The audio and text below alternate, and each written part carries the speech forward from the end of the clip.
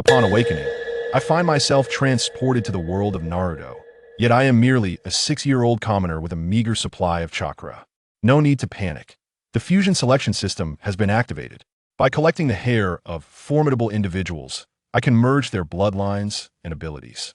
My journey begins with the quest for the Jinchuriki of the Nine Tails. What astonishing rewards might his hair yield?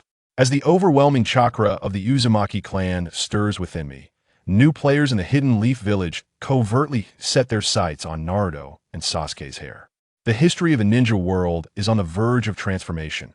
Observe as I, Hinata Ryuichi, wielding this extraordinary system, stealthily navigates the entire ninja realm, starting from a single strand of hair. Chapter 1. Hinata Ryuichi.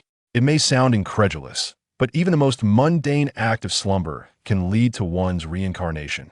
Like many freshly graduated university students, Ryuichi found himself in search of a job in a bustling city, pursuing a career unrelated to his studies while leading a monotonous 9-to-5 existence. His sole passion lay in anime and novels, particularly Naruto.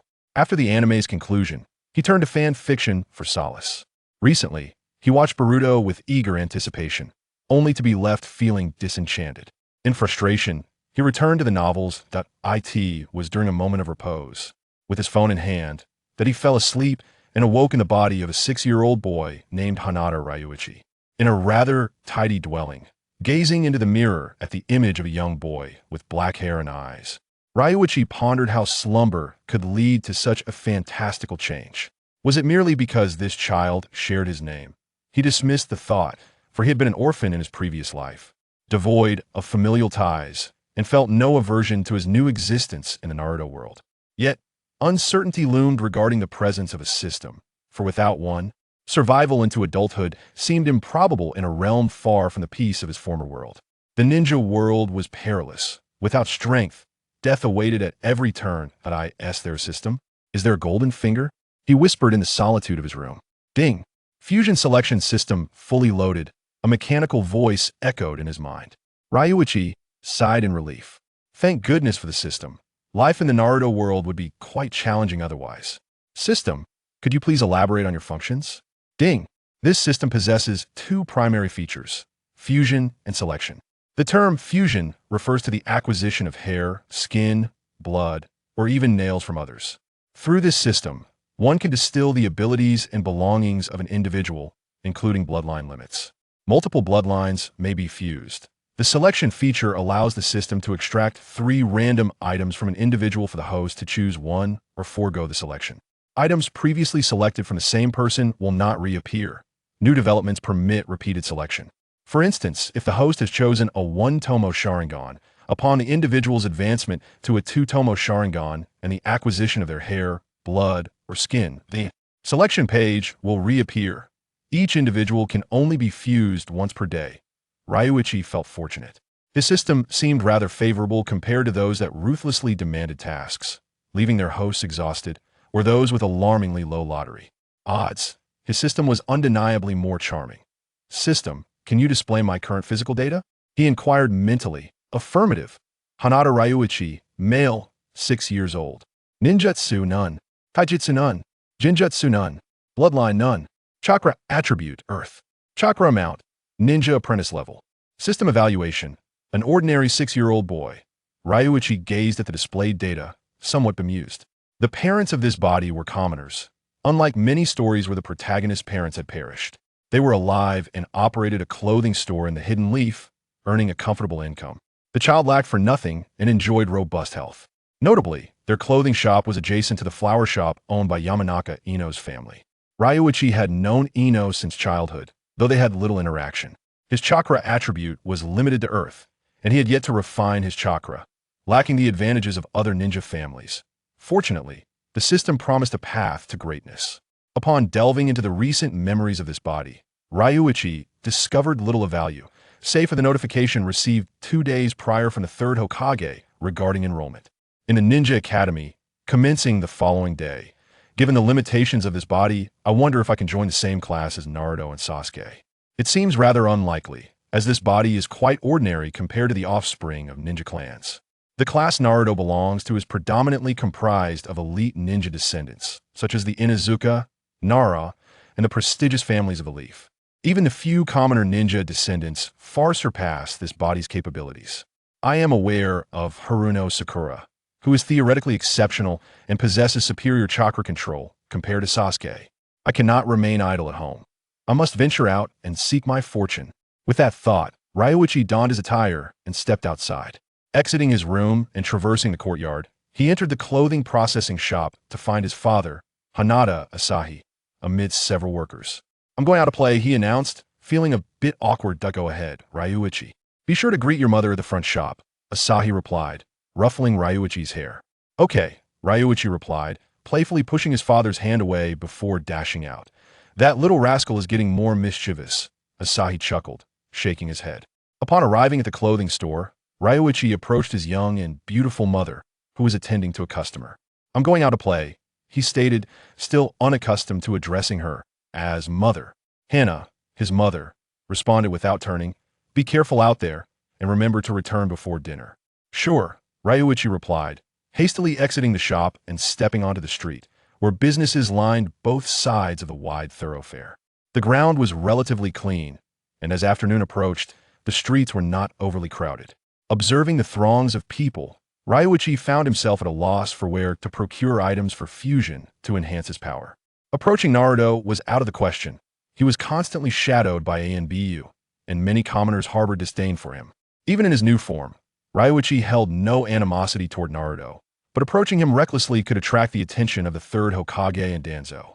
Once enrolled in the Ninja Academy, opportunities to acquire Naruto's hair would arise, as well as Sasuke's, provided he was in the same class. For now, he needed to devise a way to obtain the hair of ordinary ninjas.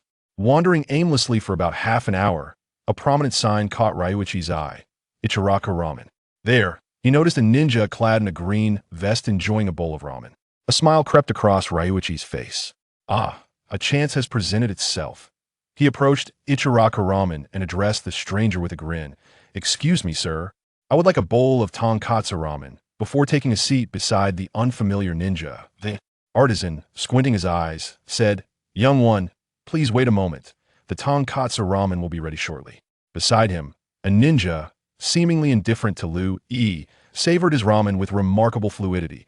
Such smoothness suggested that one must possess over a decade of ramen eating expertise to achieve such grace. Before Lu-Yi's ramen could be prepared, a passerby finished his meal, wiped his mouth with a napkin, placed money on the table, and swaggered away. Observing the departing figure, Lu-E swiftly snatched the napkin and pocketed it in a seamless motion, taking less than a second. "Ha, the moment that will change my destiny is upon me. Ha ha."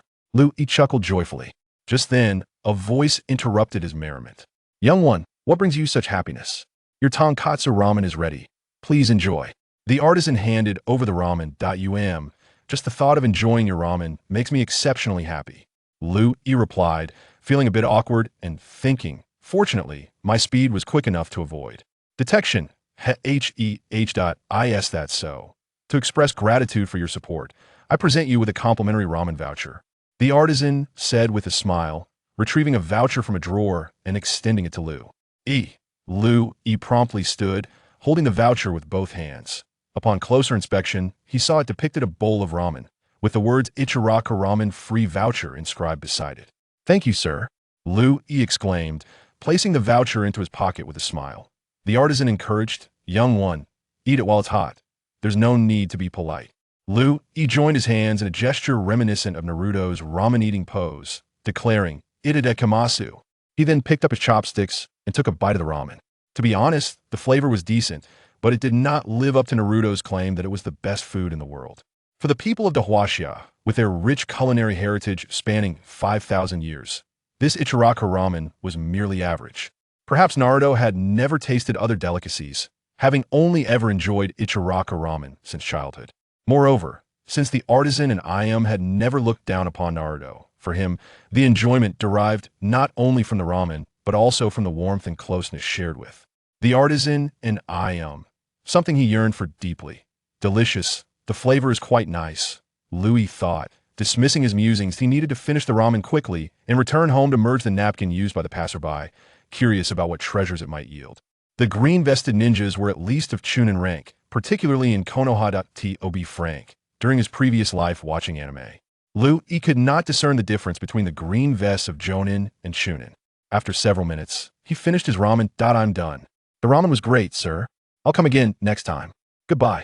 He placed the money on the table, bid farewell to the artisan, and trotted off towards the alley. All right, young one. See you next time. The artisan waved goodbye. Having arrived aimlessly, Lu Yi took half an hour. The return journey took less than 10 minutes. He greeted his parents and returned to his room.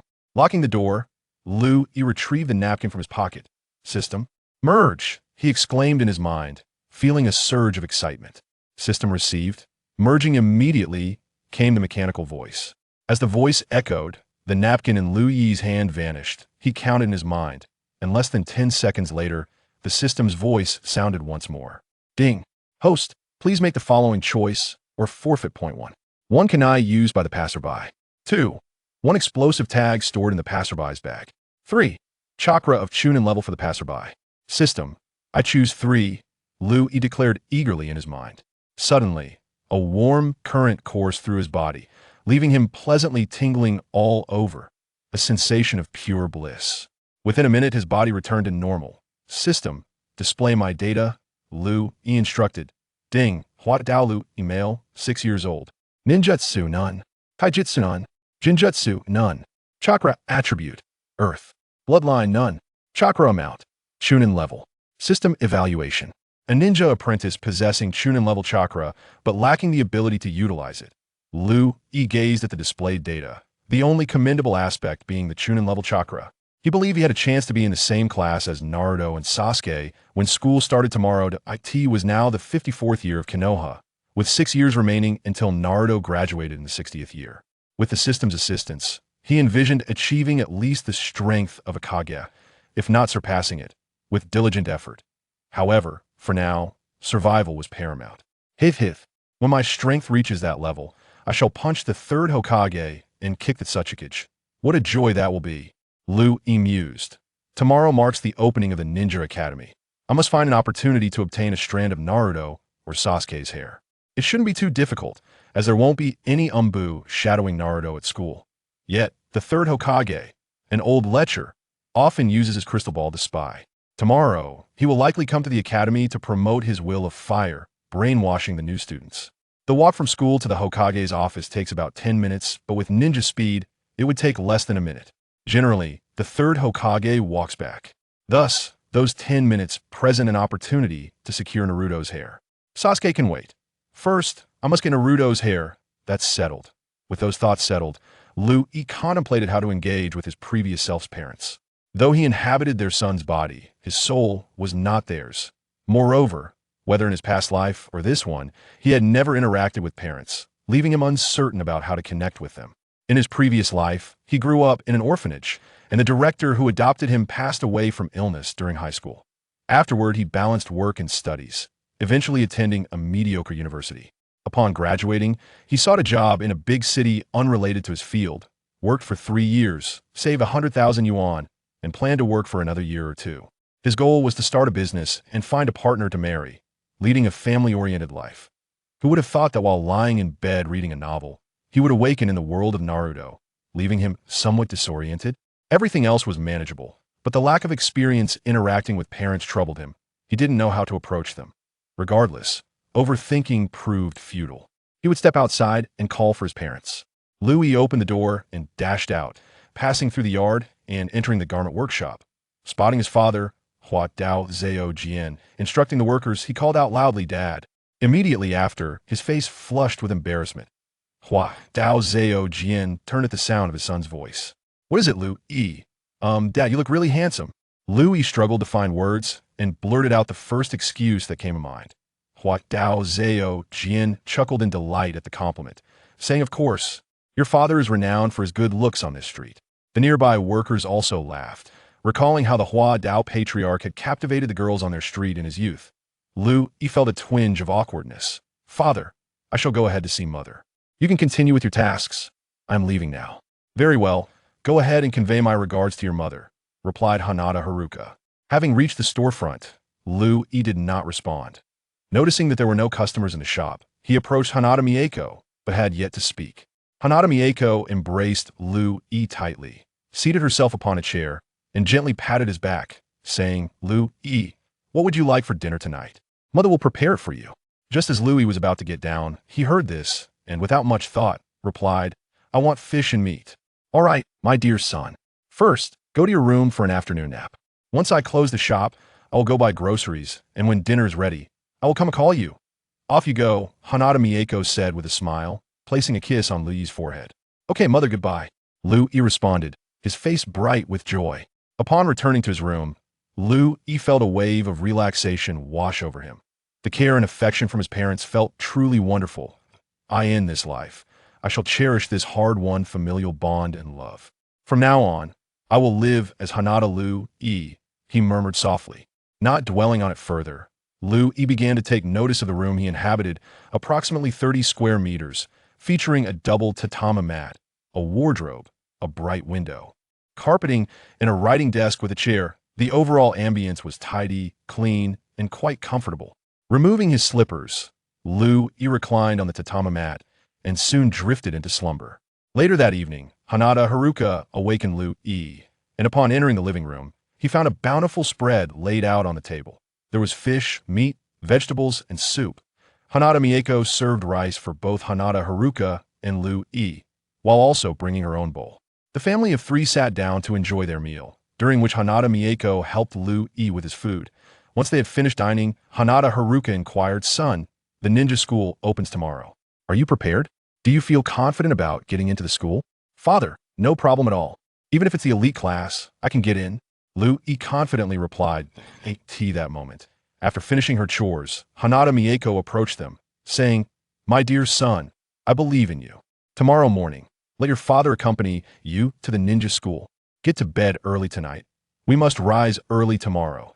She then turned to Hanada Haruka and said, Darling, I leave Louis in your care tomorrow. Of course, I will take our son to the ninja school, Hanada Haruka replied with a smile, ruffling Louis's hair. Louis felt somewhat exasperated. It seemed his father had a penchant for ruffling his hair. Chapter 2. School Class Division. On the second day of school, at 7 in the morning, Louis was roused from his slumber by his father, Huadao. Louis, hurry and wash up. Your mother has prepared breakfast and is waiting for you. After you eat, I will take you to the Ninja Academy. Huadao called out as Louis made his way to the bathroom. After spending about 10 minutes washing up and using the restroom, Louis arrived at the dining table, ready to savor his first breakfast in the world of Hokage. Half an hour later, when Louis and Huadao arrived at the entrance of the Ninja Academy, they were greeted by a throng of people. Most were parents waiting with their children for the school to open. Louis began scanning the crowd for familiar faces and quickly spotted Akimichi Choji and his father, Akimichi Choza, whose robust figures were hard to miss. Nearby stood Nara Shikamaru with his father Nara Shikaku, as well as Yamanaka Ino and her father Yamanaka Inoichi. The legendary trio of pigs, deer, and butterflies gathered together. Haruno Sakura was also present beside her mother, Haruno Mabuki. Uchiha Sasuke, the brooding figure, was sprawled on Uchiha Itachi's back, indulging in a lazy nap. Inazuka Kiba was accompanied by his sister Inazuka Hana, but they were without their ninja dog. Louis recalled that Kiba would not start bringing Akamaru along for another 2 or 3 years, so he assumed Akamaru had yet to be born. The often overlooked Yamanaka Shino was with his father, Yamanaka Shibi. At that moment, Louis noticed several bugs flitting about them, causing him to shudder involuntarily. Just then, Yamanaka Shibi glanced over at Louis, making him jump slightly at the sharpness of his perception. At that moment, Hyuga Hayashi approached with his daughter, Hyuga Hinata. Louis observed that Hayashi appeared older than his years, much like in the anime, and he guessed that Hinata had inherited her mother-esque traits. Among the Konoha 12, aside from the upperclassmen, Tintin, Rock Lee, and Niji, only 8 had appeared so far. Uzumaki Naruto was notably absent, likely having overslept, as was often the case in the anime, prompting the third Hokage to go fetch him. Louis ceased his wandering gaze and patiently awaited the opening of the school doors for enrollment. After a brief wait of about 10 minutes, the doors swung open, and the third Hokage arrived with Naruto in tow. Many, both acquaintances and strangers, began greeting the Hokage.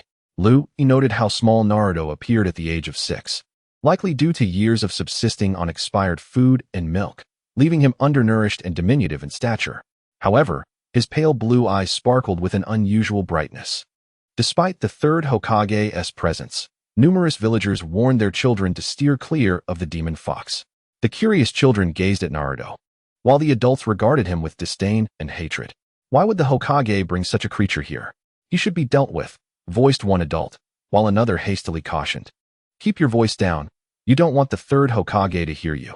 Naruto, perceptive as always, lowered his gaze, lost in thought. Lu Yi observed him closely. Sensing Lu Yi's scrutiny, Naruto turned to meet his gaze. From Lu Yi's eyes, Naruto perceived something different. There was no disdain or hatred, only curiosity. Lu Yi smiled and nodded at Naruto before following Hua Dao into the school. Upon entering, Lu Yi was greeted by an expansive playground, with a line of teachers standing nearby. Two of whom he recognized, Irika Yumino and Mizuki.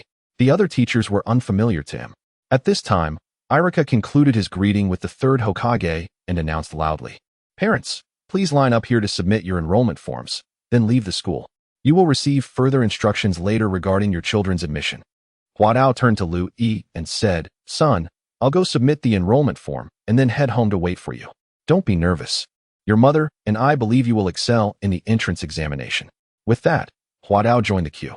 Meanwhile, the other teachers guided Lu Yi and his cohort to the playground.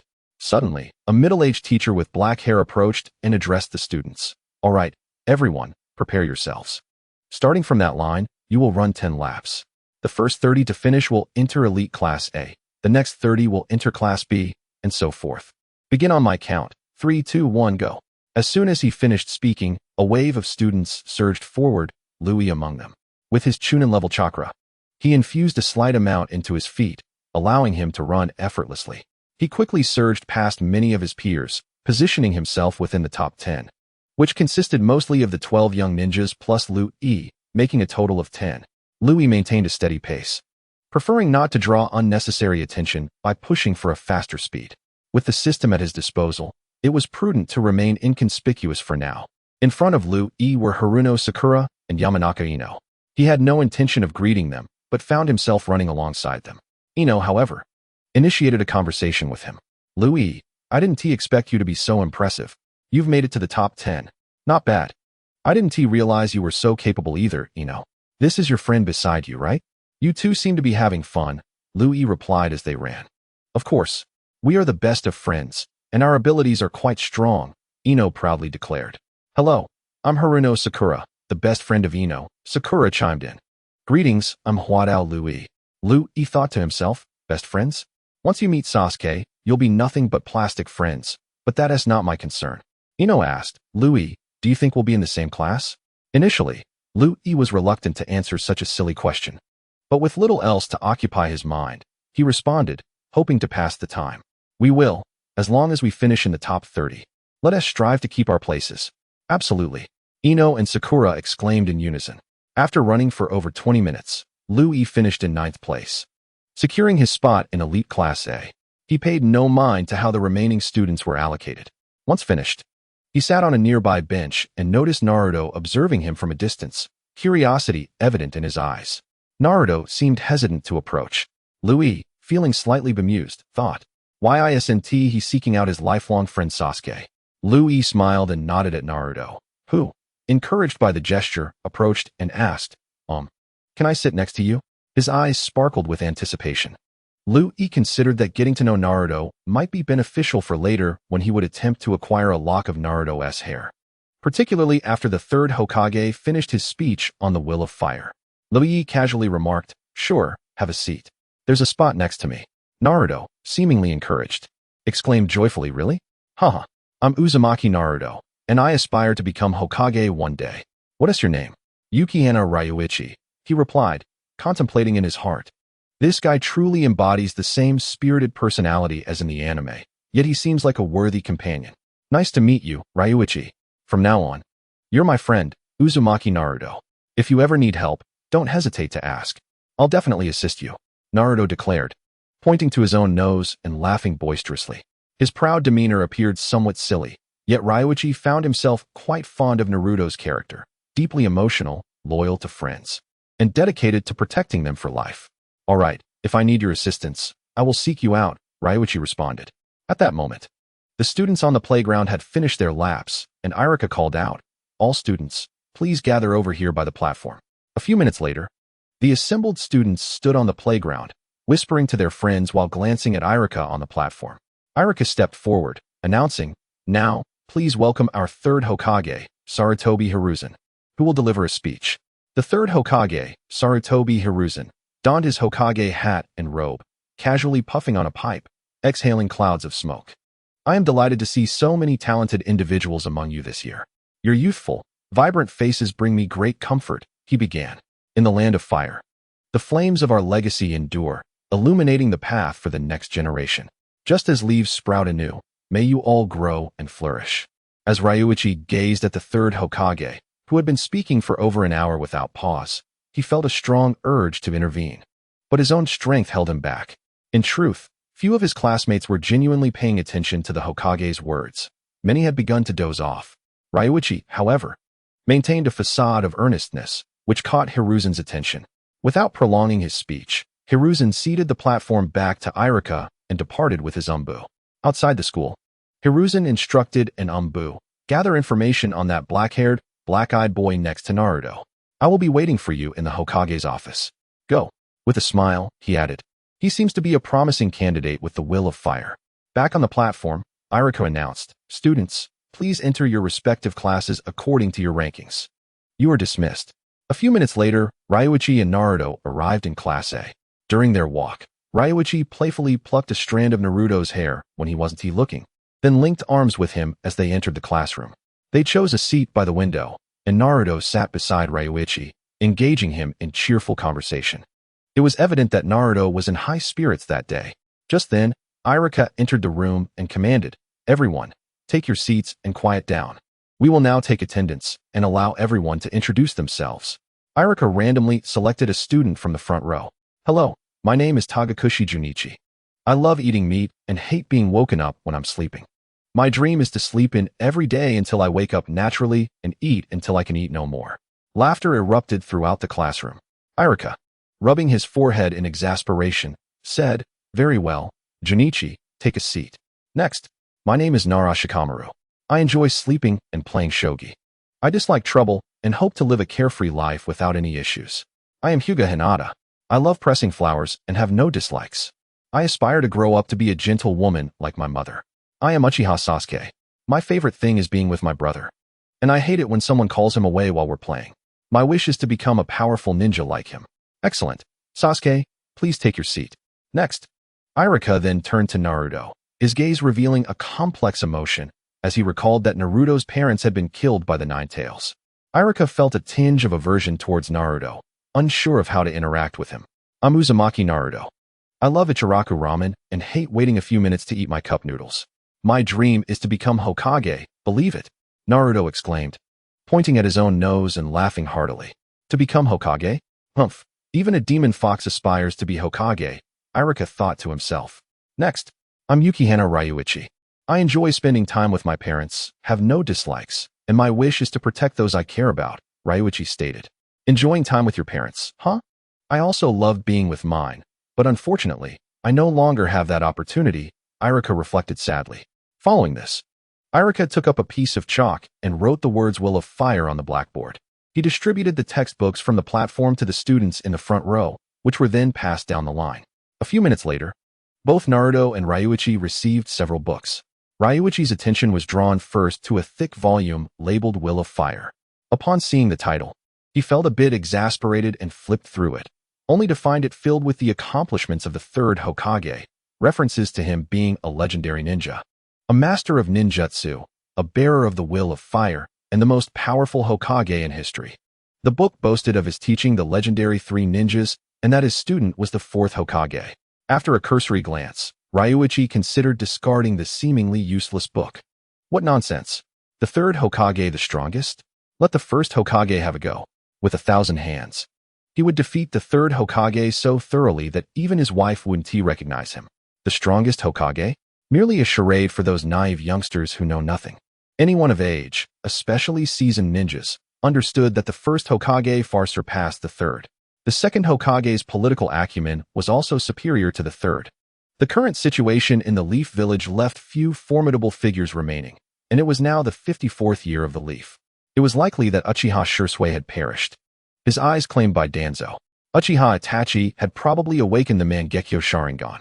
Next year, the Uchiha clan, which had endured for a millennium through the Warring States period, would be eradicated by the likes of Uchiha Obito and Danzo. As Ryuichi observed the proud figure of Sasuke not far away, he couldn't help but think how fleeting joyful times were. A year from now, the once proud Sasuke would transform into a vengeful avenger, consumed by the desire to kill his brother. Intermittently, Iruka's voice resonated from the platform. Students, today we will discuss the Will of Fire. The third Hokage inherited this will from the first and second Hokage and passed it down to the fourth Hokage. Ryuichi found little interest in the so-called Will of Fire, though he pretended to be engaged, wary of the third Hokage watching through his crystal ball. In the Hokage's office, Sarutobi Hiruzen puffed on his pipe, observing the scene through the crystal ball where Iruka was explaining the Will of Fire. Hokage-sama, here is the information you requested. An umbu stated before vanishing with a shunshin technique. Sarutobi Hiruzen picked up the documents on the table and noted, Hanada Yuichi, male, 6 years old, son of Hanada Kosuka and Hanada Mihoko, with a lineage of 3 generations of commoners from Konoha. He ranks 9th in Class A and appears to possess a certain level of chakra. He has no detrimental hobbies and has recently established a friendship with Uzumaki Naruto. Given Yuichi's clear background, it seemed prudent to allow him to continue his association with Naruto, although regrettably, he was not from a clan of shinobi. Thus his potential was limited.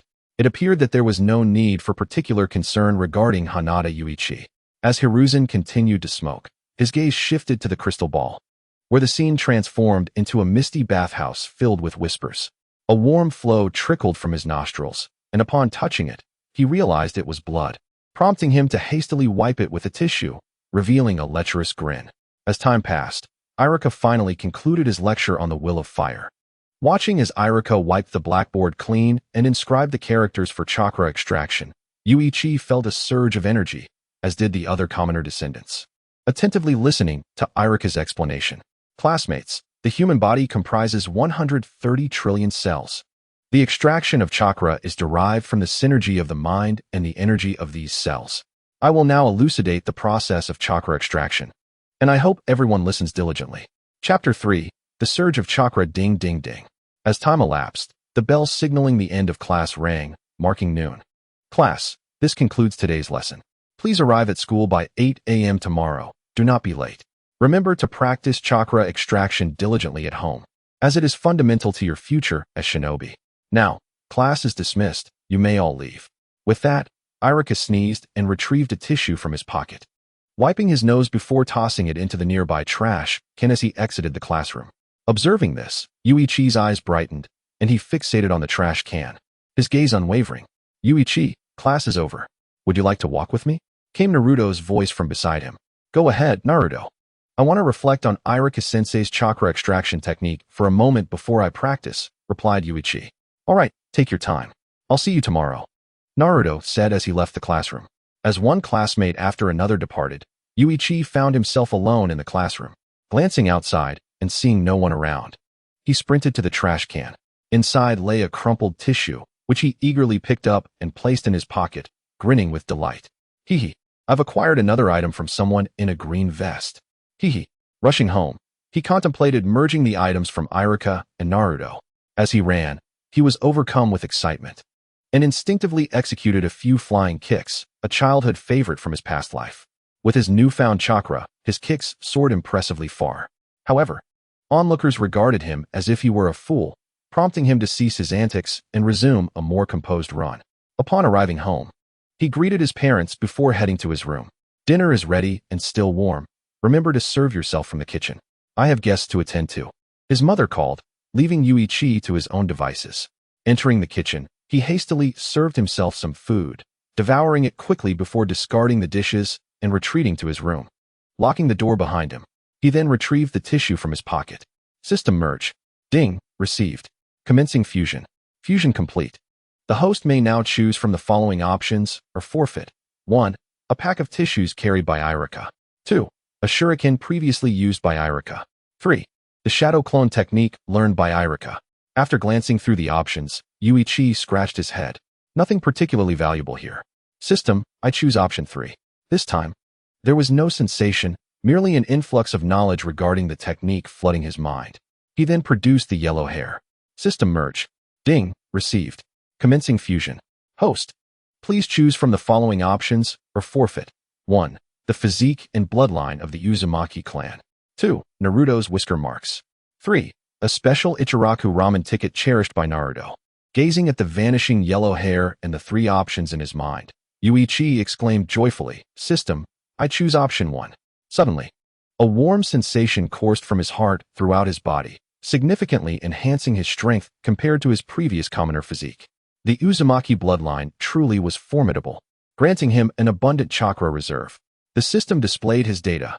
Hanada Yuichi, male, 6 years old, ninjutsu, shadow clone technique, transformation technique, substitution technique, chakra extraction technique taijutsu, ordinary flying kick jinjutsu, nunchakra nature, earth, water, wind kekei genkai, nunchakra amount, 100 units system evaluation, possesses a vast chakra reserve but lacks proficiency in its application as a ninja apprentice. Now endowed with the Uzumaki bloodline, Yuichi found his physique vastly superior to that of an ordinary commoner, yet the system's evaluation left him somewhat speechless. Furthermore, the classification of an ordinary flying kick as taijutsu struck him as absurd. While he had gained 2 additional chakra natures of wind and water, he wondered if the latter was inherent to the Uzumaki bloodline. System, is the water chakra nature intrinsic to the Uzumaki bloodline? Ding. Individuals with the Uzumaki bloodline typically possess 3 chakra natures, earth, water, and wind, with a minority having water and lightning.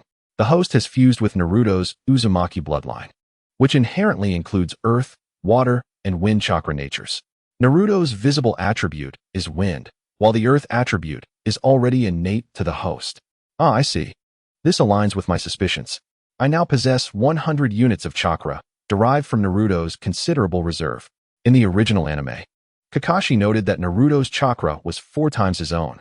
If it weren't for the need to suppress the 9 tails, Naruto's chakra would far exceed his own by a factor of 100.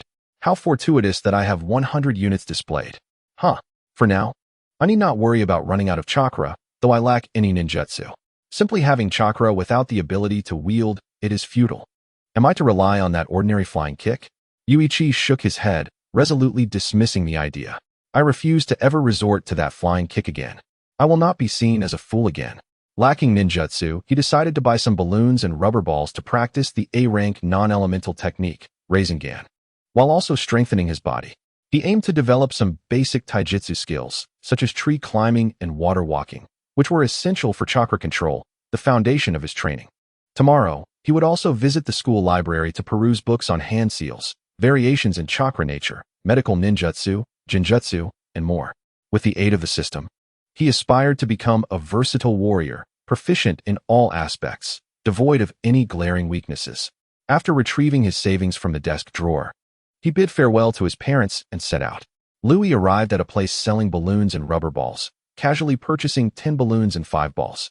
He then proceeded to a stall that sold ninja tools, acquiring 10 shuriken and kunai of each, along with a 2-foot-long short blade. After spending some time, Louis found a relatively secluded spot, where he used the kunai to draw several circles on a large tree, marking the center.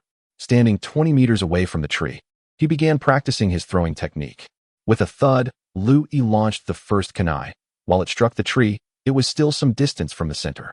One after another, he hurled kunai at the target, none of which hit the mark. After finishing with the kunai, he switched to the shuriken, repeating his throws for 2 hours. By the end, Louis managed to hit the center 3 or 4 times out of 10 throws.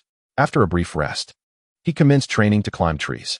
Recalling Kakashi's teachings to Naruto and others, he focused chakra at the soles of his feet, aiming to find the right amount. Too much would damage the tree's surface, while too little would make him lose balance. He gathered chakra at his feet and slowly started walking up the tree. As he executed this, chakra fluctuations appeared at his soles. With 1 foot on the tree, the other quickly followed. Steady now, he thought, taking 2 more steps. However, when he was 2 to 3 meters off the ground, the excessive chakra caused damage to the tree's surface, and Louis jumped down.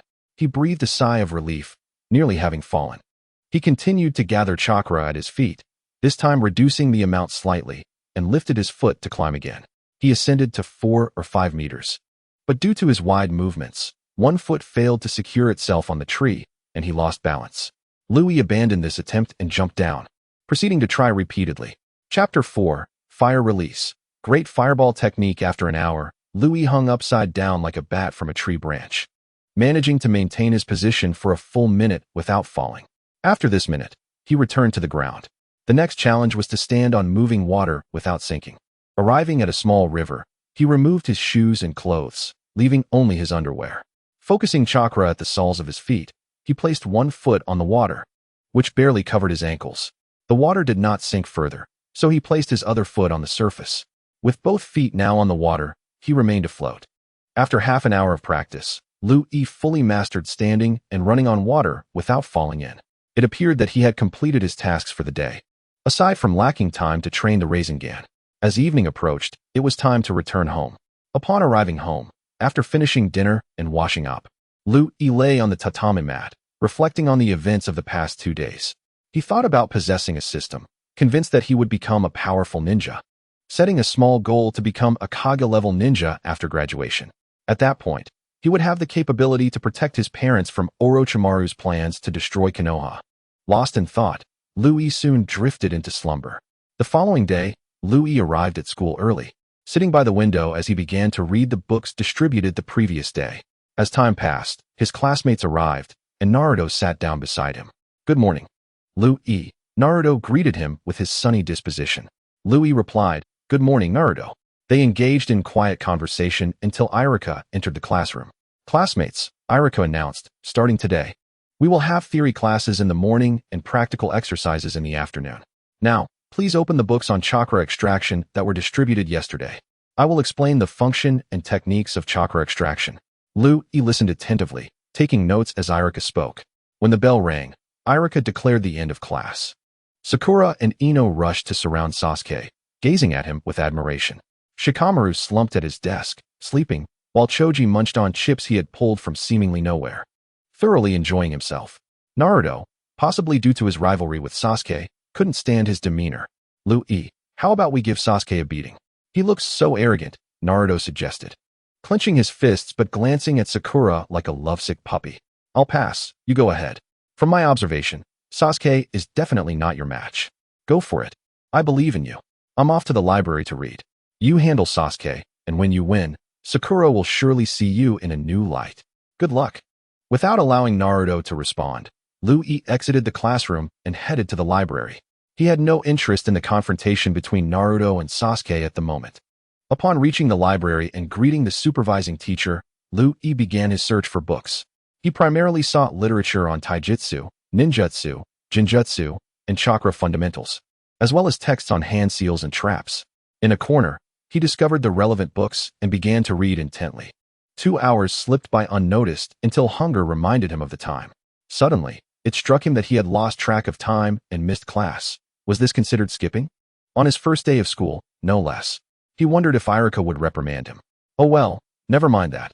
First, he would grab a bite to eat, and then return to his studies. Entering the classroom, he found only a few students remaining. Of the 12 in Team 7, none were present, likely off to the cafeteria for lunch. Without further thought, Louis approached his desk, took out the lunch prepared by his mother that morning, and began to eat. A few minutes later, having finished his meal, he returned to the library, deciding not to attend the practical class in the afternoon. The library was quiet, with few people around, allowing Louis to concentrate on his reading without noticing the passage of time until the supervising teacher announced the end of the day. It was time to go home, and Louis planned to return tomorrow. Leaving the library, he retrieved his lunchbox from the classroom and exited the school. Just as he reached the school gate, he encountered Itachi Uchiha, who had come to pick up Sasuke. At that moment, Itachi held a dango stick in one hand and was finishing another. He handed the intact dango to Sasuke, finished his own, discarded the skewer in a trash bin, and took Sasuke's hand as they left the school. Louis watched this scene, his eyes sparkling with delight, a smile gracing his face. Glancing around to ensure no one was watching, he swiftly snatched the skewer from the trash. System fusion. Ding. Acknowledged. Commencing fusion. Host, please make the following choice or forfeit. 1. Kunai used by Itachi Uchiha 2. Itachi Uchiha's love for his brother, Sasuke Uchiha 3. Itachi Uchiha's fire release chakra, and the Great Fireball technique. System. I choose option 3. Instantly, a flood of images surged into Lu Yi's mind, depicting night and day of practice for the Great Fireball technique. Alongside the training of fire attribute chakra, the system displayed his attributes. Ding. Han Dao Lu Yi, male, 6 years old. Ninjutsu. Shadow clone technique, transformation technique, substitution technique. Chakra extraction technique, Great Fireball technique taijutsu. Ordinary flying kick Jinjutsu. None chakra attributes. Earth, water, wind. Fire bloodline, none chakra. 100 units system evaluation. A lower ninja possessing substantial chakra, as Lu Yi glanced at the system evaluation that marked his transition from a ninja apprentice to a lower ninja. He surmised that this recognition was due to his mastery of Uchiha Itachi's Great Fireball technique, which had elevated him to the rank of lower ninja. Reflecting on the prospect of 6 years into the future, he envisioned himself graduating from school with the ability to utilize the shadow clone technique, surpassing many shadow-level ninjas in terms of chakra. He realized that, despite possessing formidable chakra, he had yet to effectively translate it into tangible strength. With the acquisition of the Great Fireball technique, he had swiftly ascended to a lower ninja status, not just any ordinary one reliant on the basic techniques, but one with considerable offensive capabilities. Without further contemplation, he sought out a suitable location to test the might of his Great Fireball technique. Upon arriving at the familiar training ground from the previous day, he began forming hand seals. Si, Wei, Shun, Hai Wuyin. Fire release, Great Fireball technique. In an instant, a blaze erupted from Lu Yi's mouth, soaring towards the riverbank. The flames intensified, ultimately coalescing into a fireball approximately 10 meters in diameter, crashing forcefully onto the water's surface. A wave of heat surged towards Lu Yi, who viewed the 10-meter-wide fireball with satisfaction. As for chakra consumption, given his 100 units of chakra, the C-rank ninjutsu's expenditure was minimal and had already been replenished. After successfully testing the Great Fireball technique, Lu Yi returned home. Content. Chapter 5. A year later, lightning release. Chidori. An arm pierced through a large tree effortlessly, the flashes of lightning resembling 1,000 birds in song. Lu Yi admired the dazzling A-rank lightning release ninjutsu. Just half an hour prior, while enjoying ramen at Ichiraku, he encountered a remarkably familiar figure, a man with upright silver hair, a mask covering his face, a forehead protector obscuring his left eye, and clad in the signature green vest of a Konoha Jonin. One hand rested in his pocket while the other held a book. Lu Yi was eager about Kakashi's arrival, pondering the possibility of obtaining Kakashi's belongings for system fusion. Boss, 1 bowl of seafood ramen, please. Kakashi sat beside Lu Yi, and upon sensing Lu Yi's gaze, he turned to glance at him before returning to his reading. After finishing his ramen, Lu Yi noticed the chef handing a bowl of seafood ramen to Kakashi. Enjoy your meal, esteemed guest. At this moment, Lu Yi intently watched Kakashi, curious about how he managed to eat ramen without revealing his mask. Noticing Lu Yi's scrutiny, Kakashi shifted away, turning his back to him, and quickly finished his ramen before pulling up his mask. The speed was so rapid that Lu Yi hardly registered it before seeing Kakashi rise to pay and prepare to leave. Wow, you eat ramen really fast. But you lack hygiene. No napkin after finishing your meal, Lu Yi remarked, contemplating whether the Kakashi of this time was still part of the Umbu and whether his inner darkness had been dispelled. Kakashi did not respond to Lu Yi's comment. He placed the napkin on the table, glanced at Lu Yi, and departed without looking back. Clearly, Kakashi had wiped his mouth with the napkin after eating. But since he was turned away, Lu Yi had not seen it. Once Kakashi disappeared from view, Lu Yi seized the opportunity to pocket the napkin before paying and leaving. Arriving at his usual training spot, he took out the napkin and initiated system fusion. Ding. Fusion initiated. The host is requested to make the following selection or forfeit. 1. Kakashi's used mask. 2. Kakashi's book signed by Jiraiya. 3. Kakashi's A-rank lightning release ninjutsu. Chidori. I choose 3. In an instant, a vivid image of practicing the Chidori technique flooded Lu Yi's mind. He approached a large tree and began forming hand seals. Z. Wu, Shun Wu In Z. Lightning release, Chidori. With a powerful thrust, his arm pierced through the tree. After traversing the ninja world for a year, today marked his first encounter with Kakashi, and he had successfully learned his signature technique, Chidori, which proved to be quite effective. Throughout the year, Liu Yi had collected various items, including numerous strands of hair, culminating in an impressive portfolio of chakra attributes. In addition to the elemental natures of earth, water, wind, and fire, he acquired yang chakra through Choji and yin chakra through Shikamaru, although he had yet to learn corresponding yin-yang techniques. Notably, the lightning chakra was obtained from Sasuke. Along with Indra's chakra, the three-tomo Sharingan was inherited from Uchiha Itachi, alongside many fire release techniques belonging to the Uchiha clan. In a stroke of serendipity, Liu Yi encountered Might Guy training in the back mountains, from whom he acquired blood. His training intensity was akin to that of a wild beast. After extensive fusion, he had mastered nearly all of Might Guy's taijutsu, excluding the 8 gates formation, as he was wary of the inherent dangers it posed.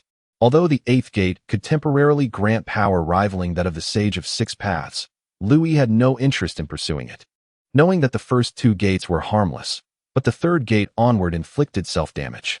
During this year, Liu Yi also frequented the hospital, acquiring a multitude of medical supplies and learning numerous medical ninjutsu. Additionally, he had not spared Naruto from his relentless grasp, having repeatedly taken advantage of him. Hinata Hyuga and Niji Hyuga were also not exempt from his schemes. System: display my attributes. Handao Liu Yi, male, 7 years old, ninjutsu, fire release, phoenix fire technique, great fireball technique, crimson claw of the phoenix, great dragon fire technique, dragon flame song technique, great fire extinguishing technique, great fire disappearance technique, large explosion technique of shadow clones wind release, great breakthrough, wind release, wind cutter technique water release, water barrier technique, water dragon bullet technique, great waterfall technique, water clone technique earth release, heart decapitation technique, earth dragon bullet technique, earth barrier technique, earth spear, earth clone technique, earth substitution technique lightning release, body flicker, lightning ball, Chidori spiraling sphere, body flicker technique, shadow imitation technique, partial multiplication technique, shadow clone technique, multiple shadow clone technique, instantaneous body technique, chakra blade, 3 body technique taijutsu,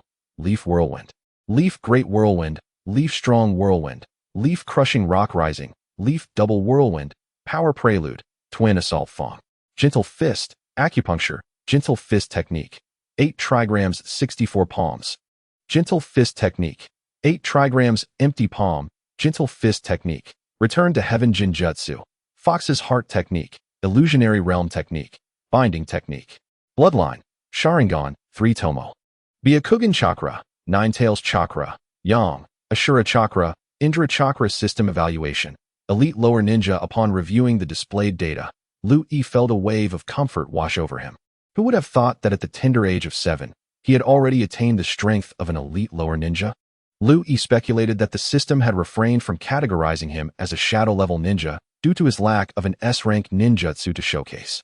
While he possessed a considerable array of ninjutsu, he still lacked the necessary might to deliver a decisive blow or inflict significant damage upon an elite lower ninja. 3 paths can lead one to become a shadow-level ninja. The first is to emulate Naruto and become the perfect Jinchuriki. Achieving this would allow one to attain shadow-level status. And if one could attain Sage Fox mode, becoming a super shadow would be well within reach. This path promises steady growth, though mastering the Nine-Tails chakra requires considerable time and effort. While there may not be a conflicting will from the Nine-Tails, harmonizing with its power is essential to becoming a flawless Jinchuriki. With still 8 or 9 years before Pain's 6 paths come to Konoha and a considerable time until the 4th Great Ninja War, there is ample opportunity to pursue this path. The second option involves creating formidable S-rank ninjutsu, akin to Chidori or Rasengan, which can be further upgraded. Raikiri is an S-rank technique capable of delivering a lethal blow in close combat. In the original series, Naruto's upgraded Rasen Shuriken is also an S-rank technique, capable of one-hit kills. And aside from the hungry ghost path of the Rinnegan, only the 3rd Raikage, Uchiha Sasuke, and Uchiha Madara Susanoo can withstand it. The 3rd path relies on the system to fuse powerful ninjas' rank techniques. In the near future, the Uchiha clan will face extermination, presenting an opportunity for me to acquire their abilities. I will seek out any remnants, particularly the hair of Uchiha Fugaku, and leave the ocular artifacts to Uchiha Obito and Danzo. With this in mind, Louis prepared for the impending massacre of the Uchiha clan. Chapter 6. The night of Uchiha extermination with the shadow clone technique. A clone materialized before Louis.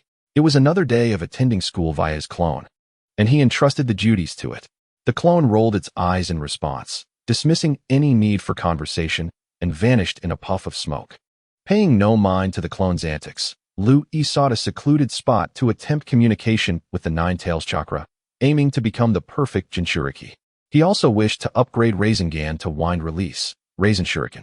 Arriving at a waterfall in the back mountains, Louis employed the multi-shadow clone technique, creating 30 clones. You 3 practice taijutsu, you 3 focus on Jinjutsu, you 4 work on ninjutsu, and the remaining 20 join me by the waterfall to practice wind nature transformation. Use leaves for your exercises. Begin. The clones collectively acknowledged, understood, main body. Louis plucked a leaf from a tree, sat cross-legged by the waterfall, placed the leaf in his palm, and pressed his hands together, concentrating chakra to attempt slicing the leaf. 1 minute passed, then 2, and after 10 minutes, Louis opened his hands to find the leaf shattered, an indication of insufficient chakra concentration. It seemed that altering chakra's nature was no simple feat. No wonder many adult jounin had not achieved this transformation. In the original series, with Yamato's assistance, Naruto managed to slice a leaf in an instant, and later, with Kakashi and Yamato's help, he sliced through a waterfall. Though Louis had forgotten the exact duration it took Naruto, it was likely under a month. One could not deny Naruto's genius.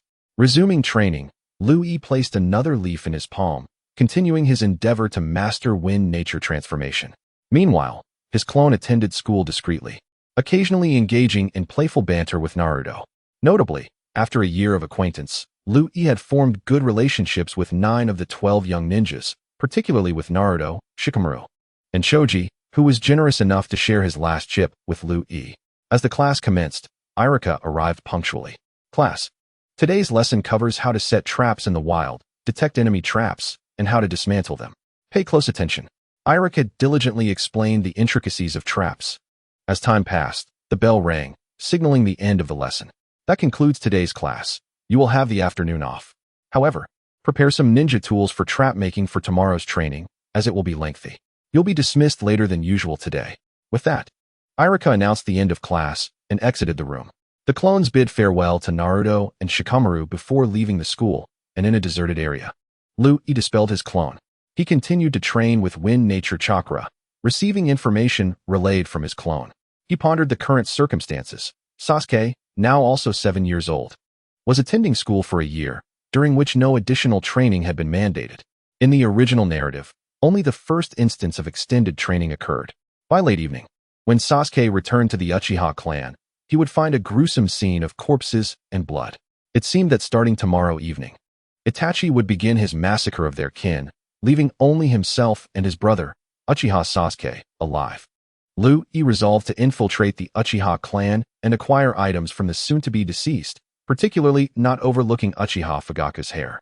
With that thought, he resumed training. The next evening, Louis donned stealth attire, evading the Umbu and Root surveillance, and arrived at the Uchiha clan. Itachi had already commenced his assault, and upon entering, Louis was greeted by the sight of lifeless bodies. He approached a fallen Uchiha clan member, using a kunai to sever a lock of hair, placing it into a specially designed ninja tool pouch. He swiftly moved to the next body to continue his collection. As he repeated the process of harvesting hair, he encountered a partially alive Uchiha. Louis offered them a kunai, granting them a swift end.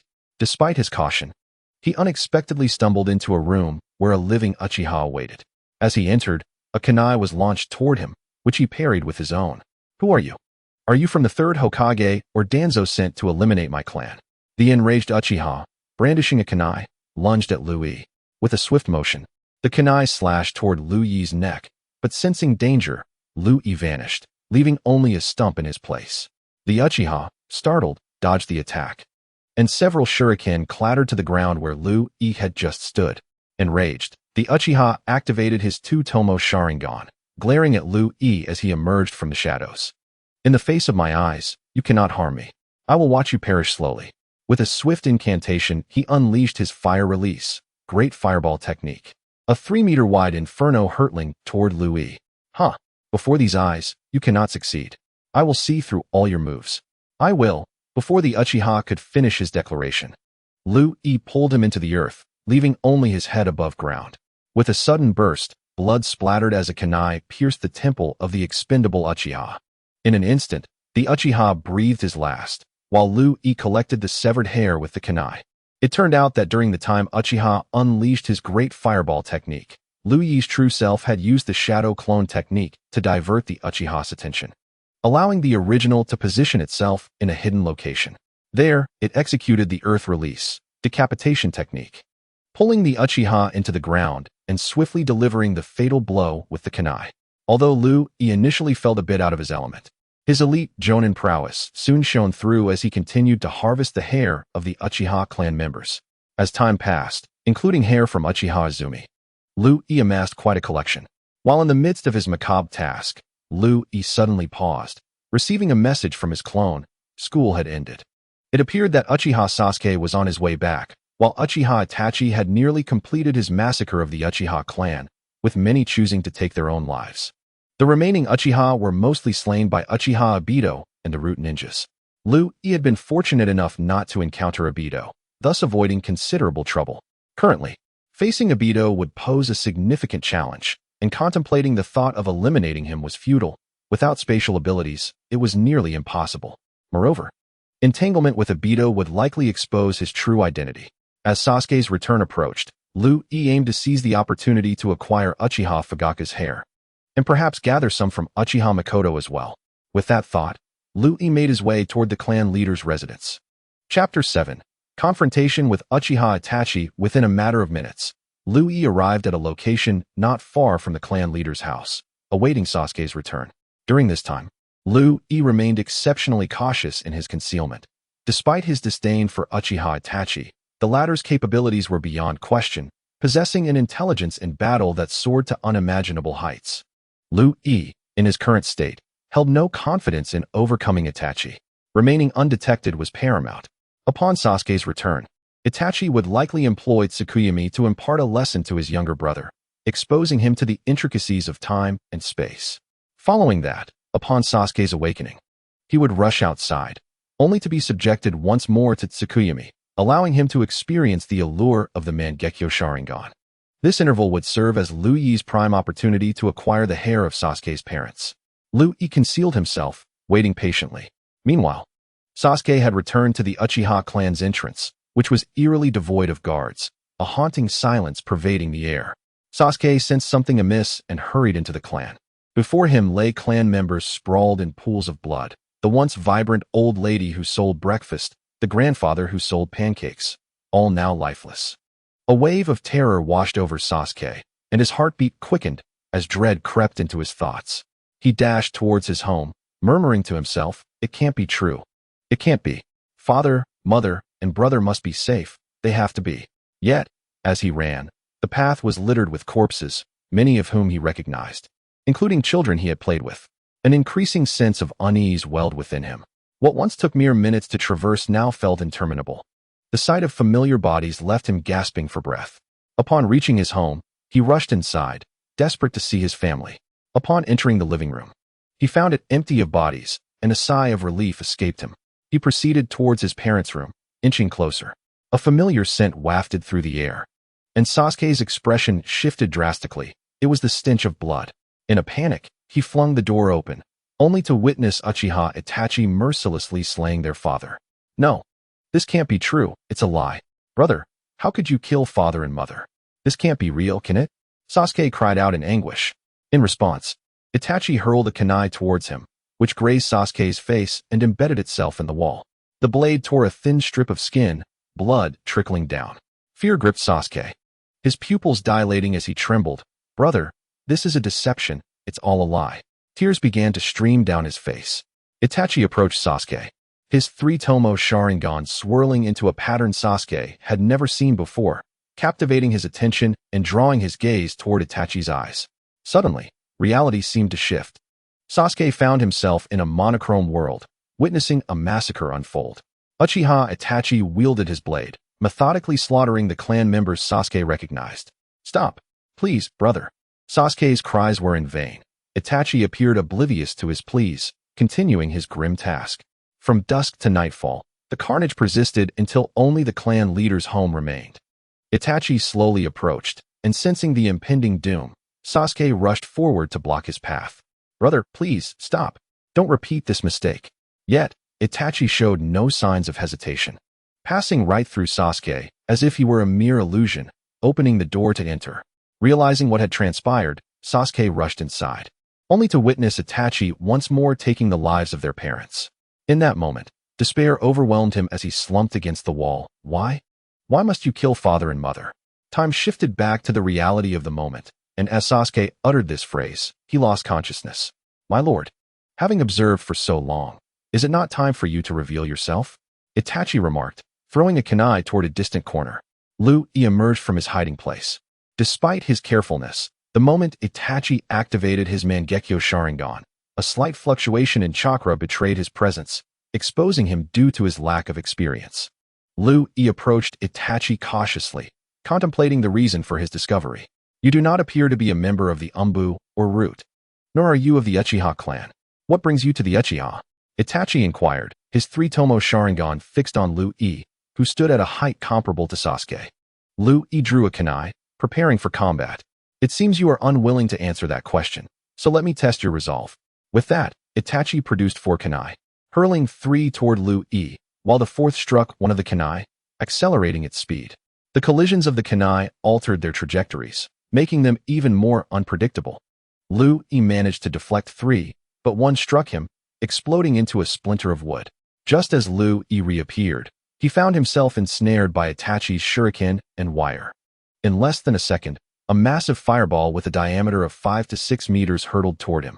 It crashed into Lu Yi, who was bound, resulting in a piercing scream. When the flames subsided, only a charred earth clone remained.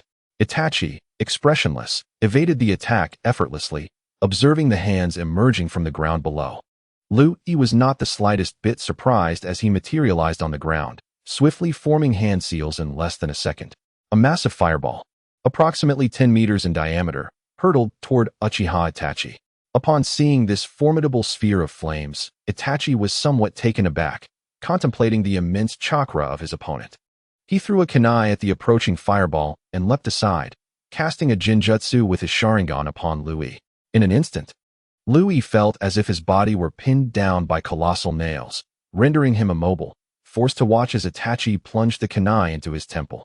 With a thud, as the kunai pierced Lu Yi's skull, his form transformed into a puddle of water. Itachi appeared unfazed by this outcome, remarking on Lu Yi's commendable reflexes before turning his gaze toward the Lu Yi that had emerged to his left. At that moment, Lu Yi found himself similarly immobilized. Itachi again aimed his kunai at Lu Yi's temple. However, in an instant, Itachi sensed something amiss. The next moment, Lu Yi's body morphed into a mass of earth. This unexpected transformation caught Itachi off guard, prompting him to dash back home. Upon entering, he found his parents' bodies still lying there, and Sasuke was slumped in a corner, unconscious. Itachi pondered the motives of this intruder into the Uchiha clan. His parents were still intact. Clearly, it wasn't he merely to target Sasuke. What could their true intent be? Just then, the sound of Sasuke waking interrupted Itachi's thoughts. With Sasuke awake, it was time to proceed according to plan. Chapter 8, Eternal Mangekyo Sharingan. Meanwhile, Lu Yi had returned home, disposing of his dark attire. He changed into his regular clothing and began organizing the day's acquisitions within his room. As for why Itachi hadn't killed Lu Yi's true form, it was because Itachi had only encountered Lu Yi's shadow clones. Taking advantage of the distraction caused by the clones battling Itachi, Lu Yi had ventured into Sasuke's home and collected a significant amount of hair from Uchiha Fugaku and Uchiha Mikoto. After gathering the hair, Lu Yi did not linger and exited the Uchiha compound. On his way back, he meticulously eliminated any traces that might lead to his discovery, including the destruction of his dark clothing. Observing a pile of hair, Lu Yi made distinctions among the more notable Uchihas, such as the clan leader and elders. While mixing the rest together, he retrieved items previously obtained from Itachi, including a bamboo skewer. Lu Yi then commenced the grand endeavor of system fusion. After over an hour, only the hair of Uchiha Itachi and Uchiha Fugaku remained unfused.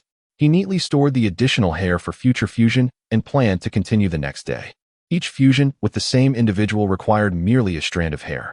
Picking up the bamboo skewer that Itachi had once used, he initiated the system fusion. Ding. Initiating fusion. Host, please make the following choice or opt to forfeit. 1. Itachi's Blade. 2. Itachi's love for his brother. 3.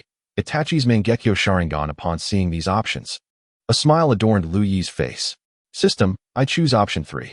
Instantly, Liu Yi's 3-tomo Sharingan began to spin, manifesting a Mangekyo identical to Itachi's. Liu Yi gazed at the Mangekyo in the mirror, which bore a dart-like pattern, less aesthetically pleasing than Sasuke's. He continued the fusion with glee. Grabbing a strand of Uchiha Fugaku's hair, he initiated the system fusion once more. Ding. Initiating fusion. Host, please make the following choice or opt to forfeit. 1. A kunai previously used by Uchiha Fugaku. 2. Fugaku's affection for his two sons. 3. Fugaku's Mangekyo Sharingan. Liu Yi could hardly believe his fortune. He had struck gold with Fugaku's Mangekyo Sharingan on the first attempt, having merely speculated that Fugaku possessed one. He was prepared for a prolonged fusion process. But success came swiftly. System, I choose option 3. As Liu Yi observed his eyes in the mirror, the Mangekyo spun incessantly. Moments later, a new pattern emerged. Strikingly similar to Sasuke's Mangekyo, yet distinct from Sasuke's eternal Mangekyo, lacking the triangular dart design. Liu Yi felt an unprecedented surge of ocular power. Now possessing the eternal Mangekyo Sharingan, along with the chakra of Ashura and Indra, he contemplated how long it might take to evolve his eternal Mangekyo Sharingan into a Rinnegan. With a substantial amount of Uchiha hair still at his disposal, he anticipated that the ocular powers of those who had awakened their eyes would further enhance his abilities once fused.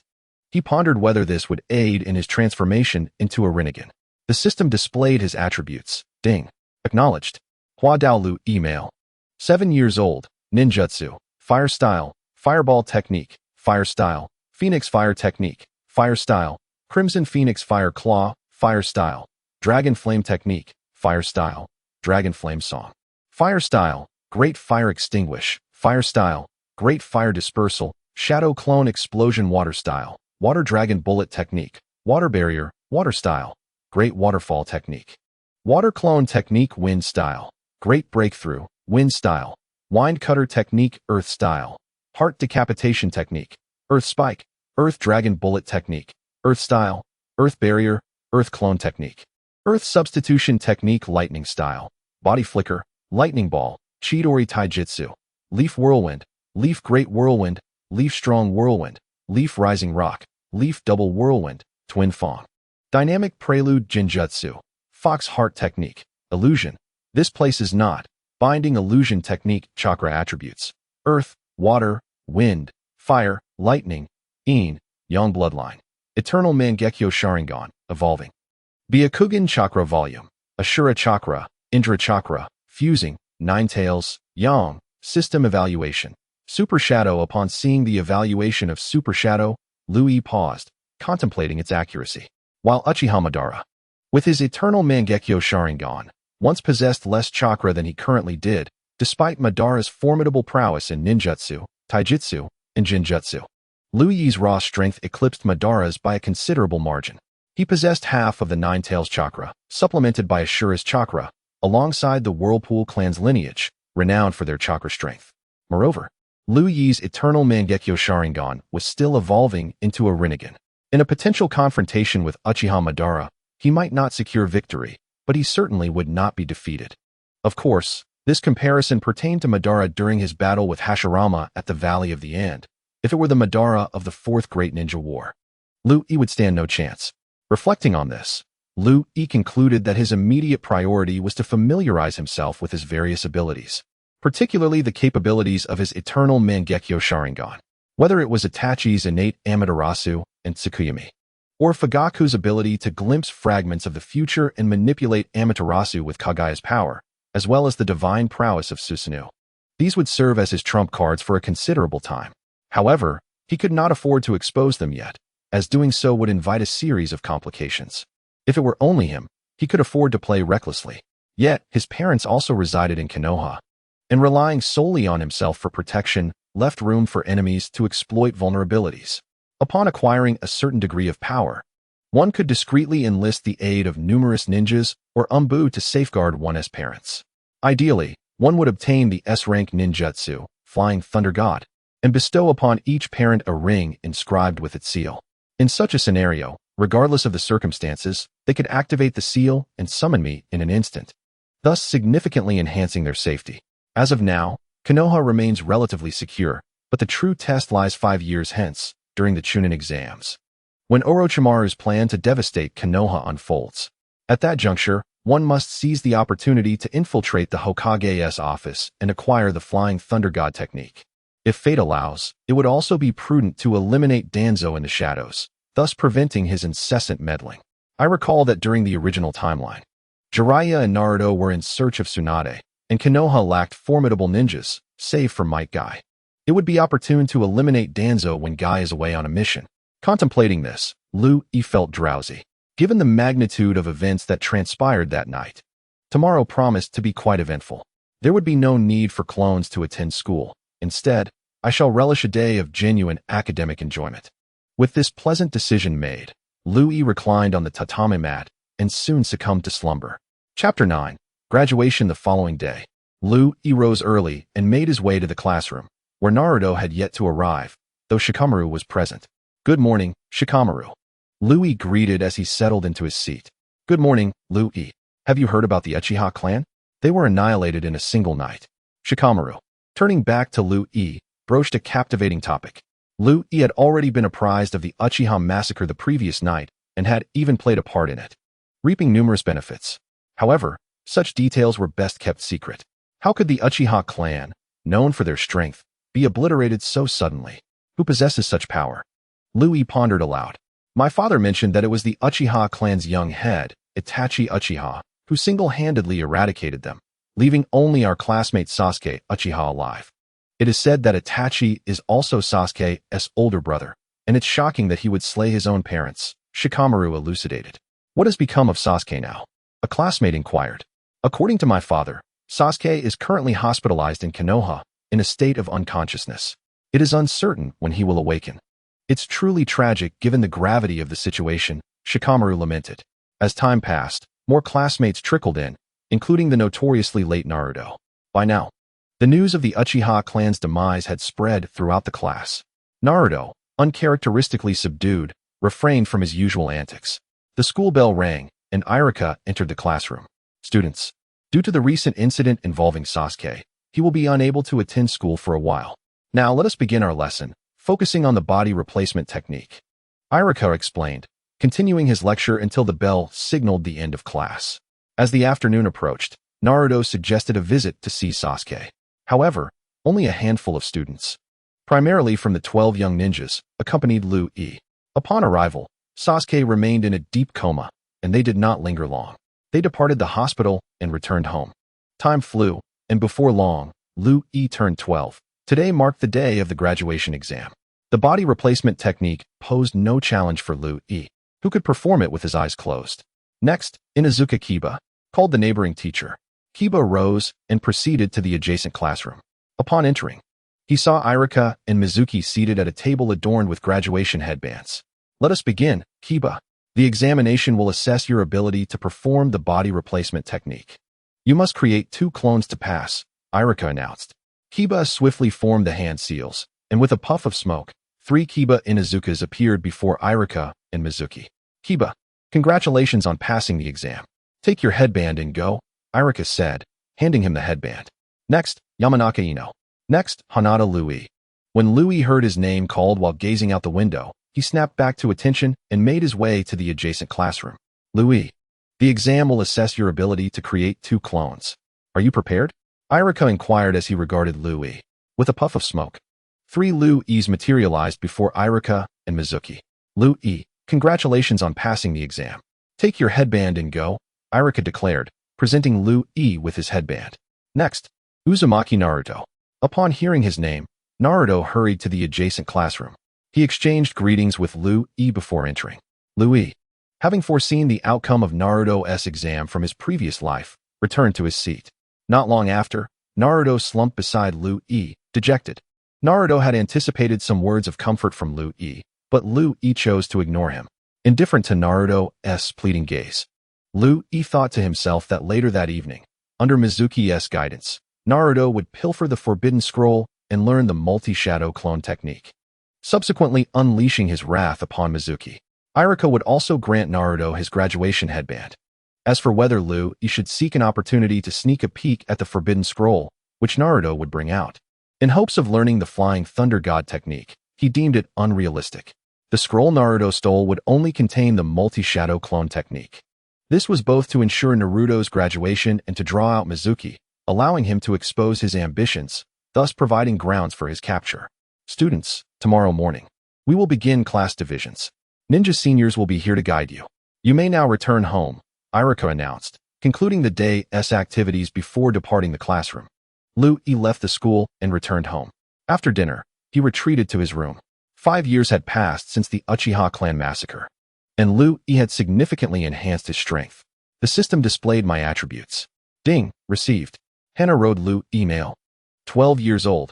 Height, 162 centimeters ninjutsu. Fire release. Great fireball technique. Fire release. Phoenix fire technique. Fire release. Wind style flower claw red. Fire release. Great dragon fire technique. Fire release. Dragon flame song. Fire release. Great fire extinguishing technique. Fire release. Great fire disappearance. Shadow clone great explosion. 3 body technique water release. Water barrier. Water release. Great waterfall technique. Water release. Water dragon bullet technique. Water clone wind release. Wind cut technique. Wind release. Great breakthrough. Wind release. Beast wave palm. Wind release. Vacuum sphere. Wind release. Spiraling sphere. Wind release. Spiraling shuriken lightning release. Body flicker. Lightning ball. Lightning release. Chidori blade. Lightning release. Chidori sharp spear. Lightning release. Chidori thousand hands. Lightning release. Chidori flow. Lightning release. Chidori. Lightning release. Lightning cutter. Lightning release. Kirin earth release. Earth clone. Earth substitution. Earth release. Earth dragon bullet. Earth release. Earth spear. Earth release. Earth barrier taijutsu. Leaf whirlwind. Leaf great whirlwind. Leaf strong whirlwind. Leaf rock rising. Leaf double whirlwind. Twin fong. Dynamic prelude. Body flicker technique. Jinjutsu. Fox heart technique. Illusionary technique. This place is not. Binding technique. Sharingan Jinjutsu chakra attributes. Earth, water, wind, fire, lightning, Yin, Yang bloodline. Byakugan. Eternal Mangekyo Sharingan. Rinnegan bloodline ninjutsu. Byakugan. Gentle fist. 10 kinds of pointing. Gentle fist 8 trigrams palm. Gentle fist revolving heaven. Gentle fist empty palm. Gentle fist 128 palms. Eternal Mangekyo Sharingan. Tsukuyami. Izanagi. Izanami. Amaterasu. Kagaya's power. Complete body Susanoo Rinnegan. Shinra Tensei. Bansho Tenin. Chibaku Tensei. Sealing technique. Absorption. Tengai Shinsei. Control of life. Summoning. External demon path. Tenjin. Rinne Tensei physique. Sage body. Fusion of Ashura and Indra's chakra. Chakra amount. Nine Tails Yang system evaluation. Pseudo 6 paths. Chapter 10. Team 7 as usual. Lu-I arrived early at the classroom, perhaps due to the graduation class division, and his classmates also came early. After greeting Shikamaru and Choji, Lu-I took his seat. Glancing at the empty spot beside him, it appeared that Naruto still enjoyed sleeping in. He took out the forehead protector distributed yesterday and placed it on his forehead, avoiding the peculiar style some predecessors had adopted. Behind him, Sasuke had grown colder over the years. Even when flanked by Ino and Sakura, he remained unfazed, showing no interest in the two girls. After a little over 10 minutes, the bell rang, and Naruto entered the classroom with Iruka, still wearing his forehead protector. Naruto, didn't you fail the graduation test?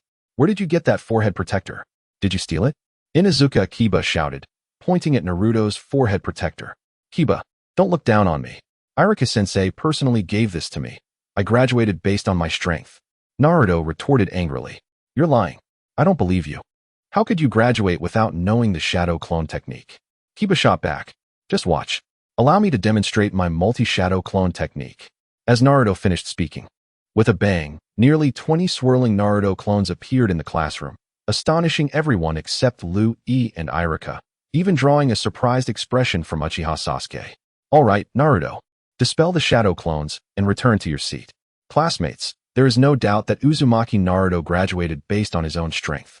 Now, I will announce your allocations. Togo Junichi, Nara Shikamaru, Haruno Sakura, Class 1. Upon hearing that she was not allocated to the same class as Sasuke, Sakura felt a bit disheartened. In her mind, her inner persona was going wild, hurling a barrage of curses, and even Irika was not spared from the verbal onslaught. Irika continued reading names, and time passed slowly until he reached Naruto. Uzumaki Naruto, Uchiha Sasuke, Hana Road Lu-E, Class 7. As Sakura was assigned to a group of minor characters, Lu-E had anticipated his assignment to Class 7, as the third Hokage likely thought he was close to Naruto. Inazuka Kiba, Hyuga Hinata, Yamanaka Shino, Class 8. Yamanaka Ino. Nara Shikamaru, Akimichi Choji, Class 10. Alright, the allocations are complete. Classmates, now wait for your guiding teacher. I hope you all become great ninjas. Goodbye, everyone.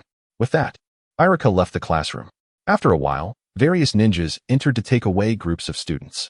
Then, a bearded ninja, smoking a cigarette and wearing a green vest, entered. Class 10, follow me. Seeing this person, Shikamaru remained unmotivated. Choji continued munching on snacks, and Ino was mumbling about something, clearly uninterested in their team leader.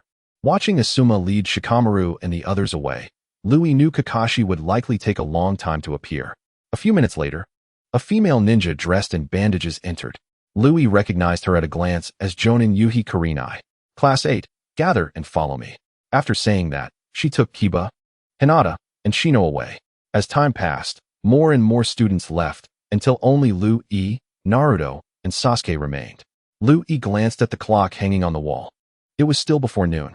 He estimated that Kakashi wouldn't show up until the afternoon, so he laid his head on the desk and began to sleep, preparing to rest until Kakashi arrived.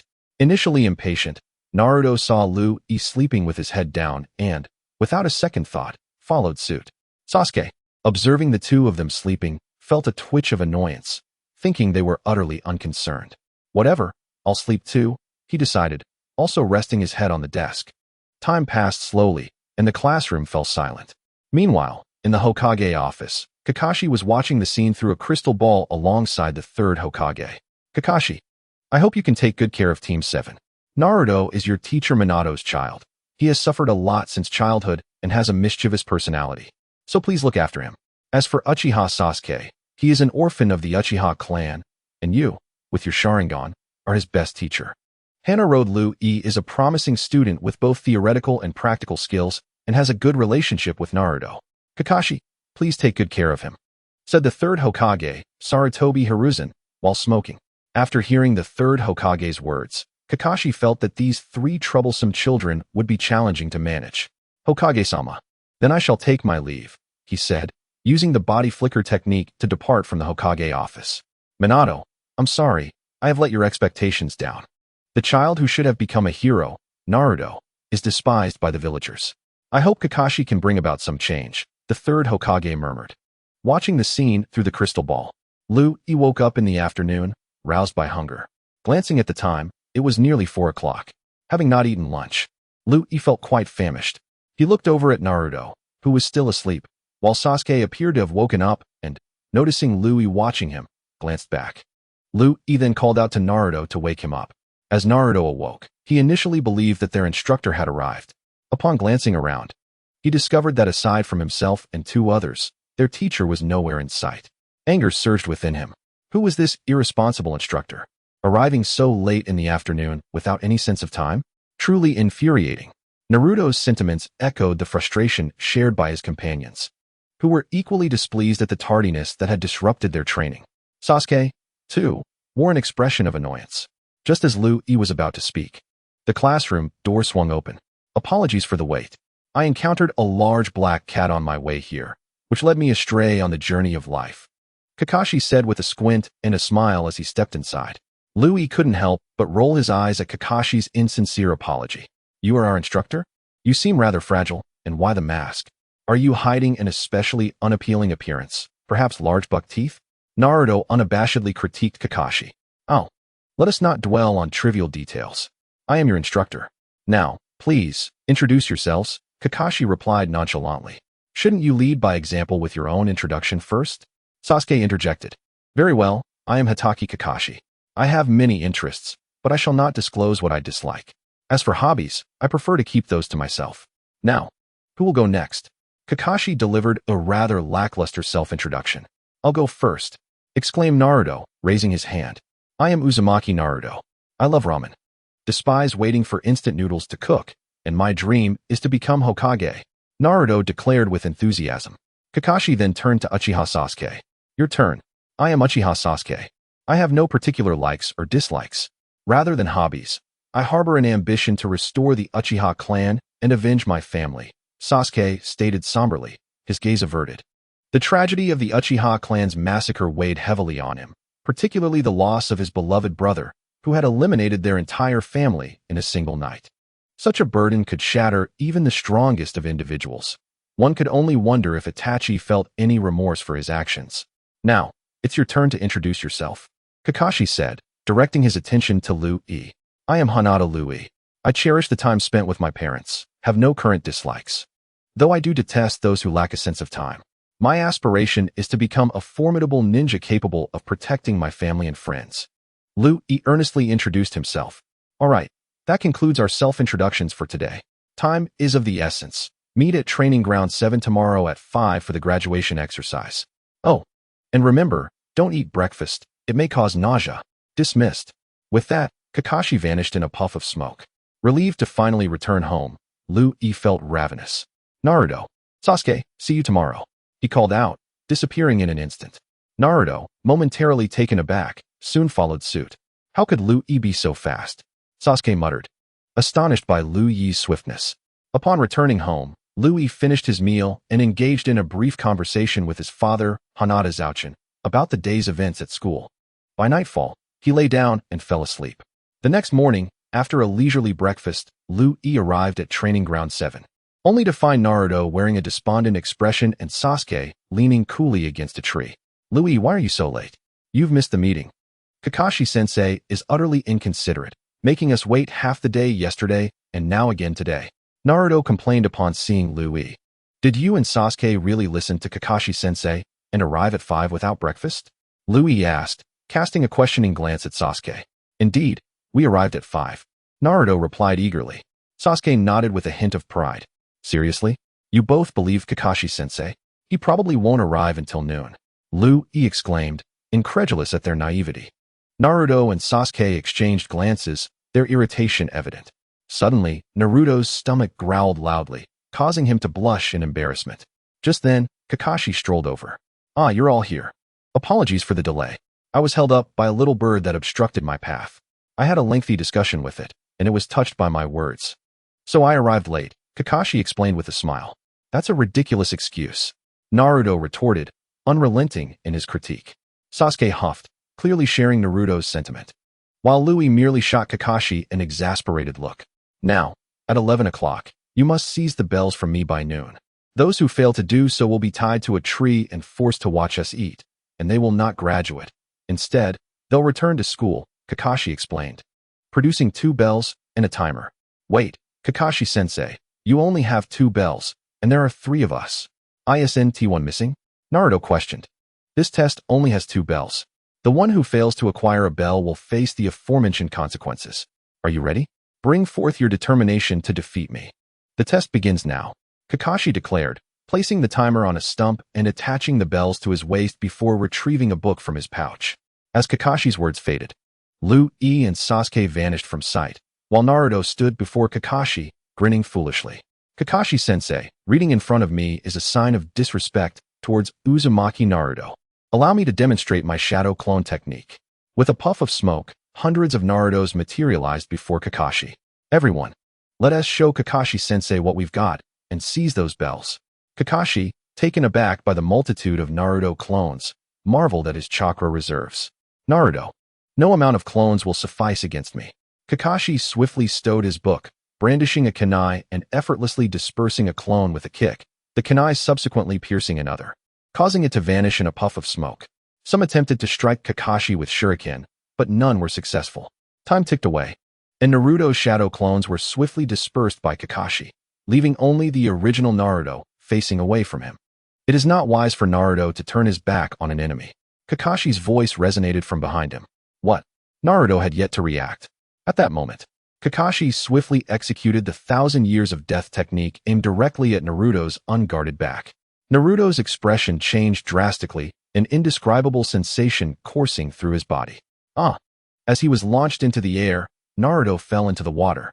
Sasuke, concealed in the grass a distance away, witnessed this and felt a tightening in his chest. Swallowing hard. Nearby, Lu-I, hidden among the branches, couldn't help but facepalm, anticipating such an outcome. Once Sasuke made his move, he intended to test Kakashi's strength, relying on his elite Jonin prowess. In the current ninja world, the only ones capable of defeating him were the Otsutsuki clan, and he considered most others beneath him. The only thing he lacked was combat experience. Possessing great raw power without the skill to wield it effectively would lead to a downfall. Much like Kagaya Otsutsuki during the Fourth Great Ninja War, Kakashi proved to be a formidable opponent. Lu-I pondered thoughtfully. Chapter 12. The strength of Lu-I. After delivering 1,000 Years of Death to Naruto, Kakashi retrieved a book from his ninja tool pouch, seemingly forgetting about the battle. To Sasuke, this version of Kakashi was riddled with openings. What a perfect opportunity. The bell shall be mine. With that, Sasuke hurled a shuriken at Kakashi, striking him in the neck, causing blood to spurt forth. Naruto, having just emerged from the water, was dumbfounded by the sight. Sasuke, you've killed Kakashi-sensei. That is too much, Naruto exclaimed, somewhat agitated. Sasuke paid no heed to Naruto, suspecting that a Jonin would not fall so easily to his attack. Realizing he might have revealed his position, he quickly retreated from the scene. Just as Sasuke vacated his spot, 3 shuriken were launched toward him from Kakashi's direction. Sasuke spotted Kakashi not far off, and immediately began forming hand seals. Snake, boar, monkey, rat, horse, tiger. Fire release, great fireball technique. A massive fireball, 5 meters in diameter, hurtled toward Kakashi. He was directly struck, and with a loud bang, Kakashi vanished, having just executed his ninjutsu. Sasuke sensed a rush of wind approaching from behind, and instinctively raised his arm to block, but was still sent flying by Kakashi's kick. In midair, Sasuke flung 3 shuriken at Kakashi, all of which were deflected by Kakashi's kunai. Kakashi then closed in, delivering a punch that sent Sasuke rolling aside. Quickly regaining his footing, Sasuke prepared to launch another attack, but found himself ensnared by hands emerging from the ground, leaving only his head exposed. Damn, I can't believe I was defeated so easily. Sasuke struggled to accept this reality. Kakashi approached Sasuke's side, glancing at Naruto, who was dangling from a tree branch. Amused that Naruto was indeed an unexpected ninja, managing to fall into such an obvious trap. Now only Lu-I remained. What will you do, Lu-I? Kakashi contemplated as he glanced at a nearby tree, resuming his reading. Lu-I, seeing both Naruto and Sasuke subdued by Kakashi, leapt down from the tree and approached Kakashi. Kakashi-sensei, it's my turn to battle you. I hope to experience a delightful fight. Without allowing Kakashi a moment to respond, Lu-I executed a body flicker technique, appearing before Kakashi and launching a powerful punch. As Lu-I initiated his attack, Kakashi stowed his book in his pouch and crossed his arms to block the blow. Sliding back several meters, Kakashi felt a sinking sensation. Lu-I's punch was remarkably powerful, radiating heat through his arms, far beyond the capability of a mere freshly graduated genin. Lu-I, it appears you are no ordinary graduate. Let me see your true strength. With that, Kakashi entered a more serious stance, drawing his kunai and engaging Lu-I in close combat. To Lu-I, Kakashi's strikes seemed sluggish and lacked force. After exchanging a few blows, Lu-I kicked Kakashi away. Simultaneously, he formed hand seals, fire release, great fireball technique. This fireball was over twice the size of the one Sasuke had just unleashed, measuring about 12 to 13 meters in diameter. As the massive fireball approached, a bead of sweat trickled down Kakashi's forehead. Such a large fireball is rare. Does Lu-I possess more chakra than Naruto? Or does he have a bloodline that enhances his ninjutsu? Contemplating this, Kakashi quickly formed hand seals. Earth release, earth dome. Slamming his hands onto the ground, a wall of earth rose up, adorned with a vividly sculpted dog's head. Kakashi doubted this wall would withstand Lu-I's fireball and promptly utilized the body flicker technique to evade. As Kakashi executed the technique, he had not yet regained his balance when a massive water dragon bullet surged toward him, several times larger than a standard water dragon bullet. Kakashi was struck by the blast, and when it subsided, only a shattered piece of wood remained on the ground, indicating he had employed the substitution technique. Having missed Kakashi, Liu Yi continued to form seals. Chidori stream. Instantly, visible sparks of lightning flickered around Liu Yi's body. Chidori Senbon. 5 or 6 lightning-infused Senbon shot toward Kakashi at high speed. Kakashi was taken aback upon hearing Chidori stream. As Liu Yi unleashed Chidori Senbon, he swiftly raised his forehead protector, revealing his Sharingan's 3 Tomo. Sasuke gasped at the sight of the 3 Tomo in Kakashi's left eye, but this was a practice exercise. He resolved to inquire about it later. Kakashi gathered lightning around his kunai, deflecting Liu Yi's Chidori stream attacks while maintaining a serious demeanor. Meanwhile, Naruto and Sasuke were utterly astonished by Liu Yi's displayed prowess. It seems Kakashi-sensei is finally taking this seriously. I must also reveal my true skills. The next ninjutsu will require Kakashi-sensei's utmost attention. If he inadvertently gets hit, it could spell disaster. With that, Liu Yi raised his right hand, gathering wind-style chakra, a swirling blue orb materializing in his palm. Is that the Teacher S Rasengan? How could Liu Yi possess the Teacher S Rasengan? The previous Chidori stream, Chidori Senbon, bore similarities to my own created techniques. Were these techniques developed by Liu Yi himself or taught to him? It seems I will need to ask Liu Yi for details after the exercise. Kakashi mused, his eyes fixed intently on Liu Yi's jutsu. Just as Kakashi assumed it was the Rasengan, Liu Yi's technique morphed into a larger shuriken-shaped Rasengan.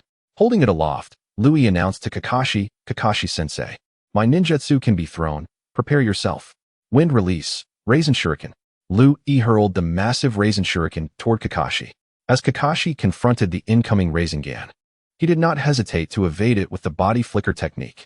A resounding explosion echoed, and when the smoke cleared, a massive crater, over 50 meters in diameter and 10 meters deep, lay before him, causing a sheen of sweat to break out on his brow. Had he chosen to confront the attack instead of retreating, he might have ceased to exist. Turning his gaze towards the distance, he noticed Liu Yi, seemingly preparing to cast another ninjutsu. Alarmed, Kakashi swiftly intervened. Approaching Liu Yi, he observed him intently for a moment before presenting him with a bell. Liu Yi, you have successfully passed this exercise. You may go ahead and have your lunch. I still need to retrieve Naruto and Sasuke. With that, Kakashi flickered away to Sasuke, pulling him out and sending a kunai flying to sever the rope binding Naruto. As the rope snapped, Naruto fell to the ground and quickly untied the bindings around his feet before rushing over. Let's go. We need to assemble up ahead. Kakashi then seized Naruto and flickered to a tree stump, binding him securely. No amount of Naruto's struggles proved effective. At this point, only Liu Yi had passed the exercise. Both Sasuke and Naruto had failed. However, the teacher would grant them another opportunity. After lunch, Naruto and Sasuke would resume the exercise, albeit with only one bell remaining. You may begin your lunch now, but you are not allowed to feed Naruto, and you must eat in front of him. With that, Kakashi departed. Utilizing the body flicker technique. Chapter 13. The exercise concludes as Kakashi vanished. Naruto began to voice his grievances. Alright, Naruto, enough with the complaints. I had my meal before arriving, and am not hungry now. Here, have some. Liu Yi approached Naruto with a lunchbox. Oh, Liu Yi, you are too kind. I am deeply touched. Naruto exclaimed dramatically, tears streaming down his face. Liu Yi rolled his eyes at the display. But, Kakashi-sensei said not to share food with you, otherwise you would miss out on the next exercise opportunity, he reminded. Naruto seemed to recall something important and stated earnestly, you're right.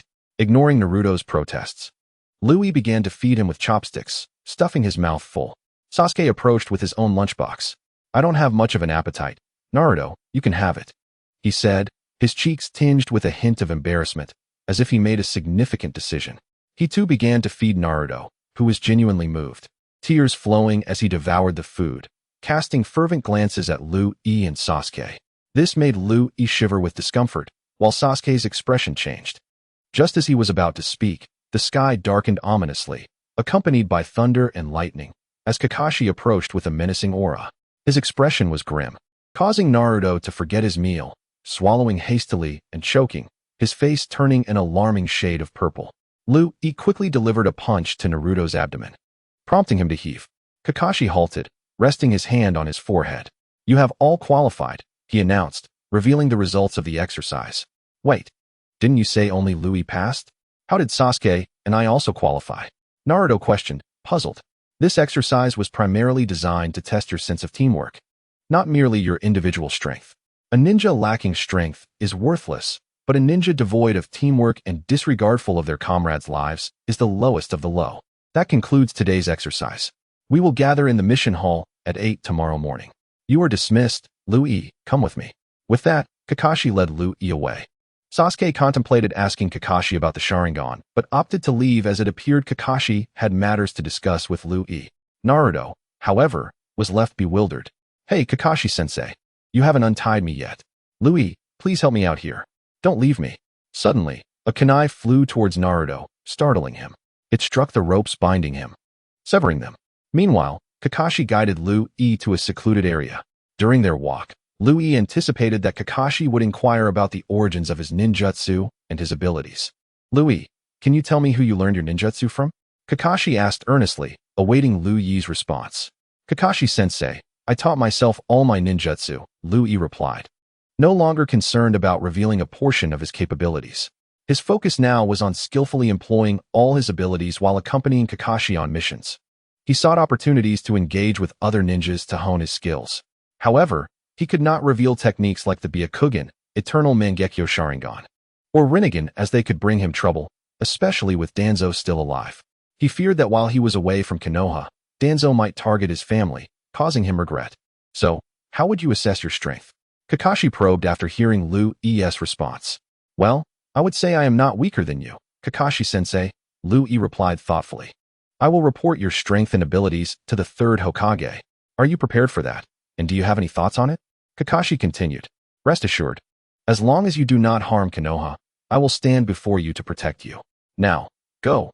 We will meet in the mission hall tomorrow, Kakashi concluded, vanishing with a body flicker technique. I still had so much more to say, Lu Yi remarked, somewhat exasperated as he watched Kakashi leave. In the Hokage's office, Kakashi reported to the third Hokage, Hiruzen Sarutobi, about the day's exercise and the capabilities of Team 7, particularly Lu Yi's prowess. Lord Third, that concludes my report, Kakashi stated earnestly. After listening to Kakashi's account, Hiruzen was taken aback. He had initially believed that Sasuke Uchiha would be the most exceptional ninja among the trio. Yet Lu Yi's strength was unexpectedly formidable. Kakashi, do you believe Lu Yi possesses the strength of an elite jonin? Hiruzen inquired, smoke curling from his pipe as he spoke. Indeed, he may even surpass me. Although Lu Yi uses only a few types of ninjutsu, aside from the Great Fireball and Water Dragon Jutsu, the other techniques are unfamiliar to me. Lu Yi claims to have created his own ninjutsu, including techniques like Chidori Flow and Chidori Senbon, which seem to belong to the same lineage as my own lightning release, Chidori. Particularly impressive is the wind release Rasengan he employs, which exceeds traditional S-rank ninjutsu. I discerned elements of my teacher's ninjutsu, an advanced version of the Rasengan, with wind nature transformation that even my teacher could not complete. Yet Lu Yi has achieved it and developed even more potent wind release techniques. Lord Third, Lu Yi is an exceptional ninja who will one day surpass me, becoming a protector of Konoha for decades to come. I hope you can provide some protection for Lu Yi's family, ensuring they are not disturbed by certain individuals. Kakashi earnestly concluded. Kakashi, you may leave now. I will ascertain Lu Yi's stance before making a decision. The third Hokage, puffing on his cigarette, addressed Kakashi. Yes, Lord Hokage. I shall take my leave, Kakashi replied, vanishing in a flash of body flicker. Shortly after Kakashi's departure, the sound of a door creaking open interrupted the third Hokage's contemplation. Hiruzen, I require a person. Shimura Danzo stood before him, locking eyes with the Hokage. Faced with the request of his old friend, Hiruzen Sarutobi felt a twinge of frustration. Who do you seek? The newly graduated genin, Lu Yi, Danzo asserted. Absolutely not, Hiruzen rejected. Lu Yi is well suited for my roots, and I shall personally train him. Lu Yi is not an option. Find someone else. Hiruzen continued his refusal. Then give me Naruto Uzumaki, Danzo pressed. You should select another. Naruto is the fourth child, and I will not hand him over, Hiruzen replied, exhaling a plume of smoke. Danzo's expression darkened as he glared at Hiruzen. Then grant me Sasuke Uchiha. Danzo suppressed his rising anger. Sasuke is the last of the Uchiha, and I promised Itachi I would care for him, so he cannot be entrusted to you, Hiruzen concluded, releasing a puff of smoke towards Danzo. This action incensed Danzo further. You refuse to give me any of the three names I mentioned. You will regret this, Hiruzen. Do not forget, I am the Hokage, he stated calmly. Hearing Hiruzen's reminder of his authority, Danzo found it particularly grating. With a cold huff, he turned and departed. Chapter 14. Leaving the village for a mission. Multiple shadow clone technique. With a loud bang, over 100 Narutos appeared, each wielding a sickle to harvest wheat. Observing Naruto's enthusiastic efforts, Liu Yi also created 100 clones to assist in the task. This sight caused Sasuke, standing nearby, to twitch in agitation. Ultimately, as if resigned to the situation, he picked up a sickle and joined in the harvesting. By midday, the wheat harvesting task was completed, followed by a series of trivial D-rank missions, including retrieving a lost cat for a wealthy woman and caring for orphans. For half a month, the tasks remained trivial. Initially, Liu Yi participated in each mission, but soon he delegated the daily assignments to his clones. One morning, Naruto could no longer tolerate the monotony and approached the Hokage's office to voice his complaints. Following Naruto's outburst, the third Hokage assigned Team 7 a C-rank escort mission outside the village. After greeting his parents and preparing essential provisions, Liu Yi arrived at the village's main exit to await the others from Team 7. 10 minutes later, Team 7 and their client, Danzo, arrived. Since everyone is ready, let us set off, Kakashi announced as he completed the entry log.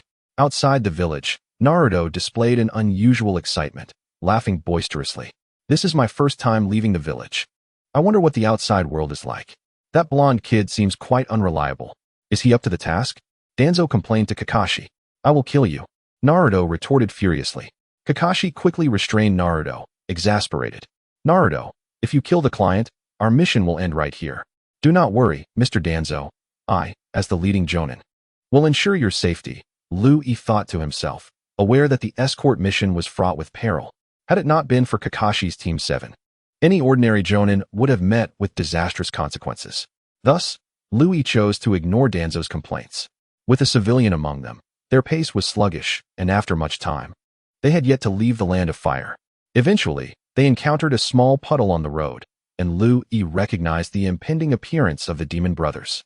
Oblivious, Naruto walked past, followed by Sasuke. Just as Kakashi was about to proceed, chains suddenly ensnared him, slicing him into pieces, blood spraying everywhere. Naruto stood frozen in shock, while Sasuke, regaining his wits, prepared to act. A voice echoed, Chidori. A blinding bolt of lightning cleaved the demon brothers in half, ending their lives in an instant. Liu Yi, having dispatched them swiftly, dispelled his technique without a trace of disturbance. Kakashi emerged from behind a nearby tree, glancing at Liu Yi and then at the slain brothers. Liu Yi, you acted too quickly. I had intended to interrogate them. Kakashi expressed a hint of regret. Kakashi-sensei, weren't you just killed? Naruto asked, bewildered. Idiot. Coward. Sasuke's voice rang out nearby. Who are you calling an idiot?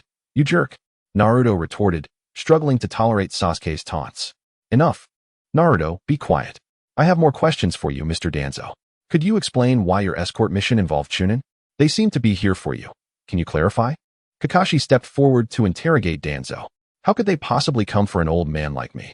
They must be here for you, Danzo stammered. Since you are unwilling to provide an explanation, we shall unilaterally terminate the mission due to the discrepancies, Kakashi announced firmly. Danzo, now panicked, protested, you cannot cancel the mission. You must protect me until I return home and complete the bridge. Mr. Danzo, unless you tell us the truth, we will not continue this mission. The appearance of ninjas exceeds the bounds of a C-rank task, and I will not gamble with my subordinates' lives, Kakashi asserted, making the severity of the situation clear. After a moment of silence, Danzo finally spoke. Alas, in the land of waves, there is no feudal lord. We once survived by fishing, until a wealthy man named Kato arrived. Initially, he purchased our fish at good prices, and we were delighted, believing our lives would improve. However, that good fortune was short-lived. Soon, Kato began to lower the prices he offered for our fish, making it impossible for us to break even. Over time, the people of the land of waves, relying on fishing, fell into poverty, eventually lacking even food. Consequently, we began constructing a bridge to sell our catch to other nations, but this threatened Kato's interests. He sent many local thugs and samurai to halt our construction, resulting in numerous deaths. We were all terrified of Kato, and I had to find a way to save our land. Hearing that your village possesses many powerful ninjas, we pooled our resources to send me to Konoha to commission you for protection until the bridge is completed. Upon my arrival in Konoha, I was captivated by the exquisite aroma of its sake, which led me to indulge a bit too much. Consequently, my funds fell short for undertaking high-ranking missions, prompting me to settle for a C-rank escort task. You may depart. Allow this old man to meet his demise at their hands. Perhaps only my 10-year-old grandson would weep for me, destined to live a life of solitude, harboring resentment towards Konoha. With that, Danas lowered his head, unable to meet Kakashi's gaze. What are your thoughts? I would like to hear your opinions. Naruto, please start, Kakashi said, looking at Naruto. Kakashi-sensei. This is my first venture outside the village, my first undertaking of a mission beyond D rank, and the uncle appears quite pitiful. Since we are here, abandoning the task would be unreasonable. I wish to proceed with this mission. After hearing Naruto's response, Kakashi turned his gaze towards Sasuke. Humph. Since even this fool Naruto has chosen to continue, I have no reason to back down. Upon hearing Sasuke call him a fool, Naruto felt compelled to confront him. But Kakashi intervened. So Louis, what is your perspective? After reassuring Naruto, Kakashi inquired of Louis. I have no strong opinions. You may decide as you wish. In that case, we shall continue with this mission.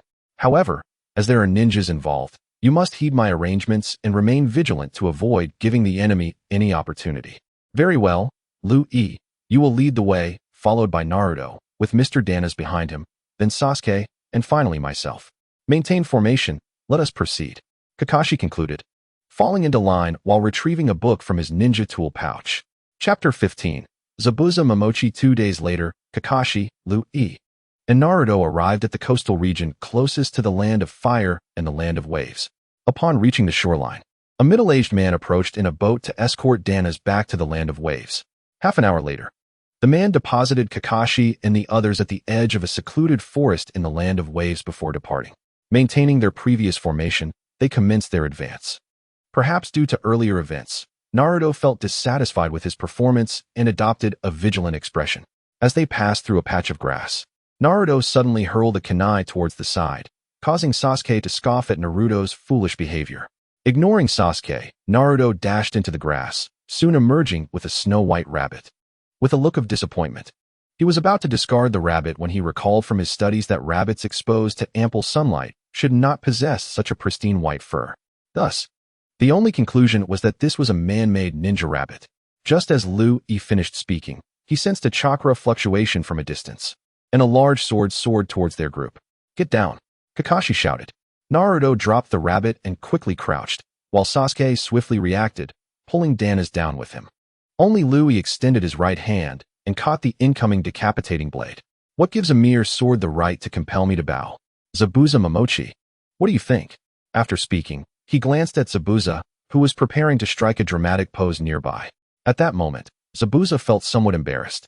Having intended to make a striking entrance with his weapon soaring above their heads and embedding itself in a tree, followed by his grand appearance atop the sword. Gazing down at Kakashi and his companions, having envisioned an elaborate entrance, he was taken aback to find his blade in the grasp of a mere child. Strolling into view before Kakashi's group, Zabuza remarked, Kakashi, you have a commendable subordinate. Might I request that you hand over that old man to me? I have come for him, and surrendering him would spare us from conflict. Upon hearing this, Danas grew anxious and hurried behind Sasuke. Kakashi, noticing Danas' small movement, paid it no mind. So you are a rogue ninja from the Mist Village. Apologies, but our mission is to ensure Mr. Danas' safety, thus we cannot comply. It seems you will not relinquish the old man without a fight. I wonder how formidable the copy ninja Kakashi, renowned for having copied 1,000 jutsu, truly is. But first, I must eliminate the child who seized my decapitating blade. With that, Zabuza lunged towards Louis, kunai in hand. Louis, form a protective circle around Mr. Danas, Kakashi ordered as he drew his own kunai and engaged Zabuza in battle. Initially prepared to fight, Louis observed Kakashi's duel with Zabuza. Following Kakashi's command, he joined Naruto and Sasuke in shielding Danas. Louis intended to watch the confrontation between Kakashi and Zabuza for a moment when he sensed a chakra presence not far off in a tree. He surmised it was likely Haku, Zabuza's companion, who possessed a bloodline limit. Having always admired Haku's ice techniques from his previous life, Louis now sought an opportunity to acquire some of Haku's hair, hoping the system would allow him to fuse with the ice-release bloodline. As Zabuza employed his jutsu, a dense fog enveloped Kakashi and his group, drastically reducing their visibility. Throat, spine, heart, kidneys, spleen. How do you wish to meet your demise? Zabuza's deep voice resonated ominously through the fog, accompanied by a palpable aura of malice. Feeling the oppressive killing intent, Sasuke's body stiffened, anxiety creeping in. Naruto's complexion turned pale, while Dana's cowered on the ground, paralyzed with fear. In stark contrast, Louis appeared unaffected by the ominous atmosphere. Shouldering the decapitating blade and observing the battle within the fog, seemingly immune to its effects. Sasuke, I will protect you, standing in front of you always. Kakashi's voice echoed from within the mist, attempting to reassure Sasuke. You should focus on your own safety first. Survival is paramount. Zabuza appeared beside Kakashi, thrusting his kunai towards Kakashi's heart. Kakashi intercepted with his own kunai, and the two swiftly separated. Damn it, kunai are cumbersome compared to my decapitating blade. I must first eliminate the brat who took my weapon, then I shall deal with Kakashi. With that thought, Zabuza melded into the fog, approaching Liu Yi stealthily. He believed that a freshly graduated child like Liu Yi would be easily dispatched in an instant, as long as he kept an eye on Kakashi. Allow me to send you to your final resting place, little brat. The decapitating blade is not so easily obtained. Those who seize it must pay with their lives. Zabuza appeared behind Liu Yi, swiftly stabbing at the back of his head with the kunai. Contrary to his expectations of bloodshed, Liu Yi casually swung the decapitating blade from his shoulder, blocking Zabuza's attack. He then retaliated with a powerful strike aimed at Zabuza, who barely managed to block with his kunai, but was nonetheless sent flying by the overwhelming force. As Zabuza was propelled back, he was left in shock, astonished by Liu Yi's strength.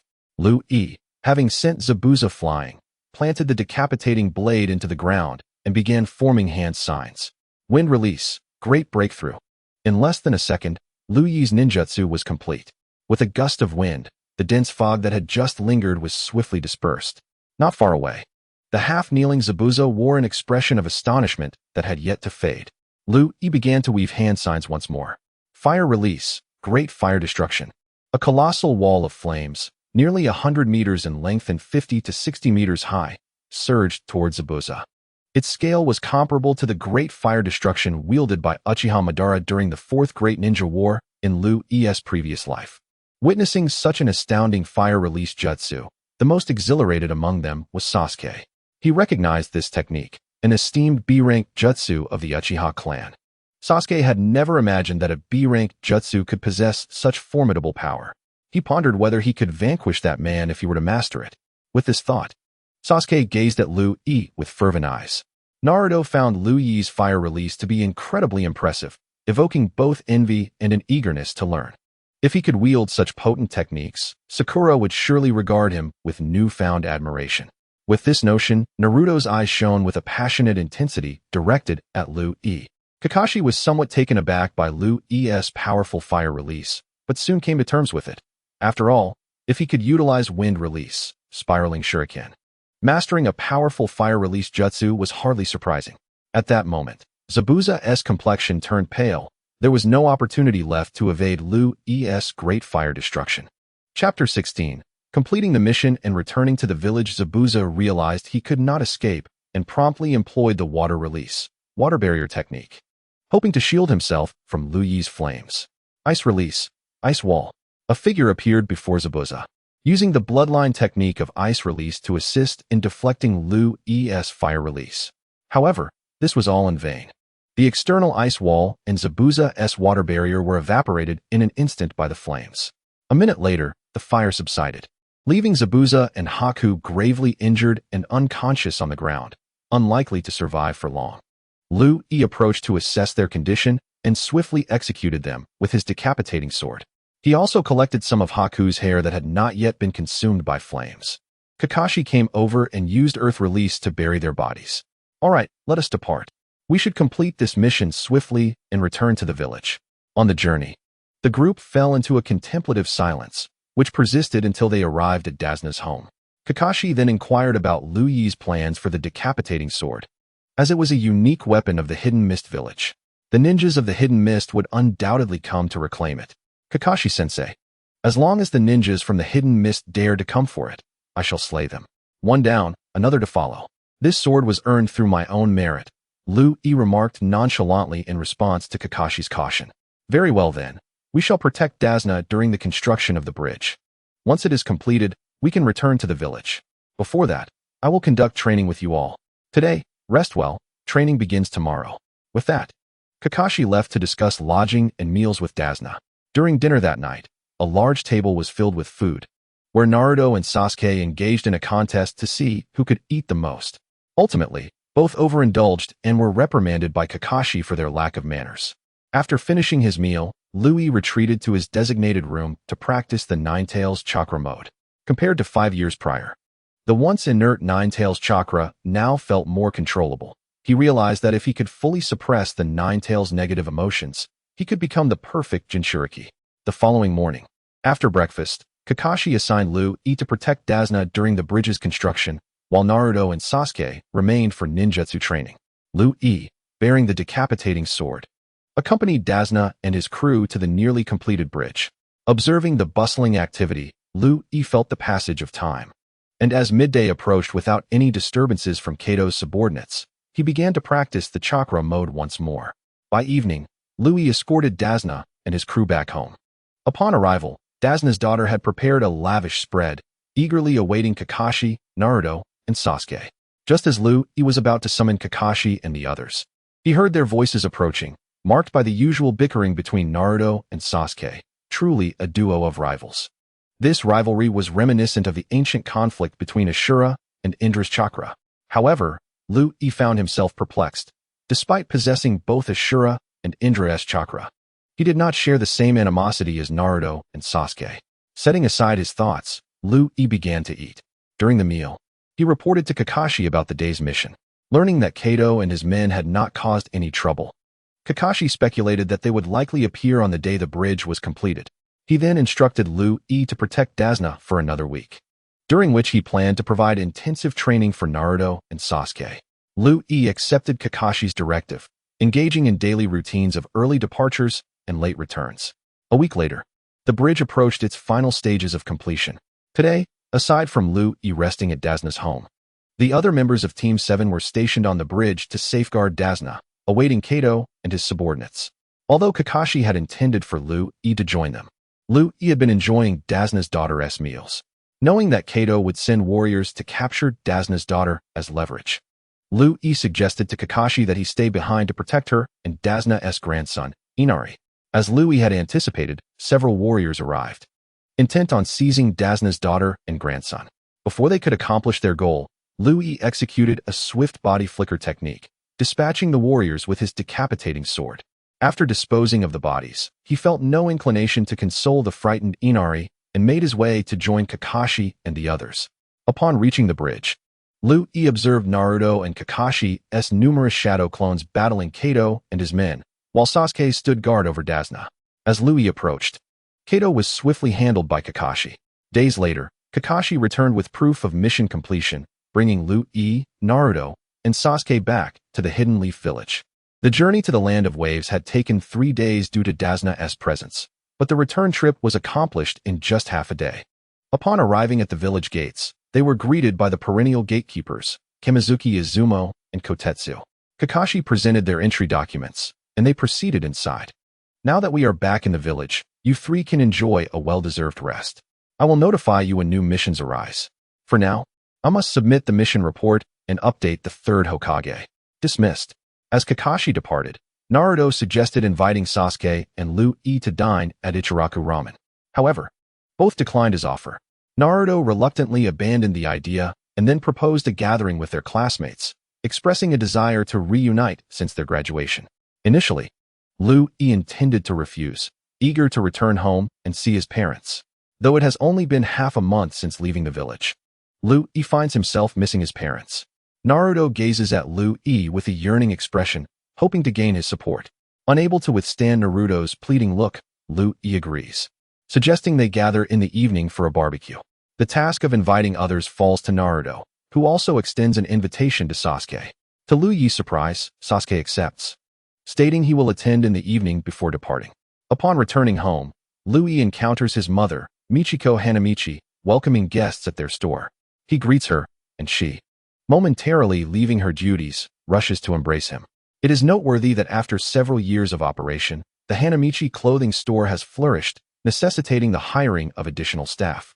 My dear son, it's been half a month since we last saw each other. I missed you dearly. Let me hold you tightly. As a mother, I worried every day about you being out in the world for the first time. Your father has been just as concerned, constantly asking when our beloved son will return and if you are safe, Michiko says, her eyes slightly reddened. This deeply touches Louis. He appreciates having parents and cherishes the bond of family.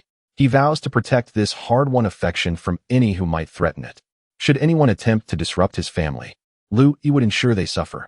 Chapter 17. The Chunin exam begins. A week has passed since the barbecue gathering with his friends. Team 7 has enjoyed a week of leisure. During this time, Louis has primarily spent it at home with his parents, devoting his free moments to diligently practicing the golden body technique. Last night, he finally perfected it, achieving a form identical to Naruto's from the Fourth Great Ninja War. When he gazes into the mirror, he finds himself strikingly handsome. Strength may be fleeting, but beauty endures. With the golden body technique now mastered, Louis decides to take a stroll. He aimlessly wanders through street after street until, feeling a bit bored and ready to return home, he turns a corner and spots Naruto and Sakura engaged in conversation, accompanied by Konohamaru and two other young friends, Udon and Moegi. Suddenly, Sakura, in a fit of rage, punches Naruto to the ground. Konohamaru, unable to bear the sight, angrily calls Sakura a fool and a violent girl.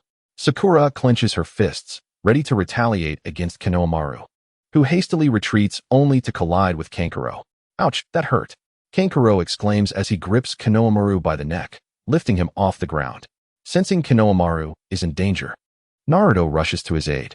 Let go of Konohamaru, he shouts, charging towards Kankuro, only to be ensnared by his chakra threads before he can reach him. As Naruto scrambles to his feet to continue his rescue, Sakura arrives, restraining his impulsive actions. Given your headbands, you must be ninjas from Sunagakure. What brings you to Kanahagakure? How dare you cause trouble here? Sakura demands, addressing Kankuro and Temari. Clearly, you are unaware that Kanahagakure is preparing for the Chunin exam. We have been invited to participate. Temari calmly responds. Kid, do you know how much it hurt when you bumped into me? I detest brats like you. I could just kill you. Kankuro threatens Konohamaru. Let go of me. Konohamaru struggles. Naruto, save me, he cries, realizing he cannot escape Kankuro's grip.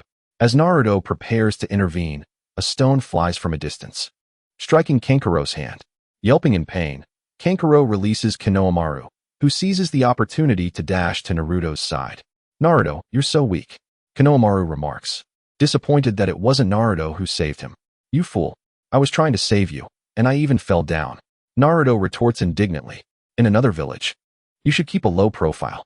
You wouldn't want to be killed accidentally, Sasuke, perched in a tree, advises Kankuro and Temari. Stop embarrassing yourself, Kankuro. Back off, or I will kill you. Gaara, hanging upside down from a nearby branch like a bat, warns Kankuro. When did he appear? Sasuke wonders, surprised that he did not notice Gaara's presence. I am Gaara of the Sand. What is your name? I find you quite intriguing, Gaara states, suddenly appearing before Kankuro and Temari, then glancing at Louis. Me? Naruto gestures to himself, thinking Gaara is addressing him, and prepares to introduce himself. But Louis's voice interrupts. I am Hanamichi Louis. I find you equally intriguing.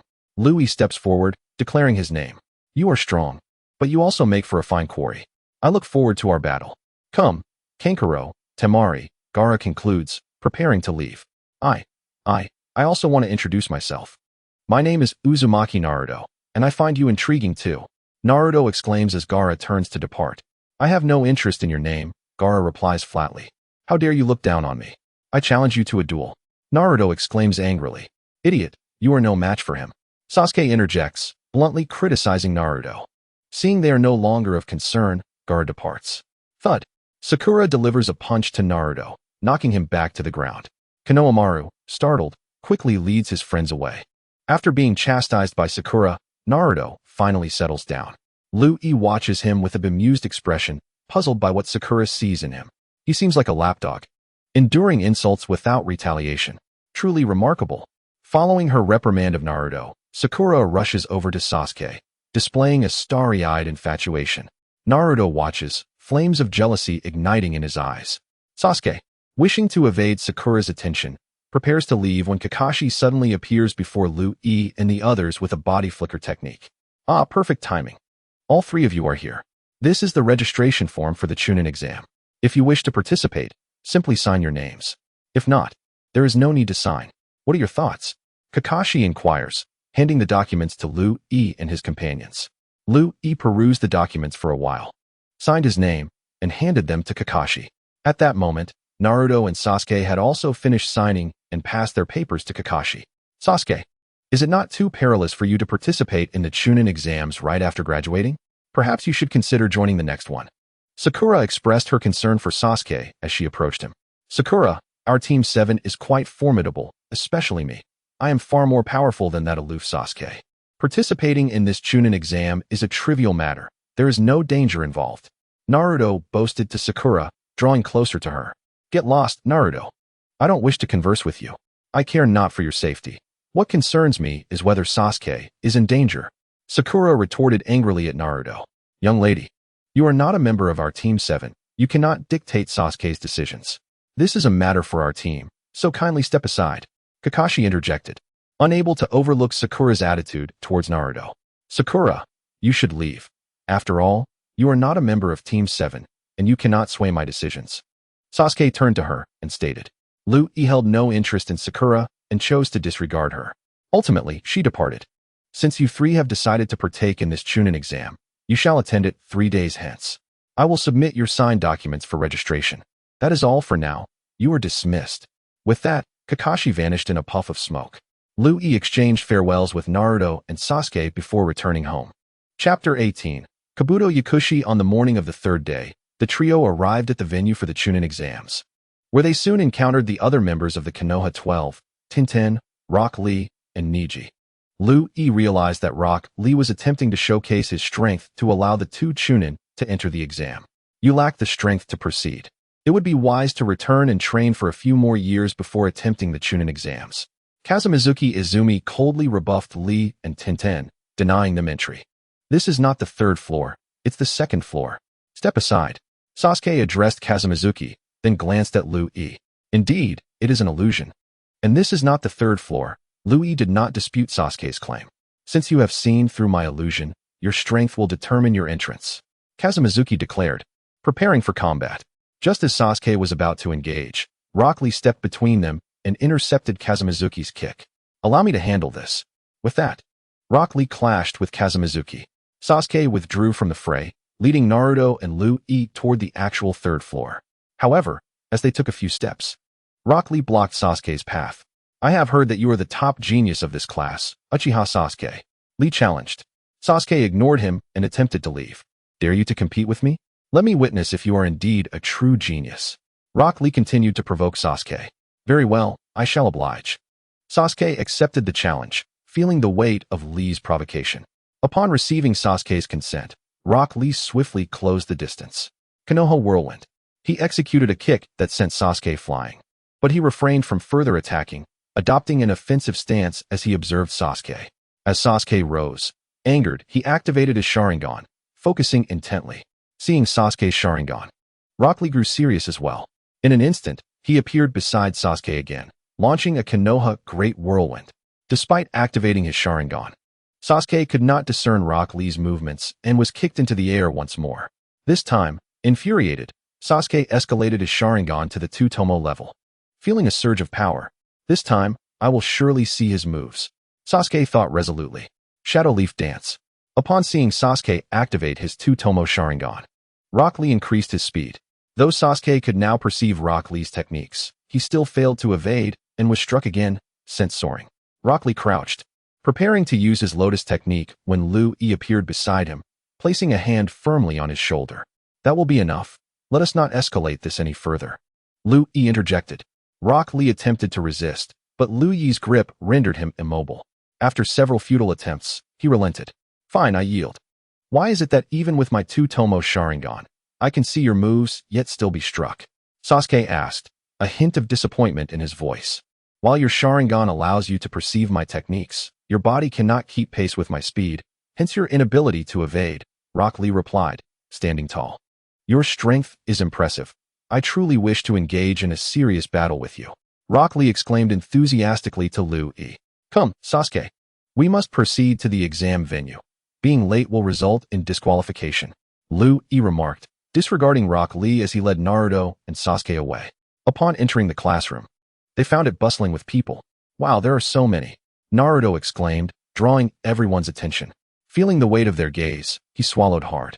At that moment, Ino dashed over, leaping onto Sasuke's back and hugging him tightly. Wow, Sasuke, you are here for the Chunin exams too. I'm so happy to see you. With that forehead girl absent, I'm even happier, Ino exclaimed, planting a kiss on Sasuke's cheek. Sasuke blushed deeply and flung Ino off him. Naruto, Liu Yi. You're here too. You all came to participate in this tedious exam. Shikamaru approached them. Liu, do you want some chips? Choji offered, holding out a bag of chips. Liu Yi took a few and munched on them, causing Choji to beam with delight. Since I have nothing better to do for the time being, I thought I would join the Chunin exams, Liu Yi explained after finishing his snack. Hey, you recent graduates sure have guts, making such a racket. Are you not afraid of being targeted? There are many anxious participants in the Chunin exams, so do take a look around. A young man with white hair and glasses approached them, speaking to Naruto and the others. After listening to the white-haired man's words, Naruto glanced around and indeed noticed many individuals exuding a palpable tension, many adopting poses as if ready to strike. You're right. But who are you to be so arrogant? Naruto retorted, puffing out his chest. Do not be so irritable. I am Yakushi Kabuto, a senior who has participated in the Chunin exams 7 times. Due to my numerous attempts at the Chunin exams, I have gathered a considerable amount of information on various ninjas who have participated. As Yakushi Kabuto spoke, he produced a stack of cards from his ninja tool pouch. Wow, they look impressive, exclaimed Naruto, captivated by the cards. He couldn't help but express his thoughts aloud. You've participated in the Chunin exams 7 times and still haven't passed? Is it truly that difficult?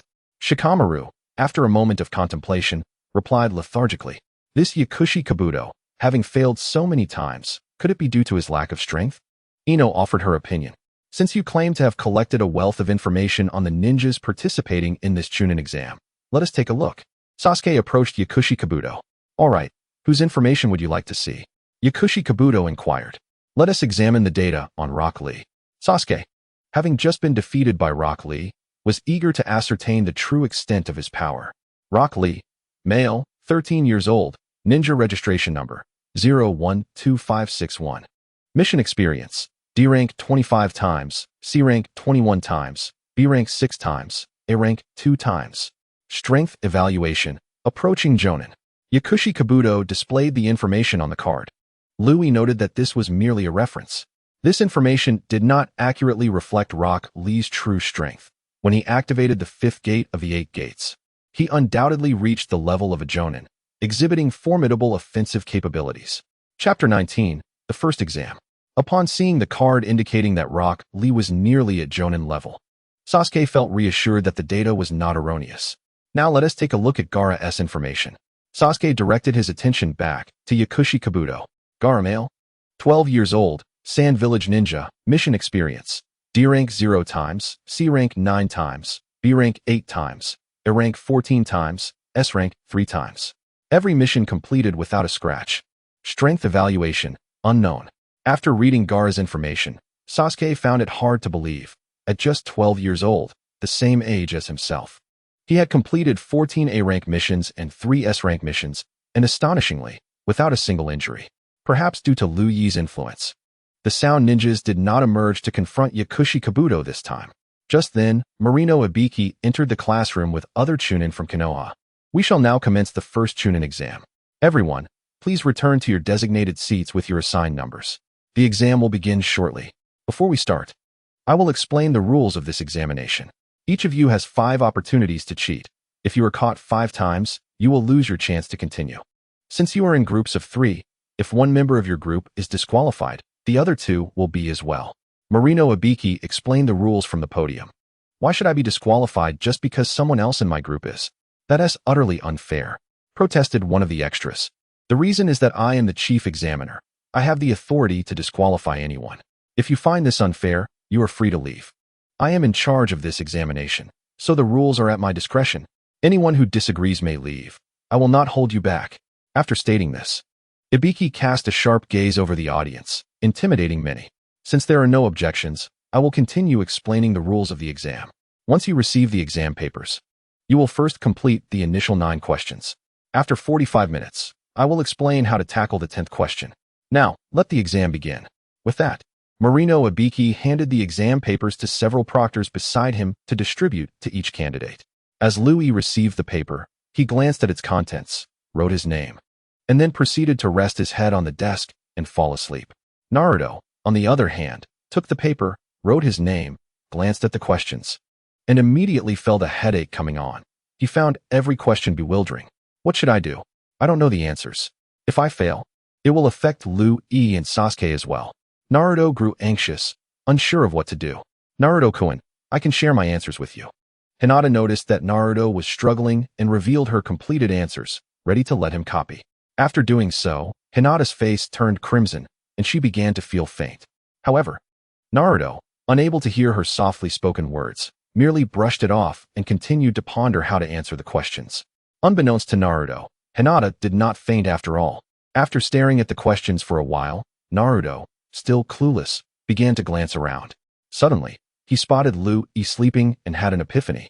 He grinned and decided to join him in slumber.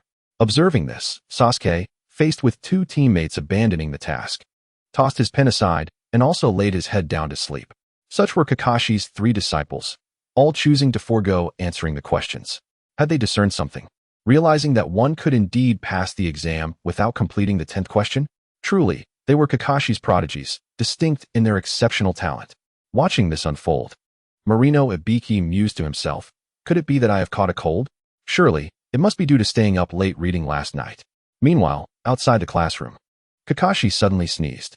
At this moment, the candidates began to show their abilities. Gaara activated his sand eye, allowing one of his eyeballs to float above and observe the proctors mingling among the examinees, meticulously copying the answers.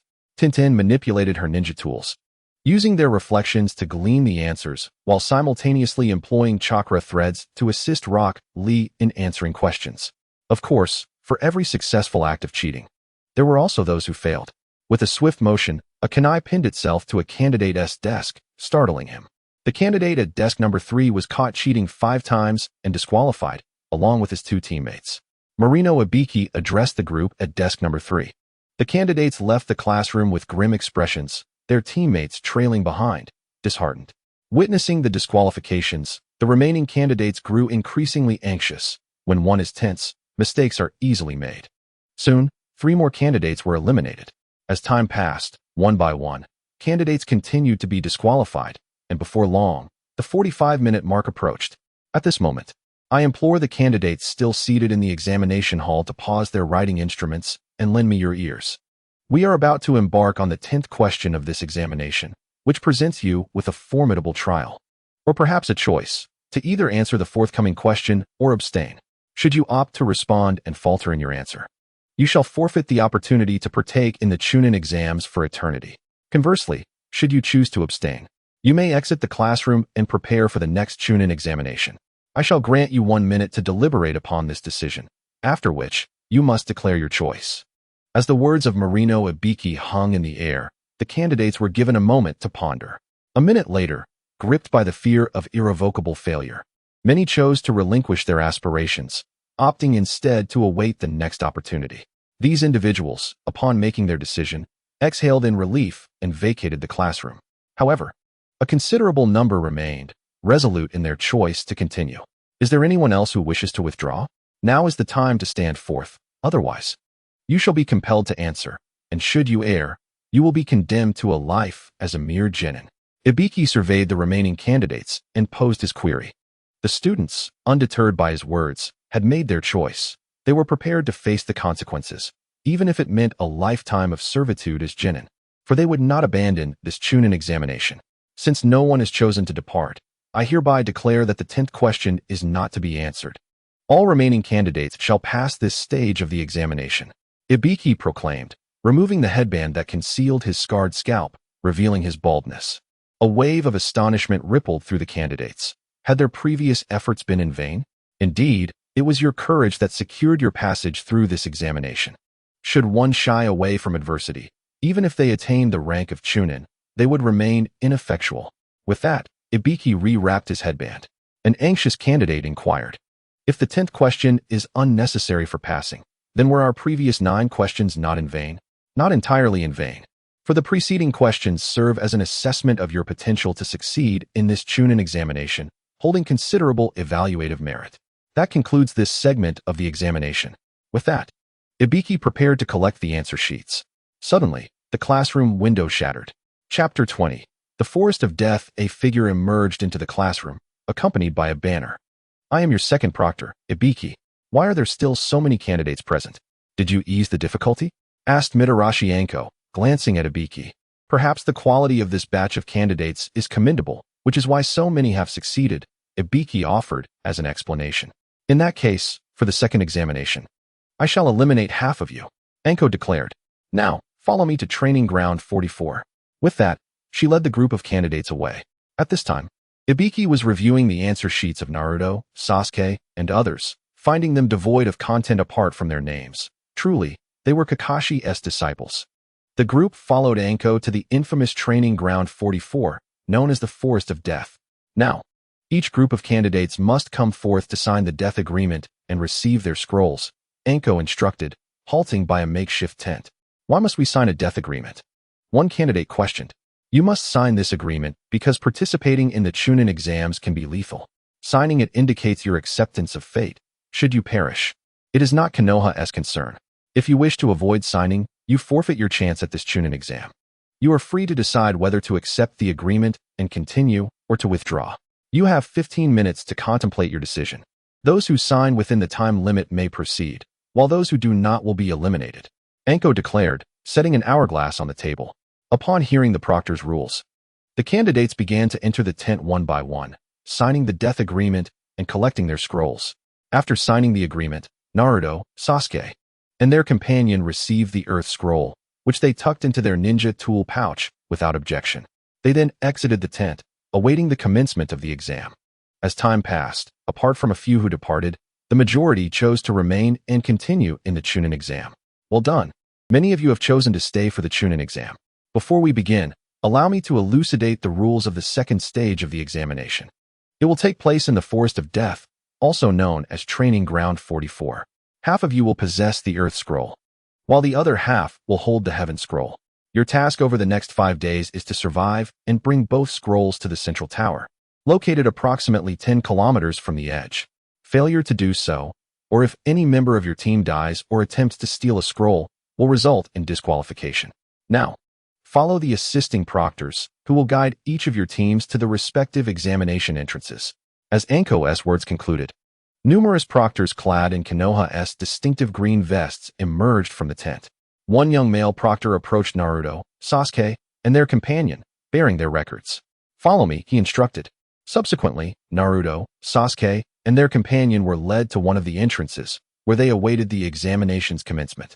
After a few minutes, the proctor informed them, "You may enter now," before securing the entrance behind them. Once inside the Forest of Death, Naruto, Sasuke, and their companion hastened forward. Within 10 minutes, they strategized. "We need to locate other teams and acquire their Heaven Scrolls. Then we can proceed directly to the central tower to complete this Chunin exam. There's a chakra signature 300 meters to our left. Let us move." With that, the trio cautiously approached their destination, observing 3 ninjas adorned with the Rain Country forehead protector, who were conferring near a boulder. "Naruto, you handle the shorter one on the left. Sasuke, you take the slender one on the right. I'll deal with the one in the middle." With that, the trio sprang into action. In an instant, Yuhi launched a kunai towards the stout ninja, piercing his heart and causing him to collapse lifelessly. Having dispatched the stout ninja, Yuhi did not assist Naruto and Sasuke in their confrontations.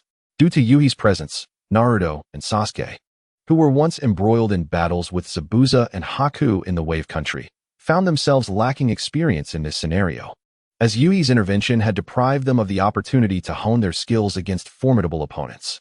Now, they faced 2 inconsequential adversaries, allowing them a fleeting glimpse into the world of ninja combat.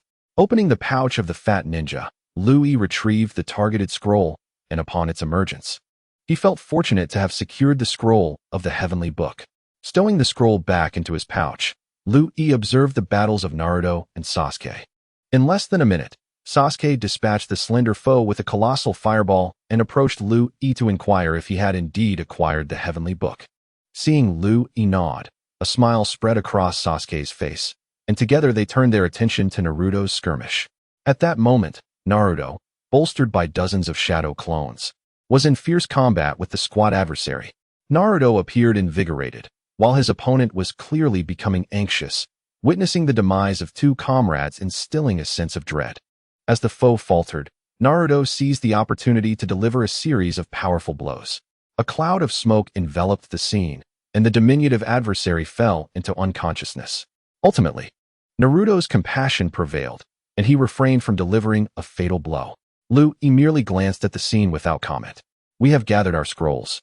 Let us proceed to the central tower. The sooner we conclude this examination, the better. With that, Lu Yi leapt onto a branch and continued to bound toward another tree, each leap propelling him forward with remarkable speed.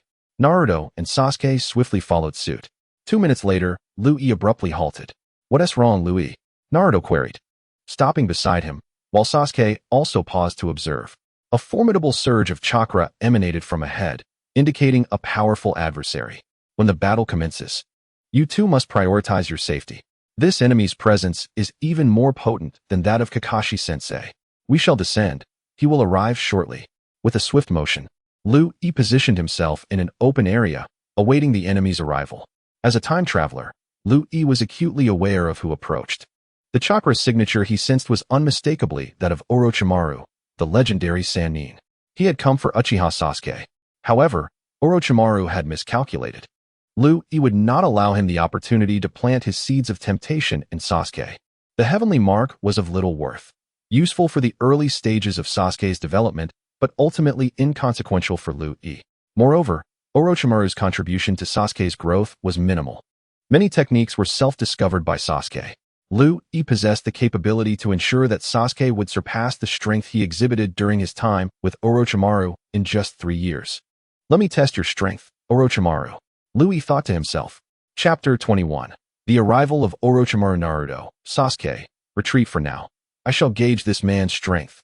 Lu Yi instructed his companions. Heeding his words, Naruto and Sasuke strategically distanced themselves. In the next moment, a long-haired kunoichi wearing a grass village headband materialized. Lu Yi instantly recognized her as Orochimaru's disguise using the body replacement technique. Oh, it seems you anticipated my arrival, Orochimaru remarked. His gaze fixed on Lu Yi with a hint of expectation. Indeed, I sensed your overwhelming chakra long before you approached, which is why I awaited your arrival. Lu Yi replied. Very well, then I shall indulge you. With those words, Orochimaru unleashed a technique, the hidden shadow snake hands, aimed directly at Lu Yi. However, before the technique could reach him, Lu Yi swiftly utilized the Chidori sharp spear to pierce Orochimaru's heart, nullifying his technique and striking a fatal blow. Lu Yi recognized that had this been any other ninja, they would have met their demise. Yet Orochimaru was no ordinary foe. He was notoriously difficult to kill. Sure enough, in the next instant, Orochimaru emerged from his own mouth, showcasing his uncanny ability to shed his body like a serpent. With a flick of his long tongue, he licked his face, glancing at Lu Yi with curiosity. That last technique was impressive. Was it inspired by Kakashi's Chidori? Orochimaru queried. Indeed. It belongs to the Chidori series of techniques. Would you like to experience it firsthand? Lu Yi responded nonchalantly. From your words, it seems there are several variations of this technique. You are quite talented. How about considering a position as my subordinate? I can teach you even more jutsu. Orochimaru's interest in Lu Yi was piqued. Before you can recruit me, you must first defeat me, Lu Yi declared, unwilling to waste further words. He swiftly formed hand seals. Earth style, Earth Dragon Bomb. A colossal earth dragon surged forth, aimed at Orochimaru. This level of technique is no ordinary child's play. Orochimaru observed with a serious expression as the enlarged earth dragon approached. Hidden shadow many snakes. Numerous snakes slithered from Orochimaru's sleeves and hands, launching themselves at Lu Yi's earth dragon. The two techniques clashed, neither yielding an advantage, until both dissipated into nothingness. Ice style, Ice Dragon Bite. Harnessing the power of the ice release bloodline, Lu Yi executed a technique similar to the water dragon bite, but composed of ice. Instantly, for ice dragons, each extending over 100 meters, surged toward Orochimaru. Orochimaru swiftly bit his thumb and formed hand seals. Triple Rashomon. He erected 3 massive gates, but sensing the impending threat, he retreated. Moments later, the 3 gates were shattered by the ice dragons, with the final dragon continuing its relentless pursuit of Orochimaru. Without hesitation, Orochimaru began to form seals again. Summoning technique. A plume of smoke erupted, revealing a colossal purple serpent. "Hey, summon me, you imbecile. Are the offerings ready?" The serpent bellowed, exuding an air of disdain. "You'd best deal with those 7 wolves first." Orochimaru's raspy voice echoed. Before the summoned serpent could react, one of the wolves clamped down on its neck, while 2 others seized its body. The serpent, in pain, began thrashing its tail against the wolves, cursing Orochimaru with fervor. "Damn you, Orochimaru. After this battle, I demand 200 offerings, or our partnership is over." 4 wolves joined the fray, and the 7 wolves relentlessly tore at the myriad of serpents. After a few minutes, the overwhelming assault forced the myriad of serpents to retreat with a resounding thud back into the dragon cave. Only 2 wolves remained, turning to face Orochimaru's oncoming attack. With a swift motion, the technique Earth Release, Swamp Technique manifested, creating a vast swamp that ensnared the 2 ice wolves, quickly submerging them until only their heads remained visible. Orochimaru seized the moment with his technique, Shadow Snake Hands, denying the ice wolves any chance of escape. He deftly dismantled Lu-E's Ice Release, 7 Wolves technique. "You truly are a genius," Orochimaru remarked, his interest in Lu-E intensifying. Attempting the Ice Release, Lu-E instantly teleported beside Orochimaru and engaged him in close combat. A powerful kick was launched at Orochimaru, who stepped back, releasing the Kusanagi sword from his mouth, aiming directly at Lu-E. Lu-E evaded the Kusanagi sword and countered with a Leaf Great Whirlwind, sending Orochimaru hurtling away. Before Orochimaru could regain his composure, Lu-E unleashed another powerful strike, crashing Orochimaru into several trees, halting his momentum. Orochimaru then executed his signature technique, the Snake Substitute Jutsu, emerging unscathed, albeit with a slightly erratic breathing pattern. "I didn't expect your strength to be so formidable," he exclaimed, advancing towards Lu-E with the Kusanagi sword raised for a heavy slash. In Lu-Yi's eyes, Orochimaru's speed seemed sluggish, allowing him to easily dodge the attack and land a heavy punch that sent Orochimaru flying once more. This time, Orochimaru paused, his demeanor turning serious. It appeared that he would not have the opportunity to mark Sasuke with the curse seal today. With this young prodigy present, the chance to connect with Sasuke was lost. It seemed he would have to wait for a future opportunity. "I never anticipated encountering another remarkable genius from Konoha. May I inquire your name?" Orochimaru asked, turning his gaze towards Lu-E. "Hanado Lu-E," Lu-E replied, also halting to respond to Orochimaru's inquiry. He understood that eliminating Orochimaru would not be a simple task. Even with his pseudo-6 paths level strength, he could not ensure Orochimaru's demise, as he could always resurrect from other curse seals. Who knew how many individuals Orochimaru had cursed? Realizing the futility of their confrontation, Lu-E decided to cease hostilities, especially since Orochimaru seemed unwilling to continue the fight. Chapter 22. Arrival at the Central Tower. Hanado Lu-E, we shall meet again. With that, Orochimaru utilized Earth Release to vanish underground. As he departed, Naruto and Sasuke rushed over. "Lu-E, are you alright? Are you injured?" Naruto inquired with genuine concern, while Sasuke also cast a worried glance towards Lu-E. "I'm fine. Let's hurry to the Central Tower and complete this exam," Lu-E responded, dashing towards the tower. Along the way, he encountered the other members of Team 12, offering assistance as needed. Sasuke inadvertently saved Karen's life during their journey. However, Lu-E did not extend an invitation for Karen to remain in Konoha. Several hours later, Lu-E, Naruto, and Sasuke finally arrived at the Central Tower and entered promptly. Inside, Lu-E was not the first team to arrive. Gaara's team was already present. Gaara merely glanced at Lu-E before returning his focus elsewhere. Lu-E produced the Heaven and Earth Scroll and unfurled it. With a loud bang, Iruka appeared before them. Iruka-sensei, how did you end up here?" Naruto asked, curiosity evident in his voice. "Naruto, once you gather both Heaven and Earth Scrolls and open them simultaneously, I will be summoned," Iruka patiently explained. "What happens if only one scroll is opened?" Naruto queried, still intrigued. "If only one scroll is opened, it will unleash a powerful illusion. causing the opener to fall into a state of unconsciousness and consequently be eliminated, Irika clarified. All right, Naruto. Since you've passed this exam, go rest in the room inside. The exam will continue for 4 more days, and you've arrived early. Many other candidates have yet to gather the heaven and earth scrolls and reach the central tower. They will have to continue their examinations. With that, Irika dissipated, returning to his previous form. Let us go, Naruto, Sasuke. Before resting, let's inquire with Kakashi-sensei about the ninja who attacked us. Although Liu knew the assailant was the notorious Orochimaru, he refrained from revealing this to Naruto and Sasuke. The trio navigated the expansive tower, questioning several proctors, and spending over half an hour before finally locating Kakashi.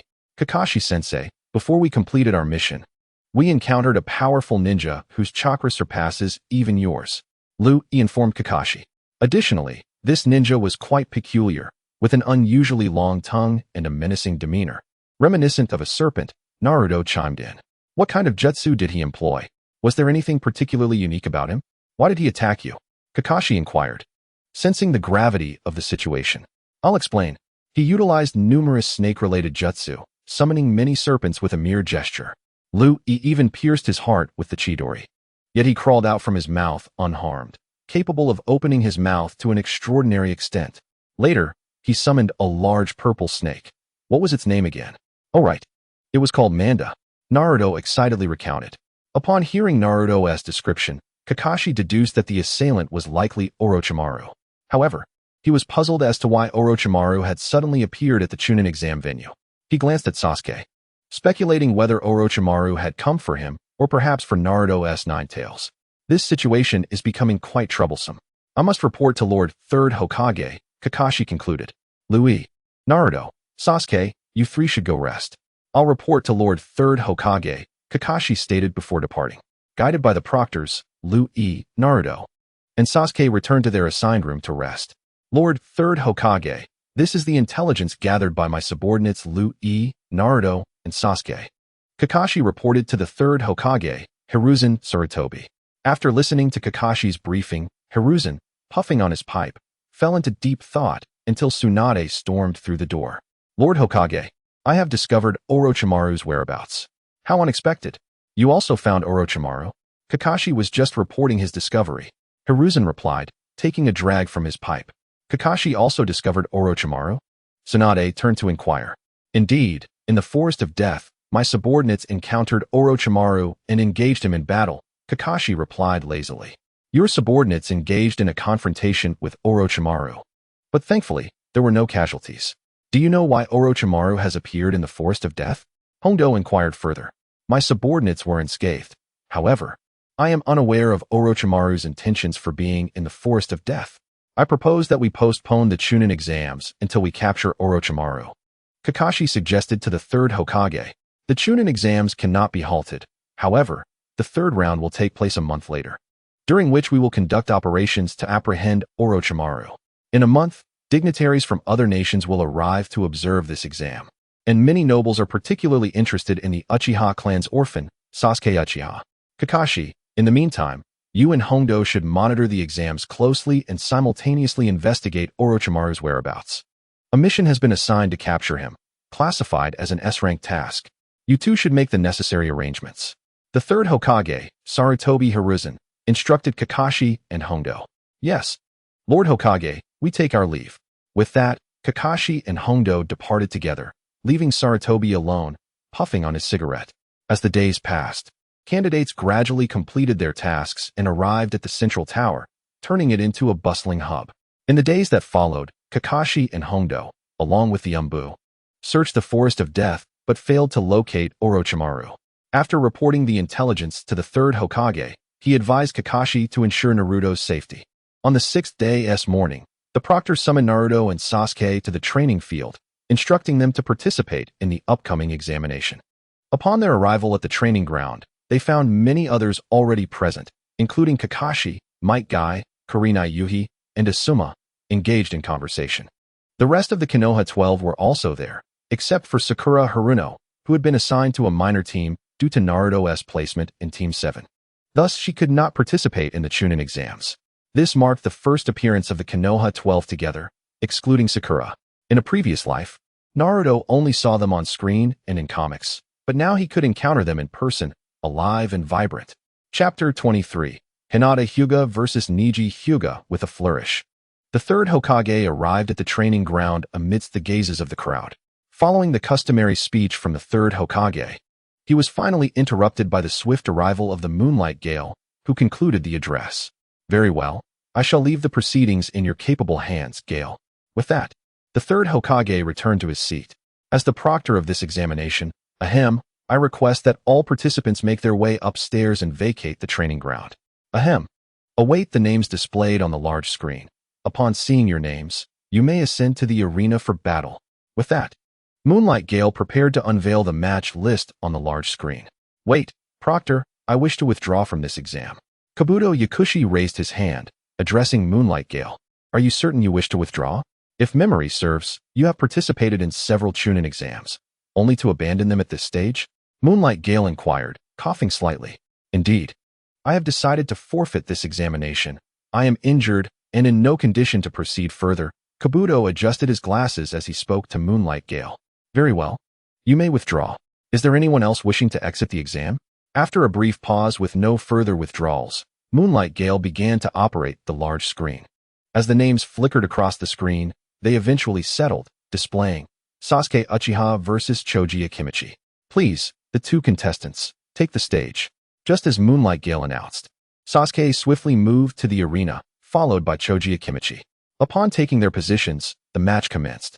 At this moment, the third Hokage assigned a task to an Umbu to check on Kabuto. Choji Akimichi, brimming with bravado, made a bold move towards Sasuke, who effortlessly blocked the attack with his arm. Suddenly, Choji began to absorb Sasuke's chakra uncontrollably. Within seconds, Sasuke found his chakra reserves dwindling, rendering him incapable of performing ninjutsu. Ha ha ha, have you realized your chakra is gone? I have absorbed it all. How do you intend to defeat me now? Surrender quickly. Without chakra, you stand no chance against me. Choji boasted arrogantly. Sasuke furrowed his brow at Choji's taunts, letting out a cold snort. Many can boast. Let me see the source of your confidence in defeating me. With that, he swiftly maneuvered to Choji's side, delivering a powerful kick that sent Choji soaring into the air. Following this, Sasuke crouched low and, channeling his strength, launched a series of kicks at Choji. Lion's Barrage. The final strike landed squarely on Choji's waist, sending him crashing to the ground, where he rolled several times before spitting blood and succumbing to unconsciousness. The victor is Sasuke Uchiha. Moonlight Gale announced the result. Naruto was somewhat astonished. When Sasuke faced Rock Lee, the latter had prepared to unleash his Shadow Leaf Dance, but was halted before he could execute it. Yet, Sasuke managed to create his own technique. Is this the strength of the storyline? Sasuke, I didn't expect you to win so effortlessly. It seems Choji was too weak. Naruto remarked as Sasuke walked past him. Sasuke merely snorted in response, ignoring Naruto. Naruto congratulated Sasuke briefly, to which Sasuke responded with a proud nod, a smile breaking through his usually stoic demeanor. Now, let us invite Hinata Hyuga and Neji Hyuga to the arena. Upon hearing that he was to face Hinata, Neji scoffed in discontent. Upon their arrival at the arena, Neji, with a sharp tongue, addressed Hinata. Lady Hinata, you should not have come here. It would show some self-awareness. You, born timid, are unfit to be a ninja. Concede, for you lost the moment you stepped onto the arena. This is fate, unchangeable. Neji continued to berate Hinata. Neji brother, I will fight you. I want to know where my strengths lie. I will not give up. Hinata declared earnestly. In that case, I will show no mercy. Come, Lady Hinata, let me see the extent of your abilities as a branch family member. Byakugan activate. With that, Neji's eyes revealed fierce veins, and he raised his hand, launching an attack toward Hinata. Hinata activated her Byakugan, hastily intercepting Neji's swift strike. After testing a few exchanges, Neji began to take the match seriously. Gentle fist, air palm. A shockwave of air propelled Hinata backwards. This is fate. Concede, lady. You cannot defeat me. Neji continued his relentless verbal onslaught against Hinata. I am not one to easily surrender. Come on, Neji, let us continue the battle. Hinata, blood trickling from the corner of her mouth, slowly rose to her feet. Humph. Since that is the case, I shall grant your wish. Gentle fist technique, 64 palms. With that, Hinata appeared within Neji's 8 trigram circle. Niji unleashed a flurry of attacks upon Hinata with astonishing speed. 1 palm, 2 palms, 8 palms, 32 palms, 64 palms. Niji relentlessly assaulted Hinata. At first, she managed to withstand the initial blows, but ultimately, she could not defend against the final 64 palms and was sent flying once more. Hinata tumbled across the ground several times. Attempting to rise, she faltered halfway, collapsing back down. Yet, she persisted, using her hands to prop herself up in a bid to stand again. Hinata, keep going. Don't give up. Stand tall. I believe in you. Naruto shouted fervently. Hinata, hearing Naruto's encouragement, felt a flush of warmth on her cheeks as she gazed at him, her eyes filled with determination. Her body, which had seemed so frail, now brimmed with strength. After a few moments, Hinata stood up. Why do you rise? Shouldn't you, in your cowardice, remain on the ground? Even if you stand now, it cannot alter your fate of defeat. Niji frowned, continuing to admonish her. What is said is done. I will forge ahead. That is my Nindo. Niji, let us continue the fight. Hinata weakly approached, her steps unsteady. Nevertheless, she pressed on with unwavering resolve, blood still oozing from her lip, her gaze filled with tenacity. Gentle fist, 8 trigrams palm.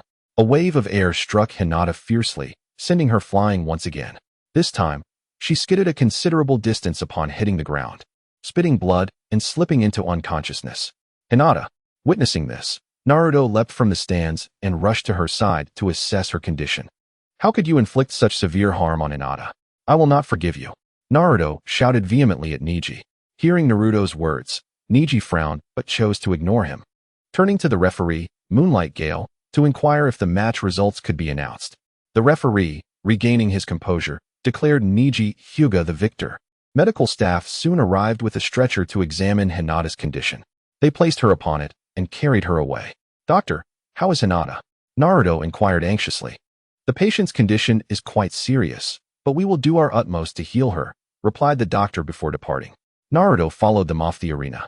Chapter 24. The opening of the 5th gate by Rock Lee. As time passed, the competitors continued to finish their matches, some eliminated, their spirits crushed, while others emerged victorious, beaming with joy. In the meantime, Ino did not encounter Sakura, as in the original story, but lost to Tenten. Naruto, true to the original storyline, defeated Inuzuka Kiba with a single fart, which left Kiba feeling indignant. Shikamaru outsmarted Kame Orange, while Choji faced misfortune and lost his match. The seemingly invisible Shino utilized insects to obstruct one of the Sound Ninja's minions, causing its modified arm's exhaust port to explode. Shino effortlessly claimed victory. As for Yui's opponent, it was a random character Yui had never encountered. He swiftly dodged and knocked the opponent unconscious with a swift chop, winning the match.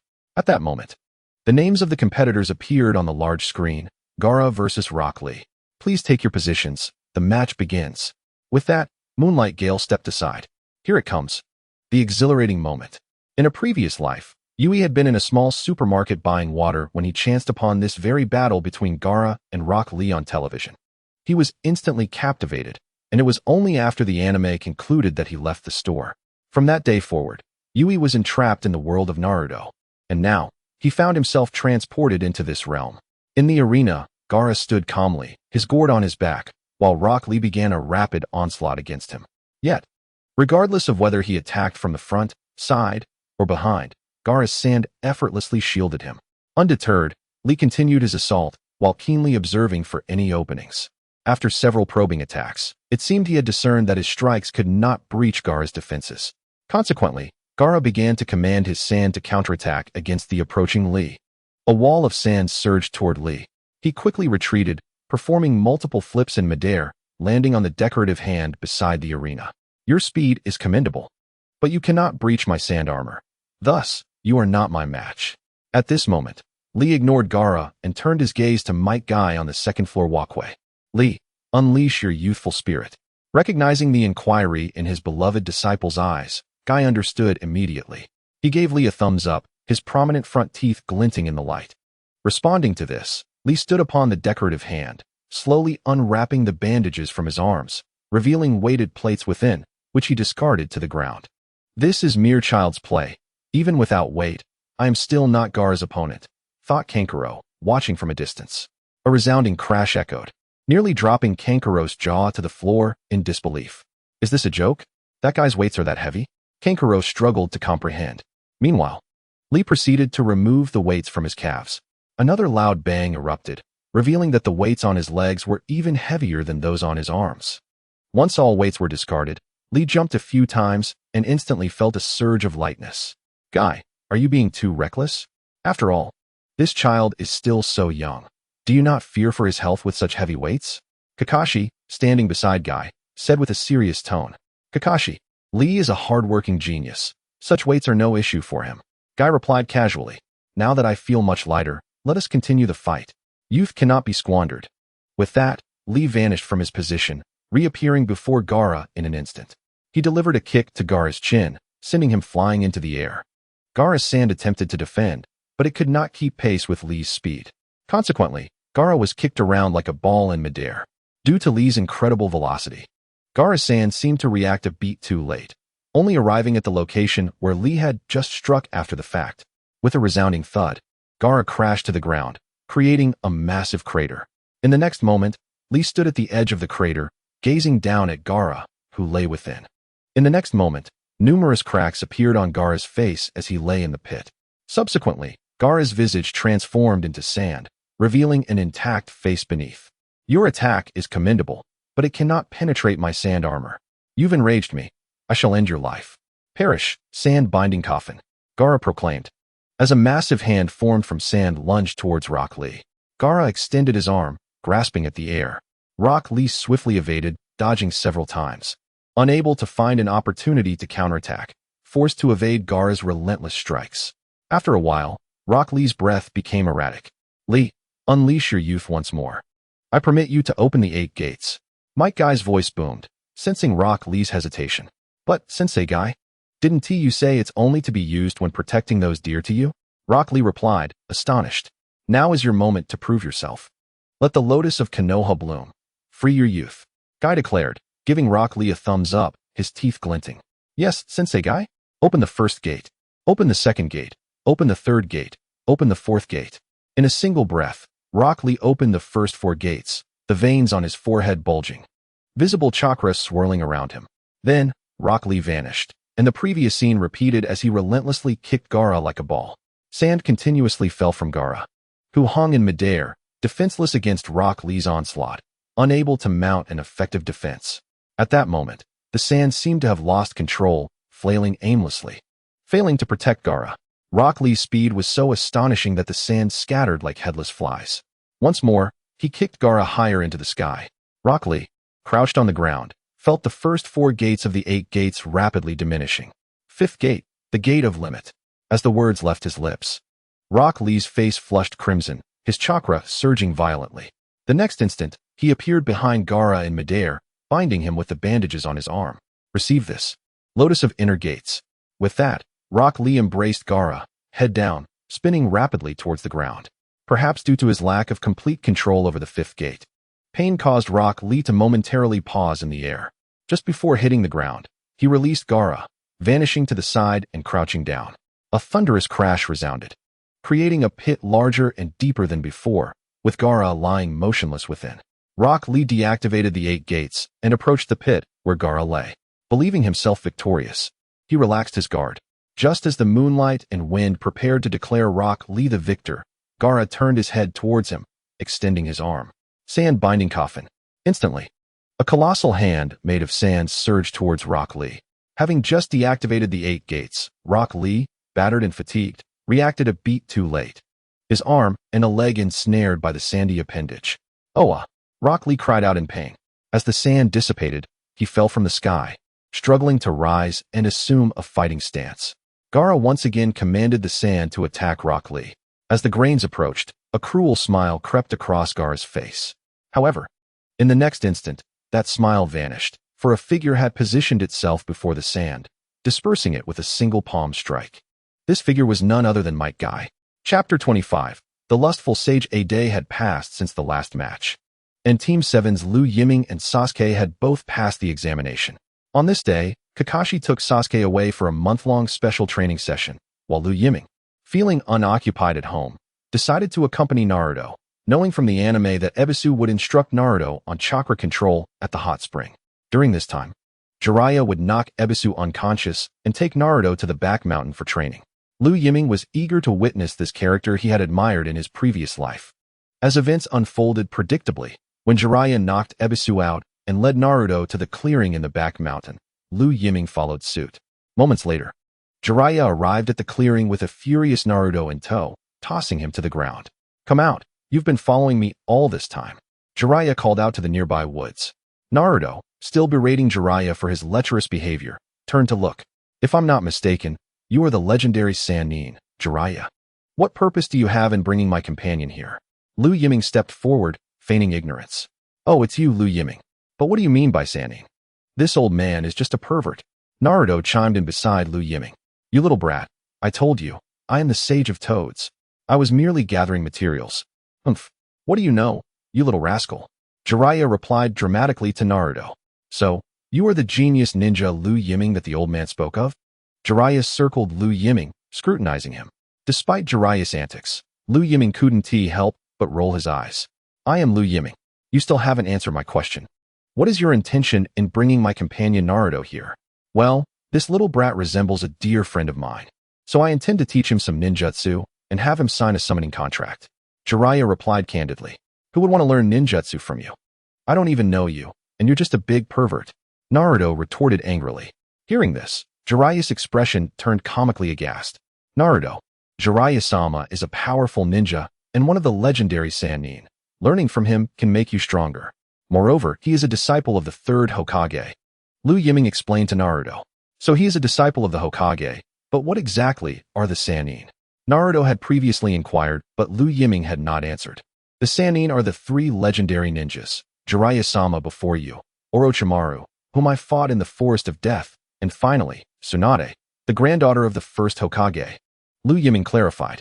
"The one who attacked us was also a Sannin. Why did he target us?" Naruto posed the question. "Did you encounter Orochimaru?" Jiraiya asked, surprised. "Indeed. Lord Jiraiya, during our previous participation in the Chunin exam, we encountered Orochimaru in the Forest of Death. Naruto, Orochimaru is now an S-rank rogue ninja of Konoha. Thus, he may pose a threat to us." Yui promptly answered Naruto and Jiraiya's inquiries. "That Orochimaru isn't as formidable as he seems. After receiving a good beating from you, Yui, I doubt that this lecherous sage possesses any significant strength. Humph, I have no desire to learn ninjutsu from him. Unless that lecherous sage can defeat you, Yui, I will not consider studying under him." After speaking, Naruto turned his gaze towards Jiraiya and Yui. "Oh, since you say so, Naruto, I am quite curious to see how strong this so-called genius, as referred to by the old man, truly is. Come on, Yui, let us engage in a friendly competition," Jiraiya said, looking at Yui. "Since Lord Jiraiya has extended an invitation, I shall comply with your wish." Yui responded, forming hand signs and unleashing a great fireball technique towards Jiraiya. Surprised, Jiraiya noted that Yui's fireball was significantly larger than a typical one. Without hesitation, he countered with a fireball technique, resulting in a collision that dissipated both ninjutsu. Yui then executed a great fire dragon technique, which Jiraiya countered with a great fireball, extinguishing Yui's attack. Subsequently, Jiraiya employed the lion's mane technique, sending a torrent of white hair towards Yui, who swiftly dodged and delivered a kick to Jiraiya. Sensing Yui's attack, Jiraiya defended himself with his hair. As the white hair retaliated, Yui extended his arm and utilized the Chidori blade, severing the incoming strands. He then launched a series of Chidori attacks at Jiraiya, who quickly shielded himself with his hair, successfully fending off Yui's strikes. "What a formidable mane of white hair," Yui remarked, slightly exasperated. Yui swiftly formed hand signs for ice release, ice sealing technique, promptly freezing Jiraiya. However, Jiraiya shattered the ice, encasing him with his hair. "You, my boy, are indeed a bloodline user," Jiraiya exclaimed in astonishment. In the next moment, he appeared before Yui, unleashing a Rasengan with his right hand. In response to Jiraiya's Rasengan, Yui also executed a Rasengan, but Jiraiya realized that his technique paled in comparison to Yui's. "I didn't expect you to master this jutsu. How about this?" Jiraiya then invoked the Great Ball Rasengan against Yui, only to be met with a similar counter from Yui, who unleashed his own Great Ball Rasengan. Since Lord Jiraiya is so fond of the Rasengan technique, Allow me to present its advanced version. Be cautious, for this technique surpasses ordinary S-rank ninjutsu. Wind release. Raisen shuriken. With that, Yui raised his right hand, where the Rasengan was enveloped in a massive shuriken, spinning vigorously. Lord Jiraiya, this technique can be thrown. Please take heed. Upon hearing Yui's warning, Jiraiya bit his finger and immediately performed the summoning technique. After a puff of smoke, the Great Toad appeared. Jiraiya, did you summon me to deal with that child? The Great Toad exhaled smoke and gazed at Yui, feeling the pressure from the spinning shuriken in Yui's hand. The Great Toad's demeanor shifted. Seeing Jiraiya summon the Great Toad, Yui hurled the Raisen shuriken towards it.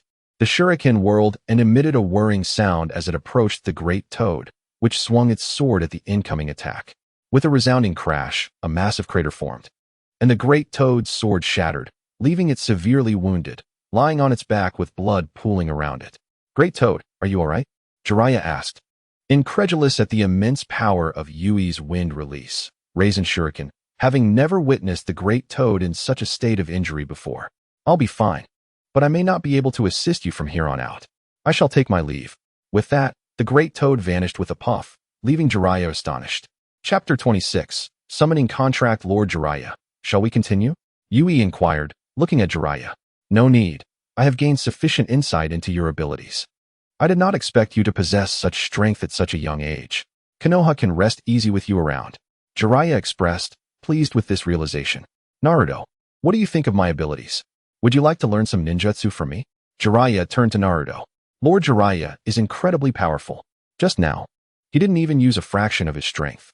There is a technique so powerful that no one in Konoha can perform it, not even the third Hokage. Yui tempted Naruto. Is the lecherous sage truly as strong as you say? I can't help but feel he might not measure up to your prowess. Naruto replied, perplexed. Naruto, you must understand that Sasuke is currently under the guidance of Kakashi-sensei. Without anyone to mentor you, you may find yourself falling behind in a month's time. Remember, Kakashi has imparted his signature technique, Chidori, to Sasuke. Just imagine, if Sasuke masters that technique in a month, what will you use to contend with him? With Lord Jiraiya's guidance, you could surpass Sasuke, for Kakashi is no match for Lord Jiraiya. Yui emphasized, casting a knowing glance at Jiraiya. Kid, do you know why I refer to myself as the Toad Sage? Jiraiya said with a hint of pride. Why? Is it because you just summoned a giant toad? Naruto joked. It has something to do with toads, as I am a master of sage techniques, hence the title. How about it? Do you wish to learn sage techniques, which are far more powerful than regular ninjutsu? You can become my disciple and learn. Jiraiya coaxed Naruto, echoing Yui's persuasion. I agree. I will be your disciple. Lecherous sage. Please teach me sage techniques. Naruto joyfully acquiesced. Learning sage techniques is no simple task. One must first master the summoning technique. I have a contract scroll here. Just bite your finger, use your blood to make a handprint, and write your name to sign the contract. Jiraiya said, producing a large scroll from his back and unfurling it for Naruto to press his handprint and sign. Naruto, following Jiraiya's instructions, pressed his handprint and signed the contract. Feeling a sense of curiosity, Yui, don't you want to sign a contract as well? Naruto suddenly turned to Yui. I don't need to. Just focus on your own contract. Yui promptly declined Naruto's suggestion, thinking it unnecessary for someone of his current strength. Moreover, with the chakra of the Nine Tails and having already cultivated the Sage mode, he might soon achieve the Sage Fox mode alongside the Nine Tails. Compared to the formidable Sage mode of Mayaboka Mountain, my own system is vastly superior. After some time, I will merge the One Tails chakra residing within Gaara. During the upcoming Chunin exams, Orochimaru will draw the attention away. I will seize this opportunity to eliminate Shimura Danzo from Konoha. This way, I can ensure that this troublesome individual does not reappear to vex us. Subsequently, the third Hokage, Hiruzen Sarutobi, will perish before Orochimaru. Jiraiya and Naruto will summon Tsunade to return and assume the role of the fifth Hokage. At that point, my parents will be much safer in Konoha. I will be able to undertake missions outside the village while seeking other Jinchurikis to acquire their tailed beast chakra. With the system, I will merge it into the Ten Tails, becoming the Jinchuriki of the Ten Tails. Just then, Jiraiya's voice echoed. Now, I will teach you the hand signs for the summoning technique. Boar, dog, rooster, and goat. These are the hand seals for the summoning technique. Naruto, give it a try. After teaching Naruto the hand signs, Jiraiya encouraged him to attempt the summoning technique. Alright. Perverted sage, boar, dog, rooster, goat, summoning technique. Upon completing the hand signs, Naruto slapped his palm onto the ground. Boom. Suddenly, a tadpole appeared, wriggling atop a rock. Naruto was utterly astonished. Even Jiraiya did not expect Naruto to summon a tadpole. You fool, you can't even summon a frog with legs. I've never seen someone as foolish as you. Jiraiya bellowed at Naruto. Louis observed with some surprise. As Naruto had not been sealed by Orochimaru's 5-element seal due to Liu Yi's intervention, even with the Nine-Tails chakra interfering, Naruto managed to summon a frog. Yet now, he had only summoned a tadpole. Was it merely a coincidence? Forget that one. It must have been a mistake. Summoning technique. With that, Naruto quickly formed the hand signs again. Boom. After a puff of smoke, another tadpole appeared, but this one had 2 hind legs. TCH. You truly are a big fool. You still summoned a tadpole. Jiraiya mocked Naruto. What? Can't you see it has hind legs? Naruto retorted, thinking to himself, how infuriating that it was still a tadpole. In that case, practice slowly. I will go gather materials.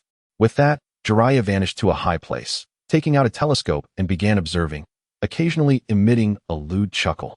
Louis watched Naruto continue summoning tadpoles for a while before finding a spot to sit cross-legged and cultivate Sage Fox mode. As time passed, in the afternoon, a joyful voice rang out. Naruto had finally summoned a frog that was over a person's height. Louis, look, I summoned a frog taller than me, haha. Naruto joyfully ran over to share his happiness with Louis. Louis gazed at the unfamiliar frog, lost in thought. Perhaps it was because he had injured the Frog Elder earlier that Naruto had not summoned the Frog Elder? However, there were many frogs of equal rank to the Frog Elder in Mayaboku Mountain, among them the well-known Frog Elder Fumita, Frogkin, and Frog Hero. In the original story, Naruto was pushed off a cliff by Jiraiya and, facing danger, utilized the Nine-Tails chakra to summon Frog Elder Fumita. Now that he had not summoned a frog of equal caliber, it seemed he had not encountered danger, and the Nine-Tails did not wish to provide Naruto with chakra. Louis pondered whether he should also emulate Jiraiya and push Naruto off the cliff, allowing him to summon a stronger frog using the Nine-Tails chakra, thereby forming a contract with a more powerful summoning beast. Thinking this through, Louis deemed the idea feasible. If anything went awry, he would be there to rescue Naruto. Naruto, I didn't expect you to summon a frog taller than yourself in half a day, but would you like to summon a frog as powerful as Lord Jiraiya's? Louis inquired of Naruto. Louis, do you have a method? Tell me quickly. I've been wanting to summon that big frog. Naruto exclaimed excitedly. I have a method that can succeed in one go, but I'm not sure if you're brave enough to try it. Louis warned Naruto. What is there to fear about the summoning technique? Louis, please tell me. Naruto insisted, moving closer to Louis. All right, Naruto, come a bit closer. I will teach you a method that guarantees success. Louis waved his hand, instructing Naruto to lean in. At that moment, Louis flicked his finger, sending Naruto flying. Naruto, quickly ask the fox within you for chakra. This way, you can summon a frog as powerful as Frog Elder. If you fail, you might end up as a pile of mush. Louis called out to Naruto, who was tumbling towards the cliff. Ah, Louis, you bastard. How could you push me into the cliff? Naruto's furious voice echoed from the chasm. Chapter 27, Naruto's power enhancement. At that moment, Jiraiya appeared beside Louis. Glancing at the plummeting Naruto. This method is quite clever. Why didn't I think of it before? Louis, you're truly intelligent. Jiraiya praised Louis, hearing Jiraiya's compliment. Louis rolled his eyes, thinking to himself, this method was your idea, Jiraiya, but now I've put it to use. He wondered whether Naruto could summon a frog of Fumita's caliber, otherwise, it could be perilous. This was a perfect opportunity for Naruto to connect with the Nine-Tails within him. By the way, if Naruto fails, will you save him, or shall I? Jiraiya turned to Louis and asked. Lord Jiraiya, since it was I who pushed Naruto down, I will be the one to save him. However, I believe Naruto can handle this crisis on his own. Louis replied calmly. At that moment, Naruto was terrified, uncertain how to request chakra from the fox. As he descended closer to the ground, he realized that if he did not think of a solution soon, he might truly become a pile of mush. Just then, Naruto was transported to a dark, water-filled chamber, where he felt a presence guiding him. Following this sensation, he soon arrived at a more spacious area, where a large iron gate obstructed his view. Come here, little boy. Closer. Come to me. A voice beckoned, luring Naruto. As he took a few steps forward, he suddenly woke up and halted in his tracks. A claw shot out, nearly grabbing Naruto, causing him to recoil in fear. Damn fourth Hokage. So close. Come here, little boy, so I can kill you. The Nine-Tails growled at Naruto. You are the demon fox residing within me? Naruto suddenly inquired. TCH, do not compare me to such lowly creatures. The Nine-Tails replied haughtily. Given the circumstances, please grant me chakra swiftly. I am in grave danger and could meet my demise at any moment. Suddenly, Naruto appeared to have an epiphany and addressed the Nine-Tails. However, in the next moment, Naruto found himself in the real world, the sound of rushing wind filling his ears as he continued to descend. You wretched fox. You have inhabited my body for over a decade. Quickly provide me with chakra. I implore you. If I perish, you shall not survive either. Naruto exclaimed fervently to himself. As you wish. Take it. My chakra is not easily wielded. Cackled the Nine-Tails from within the ceiling space of Naruto. He granted Naruto a portion of his chakra. At that moment, a crimson chakra enveloped Naruto, and he sensed a surge of formidable energy emanating from within himself. Realizing it was the Nine-Tails chakra that had been lent to him, without hesitation, he formed a series of hand seals and performed the summoning technique. Upon completing the seals, Naruto clapped his palms together in the air, and with a resounding thud, he landed atop a gigantic toad. The sensation beneath him was soft, and upon glancing at the summoned creature, he found it comparable in size to the toad summoned by Jiraiya, which filled him with joy. What is your name? Naruto inquired cheerfully. I am Toad Ken. Though I am rather clumsy, I shall fight earnestly for you, replied Toad Ken, who was stuck in the crevice, speaking gently. Hold on tight, my summoner. I shall leap now. All right, I'm holding on tight. Jump away, Toad Ken. Naruto shouted enthusiastically. In the next instant, he felt a powerful gust of wind rush past his ears, but this time it was not a descent. Rather, it was an ascent. After several leaps, Toad Ken propelled Naruto out of the crevice and onto the mountaintop, landing not far from Jiraiya. Oh, it's Toad Ken. Long time no see. Jiraiya greeted upon noticing the toad accompanying Naruto. Although I am quite clumsy, it's good to see you again, Lord Jiraiya. Toad Ken responded warmly. Perverted sage, Yui. Did you see that I summoned such a large toad? Am I impressive, or what? Naruto beamed, eager for praise. Toad Ken, you may return now, Jiraiya said, dismissing Naruto's exuberance. Though I am quite clumsy, farewell. Toad Ken replied before vanishing with a pop. Suddenly, Naruto plummeted from above, landing painfully on his rear. Ouch! Perverted sage. Why did you send Toad Ken away so abruptly? I wasn't he ready and fell. That hurt. Naruto complained. Since you summoned Toad Ken, it signifies that you have fully mastered the summoning technique. Next, I shall teach you an A-rank ninjutsu, Jiraiya proclaimed, extending his palm to gather a sphere of chakra, which he then smashed into the ground, creating a crater half a meter in diameter. Isn't that Yui's ninjutsu? Naruto queried upon seeing the Rasengan. Naruto, this is not my ninjutsu. It was developed by the fourth Hokage. It is noteworthy that the fourth Hokage was also a disciple of Lord Jiraiya. Yui clarified regarding the origin of the Rasengan. However, the wind release, Rasengan was executed by me. Yui continued to explain to Naruto. So it's the fourth Hokage's technique. I mistakenly thought you had created it yourself, Yui. Naruto admitted sheepishly. So what do you say? Do you wish to learn this technique?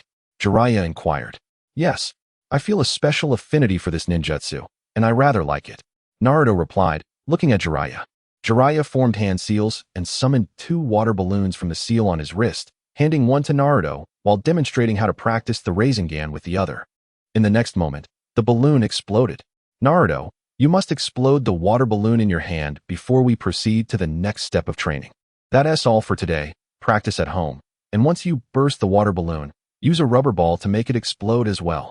I will come to find you in a few days. If you have any questions, feel free to consult Yui. With that, Jiraiya vanished in a flash. Yui, let us go have ramen together. It's been ages since we last went. Naruto suggested to Yui. No, Naruto, I'm heading home for dinner. You should skip the ramen and come eat at my house instead. We can invite Sasuke and Kakashi-sensei. Yui proposed.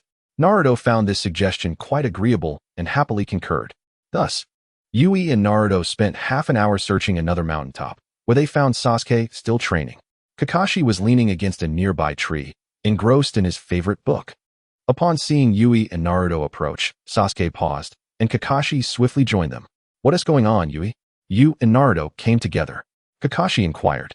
Kakashi-sensei, it's nothing serious. I just came to invite you and Sasuke over for dinner at my house. I also have some matters to discuss with Sasuke. Yui explained his reason for visiting.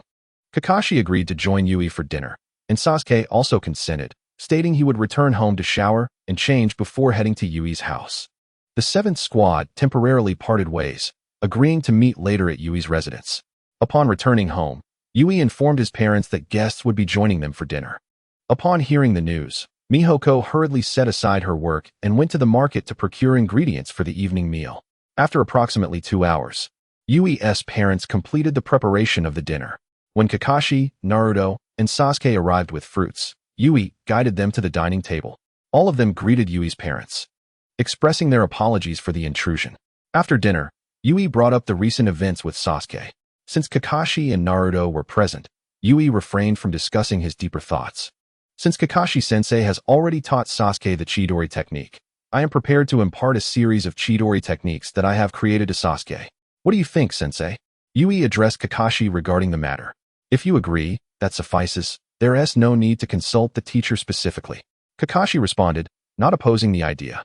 As the ninjutsu was a creation of Yui himself, Sasuke felt delighted to hear that Yui was ready to teach him the series of Chidori techniques. Thank you, Yui. Sasuke replied, somewhat bashful, recognizing the significant aid Yui's techniques would provide him. Yui, you seem a bit biased. Teaching Sasuke the Chidori techniques means you must also teach me the series of Rasengan techniques. Naruto remarked with a hint of jealousy. No problem, Naruto. Once I finish teaching Sasuke the Chidori series, I shall teach you the Rasengan series. You can request to learn any ninjutsu I know. Kakashi-sensei is welcome to learn the Chidori series as well, Yui said, looking toward Kakashi. All right, I shall observe as you instruct Sasuke tomorrow. After hearing Liu Yi's words, Kakashi did not refuse, for Liu Yi's ninjutsu was indeed quite esteemed. Subsequently, Liu Yi engaged in conversation with Kakashi and the others for a while. When Kakashi and the others expressed their intention to return home, Liu Yi allowed them to depart. In a flash, Kakashi vanished, and Naruto bid farewell to Liu Yi before leaving as well. Just as Sasuke was about to take his leave, Liu Yi called out to him. Sasuke, do not go just yet. I have matters to discuss with you. Come, let us go to my room. After speaking, Liu Yi headed toward his quarters, and Sasuke followed without uttering a word. Upon entering the room, Liu Yi offered Sasuke a chair and seated himself on another. A tea table separated them, and Liu Yi poured a cup of tea for both himself and Sasuke. I summoned you to convey some important information. Sasuke listened quietly, refraining from interjecting. Do you recall the ninja I fought in the Forest of Death? Liu Yi inquired. I remember. Is what you are about to say related to him? Sasuke replied tentatively. Indeed, it pertains to him. He was once one of the legendary 3 ninjas of Konoha, known as Orochimaru, along with the sage of Toads, Jiraiya, and Tsunade, the granddaughter of the first Hokage. All 3 were disciples of the 3rd Hokage. Orochimaru, the rogue ninja who attacked us, is classified as an S-rank traitor. According to reliable sources, he has returned to Konoha with the intent of pursuing you, and this matter is also connected to Itachi Uchiha, Liu Yi explained. Observing Sasuke's emotional response upon hearing Itachi's name. Do you have news of Itachi? Do you know where he is? Sasuke's voice was tinged with urgency. Sasuke, calm yourself. Allow me to elucidate the entire situation, Liu Yi urged, taking a sip of tea before continuing. Orochimaru was once a member of a formidable organization. One day, Itachi joined that organization. During a mission, Orochimaru ambushed Itachi, attempting to steal his Sharingan. However, Orochimaru failed. With but a glance, Itachi defeated him. Just as Itachi was poised to end Orochimaru, his subordinates intervened, whisking Orochimaru away, though Itachi managed to sever one of Orochimaru's hands. As Liu Yi recounted the tale, Sasuke's tension grew at the mention of Orochimaru's ambush, yet he could not suppress a smirk when he heard that Itachi had vanquished Orochimaru with a mere glance. Unbeknownst to Sasuke, Liu Yi observed the subtle changes in his expression. In the aftermath, Orochimaru felt humiliated but became increasingly obsessed with the Sharingan. He devised a forbidden jutsu called Edo Tensei, which, while theoretically allowing for immortality, harbored a grave flaw, as he continuously transferred his soul into other bodies.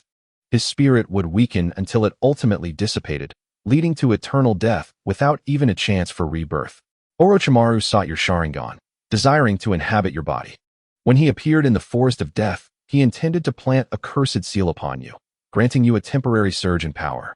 Ensnared by this newfound strength, you might be tempted to ally with him, which would ultimately lead to him seizing your body and consuming your soul, leaving you to vanish from existence. Therefore, after his previous failure, Orochimaru will seek opportunities to ensnare you with the cursed seal, drawing you into darkness and subservience.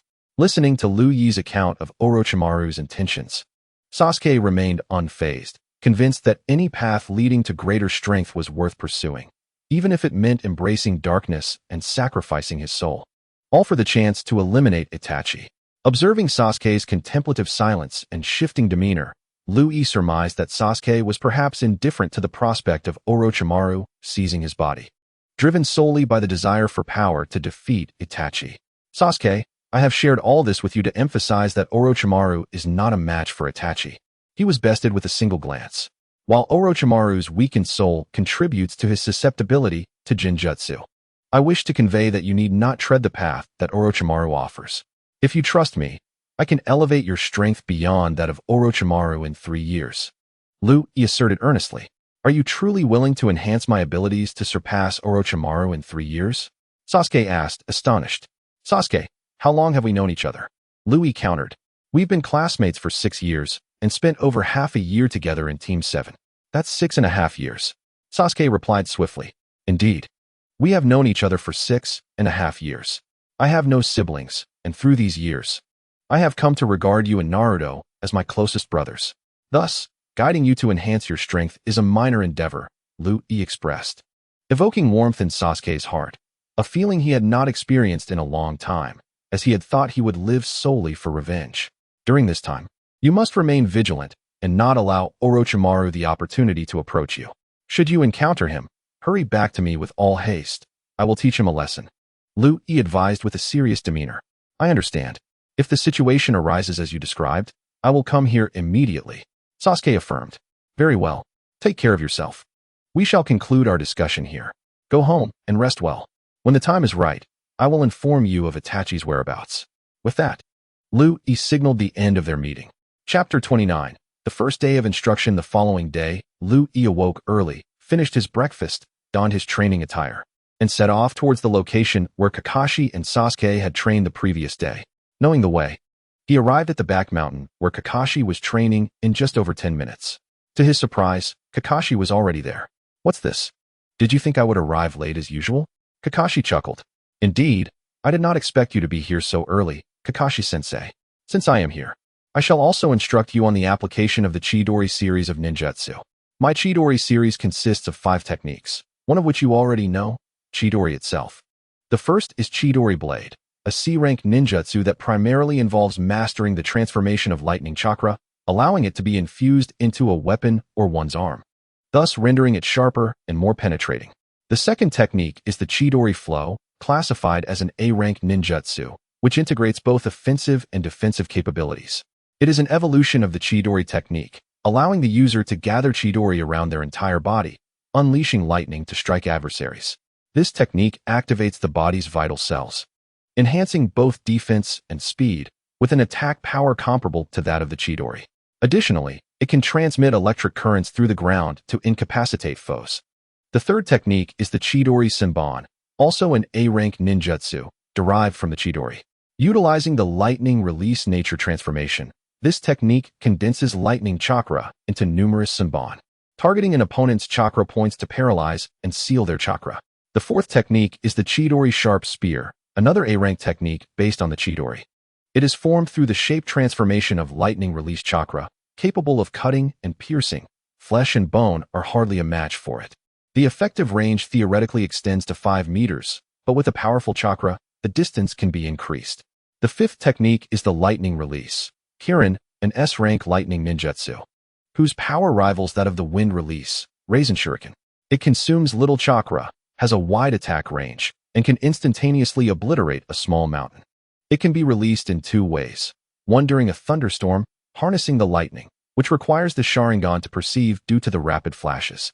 The other method involves using fire release to generate heat, causing air convection to produce rain and lightning, which also necessitates the use of lightning ninjutsu or Chidori, and the Sharingan for observation.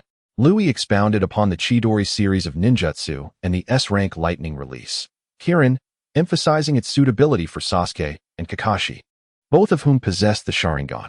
Notably, Kakashi's chakra is a weak point. With this S-rank technique, his power could see significant enhancement. Previously, Kakashi could only utilize the S-rank lightning cutter twice or the A-rank Chidori 4 times. However, in the presence of a thunderstorm, he could theoretically unleash the S-rank technique 4 times using only 4 Chidori manipulations, paired with the Sharingan, enabling him to confront even shadow-level adversaries. Upon hearing this, Kakashi felt a surge of excitement. Sasuke, realizing he could learn several A-rank techniques and an S-rank technique requiring minimal chakra, was driven closer to his goal of defeating Itachi Uchiha. He envisioned employing this chakra-efficient S-rank lightning technique against Itachi, contemplating his demise with a smirk. Louis continued to instruct them on the hand signs corresponding to these techniques and their sequence, encouraging them to practice independently and to seek his guidance whenever necessary. As time passed and noon approached, Kakashi ventured out to procure food for the trio, after which they resumed their training. Louis provided detailed guidance on various aspects of the ninjutsu techniques. Kakashi, being an elite jonin and a prodigy, mastered the entire Chidori series and lightning release, Kirin, within a day, although he had yet to test the latter. He had become proficient in executing the Chidori techniques at will, combining his lightning-based attacks with the Chidori. Conversely, Sasuke, while not as adept as Kakashi, learned the Chidori blade and Chidori flow within the day. He was confident he could master the remaining techniques, including the S-rank lightning release, Kirin, before the Chunin exams in a month. As evening fell, Louis bid farewell to Kakashi and Sasuke before departing. Days turned into weeks, with Louis continuing to mentor Sasuke, imparting invaluable insights regarding lightning release techniques. Meanwhile, Naruto had successfully learned the Rasengan, training under Jiraiya, though he focused little on other techniques, showing a particular interest in the Rasengan itself. During this period, Louis not only practiced the Sage Fox mode, but also taught Naruto how to slice leaves with wind chakra, sharing an effective learning method involving the shadow clone technique. As time progressed, Naruto spent a week mastering the ability to swiftly sever leaves with wind chakra. Following this, he dedicated himself to practicing the swift severing of a flowing waterfall, with dozens of clones tirelessly swinging their arms, attempting to cut through the cascade with wind chakra. Albeit with slow progress, Louis occasionally took breaks to bond with Shikamaru and Choji, engaging in fishing, hunting, and orchestrating outdoor gatherings with their comrades.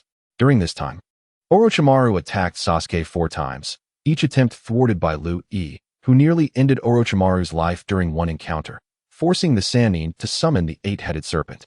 This incident drew the attention of Konoha's Umbu, and it was likely that Root was also aware. Afterward, Orochimaru ceased his attempts to confront Sasuke.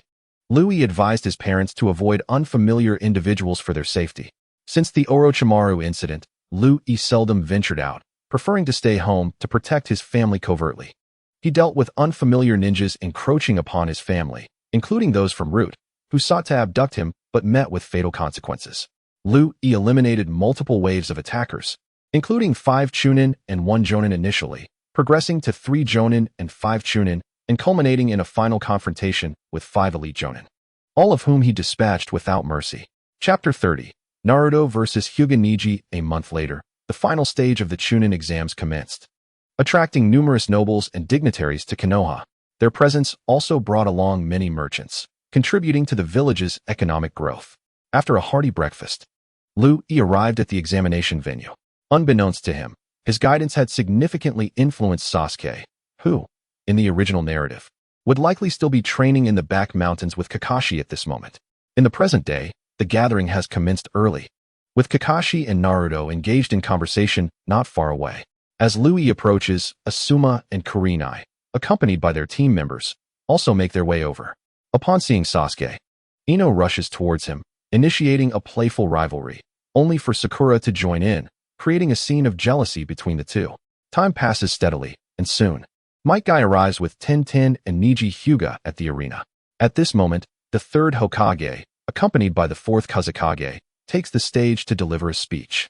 He begins by expressing gratitude to the esteemed nobles and dignitaries who have traveled from afar, followed by a recount of the numerous Chunin exams held since the establishment of Konoha by the 1st Hokage. He extends his appreciation to the Kazekage of Sunagakure for participating in this Chunin exam, emphasizing the importance of strengthening bonds between nations and villages. Given the presence of many nobles and dignitaries, the third Hokage wraps up his remarks swiftly.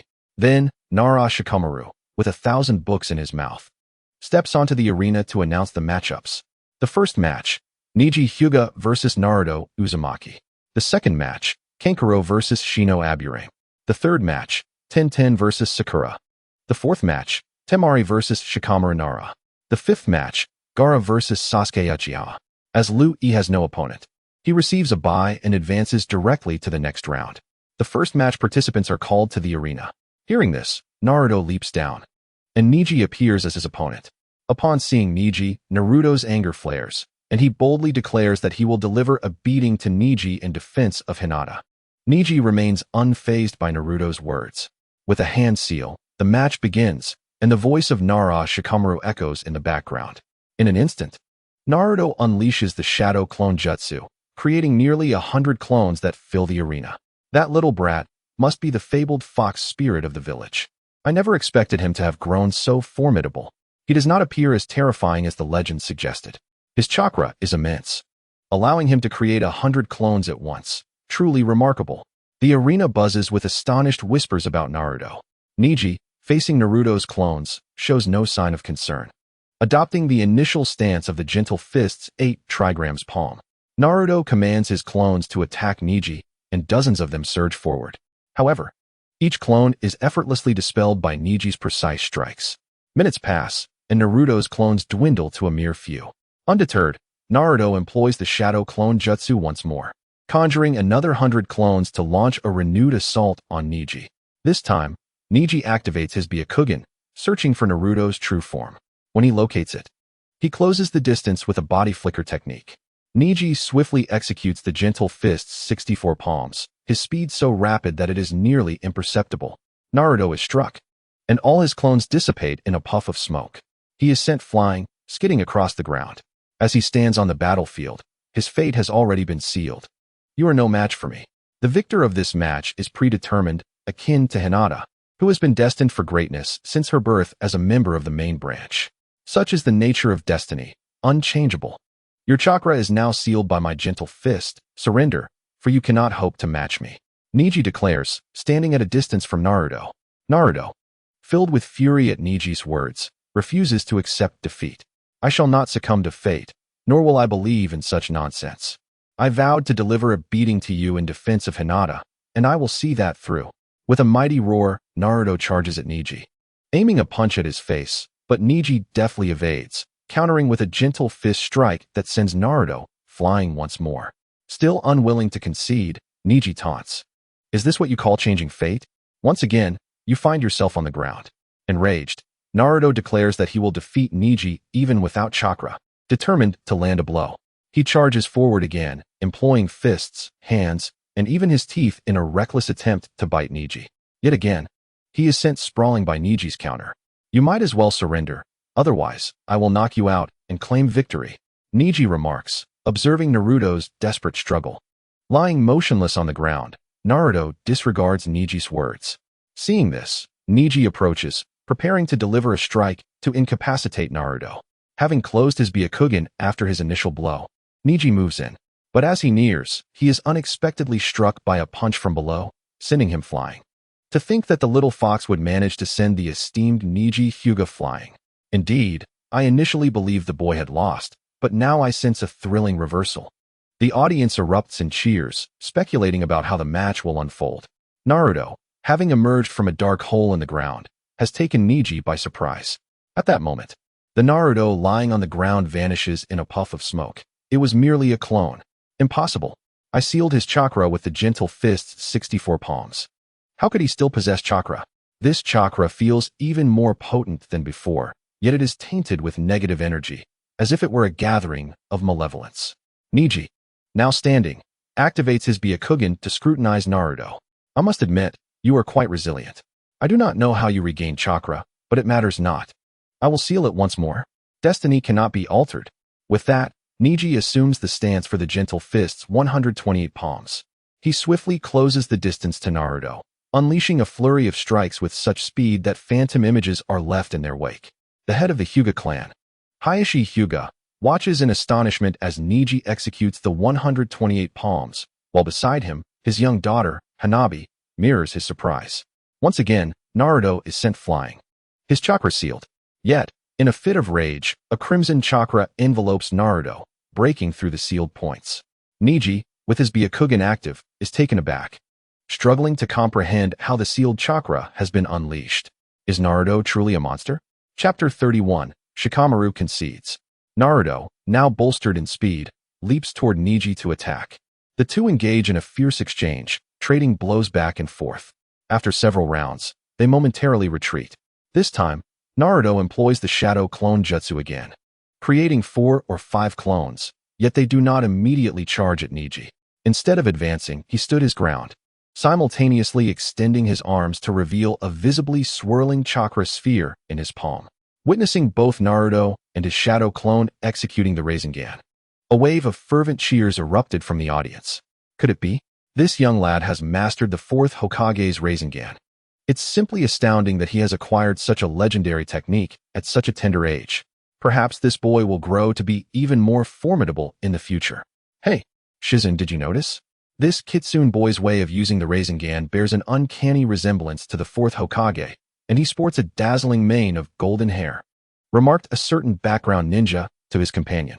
Many shared this sentiment, sparking a lively discussion among the spectators. Who would have thought that Konoha is home to so many prodigies? The orphaned Uchiha Sasuke, the esteemed Hyuga Niji, and currently battling Uzumaki Naruto, if I'm not mistaken. He is employing the signature technique of your village, the 4th Hokage's Rasengan. And let's not forget about Hanabi, who recently clashed with the rogue ninja Orochimaru. Truly, Konoha is a village overflowing with talent. How enviable, Hokage-sama. At this moment, the disguised Orochimaru, masquerading as the 4th Kazekage, spoke to the 3rd Hokage, who was leisurely smoking beside him.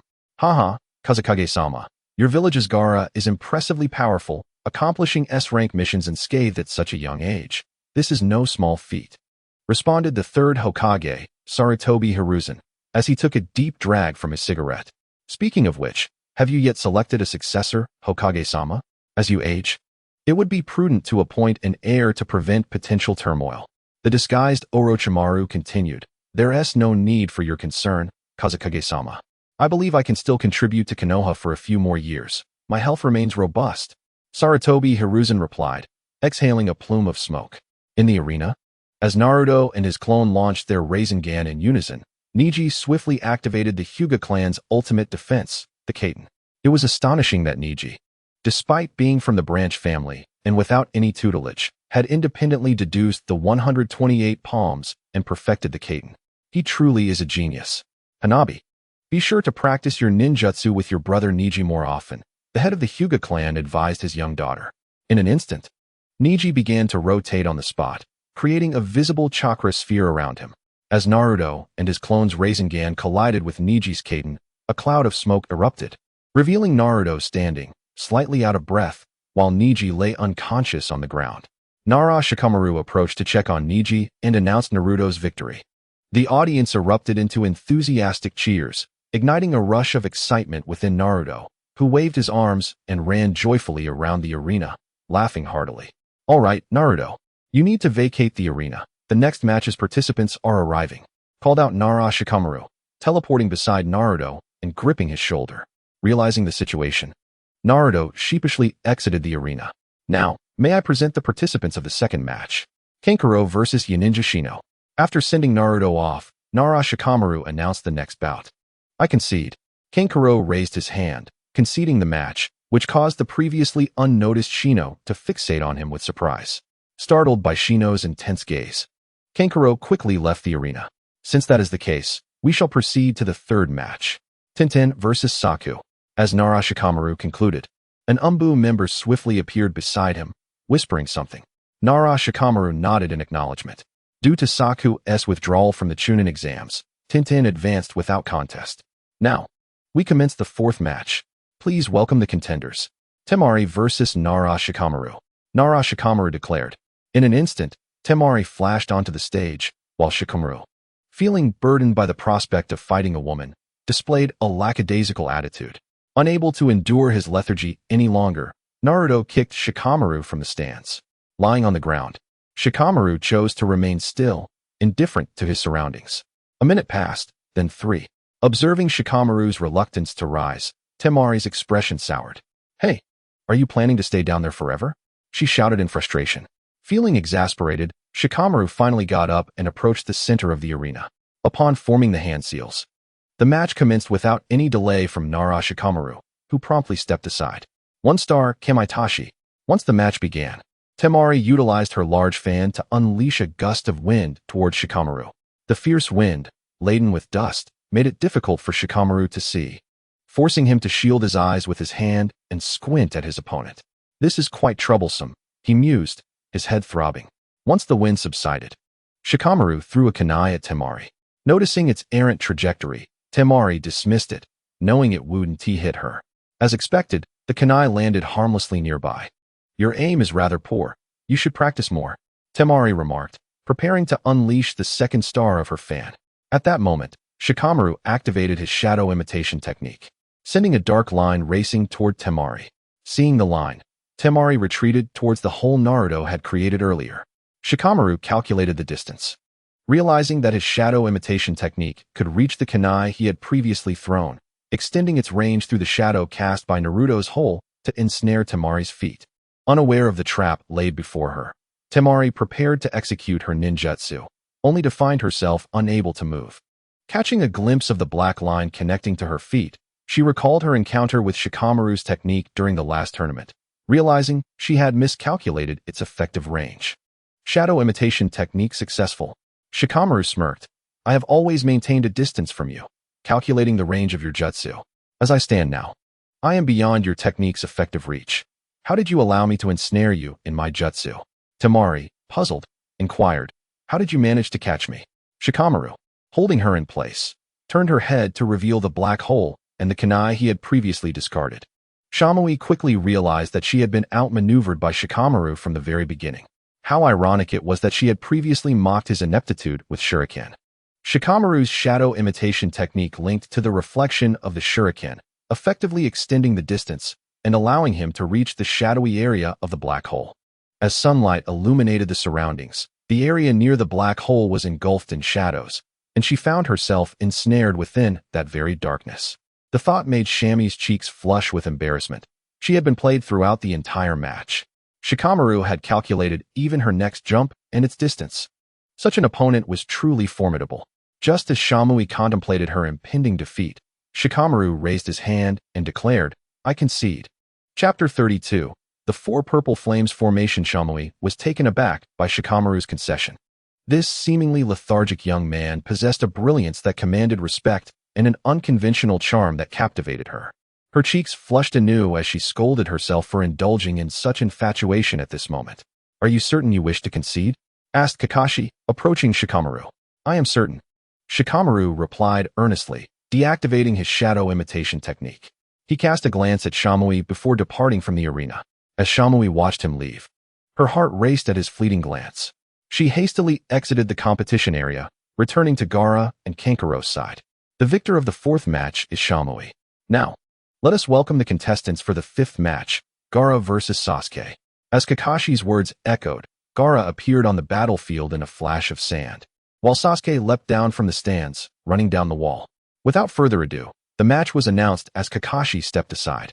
At that moment, Gaara manipulated his sand to form shuriken, launching an attack towards Sasuke. Sasuke deftly defended with his kunai while evading Gaara's onslaught, closing in on him. Upon reaching Gaara, Sasuke emulated Rock Lee, delivering a swift kick to Gaara's chin, sending him airborne. Recalling the previous attack, Gaara's temper flared. Sand binding coffin. A massive hand of sand reached out to grasp Sasuke. Chidori. As the sound of 1,000 birds filled the air, visible sparks of lightning flickered around Sasuke.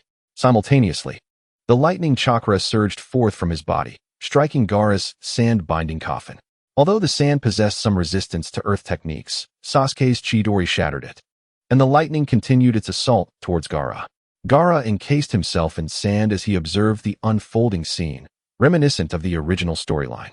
If it were the Sasuke from the original plot, he would have employed Chidori to attack Gaara. However, the distance was too short, and the sand encasing him was insufficient for a decisive blow. Now that Sasuke had mastered the Chidori sharp spear, he could potentially deliver a fatal strike to Gaara, targeting crucial areas such as the heart or brain.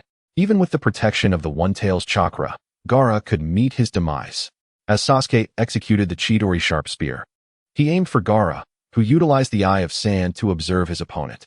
In the face of the spherical sand, he summoned a shield of Shikaku. Sasuke's Chidori sharp spear pierced through the shield and the spherical sand, directly striking Gaara's shoulder. Had Gaara not dodged at a critical moment, it might have penetrated his heart. As Sasuke prepared to deliver a horizontal slice with the Chidori sharp spear to finish Gaara, Gaara invoked the false sleep technique to summon Shikaku. The newly emerged Shikaku swatted away Sasuke's Chidori sharp spear. "Ah, finally out. You must have compelled me to emerge, and for that, I shall take your life." With that, the one-tailed Shikaku struck its abdomen, unleashing a jutsu. Wind release, vacuum sphere. A translucent sphere of wind surged towards Sasuke. Sasuke nimbly evaded and countered with the Chidori sharp spear, severing one of Shikaku's arms. Shikaku let out a pained cry as its limb was abruptly removed. The audience erupted into chaos, and at that moment, feathers began to fall from the sky. One by one, spectators fainted, evidently under the influence of a Jinjutsu. Disguised as the Kazekage, Orochimaru swiftly approached the third Hokage, Sarutobi Hiruzen, seizing him and pressing a kunai against his neck before leaping to the rooftop. Accompanying Orochimaru, the Sound Four positioned themselves at the corners of the rooftop, hastily forming hand signs. 4 purple flames formation. In an instant, a square barrier engulfed in purple flames emerged, encasing Orochimaru and the third Hokage within. Notably, the Sound Four were also shielded by a smaller barrier, allowing them to maintain their chakra output without worry. Lord Kazekage, what is the meaning of this? Are you attempting to incite war between our nations? I implore you to remain calm. Sarutobi Hiruzen remarked with composure. Exhaling a puff of smoke. I have long advised that the third Hokage establish a successor to prevent Konoha from falling into turmoil upon your demise, Orochimaru. Disguised as the Kazekage, continued. Do you truly wish to instigate conflict? Sarutobi Hiruzen pressed, furrowing his brow. Ho ho ho. Sensei, it seems age has dulled your senses. You failed to recognize me. With that, Orochimaru removed the Kazekage's hat, tearing away the illusionary visage created by the transformation technique, revealing his true form. It is you, Orochimaru. So this was your scheme, to annihilate the village and eliminate your former mentor. Sarutobi Hiruzen's expression darkened, his tone revealing his distress. Who knows? Orochimaru yawned, tears streaming from his eyes. He then stabbed his hand with a kunai, blood immediately flowing forth. What? Are you shedding tears at the thought of killing your former teacher? Sarutobi Hiruzen continued, observing the tears in Orochimaru's eyes. Perhaps. I simply revel in the movement of all things. Stagnation leads to decay. Just as a windmill requires wind to turn, I wish to be the wind that sets it in motion. With that, Orochimaru withdrew the kunai from Sarutobi Hiruzen's neck, stepping back a pace and discarding the Kazekage's robe. Sarutobi Hiruzen followed suit, casting aside his Hokage hat and robe to reveal his combat attire. Ho ho ho. It appears that you, too, are always prepared for battle. Orochimaru taunted upon seeing the third Hokage's attire. With that, he unleashed a barrage of shuriken using an A-rank ninjutsu, the multi-shadow clone shuriken technique. As a flurry of shuriken hurtled towards him, Sarutobi Hiruzen swiftly formed hand signs. Tile shuriken. Tiles from the rooftop cascaded down, intercepting Orochimaru's shuriken and dispelling his technique. Without pause, the third Hokage continued forming hand signs, utilizing Earth Release, Earth Flow River to engulf Orochimaru. He followed up with a great fireball technique aimed at Orochimaru.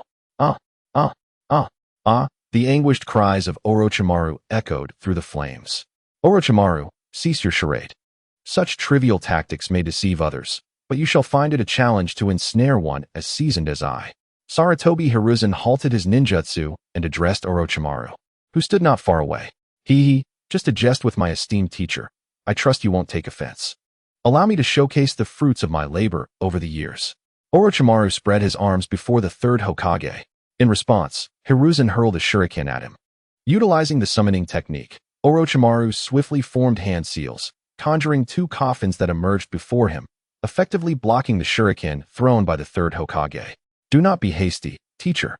Let me introduce you to some old acquaintances. After completing his seals, Orochimaru stood and spoke to Hiruzen. Upon witnessing the two coffins rising from the ground, inscribed with the characters for first and second, Hiruzen realized the implications and hastily formed seals to suppress the third coffin that was about to rise, preventing it from manifesting. Fortunately, I managed to seal the one inscribed with 4, otherwise it would have been troublesome, Hiruzen murmured to himself. At that moment, the upright coffin's lid fell away, revealing the first and second Hokage. They stepped forth, causing Hiruzen to shed tears. Orochimaru, to toy with the dead is to invite dire consequences. The third Hokage expressed his discontent. Hee, that jest hardly amuses me. Orochimaru retorted coldly. Monkeys, I scarcely recognized how aged you have become. The first Hokage, Hashirama Senju, remarked with surprise upon seeing Hiruzen. Brother, we have been summoned back through the impure world reincarnation. The second Hokage, Tobirama Senju, observed their surroundings and spoke to Hashirama. Chapter 33. The slaying of Danzo. While the third Hokage and Orochimaru were embroiled in battle, Kakashi entrusted Yui with the protection of Sasuke and Naruto, but Yui declined, citing the need to safeguard his parents. Kakashi, understanding, suggested that Yui escort his parents to Konoha's shelter, where ninjas would ensure the safety of civilians. He advised that Yui could then join the fight against hostile forces. After considering Kakashi's counsel, Yui departed swiftly, creating 2 shadow clones en route, one to protect his parents and the other to seize the opportunity to peruse the sealing scroll. Yui aimed to learn the Flying Thunder God technique. Previously, after acquiring a strand of hair from Noara Kakashi, he had struggled to perfect the technique, resulting in an incomplete version. Meanwhile, his main body headed directly to Danzo's hideout at the Root headquarters, intent on eliminating the man known as Danzo Shimura, who had previously dispatched numerous Root ninjas to capture him. Had Yui not been powerful enough, the outcome could have been dire. On his way, he encountered 2 Root ninjas sent to scout, whom he controlled with his Sharingan, compelling them to reveal the location of the headquarters before sending them to meet the Sage of 6 Paths. After half an hour, Yui located Danzo's true headquarters outside the village. Upon arriving at a massive tree, Yui smashed it with a single punch, revealing a passageway, and proceeded within. Who goes there? As Yui shattered the entrance, 2 guarding Root ninjas rushed over. They were swiftly dispatched by Yui's Chidori, unable to mount any resistance. Continuing deeper into the hideout, Yui soon entered a grand hall, where he found Danzo seated in the center, issuing orders to a group of Root ninjas. The ninjas, along with Danzo, quickly recognized Yui's presence. You are Yui Hanadu. How did you come to be here? Last time we met, I suffered considerable losses among my elite subordinates. Yet here you are, walking into my lair, Danzo commanded, signaling for his men to seize Yui. Shinra Tensei. Yui activated his Rinnegan. And regardless of whether the Root ninjas attacked him with ninjutsu, shurikens, or taijutsu, they were effortlessly repelled by Yui's gravitational force, with the weaker ninjas meeting their demise. Only a handful remained standing, including Danzo himself. Shinra Tensei. As Danzo, astonished by Yui's prowess, was drawn toward him by a powerful attraction, Yui employed a black rod fashioned from Yin-Yang release, piercing Danzo's heart. He discarded Danzo's body to the ground, anticipating his resurrection via Izanagi. Yui was well aware of Danzo's tactics. Danzo, lying on the ground, prepared to ambush Yui the moment he revived, but Yui denied him that opportunity. As Danzo reappeared, he remarked, "Your abilities are quite unique. Might you enlighten me on their nature, particularly your eyes? If I am not mistaken, they are the Rinnegan." Yui had no intention of engaging in idle chatter with Danzo. He sought to eliminate him swiftly and return to safeguard his parents. Thus, he thrust his Chidori directly through Danzo's heart. Once again, Danzo found himself enraged, particularly by Yui's cold gaze, which conveyed utter disdain. Reviving once more, he barely managed to evade Yui's lethal Chidori, narrowly escaping a fatal blow. Wind release, vacuum sphere. Danzo hastily formed seals and unleashed a wind-based ninjutsu toward Yui. Unperturbed, Yui chose not to evade. Sealing technique, absorption. Yui absorbed Danzo's wind ninjutsu, then drew him closer, once again impaling Danzo's heart with a black rod. This repeated cycle of death and resurrection left Danzo seething with frustration as his ninjutsu proved ineffective against Yui. With even the chakra expended on his techniques falling prey to absorption. Desperate for a solution, Danzo resorted to summoning the Dream Eater. However, Yui countered with a colossal fireball, sending it back.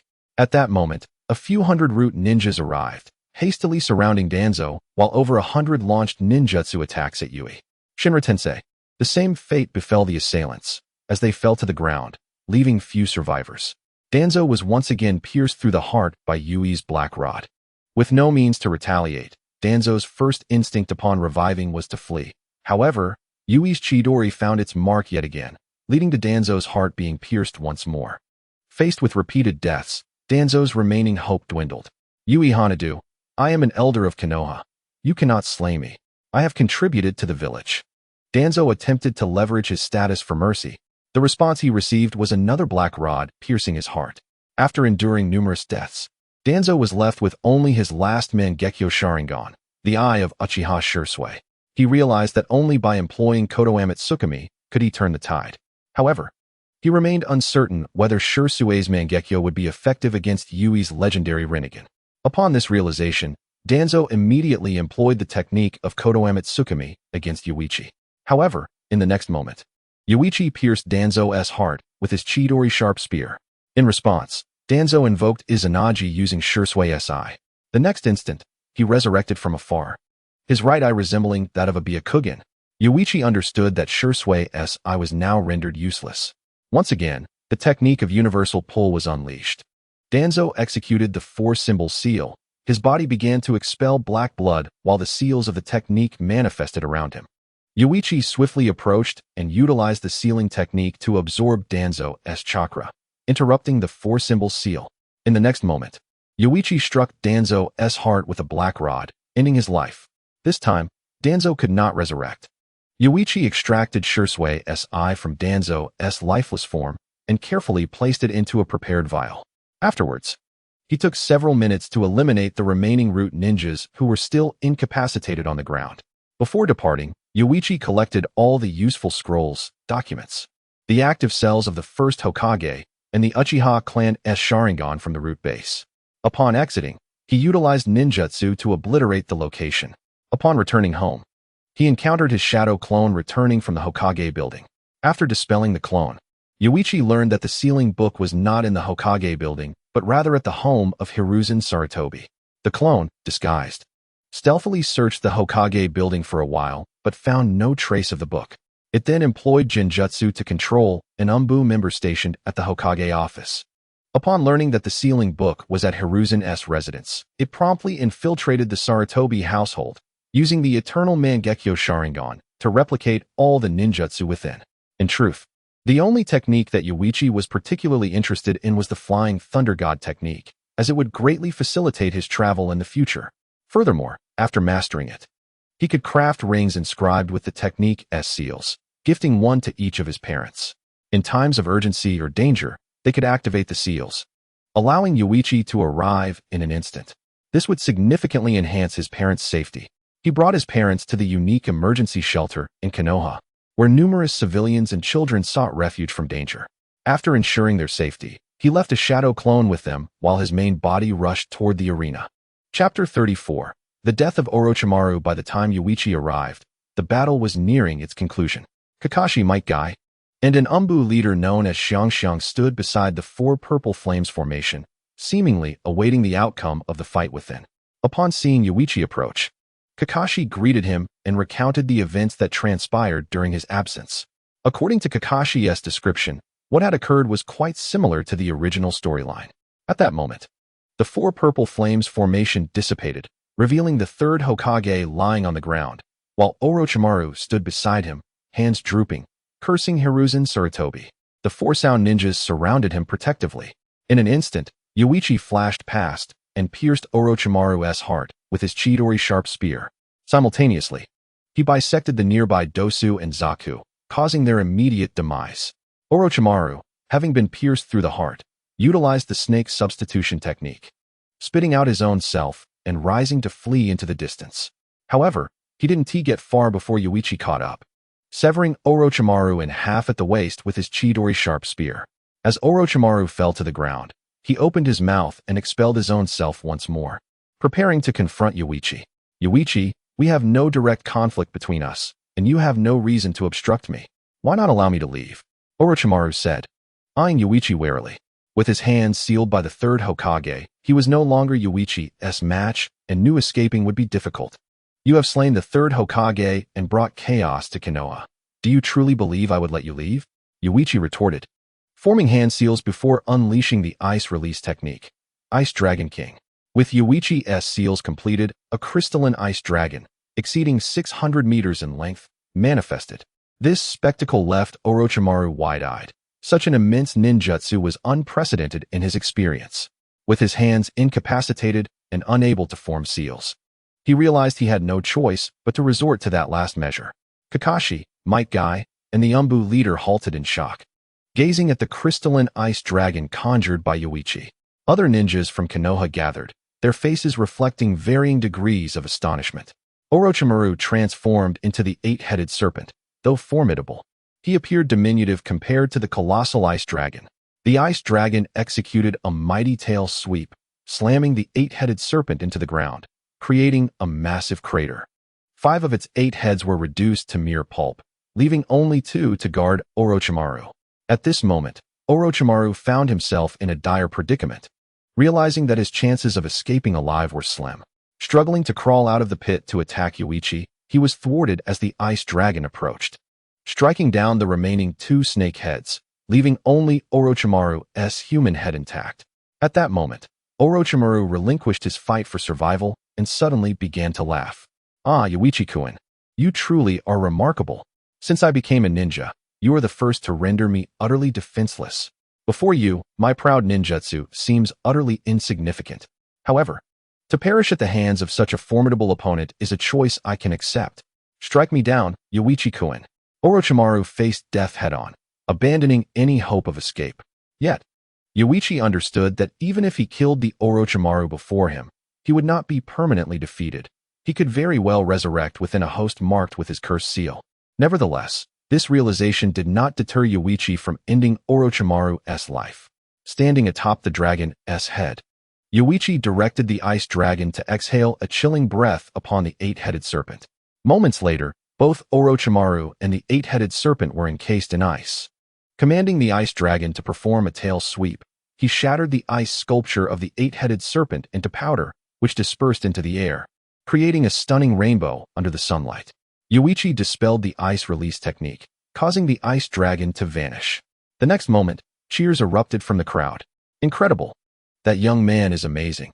He has slain Orochimaru. Truly remarkable, exclaimed one onlooker, with nearby ninjas chiming in their agreement. At that moment, Kakashi and Might Guy approached. Yuichi, are you unscathed? I never expected your ice release to be so powerful. Today has truly opened my eyes. Kakashi earnestly expressed. Haha, this is youth. Young man, you are extraordinary. Might Guy exclaimed, giving a thumbs up, his gleaming white teeth reflecting in the sun. Yuichi-kun, thank you for avenging the Hokage. You are a hero of Konoha, truly remarkable. Xiang also marveled at Yuichi's strength. Yet, Yuichi knew not to celebrate too soon. Orochimaru would not perish so easily. Do not rejoice prematurely. Orochimaru is not so easily vanquished. What has died is merely one of his many embodiments. Yuichi warned Kakashi and the others. One of the entities. Lu-E, do you imply that Orochimaru possesses other incarnations? Kakashi inquired of Lu-E. Kakashi-sensei, you should be aware that Orochimaru has a cursed seal he enjoys implanting on the necks of others. Senior Hongdo was subjected to one of Orochimaru's cursed seals on her neck. When this seal is placed, Orochimaru infuses a portion of his own soul into it, allowing him to resurrect from within once the right moment arises. However, there exists a period of vulnerability. After enduring this phase, Orochimaru regains his full strength. Upon hearing Lu Yi's elucidation, Kakashi and his companions grasped the formidable nature of Orochimaru. His ability to preserve his life is indeed remarkable. It is astonishing to realize that Orochimaru is so troublesome, and that Hongdo's cursed seal possesses such an effect. It seems necessary to inform the incoming Hokage. Kakashi murmured to himself. Lu-E, if what you say holds true, Orochimaru would not implant an excessive number of cursed seals imbued with his own soul. After all, Excessive soul consumption would adversely affect Orochimaru's power. Therefore, conservatively estimating, he may have implanted 2 or 3 such soul-infused curse seals. Kakashi suddenly remarked to Louis. I concur with Kakashi's assertion. Otherwise, possessing 10 or 8 such cursed seals would render Orochimaru truly terrifying. He could not be killed. The leader of the Umbu chimed in. Now is not the time to continue discussing Orochimaru. First, let us secure the body of the Hokage and convene all the Jonin for a meeting. While also recalling the ninjas currently on missions and notifying the elders and Jiraiya-sama to deliberate on how to address the ninjas from Sunagakure, Kakashi directed towards the Umbu leader. I will inform the elders and Jiraiya-sama. Kakashi, you take care of retrieving the Hokage's body, the Umbu leader said before vanishing in a puff of smoke. Louis. For now, you have no assigned tasks, so remain by my side, Kakashi instructed Louis. Afterward, he sent Might Guy to notify the clan leaders of the ninja village to attend the meeting. Louis accompanied Kakashi back to the location of the deceased third Hokage. Hiruzen Sarutobi, where several Umbu members were guarding the body, covered by a black cloth. Upon Kakashi's arrival, one of the Umbu stepped aside. Kakashi-sensei, has Orochimaru been killed? The Umbu asked. It's Tenzo. Orochimaru was slain by my disciple. Consider it revenge for the Hokage. Kakashi replied. Hearing Kakashi's words, Louis recognized him as the future Captain Yamato, the only would-release user in Konohagakure at present. I am here to retrieve the Hokage's body. A Jonin meeting will be held shortly in the Hokage Hall. Tenzo, you will also attend. Kakashi stated. First, let us transport the Hokage's body to the Hokage Hall. And after the meeting concludes, we shall lay him to rest. The funeral will be held tomorrow, he added, directing his gaze toward Louis. Louis, you will accompany me to the meeting. Chapter 35. Becoming a Jonin. When Kakashi, along with Louis and the body of the third Hokage, arrived at the Hokage Hall, a multitude had already gathered there. Upon seeing Kakashi, they parted to create a path. Kakashi instructed several Umbu to place the body of Hiruzen Sarutobi into the prepared coffin. At that moment, Tsunade and Mito Minji approached, gazing at Sarutobi in solemn silence, tears silently cascading down their cheeks. They had shared a life together for many years, growing up side by side, and the sudden loss of a companion, despite witnessing countless deaths over the years, moved the two elders to tears. Although witnessing the tears of the two elders, Louis remained indifferent to them. Their lives were spared, which he deemed fortunate. These two had committed numerous wrongdoings in Konohagakure. While not as detestable as Danzo, nor as revolting as the third Hokage, they were still far from virtuous. Louis's perception of them would not waver due to a few tears. After a while, the two ceased their weeping and returned to their seats, leaving 2 empty spots where Danzo and the third Hokage would typically sit during meetings. Now, those seats stood vacant. What is the status of the Umbu sent to notify Danzo? Why have they not returned? Such a monumental event has occurred, and Danzo has yet to show himself. Tsunade began to seethe with frustration. Faced with her ire, the assembled Jonin remained silent, leaving Tsunade at a loss for how to express her anger. Mito Minji offered a few words of comfort, helping to temper her fury. Just then, the Umbu dispatched to inform Danzo returned, approaching Tsunade and speaking in hushed tones. What? The root organization established by Danzo has been destroyed? Not a single person remains, and Danzo has vanished? Upon hearing the Umbu's whispered report, Tsunade suddenly raised her voice. As Tsunade's words echoed through the hall, the Jonin began to murmur among themselves, clearly astonished that Danzo's root had inexplicably vanished without a trace, along with Danzo himself. This led them to speculate that Danzo and the ninjas of the root had likely met with disaster, possibly meeting their demise. Naturally, they would not voice these thoughts openly. Many Jonin harbored ill feelings toward Danzo, and several clan leaders despised him to the core. Unbeknownst to them, Danzo had secretly taken many of their clansmen, leading them to believe they had perished in battle. Who would have imagined that Danzo had clandestinely abducted them, subjected them to brainwashing, and transformed them into soulless beings who followed only his orders? They possessed no emotions, no hobbies, no companions, and would readily turn against their clan members, even their own leaders, at Danzo's command. Thus, it was arduous for Danzo to gain the acceptance of these Jonin. Tsunade and Mito Minji were aware of the Jonin's hushed discussions and their disdain for Danzo. However, with the deaths of 2 members of the Konoha F4, they felt a sense of unease, fearing that they too might meet a similar fate. The atmosphere grew increasingly tense, and as time passed, Jiraiya appeared, accompanied by Nara Shikaku. Akimichi Choza, Yamanaka Inoichi, Hyuga Hizashi, Yono Shizune, and Inazuka Utsum, along with various other clan leaders. Since Jiraiya has arrived, you shall preside over this meeting. Tsunade addressed Jiraiya as he approached. With two esteemed teachers present, how could I, as a junior, take the helm of this meeting? Jiraiya humbly declined. Tsunade and Mito Menji understood that Jiraiya was merely extending them courtesy, as neither of them had ever taught him. In that case, let Shikaka speak. Should we eliminate the remaining ninjas from Sunagakure? With the death of their Kazekage and the capture of their Jinchuriki, slaying them now would leave Sunagakure without leadership. Tsunade's voice resonated from above. I am opposed to this course of action. Firstly, eliminating this group of ninjas from Sunagakure and subsequently killing the Jinchuriki would only incite a relentless conflict between Sunagakure and us. With the recent demise of the Kazekage and our own loss of the Hokage, both villages find themselves in a state of vulnerability. Should we release the ninjas from Sunagakure along with their Jinchuriki in exchange for much-needed resources, I believe they would be quite amenable to such a trade. They require time to develop. Rather than accumulating enemies, it would be more prudent to cultivate allies. Our own village, Konoha, also needs time. At present, the priority lies in laying our Hokage to rest and selecting the fifth Hokage. I would like to propose Jiraiya as the fifth Hokage. After Nara Shikaku expressed his opinion, he turned to Jiraiya, who sat nearby. I too support Jiraiya as the fifth Hokage. If you agree, please raise your hands. Suddenly suggested Uzumaki Konohamaru. Instantly, a significant majority of the assembly raised their hands in favor of Jiraiya ascending to the position of fifth Hokage. Given the overwhelming support for Jiraiya, we shall inform the daimyo of the Land of Fire in due course, stated Mito Gaiden. I will not assume the role of Hokage. There is someone more suited for the position, Jiraiya countered. Who? Who could possibly be more fitting than you for the title of fifth Hokage? Inquired Uzumaki Konohamaru eagerly. There is indeed such a person. She is more suited than I. She is Tsunade, the granddaughter of the first Hokage. Jiraiya replied with excitement. It is her. I have no objections to her, but do you know where she is? Will she return to take on the role of fifth Hokage? Are you confident in this, Jiraiya? Konohamaru pressed. I know where Tsunade is.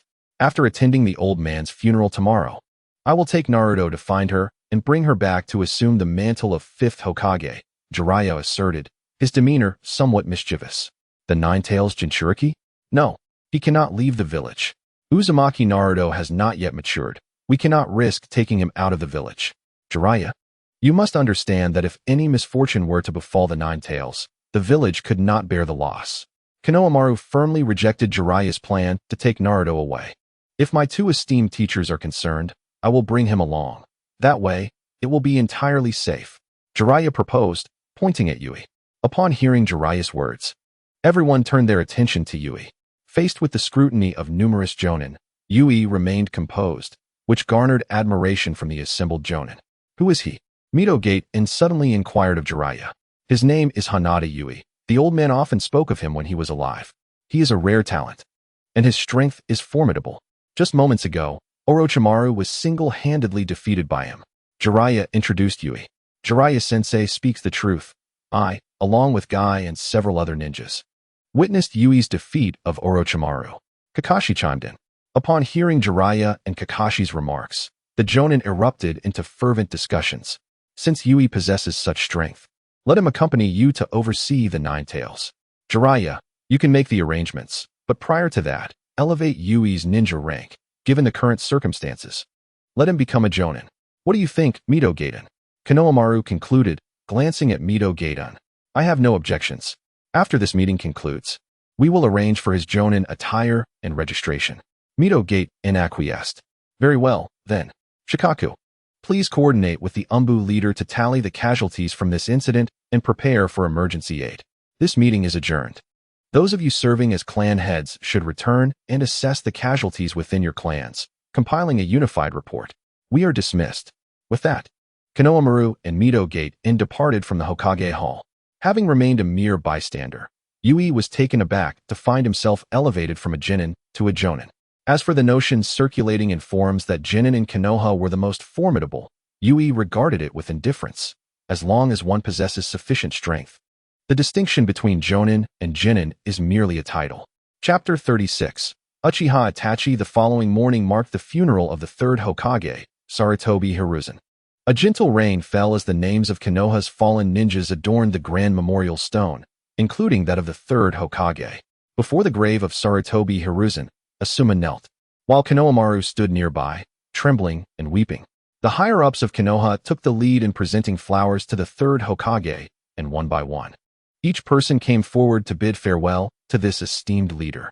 Naruto and Sasuke were also present, and once Yui had paid his respects, he departed. On the journey home, Yui could distinctly sense the village steeped in sorrow. The passers-by appeared listless, with most donning black garments. Throughout this day, the populace would wear black in mourning.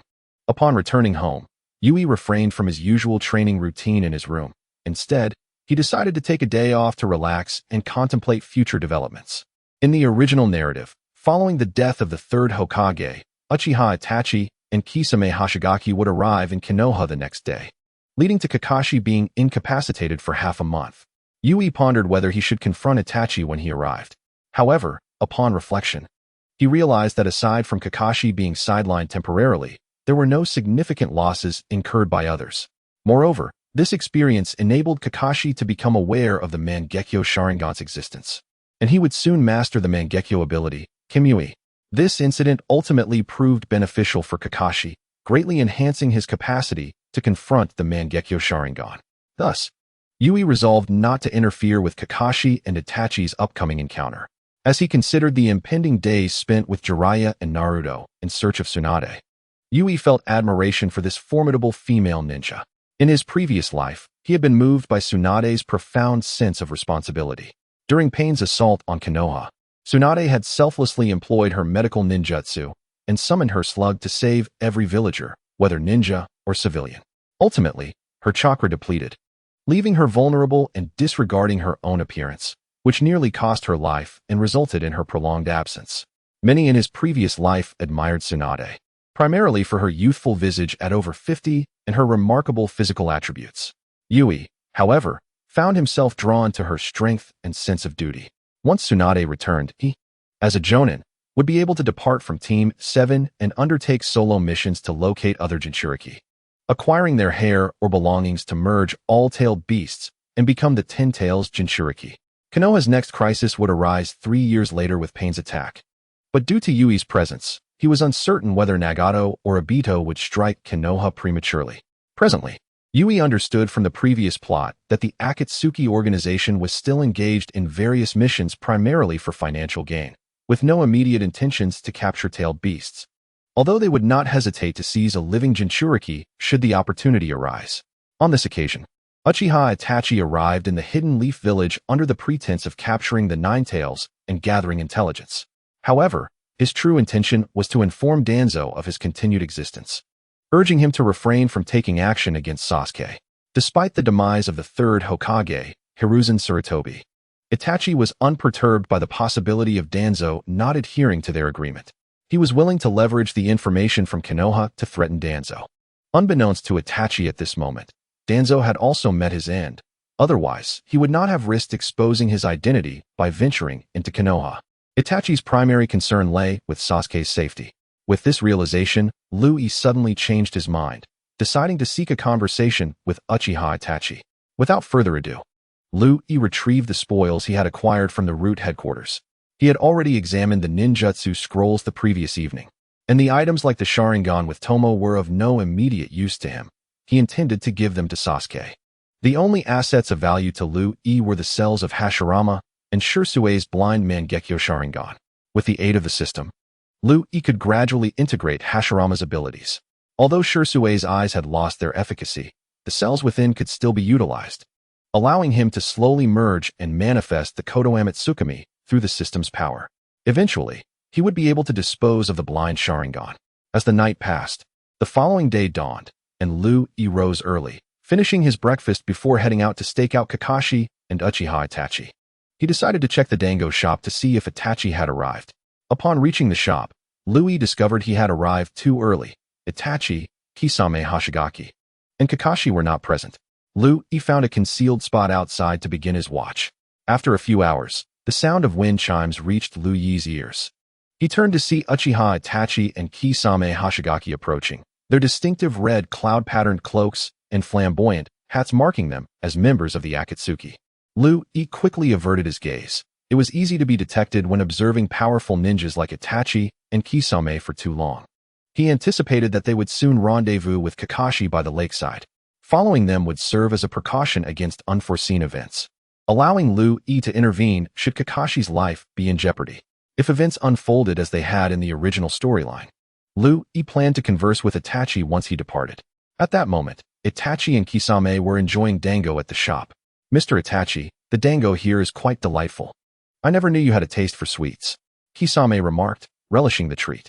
After finishing a skewer of dango, Itachi paused to place money on the table. "Kisame, it's time for us to leave." Itachi had sensed Kakashi watching them. After settling the bill, Itachi and Kisame navigated the streets of Konoha, arriving at the lakeside a few minutes later, where they awaited Kakashi's arrival. "Mr. Itachi, I quite like this battlefield you've chosen. The lake allows me to fully utilize my water release techniques," Kisame said, hefting his sword, Samahata, while eyeing Itachi. In the next moment, 3 figures appeared before Itachi. "You two do not belong to the Hidden Leaf Village, do you? What brings you here?" Kakashi, Asuma, and Kurenai, unable to discern Itachi's identity due to his hat, inquired. Removing his hat, Itachi calmly addressed them. "Captain Kakashi, Miss Kurenai, Mr. Asuma. Long time no see." Kakashi and his companions recognized Itachi, the rogue ninja from Konoha. "So it is you, Itachi. State your purpose for coming to the Hidden Leaf." With that, Kakashi lifted his forehead protector, revealing his Sharingan. "Kurenai, Asuma, quickly close your eyes. Only I, possessing the Sharingan, can confront another Sharingan," Kakashi instructed them. Upon hearing this, Kurenai and Asuma promptly shut their eyes. Meanwhile, Kisame felt a bit awkward. "Are you all unable to see me? I'm an S-rank rogue ninja, yet I'm being ignored?" As he prepared to introduce himself, Asuma interrupted. "I know you. You are the rogue ninja from the mist, Kisame Hoshigaki." "Kisame, is it polite to interrupt someone's introduction like that?" Kisame, wielding Samahata, aimed to strike at Asuma, wishing to teach him a lesson about the rudeness of interrupting others. "Very well, then let me test your strength." Chapter 37. The Battle with His Eyes Closed. Asuma relied on sound to discern the incoming strike from Samahata. He quickly raised his kunai to defend himself. The clash echoed as the sword met his weapon. But Asuma felt his chakra being siphoned away by the blade. As he attempted to retreat, he was grazed by the blade's edge, causing blood to flow from his wound. Retreating a distance, he became cautious, acutely aware of his injury. Samahata is not merely for slashing. Its best use is to cut. Once struck, the sensation is rather unpleasant, Kisame taunted, continuing his assault on Asuma. Meanwhile, Kakashi exchanged water dragon techniques with Itachi, neither gaining the upper hand. Kurenai, with her eyes closed, could not assist, remaining vigilant of their surroundings. After their techniques collided, Kakashi observed Itachi's Sharingan spinning rapidly before transforming into a shuriken shape, causing his expression to shift. This form was unfamiliar. The situation was becoming dire. In the next instant, Kakashi found himself ensnared within Itachi's Tsukuyomi Jinjutsu. Realizing he was trapped, he attempted to counter the illusion with his Sharingan. After several attempts, he remained bound to a crucifix, suspended in a gray realm beneath a blood moon. "This is the Tsukuyomi space. Here, time and quality are under my control. Kakashi, for the next 72 hours, I will repeatedly pierce your heart, while only a second will pass outside." With that, Itachi approached Kakashi, plunging his sword into his heart. Real pain radiated from Kakashi's chest, causing cold sweat to bead on his forehead. The agony forced a cry from him. This torment repeated until the 72 hours elapsed, at which point Kakashi returned to the real world, collapsing into unconsciousness upon closing his eyes. "Kakashi, are you alright?" Kurenai, unable to see, grew anxious upon hearing Kakashi's cry and sensed the silence that followed. Just then, a green figure dashed past, delivering a kick that sent Kisame, who was attacking Asuma, flying. The figure positioned itself protectively in front of Kakashi, ready to guard against further assaults from Itachi.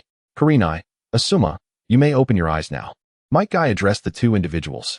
Kakashi mentioned that only the Sharingan could meet the gaze of another Sharingan, suggesting they close their eyes. Yugao complied, closing her eyes in response. "You know, I frequently challenge Kakashi. When faced with his Sharingan, I have a little trick. Simply avoid looking into his eyes, Might Guy continued. How can one fight without looking at their opponent's eyes? Yugao retorted. Just pay attention to your opponent's feet. Rest assured, you may open your eyes now, Might Guy concluded, lifting Kakashi onto his shoulder. As Asuma and Yugao opened their eyes, they admitted that fighting with closed eyes felt quite unnatural. Asuma, still with a cigarette in his mouth, remarked, now we can truly engage in battle, Kisame. Asuma took a deep drag of his cigarette, eyeing the airborne Kisame, who had just been kicked back towards Itachi Uchiha. Heh, if you're eager for a fight, I'm always ready, Kisame declared, preparing to unleash his jutsu while slinging his sword, Samahata, on his back. Kisame, your jutsu creates too much commotion and will attract unwanted attention. Leave it to me, Itachi advised him. It's up to me.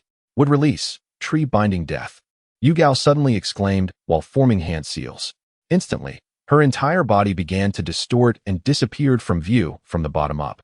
Meanwhile, Itachi, with his calm three-tomo Sharingan, observed as branches emerged from behind him, ensnaring him, followed by the formation of a large tree. Itachi lifted his gaze. Spotting a head emerging from within the tree, it was Yugao, wielding a kunai. It's over, Yugao declared, preparing to stab Itachi with her kunai, only to find herself unable to move. This level of Jinjutsu is ineffective against me, Itachi proclaimed. The scene shifted, revealing Itachi bound to the tree instead. At that moment, Yugao realized her Jinjutsu had been reflected back at her. As Itachi prepared to attack her, he paused and then abandoned the idea, swiftly moving to Kisame's side. Kisame, we need to leave immediately. Although Kisame was somewhat perplexed, he said nothing and followed Itachi away.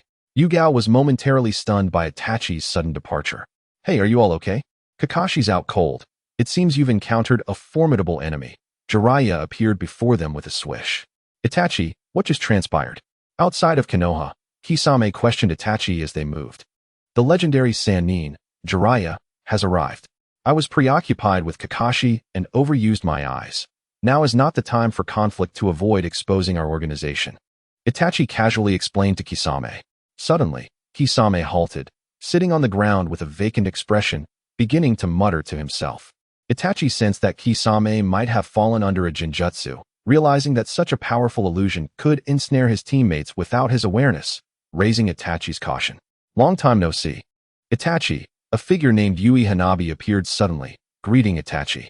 You are Yui Hanabi, Itachi remarked, surprised to encounter Sasuke's companion here. It was evident that Yui had come specifically for him, though his intentions remained unclear. Yui, acknowledging Itachi's recognition, found it natural given Itachi's affection for his brother Sasuke, making it reasonable for him to be aware of Sasuke's friends and allies. It has been over 5 years since our last encounter, Yui reminisced. Our last encounter? Itachi paused, struggling to recall when he had battled Yui. Over 5 years ago on the night of the Uchiha massacre, I faced you and your clan, Yui replied, gazing at Itachi. Ah, so it is you. Now, will you send Kisame away to either fight me or discuss something? Itachi inquired, his expression impassive. Heh, let me test the gap between us now compared to 5 years ago, and see if it is as insurmountable as before, allowing me to escape without a fight. Yui stated before unleashing fire release, great fireball technique, conjuring a towering wall of flames extending 150 meters in length and 100 meters in height, hurtling towards Itachi. Faced with such a formidable fire release, a grave expression settled on Itachi's face, understanding that ordinary jutsu would not suffice against the scale of this fire. He activated his Mangekyo Sharingan, utilizing Amaterasu to create an opening through the flames and stepped through it. Directly confronting Yui, he employed Tsukuyomi, only to be surprised that his usually effective Jinjutsu had no effect on Yui. Ceasing his use of Tsukuyomi, Itachi launched a fireball jutsu, which Yui countered with ice release, freezing it and shattering it with a single punch, maintaining a calm demeanor as he regarded Itachi. This is the person who once intimidated me 5 years ago. If your strength is only this, I will find it quite dull. I will return with Sasuke in 3 years, but I won't let Sasuke kill you. Nor will I allow you to die before him, Yui stated coolly while observing the bloodied Itachi. The power of the Uchiha clan is not something to be underestimated. Susanoo. Itachi activated a semi-formed skeletal version of Susanoo, launching a punch at Yui. In response, Yui swiftly formed hand seals. Ice release. Ice crystal giant. As Yui's declaration echoed, a towering ice giant, standing 100 meters tall, emerged, bracing against the punch of Susanoo without sustaining any damage. Yui stood atop the head of the ice giant, peering through the transparent ice to the outside, commanding the giant to condense an 80-meter-long ice blade in its hand, which he then used to slice Susanoo in half. Yui narrowly avoided Itachi within, for had that strike connected, Itachi would have met his end at the hands of his father, Fugaku Uchiha. Reveal all your abilities. I wish to witness how formidable the Uchiha clan's genius truly is, Yui remarked, looking at the bleeding Itachi. Chapter 38. Departure. Itachi, undeterred by Yui's taunts, intensified his ocular power and chakra, manifesting a fully formed Susanoo. He wielded the Tensigen, striking towards Yui's ice giant. A radiant barrier surged toward Yui's position. And recognizing that this was a sealing attack rather than a lethal one, Yui prepared a defensive ice shield with the giant's left hand, blocking the light. He then slashed at Susanoo again, breaking it apart, which Itachi restored with chakra and ocular power. At this moment, blood began to flow from Itachi's left eye. As he faced Yui, who was of a similar age to Sasuke, Itachi was astonished by Yui's overwhelming strength. Realizing that after just 2 jutsu, 1 fire and 1 ice, he had been reduced to a state of exhaustion, having previously spared him twice. For Uchiha Itachi, this was indeed a source of humiliation. Throughout his life, he had never known defeat. Regardless of his opponents, he always managed to retreat unscathed. However, upon encountering Hanato Yuichi, he experienced an overwhelming sense of helplessness. Itachi pondered whether Yuichi would choose to end his life, considering that he was an S-rank rogue ninja from Konoha. For someone of Yuichi's youth, the opportunity to slay him could serve as a means to gain fame and fortune. Although Itachi did not fear death, he refused to perish here. He wished to die at the hands of Sasuke, after Sasuke had awakened his Mangekyo Sharingan, allowing his eyes to become the nourishment for Sasuke's evolution into the eternal Mangekyo Sharingan. His vision began to blur as he continued to employ Susanoo to attack Yuichi. Yet, his semi-formed Susanoo, standing at a mere 60 meters, paled in comparison to the towering ice giant before him, rendering him utterly outmatched. Had Yuichi not feared accidentally killing Itachi and causing Sasuke to lose his mind, he would have ended the battle long ago. So, do you wish to continue fighting? Yuichi inquired, observing Itachi, who was coughing up blood. It seems you are not here to kill me. May I ask why? Itachi retracted his Susanoo and closed his Mangekyo Sharingan, collapsing onto the ground. Yuichi swiftly appeared beside him, dispelling the ice release technique and assisting Itachi to his feet, only to find that Itachi had already succumbed to unconsciousness. Utilizing the healing palm technique, Yuichi began to treat Itachi. Through their contact, he realized that Itachi's body was on the brink of collapse, especially after this battle, which had only exacerbated his condition. After addressing Itachi's superficial injuries, Yuichi employed the chakra of the yang release to mend Itachi's internal afflictions, while simultaneously using wood release chakra to restore his overexerted ocular power. This was to ensure that Itachi would not perish or lose his sight before Sasuke could find him, thus repaying the favor to the Uchiha clan. After dedicating half an hour, Yuichi restored Itachi's ocular power to its peak condition, resulting in a slight enhancement of Itachi's overall strength. Upon awakening Itachi, he displayed no fierce reaction. Instead, he gazed at Yuichi, seemingly eager to understand the reason behind his assistance. As he regained consciousness, Itachi felt an unprecedented lightness in his body, and the lingering effects of years of utilizing the Mangekyo Sharingan had been alleviated. Itachi, being no fool but rather a highly intelligent ninja, quickly deduced that it was Yuichi who had healed him, and thus he fixed his gaze intently upon Yuichi, seeking an explanation for his kindness. "Do not look at me like that," Yuichi replied. "I would rather not have my dear brother, Sasuke, discover that you have perished or lost your sight while seeking vengeance. Such a fate is not something either Sasuke or I wish to witness. Moreover, my primary purpose in meeting you today was to gauge the disparity in our strengths. To my surprise, your prowess is not as formidable as I had anticipated. Now, I must take my leave." With that, Yuichi executed a body flicker technique and vanished from sight.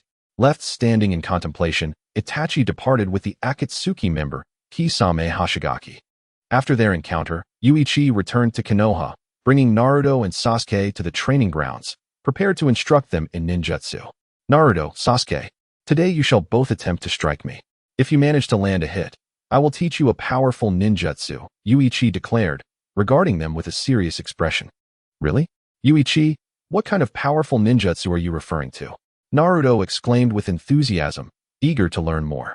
Naruto, if you can hit me, I will teach you a defensive ninjutsu that is simple to master, yet capable of easily withstanding S-rank ninjutsu attacks. So, are you interested? Yuichi replied, observing Naruto's curious demeanor. Then tell me what this ninjutsu is. Naruto pressed eagerly. Knowing the name is pointless unless you can strike me, Yuichi countered, refusing to divulge the name of the technique just yet. Sasuke, if you can hit me, I can teach you the Great Fire Annihilation technique, along with a shortcut to mastering it. What do you think? Are you interested? Yuichi proposed, directing his attention to the composed Sasuke nearby. At the mention of the technique, Sasuke's breath quickened. He had coveted this jutsu since witnessing Yuichi's use of it. Although he was not yet proficient in it, he recognized it as a B-rank technique from his clan, and in Yuichi's hands, it exhibited the power of an S-rank jutsu. If he could learn it, it might prove instrumental against Itachi. Is it true, Yuichi? If I can hit you, you will teach me this jutsu? Sasuke asked eagerly. Indeed. As long as you both manage to strike me, I will impart a formidable ninjutsu to you, Yuichi affirmed. Naruto, let us collaborate effectively until we can land a hit on Yuichi. This way, you'll receive a defensive ninjutsu while I obtain an offensive one, Sasuke suggested. Moving closer to Naruto. I'm only cooperating because of the defensive ninjutsu, Naruto retorted, casting a glance at Sasuke. Alright, I understand. Naruto, you utilize the shadow clone technique to provide me cover while I seek an opportunity to strike Yuichi, and then I will return the favor, allowing you a chance to hit him as well, Sasuke proposed. Okay, I'm going in. Multiple shadow clone jutsu.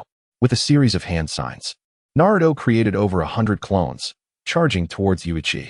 Facing the onslaught of Naruto's clones, Yuichi unleashed the Great Fireball technique, a colossal fireball with a 50-meter diameter, incinerating the majority of the clones. The remaining clones were swiftly obliterated by Yuichi's wind release, vacuum sphere. Seeing that most of his clones had been destroyed, Naruto summoned another 100 clones, continuing his assault on Yuichi. However, Yuichi employed the Chidori Sharp Spear to slice through each of Naruto's shadow clones effortlessly.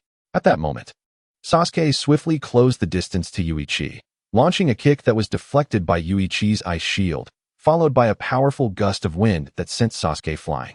Once again, Naruto created another 100 clones, rushing towards Yuichi, who raised his hands with 10 fingers pointed upward, manifesting 10 miniaturized Raisengans, which he hurled at Naruto's clones.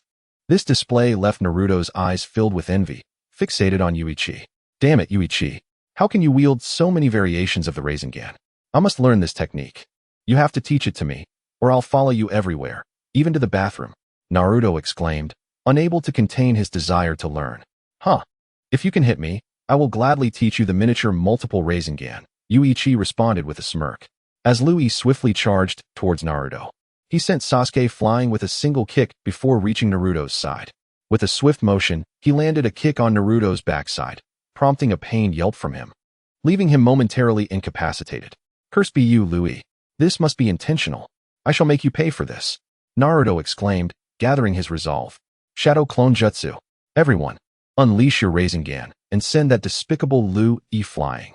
In one breath, Naruto created 200 clones, all launching their Rasengan towards Louis in a synchronized assault. Even Sasuke, who had been poised to attack, paused to witness the spectacle of 200 Narutos in action. In response to the onslaught of clones, Louis began forming hand seals, conjuring an icy Gatling gun. He unleashed a barrage of ice bullets upon the clones, firing at an astounding rate of 6,000 bullets per minute. The mechanical cacophony filled the air as the ice projectiles rained down, and within mere seconds, all but one clone were obliterated, leaving Naruto's original self standing there, frozen in place. Naruto, isn't my ninjutsu impressive? Louis teased, noticing Naruto's bewilderment. What's so remarkable about it? I will become stronger, even more formidable than you. Just you wait, I shall surpass you, Naruto retorted defiantly, his determination shining through.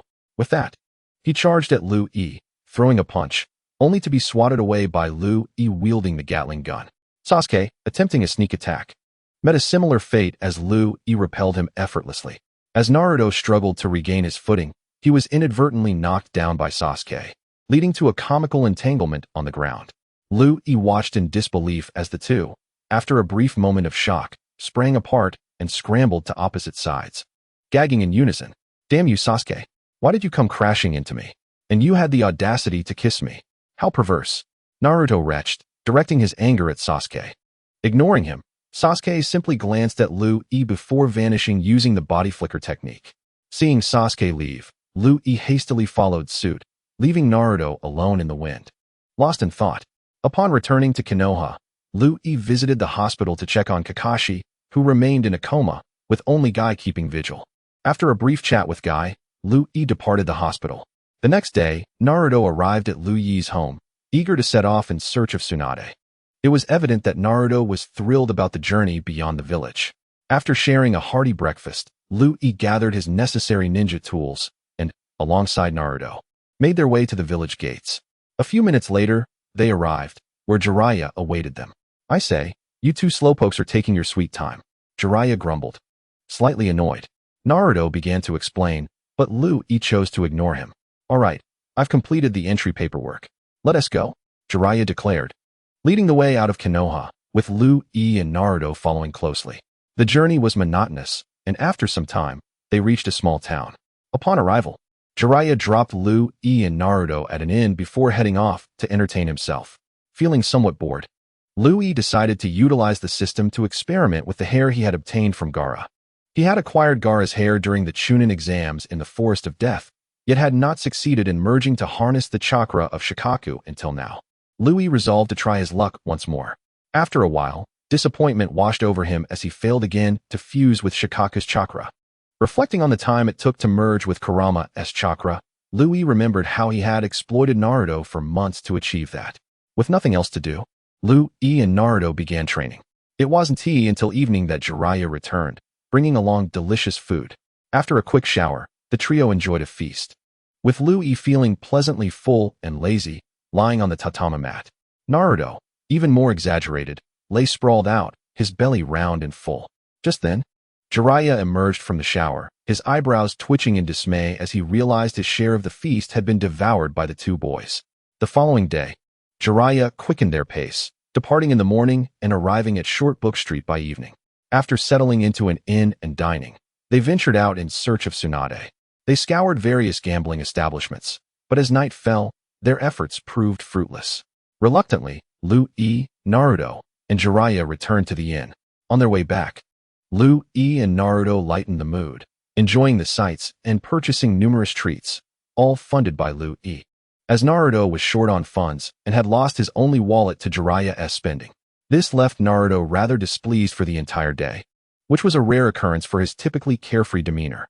Upon returning to the inn, they devoured the snacks they had bought, and after freshening up, they retired for the night. As dawn broke, they had breakfast before Jiraiya once again whisked Liu Yi and Naruto back to the casinos in search of Tsunade. They continued their search through various establishments, but by noon, still no sign of their target. Stopping at a restaurant, the trio each ordered their favorite dishes and shared a simple lunch, engaging in light conversation afterward. As the search resumed, hope began to wane. It seemed as if they might have to consider searching in another town, suspecting that Tsunade may have already left Short Book Street. As time slipped away, evening approached, and the trio found themselves still without leads.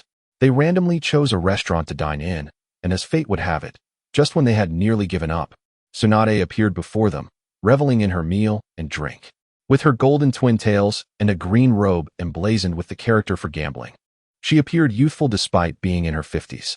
She sat quietly, sipping her drink, accompanied by Shizune, who cradled a pink piglet. "Ah, Tsunade, I never expected to find you here. It's been ages, and you've only grown more captivating," Jiraiya exclaimed gleefully, rushing to sit across from her, his eyes glinting with mischief. Tsunade looked surprised. "What are you doing here? It's been years since we last met. Come, join me for a drink." She offered him a bottle of sake and poured herself a glass, downing it in one go. "Oh, Tsunade, you still drink with such abandon," Jiraiya remarked, pouring himself a modest glass, taking a sip before setting it down. "You can't be here by mere coincidence, can you?" Tsunade's gaze then shifted to the forehead protectors adorning Liu Yi and Naruto's heads. In the presence of the illustrious Tsunade, Jiraiya and the young Naruto found their seats beside her. Indeed, there are chairs here, Jiraiya remarked, raising his chopsticks to savor a morsel of food, while instructing the waiter to bring more dishes for both Naruto and Sasuke. What brings you here? Tsunade inquired, her voice steady. You must understand, Jiraiya. I have relinquished my role as a physician. If it pertains to medical matters, you would do well to seek elsewhere. Not a medical issue, I assure you. The old man has passed away. Orochimaru was responsible, though he too has met his end, Jiraiya divulged, revealing a grave matter. Tsunade paused, her hand suspended midair, before resuming her drinking without a word. Our purpose here is to coax you back to assume the mantle of the 5th Hokage. That position is most befitting of you. Jiraiya continued, his chopsticks never ceasing their movement. I shall not return to the village. Only fools would aspire to be Hokage, Tsunade retorted, a hint of agitation evident in her tone, as if haunted by past memories. Tsunade, your great-grandfather founded this village. It is in dire need of your protection now. Is it not your desire to safeguard Konoha? No one is more suited for the role of Hokage than you, Jiraiya asserted earnestly. I have already expressed my disdain for the role of Hokage, Jiraiya. My great-grandfather fought for the village and succumbed to illness. My second grandfather fought and perished. And Shodai too sought to prove himself as Hokage and met his demise. Only a fool would seek the position of Hokage. Jiraiya, if you have come merely to indulge and drink, let us do so. If not, I suggest you leave. Tsunade exclaimed, slamming her hand on the table, her voice echoing with authority. Jiraiya fell silent, and Tsunade resumed her seat. You, an aging woman attempting to masquerade as a youthful girl, how dare you belittle the Hokage? You must understand, my dream is to become Hokage, Naruto declared, leaping onto his chair, one foot on the table, pointing at Tsunade while placing his hand on his hip. Jiraiya, is this the disciple you have chosen? He is rather foolish, Tsunade responded, addressing Jiraiya while disregarding Naruto's outburst. Indeed, Naruto is my latest apprentice, a true genius, Jiraiya praised, answering Tsunade's inquiry while beaming with pride. Naruto, encouraged by Jiraiya's words, felt a surge of confidence. I will not allow you to insult the Hokage. You must apologize for your earlier remarks. He challenged Tsunade defiantly. Child, I suggest you temper your bravado, lest I administer a thorough beating, Tsunade warned, taking a sip of her drink, her brow furrowing. Come on then. I'm not afraid. Today, I shall make you apologize, Naruto retorted boldly. Very well. If you fear not death, let us test our skills outside, Tsunade proposed, finishing her drink and stepping outside, her demeanor confident. Naruto followed her into the street, where Tsunade placed her hands on her hips and pointed a finger at him. Are you prepared? I shall fight you with but a single finger. Should you prevail, I will retract my words and accompany you back to the village. Do not underestimate me. You think you can defeat me with a mere finger? I, Naruto Uzumaki, shall overcome you, he proclaimed, summoning his shadow clones as he formed the jutsu. As hundreds of Narutos emerged, Tsunade observed closely, contemplating the striking resemblance to a certain golden-haired individual. With the clones surging forward, Tsunade raised her finger, effortlessly dispatching the majority of them with a swift downward strike, leaving a long trench in the ground and causing the remaining clones to hesitate. Fear not, everyone. Let us combine forces with Rasengan, one Naruto suggested. And a chorus of clones surged forth, unleashing their attacks, only for Tsunade to evade with remarkable agility, deflecting the Rasengan and flicking it back towards Naruto's forehead. Naruto was sent tumbling, his clones dissipating into thin air. Rising from the ground, blood trickling from his hand, he gathered another Rasengan, charging at Tsunade. Upon witnessing the blood, Tsunade's pupils dilated, and she trembled, neglecting to prepare for Naruto's impending assault. As Naruto's Rasengan neared, Liu emerged, seizing Naruto's wrist and forcing the Rasengan into the ground, creating a small crater upon impact. Liu, what are you doing? Naruto protested, his frustration evident. Calm yourself, Naruto. You have won. Do not be disheartened, Liu consoled, glancing at the still trembling Tsunade, while Shizun approached to offer her assistance. Are you all right, Lady Tsunade? Shizun inquired, employing her healing technique. It appeared that Tsunade had yet to overcome this particular affliction, which posed a challenge. Jiraiya observed the scene, his expression one of concern. How pitiful. To be so frightened by blood. Naruto scoffed, realizing that Tsunade's reaction stemmed from her fear of blood. Naruto, refrain from speaking so freely. Behave yourself, Jiraiya admonished, delivering a light tap to Naruto's forehead, eliciting a yelp from him. As moments passed, Tsunade regained her composure and approached Naruto, her imposing presence causing him to instinctively retreat. Reaching for the necklace around her neck, Tsunade removed it and placed it around Naruto's, kissing his forehead softly. You have triumphed. I apologize for my earlier words regarding the Hokage. Having lost to you, I shall honor my word and return to the village to accept the position of Hokage. Blushing from the unexpected affection, Naruto was momentarily taken aback by the gesture. Thank you, Tsunade, he stammered, feeling a mix of embarrassment and delight. This necklace has been passed down from my grandfather. I bestow it upon you in the hope that you will one day become Hokage, Tsunade expressed sincerely. Thank you for your assistance earlier, young one, Tsunade said to Lu Yi as she moved to his side. No trouble at all, Lady Tsunade. Even without my intervention, you would have emerged unscathed, Lu Yi replied with respect.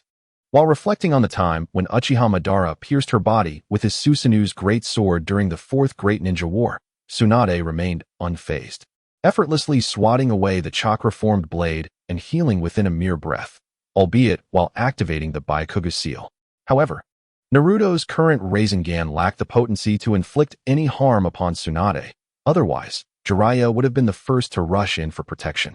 Oh, it appears there might be unexpected gains. Tsunade, have you managed to overcome your old ailment? Jiraiya inquired uncertainly. Chapter 41. Return to the village. 3 days had passed since Naruto's confrontation with Tsunade. During this time, Tsunade had been indulging in the glitz of various casinos, much to Naruto's chagrin. This morning, having exhausted all her funds, Tsunade finally suggested returning to the village. Observing the events that transpired, Lu Yi felt as though he had merely been a bystander. Even without him, Naruto could have persuaded Tsunade to return to Konohagakure. After a day and night of travel, they arrived at the gates of the village the following morning. The long-standing gatekeepers of Konoha, Kamizuki Izumi and Katetsu, had been waiting eagerly. Tsunade's return brought a sense of reassurance to everyone in the village, akin to finding solace and safety. Accompanying Tsunade to the Hokage's office, they found 2 advisors and the Hokage's assistant, Nara Shikaku, engaged in various matters. Upon seeing Jiraiya return with Tsunade, the trio seemed visibly relieved. Tsunade, you've returned just in time. There are numerous documents requiring the Hokage's signature for processing, with a mountain of paperwork accumulated.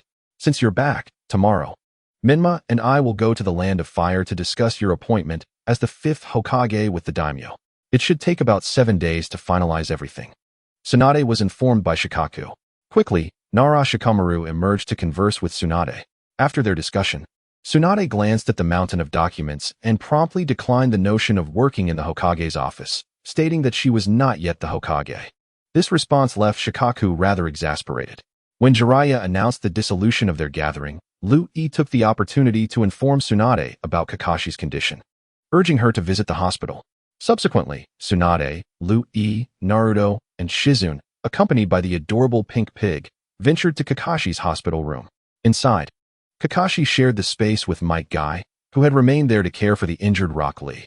After several days of recovery, Kakashi had awakened, and even without Tsunade's arrival, he would soon be discharged. Following Tsunade's examination, she treated Kakashi, assuring him he could leave the hospital the next day. As an elite jonin, Tsunade would not permit him to languish in the hospital, as it would be a waste of resources for Konoha. At that moment, Guy rose to salute Tsunade, requesting her assistance in treating Rock Lee. After a brief explanation of Lee's injuries, Tsunade made her way to the adjacent room. She exchanged a few words with Kakashi, during which Sasuke also visited him. A few days earlier, Sasuke had learned that Kakashi was injured by Uchiha Itachi's Tsukuyomi and had inquired about Itachi's whereabouts.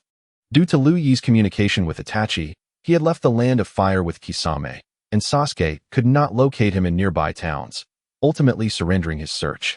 After parting ways with Naruto, Sasuke, and Kakashi, Liu Yi returned home, having missed his parents after several days apart. During this trip, he had learned the Flying Thunder God technique and purchased 2 rings inscribed with its unique seals, allowing him to instantly appear before his parents in times of need, significantly enhancing their safety. During the following days, Liu Yi spent quality time with his parents, occasionally mentoring Sasuke. Kakashi was discharged the day after receiving treatment from Tsunade, yet Liu Yi remained unaware of his whereabouts.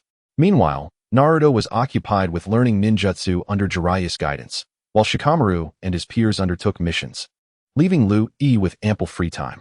Fortunately, Liu Yi harnessed the system to fuse the sage techniques of the first Hokage with wood release, even replicating Shirsui's Kotoame Tsukumi, though he had yet to integrate the chakra of the One Tail. Feeling somewhat bored, Liu Yi continued to cultivate the sage fox mode, hoping to master it soon. Possessing the semblance of Six Paths power, Liu Yi aspired to elevate himself to true Six Paths strength. His plans included traveling to the moon to fuse with the colossal Rinnegan, which would grant him the status of a Six Paths warrior. Alternatively, he considered amalgamating the chakra of the tailed beasts to become the Ten Tails Jinchuriki, evolving his Rinnegan into the Mangekyo Rinnegan, thus achieving Six Paths caliber. His most challenging endeavor would be to merge the 7 chakra types into a bloodline limit, also elevating him to Six Paths strength. Liu Yi resolved to pursue all 3 paths simultaneously, confident that, with the system's assistance, he could attain Six Paths power within the next 2 to 3 years. The following morning, the 2 Hokage advisors finally returned to Konoha with the appointment decree for the 5th Hokage. After discussions in the Hokage's office, they decided to hold the succession ceremony the next day. On that morning, Tsunade stood at the podium for the ceremony. Adorned with the Hokage hat and her distinctive green outfit emblazoned with gambling symbols. Commandingly, she addressed the sea of faces below, which erupted in cheers. "Hokage-sama, congratulations." The crowd chanted in unison. "I, Tsunade, hereby accept the mantle of the 5th Hokage, pledging to govern Konoha and protect it with my very life," she declared, removing the Hokage hat with a commanding presence. The crowd erupted in waves of applause. Lady Tsunade, Hokage-sama, Liu Yi, Naruto, and Sasuke stood among the throngs, witnessing the momentous occasion, while the other members of Team 10, except for Rock Lee, also joined the celebration. At this juncture, Ino and Sakura notably refrained from disturbing Sasuke. Once the ceremony concluded, Naruto suggested that it was a rare opportunity for everyone to gather and proposed going out for barbecue. Everyone unanimously agreed, and they made their way to the barbecue restaurant, which was bustling with patrons, likely due to many people dining out after the ceremony instead of returning home to cook. The 4 girls occupied one table, while the 8 boys were split between 2 tables. Just as they were enjoying their meal, Tsunade and Shizune entered the restaurant. Upon spotting Liu Yi, Naruto, and their friends, Tsunade joined the girls' table, ordering food and drinks while chatting amiably with them. Liu Yi observed that the 4 girls seemed somewhat reserved, while Naruto attempted to sit beside Sakura but was swiftly shooed away by Tsunade. The meal lasted over an hour, and by the time Liu Yi returned home, it was nearly noon. With nothing pressing to attend to, he resumed his training. The next morning, after finishing breakfast, Liu Yi prepared to step outside when he encountered Shizune approaching him. "Shizune, is there something you need?" Liu Yi inquired as she halted before him. "Liu Yi, Hokage-sama requests your presence in the Hokage's office. Please follow me," she replied, leading the way. A few minutes later, Liu Yi arrived at the Hokage's office, where Kakashi, Naruto, and Sasuke were already present. It seemed he was the last to arrive. Upon noticing Liu Yi, Kakashi nodded in acknowledgement. Naruto and Sasuke exchanged greetings with Liu Yi. "Now that everyone is here, I have a specific assignment for Team 7, Kakashi," Tsunade stated, producing some documents for Kakashi, who examined them with great seriousness before returning them. "Now that you've reviewed the materials, what are your thoughts on this mission?" Tsunade inquired, sitting at her desk with her hands clasped, looking up at Kakashi. "This is a task I undertook 10 years ago. Back then, I only completed half of it. I never imagined that after so many years, I would receive the same assignment again. Since the client has specifically requested my involvement, I shall accept it," Kakashi replied with a hint of nostalgia. "Since you have made your decision, Team 7, you are to depart immediately. The client is at the Konoha Inn, and soon Shino will escort you to meet them. Now, go and prepare," Tsunade instructed, concluding the briefing and sending Shino to accompany them to the client. "Understood, Hokage-sama, we take our leave," Kakashi said, leading Liu Yi, Naruto, and Sasuke out. Chapter 42, Departure to the Land of Snow. Under Shino's guidance, Kakashi and his team met the client for this mission. Kakashi then announced to Liu Yi, Naruto, and Sasuke, "We will gather at the Konoha Gate in half an hour, during which you may return home to collect your ninja tools and other necessities." A few minutes later, Liu Yi arrived at the Konoha Gate where Kakashi and the client awaited them. Naruto and Sasuke had yet to arrive as the appointed time had not yet come. After waiting a little longer, Naruto and Sasuke finally showed up, and once everyone was present, they set off under Kakashi's lead. After 3 days of travel by carriage, the client, Santiu, who now went by the name Fujikaze Yuki, approached Kakashi for a discussion. Their journey to the land of snow would commence by ship, and they would pause at beautiful scenic spots along the way to take photographs. Kakashi's task was to protect Fujikaze Yuki until they reached the land of snow and assist her in defeating the antagonist, Fubuki Kaze, given the involvement of a feudal lord. This mission was classified as S rank. Upon boarding the ship, Kakashi had initially intended for Lu-I to protect Fujikaze Yuki, but Lu-I declined, opting instead for Naruto to take on that responsibility. Currently, Fujikaze Yuki was quite resistant to returning to the land of snow, fearing capture by Fubuki Kaze. Consequently, she was preoccupied with thoughts of escape, which disinterested Lu-I in trying to counsel her. Such matters were better left to Naruto, who excelled in verbal persuasion. Thus, Lu-I and the others spent approximately 2 days aboard the vessel before finally stopping near an ice island close to the land of snow. The film crew began to disembark, preparing to film scenes with Fujikaze Yuki. Having read the original story, Lu-I knew that soon the trio of snow ninja would attack the crew in an attempt to abduct Fujikaze Yuki. Having not engaged in combat for some time, Lu-I prepared to eliminate the three swiftly, to prevent them from dragging out the ordeal and causing Fujikaze Yuki to repeatedly contemplate escape. While waiting, Lu-I suddenly sensed chakra approaching from a distance, signaling the arrival of the snow ninja trio. Moments later, the three came into view. At that moment, Kakashi also spotted them and moved to intercept alongside Lu-I and Sasuke, instructing Naruto to protect Fujikaze Yuki. "Oh, I didn't expect Santayu would hire you, Kakashi. It's been 10 years. I wonder how much stronger you've become since you were only capable of fleeing back then. Haha. Will you run away again like you did a decade ago?" Wolf Fong Avalanche mocked Kakashi. "Well, 10 years can bring progress. Who knows unless we try?" Kakashi replied nonchalantly. "Is that so? Then let me see just how strong that little brat has become over the past decade. You two take care of those 2 kids." Ice release. One-horned white whale. Wolf Fong Avalanche commanded his subordinates before swiftly forming hand signs.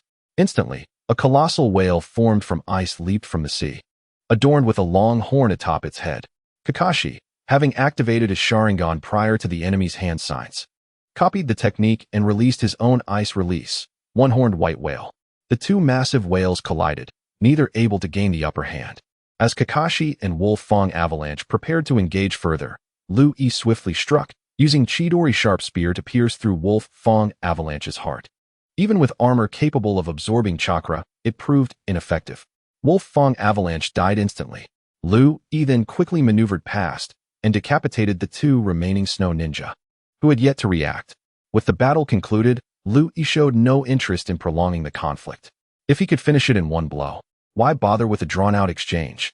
Kakashi's expression twitched, and Sasuke was momentarily bewildered. He hadn't even had a chance to act, and it was already over. The film crew members, who had prepared to capture the fight on camera, were left astonished as it ended so abruptly. Even Fujikaze Yuki, who had been contemplating escape, stood with her mouth agape in disbelief. After all, 10 years prior, Kakashi, a jonin of Konoha, had only been able to flee in disarray from Wolf Fong Avalanche and Fubuki Kaze, leaving a lasting impression on Fujikaze Yuki. Her subconscious belief was that even the strongest jonin from the largest ninja village could not contend with Wolf Fong Avalanche and Fubuki Kaze, which left her feeling hopeless and perpetually on the run. Now, however, a newly graduated ninja from Konoha had dispatched Wolf Fong Avalanche and his companions with a single move, leaving Fujikaze Yuki utterly astonished. This revelation ignited a flicker of hope within her. Perhaps this time, they could truly defeat Fubuki Kaze, driving him out of the land of snow, or even killing him. There could be no negotiation between her and Fubuki Kaze. It was either his death or hers. Only then could she find peace, free from the constant anxiety that had plagued her life. As the crew began to pack up their equipment and board the ship, Santayu took Fujikaze Yuki aboard as well. Once Kakashi and the others were on board, they set sail.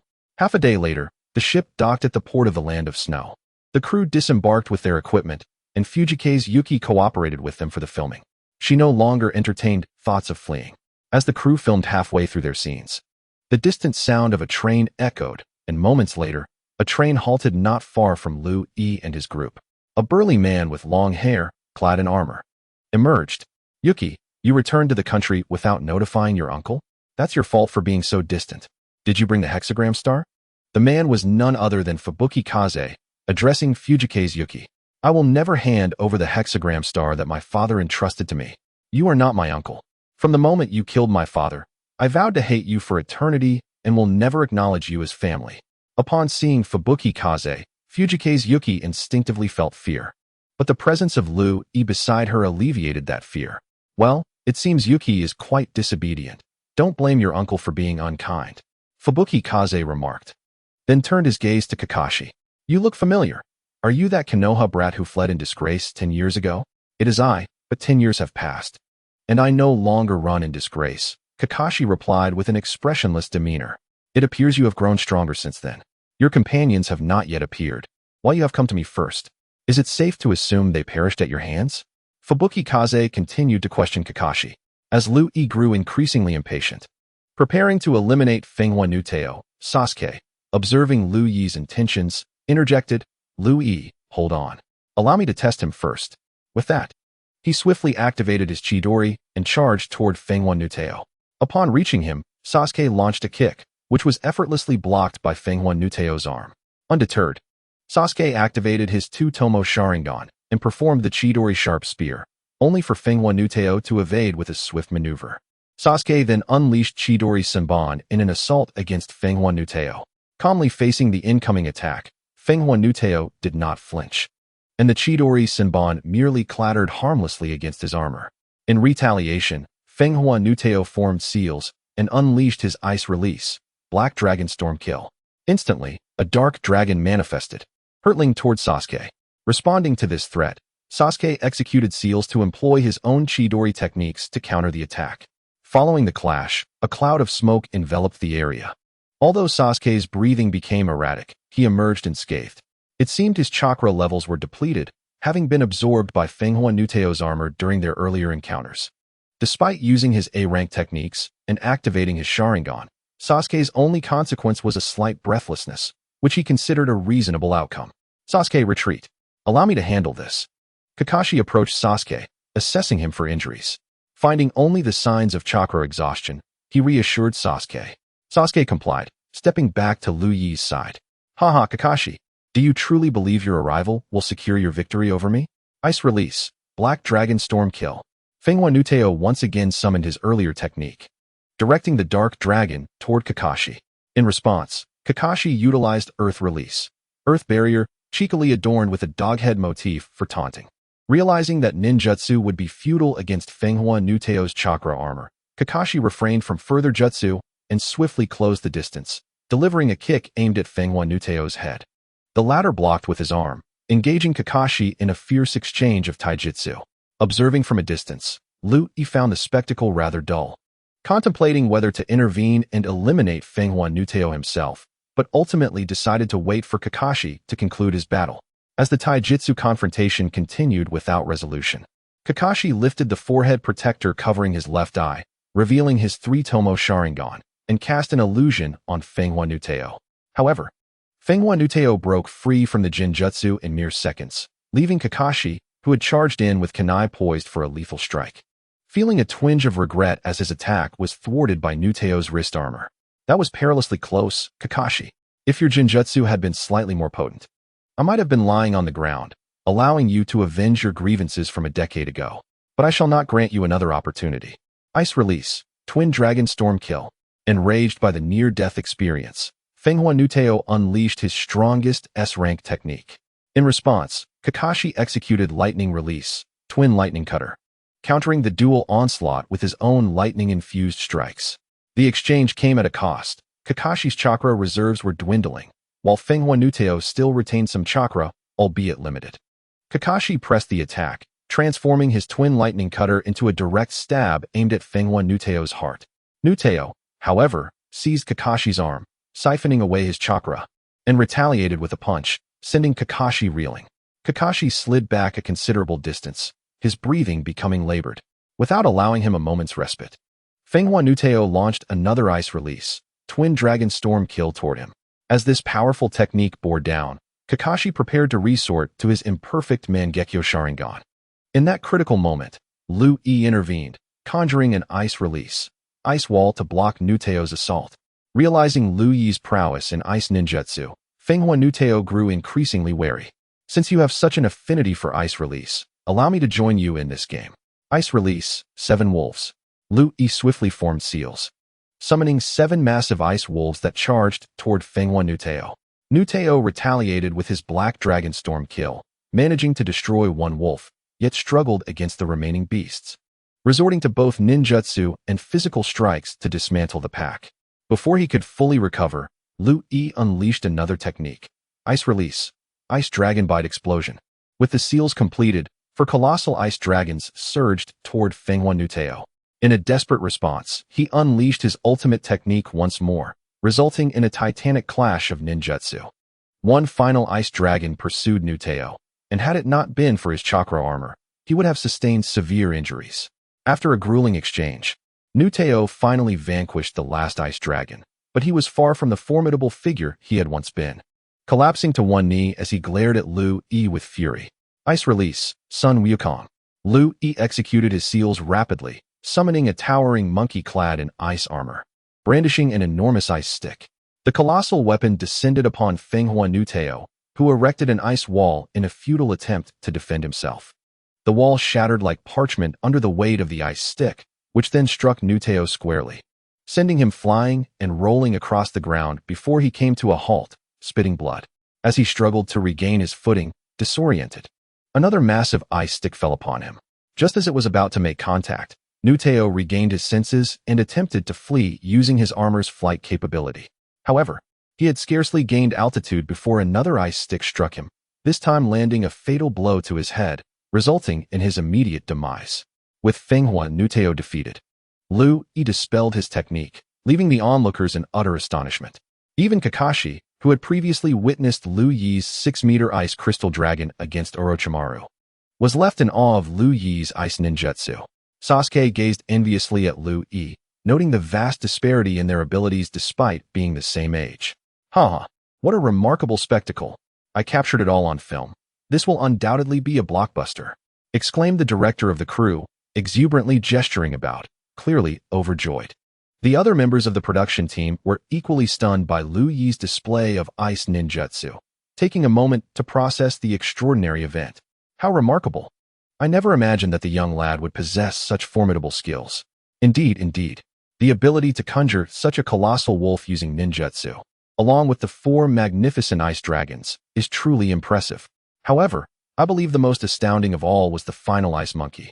Towering at a height of 100 meters, clad in striking ice armor, that ice staff it wielded was exceedingly powerful, dispatching the nefarious Windflower Fury with just a few blows. A group of crew members chattered in clusters, as if those ninjutsu techniques were their own.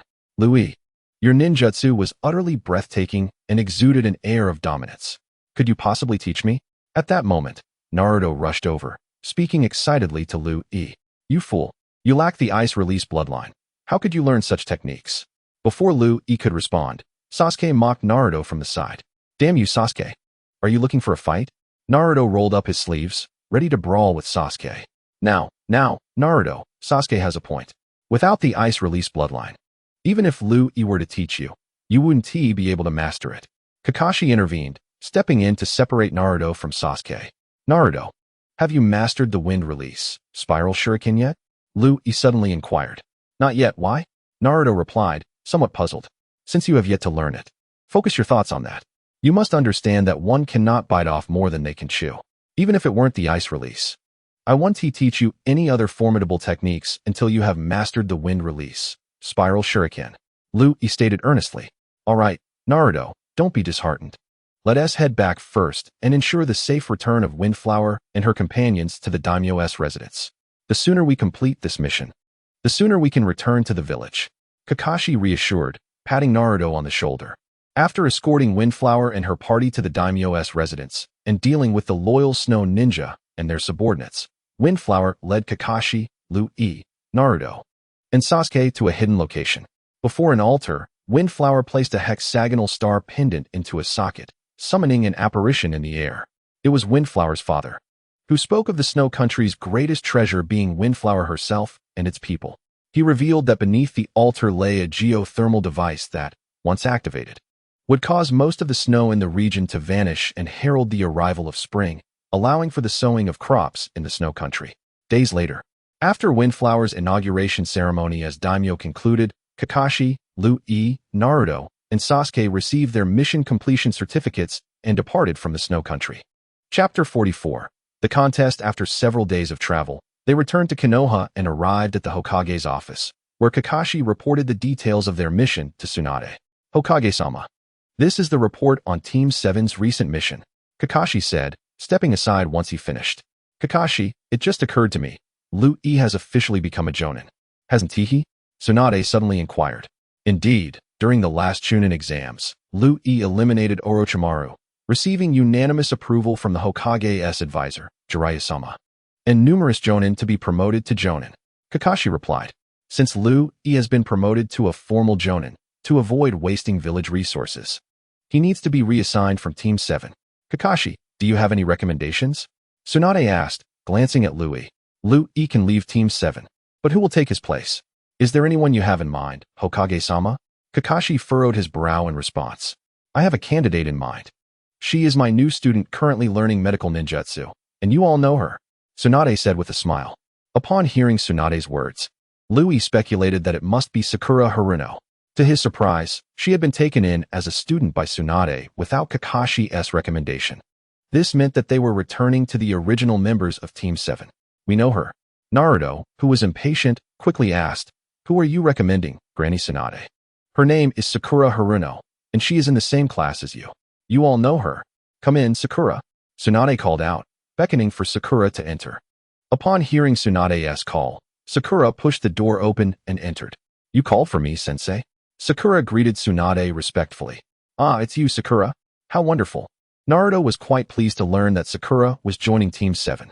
Sasuke, on the other hand, frowned, clearly not thrilled about Sakura's addition, though he said nothing. Kakashi felt a headache coming on upon realizing that it was Sakura. In Kakashi's mind, she was an absolute love-struck girl, fixated solely on Sasuke.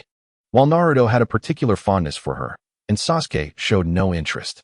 Lu-E, on the other hand, was a strong and dependable presence, alleviating Kakashi's worries about how to manage the team. Now, Sakura, the original member of Team 7, Lu-E, has now become a formal Jonin and will be departing from the original team. I plan to recommend you to Team 7. Are you willing to join? And what are your thoughts? Tsunade asked, noticing Sakura's stealing glances at Sasuke. Sakura was momentarily taken aback by Tsunade's words, not registering them at first. This prompted Tsunade to facepalm, realizing that Sakura was already infatuated with Sasuke while she was still asking questions. I'm asking if you want to join Team 7. Tsunade expressed some regret over letting Sakura into Team 7. Before Sakura could respond, Naruto piped up, she's willing. Sakura wants to join our Team 7. This time, Sakura didn't hit Naruto. Sensei, I would love to join Team 7. Sakura exclaimed happily, glancing at Sasuke. Very well, Kakashi. Sakura will be entrusted to you and Team 7. You all may leave now. I would like Lu-E to stay behind. Tsunade concluded, addressing Kakashi. Yes, Hokage-sama. Kakashi, Naruto, and Sasuke replied before departing the Hokage's office. Only Lu-E, Tsunade, Shizune, and a pink pig remained in the office. Lu-E remained silent, exchanging glances with Tsunade, creating an awkward atmosphere. Is there something you wish to discuss, Hokage-sama? Lu-E broke the silence, somewhat bemused. I'm contemplating how to arrange your assignment. Tsunade replied, somewhat troubled. Your ability to defeat Orochimaru indicates that your strength is considerable. Can you share the extent of your true power? Tsunade asked curiously. True power? How shall I phrase this? My abilities are not inferior to those of the legendary sage of 6 paths, having developed comprehensively to surpass your grandfather, the first Hokage, Hashirama. Tsunade and Shizune were left speechless for a moment after hearing this. You claim your strength surpasses that of my grandfather? And you are not weaker than the legendary sage of 6 paths? Are you jesting? Tsunade questioned incredulously. I speak the truth, I am not jesting. Lu-E replied earnestly. Then how can you prove this? It's difficult for me to believe you. Tsunade pressed, pinching her brow in thought. What if you fought me? It would be best to summon Jiraiya as well. Since Kakashi-sensei has just left, we can have him join the battle alongside you two against me. After the battle, A glimpse of my true strength can be seen. Lu Yi contemplated, reflecting on Tsunade's suggestion. Haha, very well. Let me see if you are truly as formidable as you claim. Tsunade instructed Shizune to summon Kakashi to training ground number 3. Rising from her office chair, she conveyed her orders to Shizune before leading Lu Yi towards the training ground, while also dispatching one Anbu to inform Jiraiya and another to notify Narashikaku. A few minutes later, Tsunade arrived at training ground number 3 with Lu Yi, awaiting the others. Shortly thereafter, Kakashi, Naruto, Sasuke, and Sakura, along with Shizune, made their entrance. Lord Hokage, you summoned me to training ground number 3 for something specific? Kakashi, unaware of the impending duel with Lu Yi due to Shizune's silence on the matter, inquired. I called you here to join forces with Jiraiya and myself to battle Lu Yi and assess his strength. Tsunade elucidated the purpose of Kakashi's summons. After hearing Tsunade's explanation, Kakashi remained silent, having a vague sense of Lu Yi's power, but uncertain of its true extent. However, he believed that Lu Yi would struggle against the combined might of himself, the Hokage, and Jiraiya. Is Lu Yi truly that strong? Facing both my teacher and Kakashi-sensei. Though I'm unsure who this Jiraiya is, isn't Lu Yi being overly ambitious? Sakura suddenly voiced her doubts. Listen, Sakura, Lu Yi is formidable. I've yet to encounter anyone who can compel him to fight seriously. Naruto countered, addressing Sakura. You cannot fathom Lu Yi's strength. Sasuke interjected, slightly irked by Sakura's remarks. After all, Lu Yi was someone Sasuke respected, treating him as a brother and teaching him powerful jutsu. Hearing Sakura disparage Lu Yi infuriated Sasuke, who had little regard for her opinions. Sasuke, Sakura stammered in response to his dissatisfaction. You're all here. What brings me to this gathering, Tsunade? Jiraiya strolled over casually. I summoned you to join forces with Kakashi and me to gauge Lu Yi's prowess. Tsunade reiterated her intentions. Combining our strengths against Lu Yi? That sounds like an excellent idea. Shall we begin now? Jiraiya expressed his eagerness. Let us wait for Narashikaku to arrive. I wish for him to officiate as the referee and observe Lu Yi's abilities so that I can assign him an appropriate task, as I'm currently at a loss. Tsunade shared her thoughts. Lu Yi, do you have confidence? Can you secure a victory? The sage of Mount Mayaboku is quite powerful. And Kakashi-sensei's strength is not to be underestimated, nor is Tsunade Baba's. Naruto approached Lu Yi and inquired. Sasuke, standing nearby, also turned his attention to Lu Yi. Naruto, Sasuke, you must trust in me. My strength exceeds your expectations. I will not find it arduous to contend with Kakashi-sensei, the Hokage, and Jiraiya, Lu Yi assured them. This declaration prompted Sakura to pout, deeming Lu Yi arrogant. At that moment, Shikaku arrived at training ground number 3. After greeting Tsunade, he was briefed on the reason for his summons and requested to officiate and keep some records. Once he understood the situation, Shikaku instructed the non-combatants to step back and prepare for the bout. Now, the match shall commence, Shikaku declared before vanishing from the battlefield in an instant. Chapter 45. Lu Yi's strength. As Shikaku's words echoed, Tsunade unleashed her chakra, surging towards Lu Yi. Ice release, 7 wolves. Lu Yi completed his hand seals in an instant, summoning 7 massive ice wolves that charged towards Kakashi, Jiraiya, and Tsunade. The first ice wolf collided with Tsunade, only to be sent flying by her punch. Undeterred, the ice wolf quickly regained its footing and lunged at Tsunade, while others engaged her in combat. Meanwhile, Kakashi unleashed his water release, Water Dragon Bullet against Lu Yi. Following the summoning of the ice wolves, Lu Yi continued his incantations. Ice release, Ice Dragon Bite. 4 gigantic ice dragons emerged and clashed with Kakashi's Water Dragon Bullet, obliterating it before continuing their assault on Kakashi. Lion's main technique. Jiraiya launched an attack towards Lu Yi. Lu Yi leapt backward, rapidly forming hand seals in midair. Ice release, Ice Dragon King. A colossal ice crystal dragon, over 600 meters long, manifested, with Lu Yi perched atop its head. The ice dragon surged towards Jiraiya, its claws poised to strike. From a distance, Shikaku, Shizune, and Sakura watched in astonishment, their mouths agape at the display of power. Naruto and Sasuke, having previously witnessed Lu Yi's ice techniques, were somewhat accustomed to the spectacle, unlike the others. Who would have thought Lu Yi's strength is so formidable? His ice techniques far surpassed those of the Snow Clan from the Hidden Mist Village. Shikaku remarked thoughtfully. So Lu Yi truly possesses such strength. I had thought him merely arrogant. Sakura mused to herself. Humph, ignorant. Sasuke scoffed, overhearing her. Well, Sakura, I told you Louis is powerful. I've never seen an opponent capable of forcing him to fight seriously. You should trust my words. Naruto chimed in. Ice release, Sun Wukong. Observing the rapid destruction of the ice wolves, Liu Yi employed another ice technique, conjuring a towering ice monkey clad in icy armor. Wielding a massive ice stick nearly 200 meters long, which it swung towards Tsunade. Reacting to the impending danger, Tsunade leaped backward, swiftly forming hand seals. Summoning technique. Almost simultaneously, both Tsunade and Jiraiya executed the summoning jutsu. With a puff of smoke, the Great Toad Sage and a slug appeared. However, the Great Toad Sage was met with the tail of the Ice Dragon, which struck him before he could comprehend the situation, resulting in a cacophony of cracking bones. What on earth just happened, Jiraiya? I still haven't settled the score from our last encounter, and now this? Just wait, this isn't over. The injured toad exclaimed. Retreating to Mount Miyaboku, Jiraiya, slightly embarrassed by the turn of events, watched as the slug was brutally struck by the ice monkey's stick, sending numerous smaller slugs flying. Tsunade furrowed her brow, astonished by Liu Yi's strength, and then obliterated the approaching ice wolf with a single punch. At that moment, Kakashi employed Lightning Blade to shatter the ice dragon, launching a few shuriken towards Liu Yi, who was standing atop the ice dragon. Liu Yi effortlessly blew them away with a gust of wind.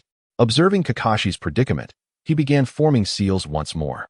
Ice release, demon carriage. Suddenly, an ice phoenix with 9 heads appeared, flapping its wings as it soared towards Kakashi, each head spewing forth massive ice swords, ice blades, and ice arrows. Kakashi swiftly formed hand seals, summoning multiple earthen walls that rose like towering fortifications, adorned with mocking dog heads. Liu Yi's ice techniques were relentless and exceedingly difficult to counter.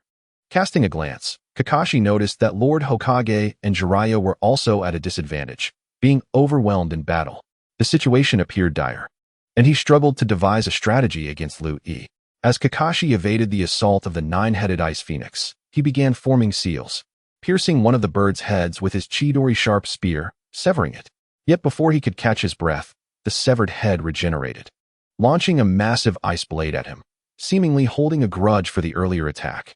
This made Kakashi feel even more challenged. At that moment, Jiraiya clasped his hands together and leaped, his feet colliding to complete the hand seals. He darted around, evading the icy claws and tail of the ice crystal dragon, all while maintaining his hand posture. Liu Yi recognized that Jiraiya was entering Sage Mode. Unlike Liu Yi, who could instantly achieve Sage Mode due to his heritage from the first Hokage, Jiraiya's transition required more time. Nearby, Tsunade observed as the slug detained Sun Wukong, seizing the opportunity to shatter all the ice wolves. To her astonishment, Liu Yi's strength was far greater than anticipated. His ice techniques were unprecedentedly formidable. After obliterating the ice wolves, Tsunade swiftly moved before Sun Wukong, executing a powerful kick into the ground that sent a barrage of stones flying towards his shins. She aimed to break his leg to disrupt his balance, but the agile Sun Wukong evaded her strikes, countering with a swing of his ice stick. Tsunade was forced to abandon her attack and seek another opportunity. As time passed, Jiraiya finally summoned the Sage of Shima and Fukasaku, who perched on his shoulders. Jiraiya's appearance took on a slightly frog-like quality. "Oh, Louis, let me show you my Sage Mode," he proclaimed, initiating hand seals as the two sages followed suit. Sage Art, 5 Right Guard Technique. The Sage of Shima exhaled flames, Jiraiya expelled oil, and Fukasaku released wind towards Liu Yi on the ice crystal dragon. However, before they could reach him, the ice crystal dragon froze the flames into a solid block of ice. Incredible! Even the flames of Sage Art can be frozen. What a powerful ice bloodline technique, exclaimed the Sage of Shima. Indeed, this ice bloodline technique is quite rare. It appears we are in for a tough battle. Fukasaku nodded in agreement. Since long-range attacks are ineffective, we must find a way to engage him up close, Jiraiya suggested after listening to the sage's conversation. Leave it to us. Jiraiya, you focus on your offense, Fukasaku urged. Use your tongue to pull that boy closer. With that, both sages extended their tongues and swiftly ensnared Liu Yi, drawing him toward Jiraiya. Sage Art, Supermassive Rasengan. Jiraiya thrust forth a spiraling sphere nearly 20 meters in diameter towards Liu Yi, ensnared by the tongues. Liu Yi quickly formed seals, conjuring an ice technique. Ice release, black tortoise shield. A towering shield adorned with intricate seals materialized between the massive Rasengan and Lu Yi, effortlessly blocking the attack. As the black tortoise shield descended, it severed the sage's tongues, and Lu Yi freed himself from the remnants of their grasp. Ah, that hurts. Both sages cried out in unison as they felt the sting of their severed tongues. Are you all right? Jiraiya inquired with concern. We're fine, just a minor inconvenience, Fukasaku replied, while the sage of Shima remained silent. This shell is quite resilient. The supermassive Rasengan had no effect on it. Jiraiya lamented. Since ninjutsu is ineffective and we cannot approach him, let us resort to Jinjutsu. Fukasaku proposed. I'm not skilled in powerful Jinjutsu. My techniques are too rudimentary. I fear they won't work on Lu Yi. Jiraiya admitted sheepishly. You need not worry. Leave the Jinjutsu to us. Fukasaku assured him. Let us use sage art, frog song.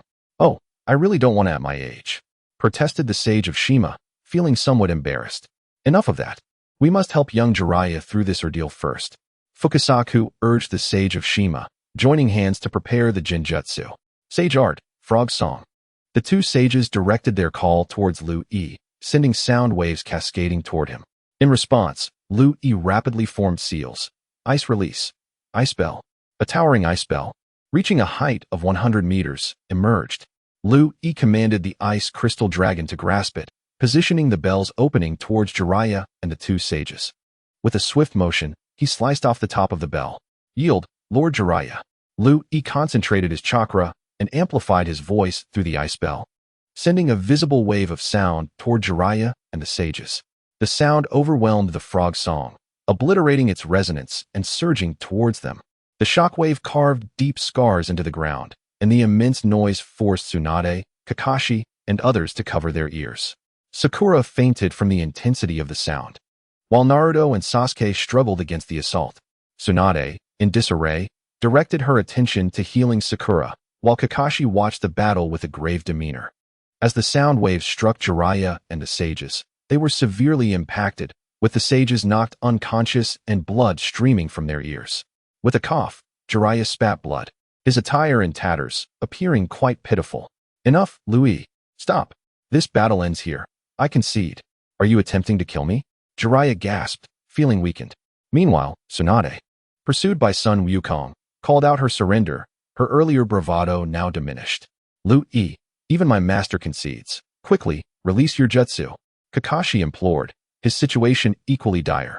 Relentlessly pursued and unable to escape, all ninjutsu was dispelled. Lu Yi approached Kakashi and Jiraiya, both of whom appeared to be in dire straits, especially Jiraiya, who had received particularly focused attention from Lu Yi, leaving him both mentally and physically battered. Tsunade, however, seemed to be faring better. She moved to Jiraiya's side and began administering treatment. As Tsunade employed her healing technique, Jiraiya's complexion began to improve. Lord Hokage, how is Jiraiya-sama's condition?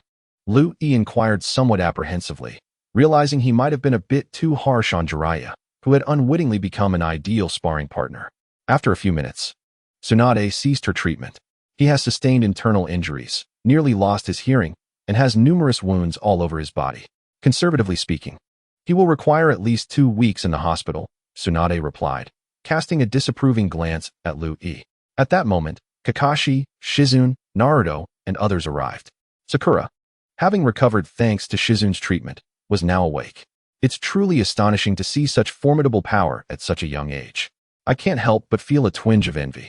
Lu Yi, you should visit Uncle S home more often. My son Shikamaru often speaks of you. Kakashi said with a smile directed at Lu Yi. All right, Kakashi-sensei. I have been friends with Shikamaru for several years. Lu Yi responded nonchalantly. Don't call me sensei. That feels too formal. Just call me uncle if you don't mind. Kakashi said earnestly. Very well, Uncle Kakashi, Lu Yi replied, a hint of reluctance in his voice. Haha, Lu Yi, I have always known you were powerful, but I never imagined you were this formidable. Naruto exclaimed excitedly. Lu Yi, I need to double my training. You must teach me well. Sasuke added as he approached Lu Yi with a serious demeanor. Lu Yi, please tell me honestly. How much of your strength did you use when fighting the 3 of us? Jiraiya, having somewhat recovered, asked Lu Yi with a grave expression. The others perked up. All ears. To put it simply, in comparison, your strengths seem akin to newborns to me, while I am a healthy adult. I barely exerted any effort against the three of you, Lu Yi replied earnestly. His words left those nearby in shock, yet they struggled to believe him. How did you come to possess such strength at such a young age? Could you describe your abilities in detail? Tsunade inquired, gazing intently at Lu Yi. As for my specific abilities, let me outline them for you. The common classifications of ninja strength include Jinin, Chunin, Special Jonin, Jonin, Elite Jonin, and the village leaders, known as Kage. For instance, Kakashi-sensei is now a newly appointed Kage-level warrior, while Lord Hokage and Jiraiya-sama are seasoned Kage-level fighters, quite formidable among their peers. However, they pale in comparison to the first Hokage and the legendary Uchiha Madara. If the first Hokage were to face the three of you, it would be akin to an adult battling children, effortless. I refer to the first Hokage and Madara as super Kage-level warriors, surpassing the traditional Kage-level fighters. Lu Yi elucidated to Naruto and the others. So, Lu Yi, are you saying your strength is comparable to that of the first Hokage? Are you a super Kage-level warrior? Kakashi suddenly asked. Not quite. My strength exceeds that of the first Hokage. I am classified as a 6 paths level warrior, akin to the legendary sage of 6 paths. Although I currently possess the abilities of a pseudo 6 paths level warrior, I am not inferior to a true 6 paths level warrior, Lu Yi stated nonchalantly. Comparable to the legendary sage of 6 paths?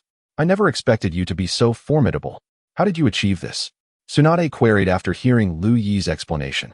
If Lord Hokage wishes to know, it would be best for Naruto and the others to leave.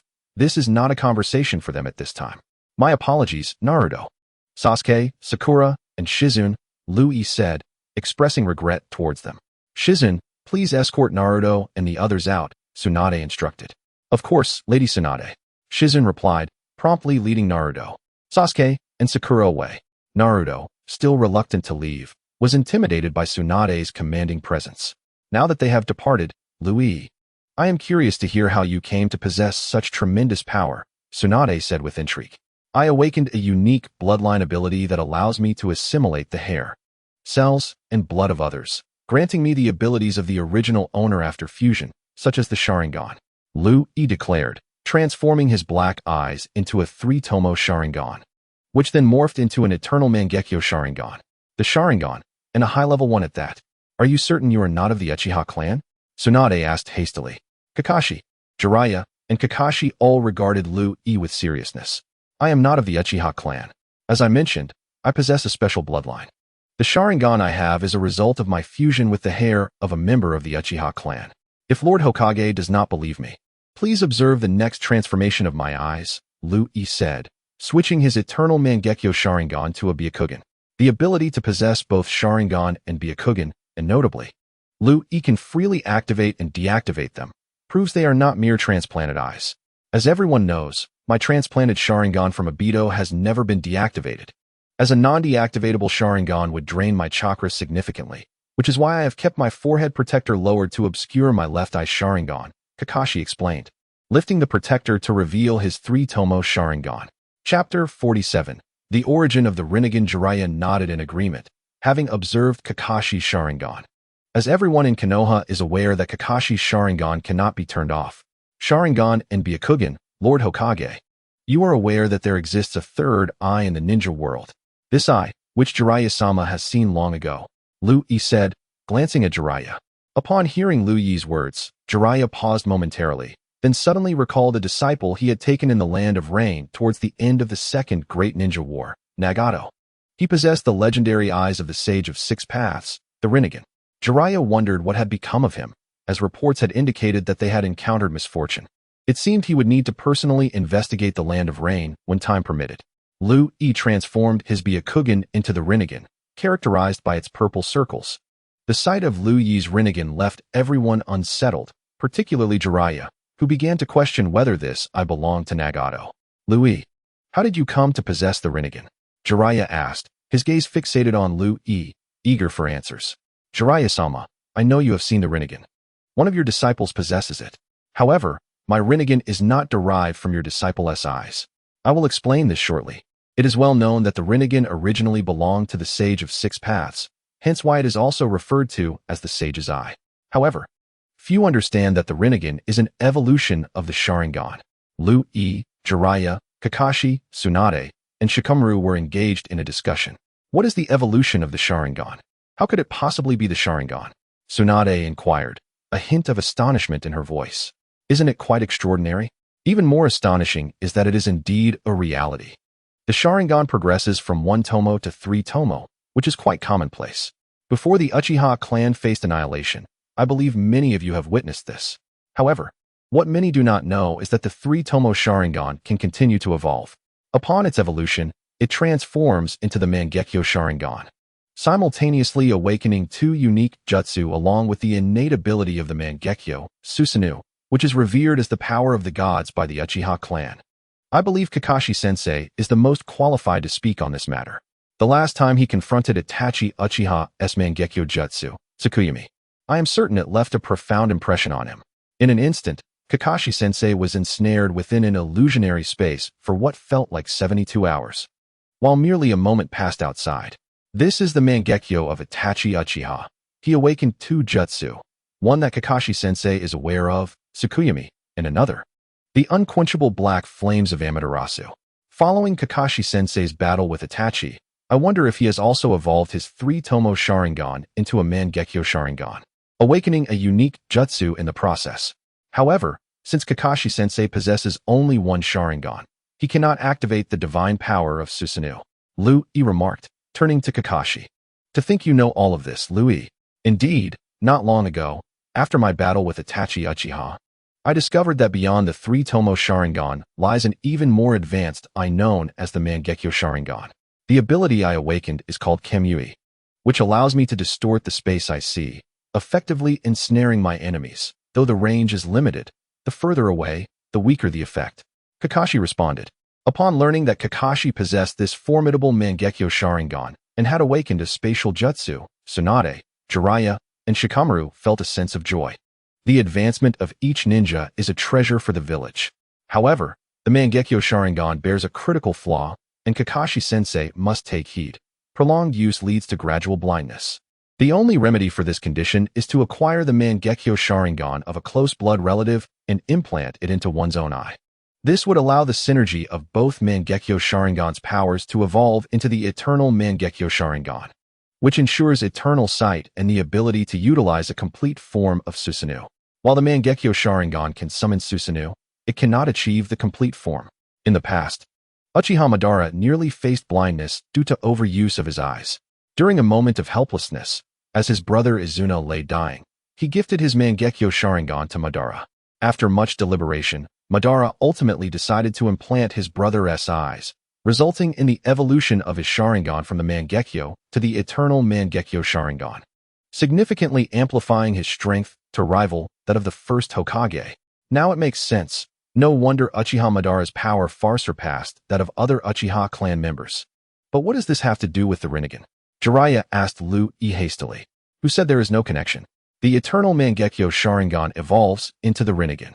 When Uchiha Madara brought the 9 Tails to Konoha to battle the first Hokage, he was ultimately slain by the first Hokage.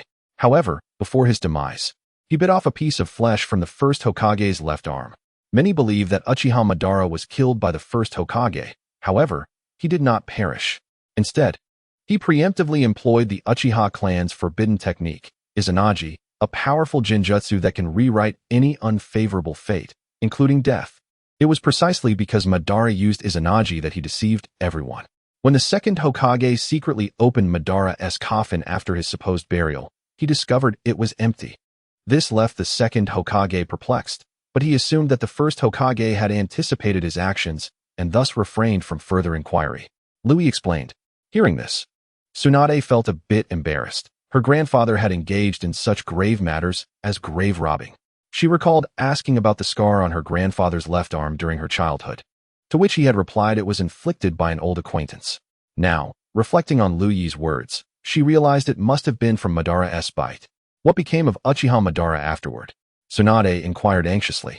After awakening in the coffin, Uchiha Madara left Konoha, but he was gravely injured, prompting him to hide away in the ninja world. He found a secure location and regurgitated the piece of flesh he had taken from the first Hokage, cultivating it. Subsequently, he implanted that flesh into the wound where the first Hokage had pierced his heart. Due to the remarkable vitality of the first Hokage's cells, Madara's chest bore the visage of the first Hokage. This fusion of cells granted Madara the ability to use would-release ninjutsu, but that was merely a side effect. The primary achievement was the merging of the first Hokage's cells with Madara's own, prompting him to evolve his eternal Mangekyo Sharingan into the Rinnegan in his later years. Liu Yi remarked, glancing at Jiraiya. The Rinnegan. Uchiha Madara possessed the Rinnegan. What then of my disciple Nagato's Rinnegan? Jiraiya asked, seemingly uncertain. Oh, I suspect you have deduced correctly, Jiraiya-sama. Indeed, the Rinnegan possessed by your disciple Nagato was implanted by the elderly Uchiha Madara. Liu Yi affirmed. Why did Uchiha Madara choose to do this? Why select Nagato? Jiraiya pressed, struggling to accept this revelation. In his twilight years, Uchiha Madara's vitality waned, and he realized his time was limited. Therefore, he commanded the entity he had created, Black Zetsu, to implant the Rinnegan into Nagato, who possessed the Uzumaki bloodline. He also inscribed a curse mark capable of controlling Nagato upon his heart. When the opportune moment arrived, Black Zetsu would utilize this curse mark to possess Nagato, using his life as a cost to employ the Rinnegan's techniques, the Rinne rebirth, to directly resurrect Uchiha Madara. Thus, due to Madara's machinations, Nagato will not truly perish until Madara is revived, so there is no need for you to worry, Jiraiya-sama. He is still alive. Liu Yi reassured Jiraiya. I never imagined that Nagato's Rinnegan was bestowed upon him by Uchiha Madara, making Nagato a mere pawn in Madara's game. I must ensure Nagato's safety. Once I recover, I shall set out to find them, Jiraiya murmured. Chapter 48, Special Mission Jiraiya. After all these years, you have not met them. It might be dangerous for you to approach them so recklessly. Tsunade expressed her concerns. Hokage-sama, if Jiraiya-sama intends to seek out Nagato and the others, I would gladly accompany him. Liu Yi interjected suddenly. With your company, I shall worry less. But do enlighten us on the origins of your Rinnegan. It could not have been fused from my grandfather's flesh like Uchiha Madara's, could it? At this moment, Tsunade questioned Liu Yi with a hint of skepticism. That's not the case. My Rinnegan is derived from the Uchiha clan, where the hair of my ancestors merges with the ocular power they possessed in life. Coupled with the chakra of the Sage of Six Paths' two sons, Ashura and Indra, it allowed the eternal Mangekyo Sharingan to evolve into the Rinnegan in a remarkably short time. If I were to follow Madara Uchiha's method, I would not have enough time at my age. Liu Yi explained to the others. Ashura and Indra? How did you come to possess their chakra? Suddenly, Jiku interjected with a question. Liu Yi continued. Ashura and Indra were embroiled in conflict during their mortal lives, and even in their reincarnations, they subconsciously continued to battle. The last reincarnators of Ashura and Indra were the first Hokage and Madara Uchiha. Thus, when Madara fused the first Hokage's cells, he obtained the Rinnegan, as their origins trace back to the Sage of Six Paths, who possesses the Rinnegan. One son inherited the Sage body, while the other possessed the Sharingan. When these two powers converge, one can attain the Sage's Eye, the Rinnegan. As for how I acquired Ashura and Indra's chakra, it is because I drew it from Naruto and Sasuke, who are the reincarnations of this generation's Ashura and Indra. That is why Naruto and Sasuke have always been at odds with one another since childhood, yet they care for each other deeply. I believe Kakashi-sensei and Jiraiya-sama have noticed this as well. Liu Yi addressed Kakashi and Jiraiya. Indeed, as Liu Yi mentioned, Naruto and Sasuke often clash, yet they stand together against any threat. However, I never imagined they would be the reincarnations of the Sage of Six Paths sons, Kakashi remarked with a sense of wonder. So, your Rinnegan is a product of your unique bloodline fusion. I never anticipated your bloodline to be so formidable. It may indeed be the most powerful bloodline in the entire shinobi world. Tsunade mused. Kakashi-sensei, your ice-release bloodline was obtained from that child in the Land of Waves, correct? Kakashi suddenly inquired. Yes, Kakashi-sensei, Liu Yi responded affirmatively. Even though both techniques utilize ice release, the disparity between them is quite significant, Jiku remarked, turning to Liu Yi. You previously mentioned that your power is at the pseudo-Six Paths level, yet you refer to the Sage of Six Paths as a Six Paths level powerhouse. Why do you consider yourself a pseudo-Six Paths? Well, the Sage of Six Paths himself was the Jinchuriki of the Ten Tails, enabling the Rinnegan to evolve into the Mangekyo Rinnegan. Thus, the Sage of Six Paths is indeed a Six Paths level powerhouse, whereas I am not a Jinchuriki of the Ten Tails. My Rinnegan has not evolved into the Mangekyo Rinnegan, hence I am considered a pseudo-Six Paths, Liu Yi elucidated. I had no idea the Rinnegan could evolve. But is the Ten-Tails also a tailed beast? I have never heard of it. I only know of the nine-tailed beasts. Jiraiya expressed his confusion. The Ten-Tails is significantly more powerful than the Nine-Tails. The nine-tailed beasts were created by the Sage of Six Paths in his later years, fearing that upon his death, no one would be able to contend with the Ten-Tails, which would spell disaster for the shinobi world. Therefore, before his demise, he separated the Ten-Tails into 9 weaker-tailed beasts. Only by merging the nine-tailed beasts can I become the Jinchuriki of the Ten-Tails and ascend to the Six Paths level. Lu Yi explained to the group. I never realized the nine-tailed beasts originated from the Ten-Tails. The Sage of Six Paths truly made a profound contribution to future generations. However, Lu Yi, the nine-tailed beasts are scattered across various shinobi villages, which means you may not be able to reach the Six Paths level, Kakashi remarked, glancing at Lu Yi. Haha, Kakashi-sensei, there's no need for concern. Do not forget my unique bloodline fusion ability.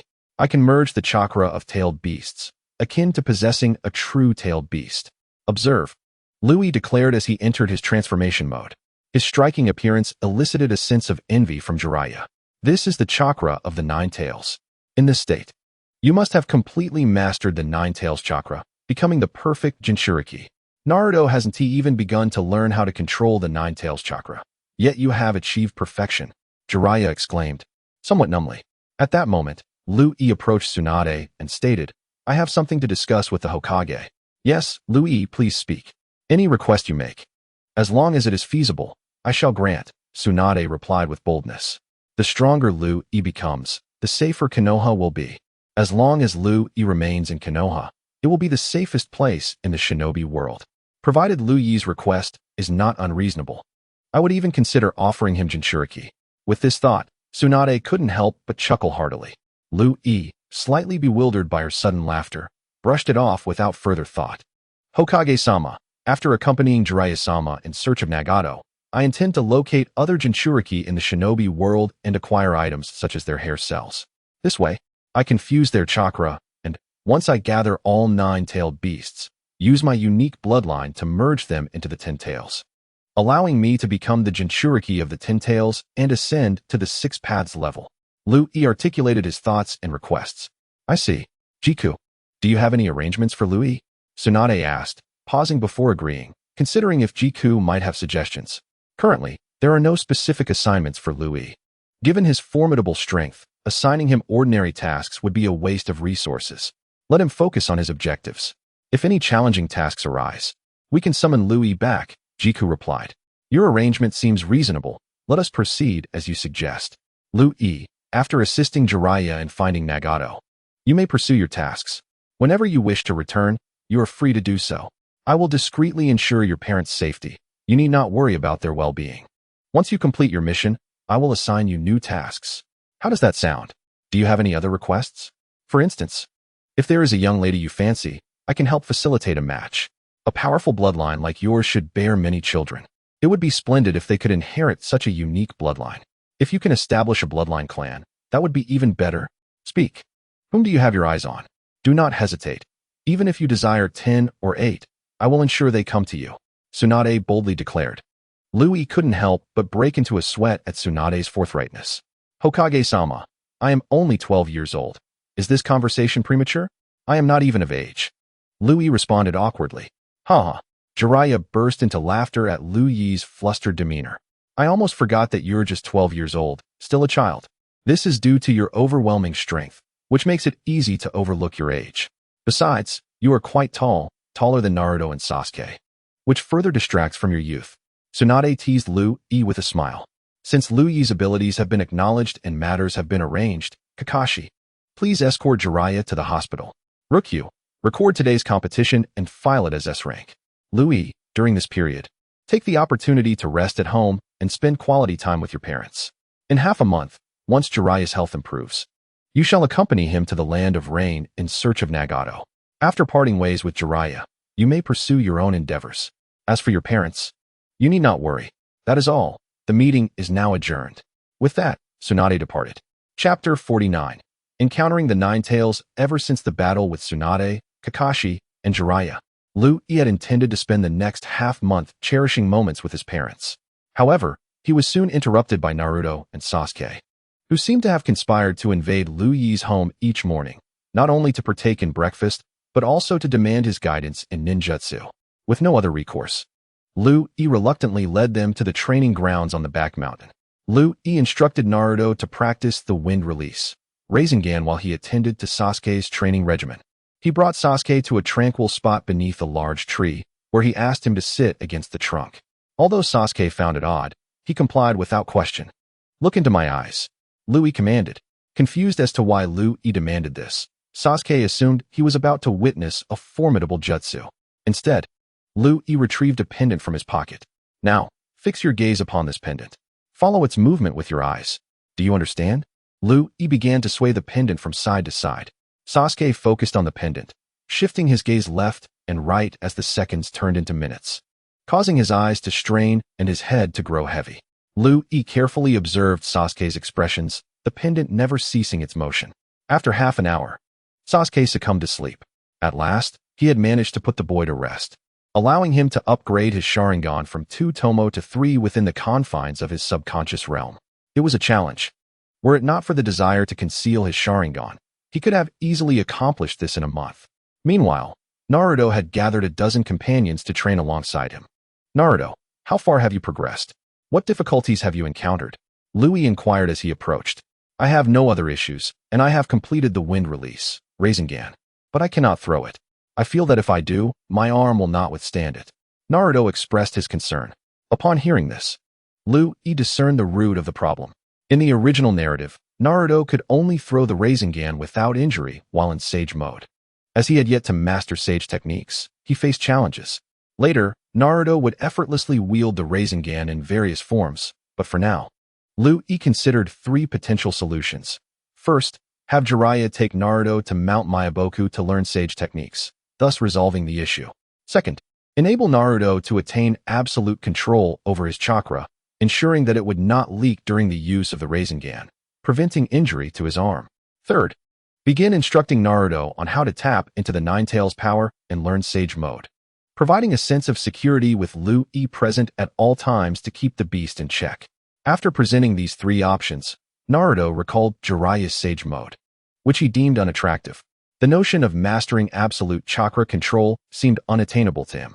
As for Lu Yi's suggestion to communicate with the Nine Tails to become the perfect Jinchuriki and learn Sage mode, Naruto felt daunted before he even began, recalling their previous encounters that had ended unfavorably.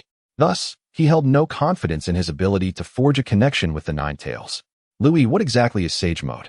Is it truly powerful?" Naruto asked, puzzled. Sage mode is attained through the recognition of the Nine Tails, transforming one into the perfect Jinchuriki and allowing the use of the Nine Tails chakra. The energy manifests as a golden aura enveloping the user, which is why I refer to it as Sage mode. In this state, your perception abilities, awareness of malevolence, speed, ninjutsu power, and physical prowess all receive remarkable enhancement. When you utilize the wind release, Rasengan in this mode, you can throw it without fear of injuring yourself. Moreover, with the Nine Tails acknowledgement, you need not worry about running out of chakra, as the Nine Tails will assist in absorbing excess chakra, enabling you to unleash S-rank jutsu without concern for depletion. I can now demonstrate the appearance of Sage mode for you. With that, Lu Yi activated his Sage mode. His short hair stood on end, radiating a golden glow as a golden cloak adorned him, embellished with black tomo. His eyes transformed into a golden hue with cross-shaped pupils, and the golden cloak billowed majestically without wind. The sight was striking, captivating Naruto instantly. "Lu Yi, I have made my decision. I want to learn this," Naruto exclaimed excitedly, failing to ponder how Lu Yi possessed the chakra of the Nine Tails. "Very well, Naruto. Since you have chosen to practice the Nine Tails chakra mode, I shall take you to meet the Nine Tails and have a proper conversation. Additionally, let us arrange for you to meet your parents." Lu Yi smiled at Naruto. "Meet my parents?" Naruto began to question Lu Yi's meaning, but before he could finish, the scene shifted to a dark and damp room resembling a sewer, the space he recognized as the sealed chamber where the Nine Tails was imprisoned. Lu Yi guided Naruto to the iron bars confining the Nine Tails. The moment Lu Yi entered Sage mode, the Nine Tails sensed the chakra resonating with its own. Curious about this boy who possessed power comparable to its own. "Kyubi, it is a pleasure to meet you. I look forward to your guidance," Lu Yi greeted the Nine Tails. Catching it off guard, few knew its name, and this boy, imbued with its chakra, intrigued the beast. "Who are you, and how do you know my true name?" The Ninetales replied with a deep voice. "Louis, did you just call him Kyubi? Isn't it called the Ninetales?" Naruto finally grasped the situation and asked Louis. The Ninetales is often referred to by those unfamiliar with it based on its tails. It indeed has a name, and that name is Kyubi. Louis casually explained to Naruto before approaching the Ninetales. "Kyubi, if you wish to know who I am, let us fist bump."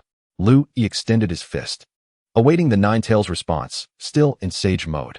The Ninetales scrutinized Louis for a moment before extending its massive fist to meet Louis's. Louis revealed everything about himself, save for the existence of the system, even disclosing his status as a traveler, but he transformed the system into a unique bloodline with remarkable fusion capabilities.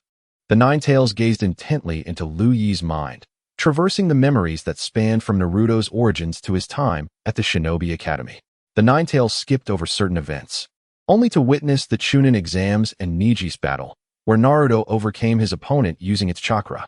The Ninetales continued to bypass moments until it observed the first instance of its chakra manifesting within Naruto, forming the initial tail state, followed by the fierce confrontation with Sasuke at the Valley of the End. It recalled the four tails striking Jiraiya, the ensuing battle with Orochimaru, and the skirmishes against Pain's Deva Path, culminating in the sealing within the Shinju. Finally, as Naruto prepared to break the seal and unleash the Ninetales, the fourth Hokage intervened, pulling Naruto away and sealing it once more. The Ninetales felt a surge of anger, realizing that all its efforts from over a decade ago had been in vain. Despite its frustration, it persisted in observing.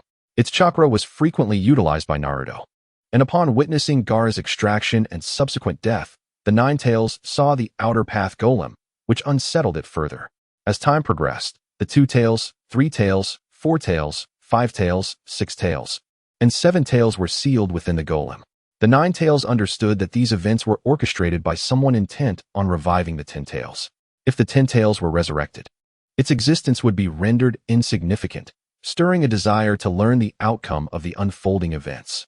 Eventually, with the assistance of his mother, Kushina, Naruto achieved a brief reconciliation with the Ninetales, earning its temporary recognition. Under the guidance of the 8 tails Jinchuriki, he cultivated the Ninetales chakra mode. This was followed by the 4th Great Ninja War, during which Uchiha Obito, wielding the incomplete 10 tails, ascended to a pseudo-sage of 6 paths level, only to be controlled by Black Zetsu, leading to the resurrection of Uchiha Madara. The Ninetales felt a flicker of anger at the revival of its particularly loathed adversary.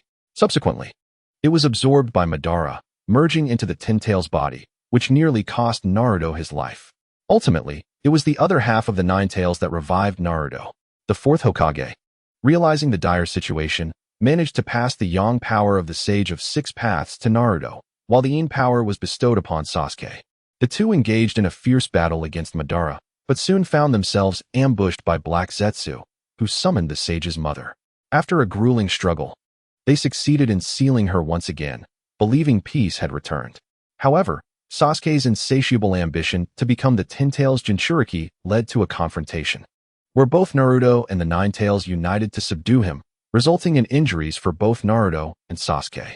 The Ninetales had anticipated a life of companionship with Naruto, but was suddenly confronted by members of the Otsutsuki clan. Just as the scene froze, it questioned Louis about the sudden disappearance of the visuals, expressing disbelief that they were merely characters in an anime. Louis candidly affirmed his origins from that world, explaining the cessation of visuals due to the lack of excitement in Boruto. The Ninetales, infuriated by the revelation of such crucial information being cut short, expressed its displeasure, questioning Louis's motives for showing it those memories. It acknowledged that while it would not recognize Naruto until he proved himself worthy, it guaranteed that it would not harm him with negative chakra. Louis, contemplating, assured the Ninetales that it was indeed a reasonable stance. "Naruto, come here and communicate more with the Ninetales. It is quite accommodating," Louis urged. Naruto, bewildered by the notion of a brief fist bump leading to such camaraderie, extended his fist hesitantly. "What are you doing, you brat?" The Ninetales scoffed, casting a disdainful glance at Naruto. "We're just bumping fists. Louis and you have such a good relationship. I want to join in." Naruto insisted earnestly. "Get lost. I have no interest in fist bumps," the Ninetales retorted, turning away. Disheartened by the refusal and the insult, Naruto felt slighted. Lu Yi, observing Naruto's antics, stifled a laugh. Naruto, as I mentioned before, this visit is an opportunity for you to meet your parents. Are you prepared? Lu Yi inquired. Upon hearing this, the Nine-Tails realized that the souls of the fourth Hokage and its previous Jinchuriki resided within this space, though it had glimpsed them in Lu Yi's memories. Curiosity compelled it to pay attention. Lu Yi, do you know how I can meet my parents? I have longed for this moment, Naruto exclaimed, excitement bubbling over as he grasped Lu Yi's arm. Very well, if you wish to meet your parents, first, you must tear off the sealing symbol on the door. Lu Yi instructed. Naruto hesitated, glancing at the seal and then at the Nine-Tails, swallowing nervously. Lu Yi, what if the Nine-Tails escapes when I tear it off? He whispered. I heard that. The Nine-Tails bellowed, startling Naruto. Go on, tear the seal. Trust in my strength. Lu Yi encouraged with a smile. With a gulp, Naruto acquiesced, moving towards the door to peel back the seal. Just as he was about to complete the action, a figure emerged, seizing his arm and swiftly reinforcing the seal. Naruto, you cannot tear off the sealing symbol. The fourth Hokage, Minato Namikaze, said with a gentle smile. Seeing the fourth Hokage in person, the Nine-Tails snorted and turned away, uninterested. You are the fourth Hokage? What are you doing here? Naruto asked, astonished by the striking resemblance to the Hokage monument in the village. Naruto, what do you call me? Minato inquired, brow furrowing slightly. I call you the fourth Hokage. What's the matter? Naruto replied, puzzled. To be addressed as the fourth Hokage and not as father.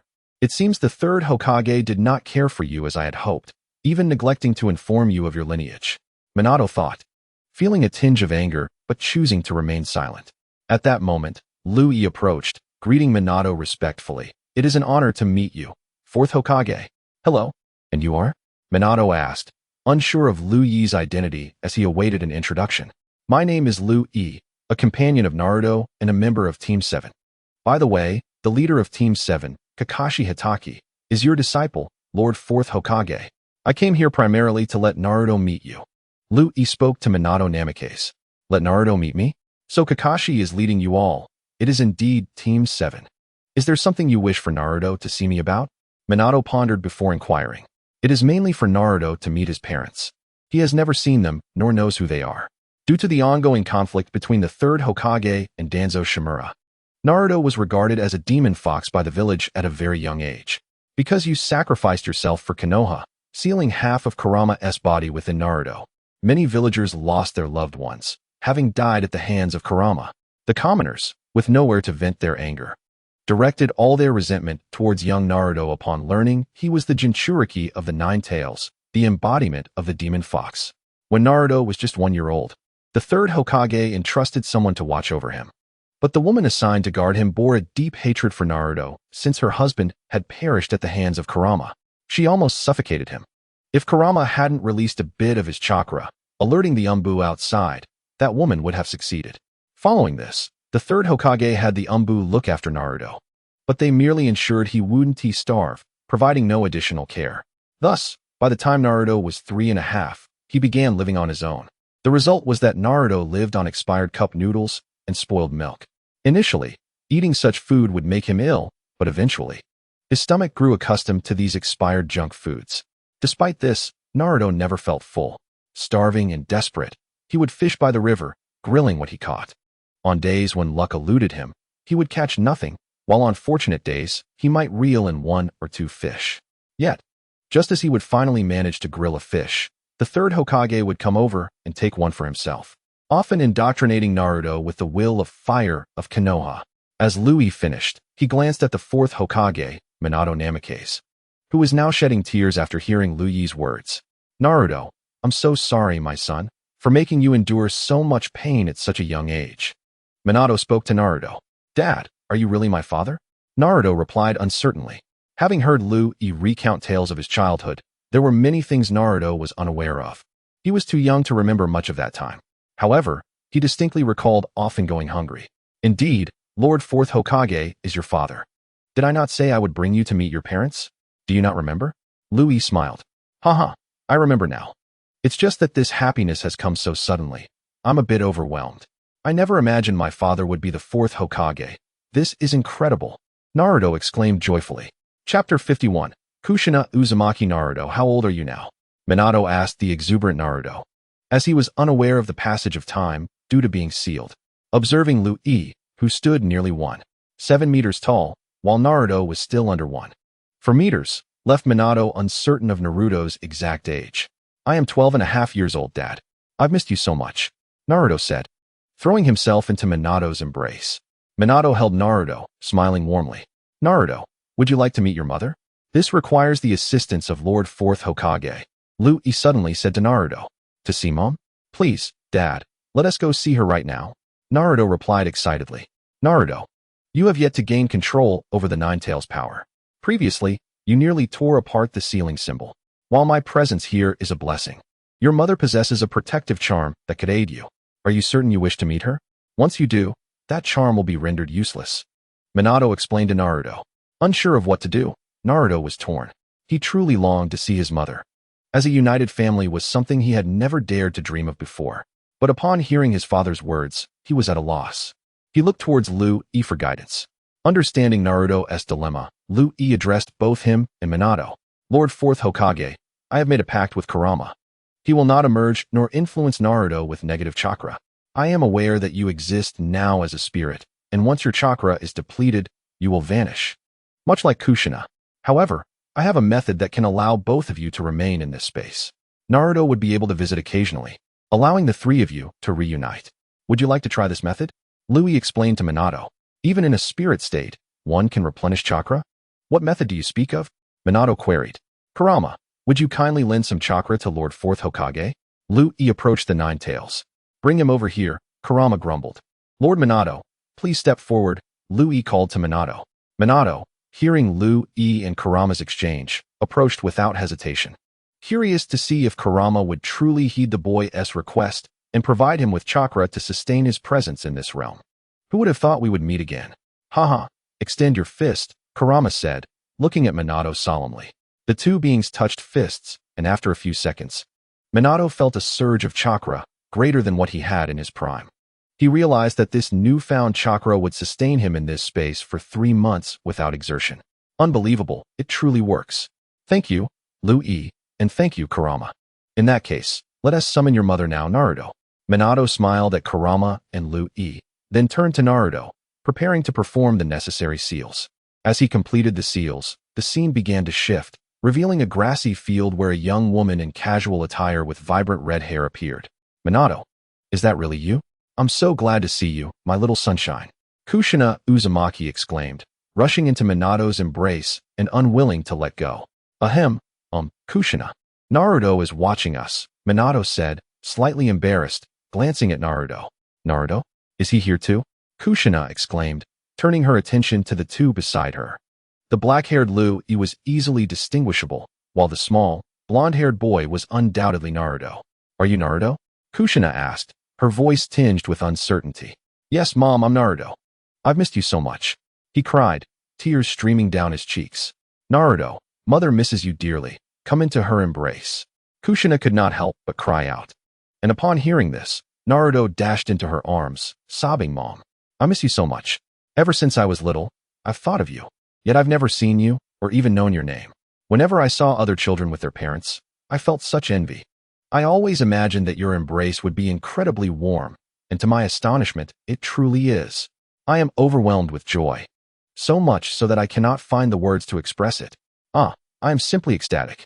As he spoke, Naruto began to giggle foolishly, feeling somewhat shy as he scratched his head. Silly boy, as long as you're happy, Kushina said, wiping away her tears with her hands and drying Naruto's tears with her sleeve. Meanwhile, Minato watched the touching scene between mother and son with a smile.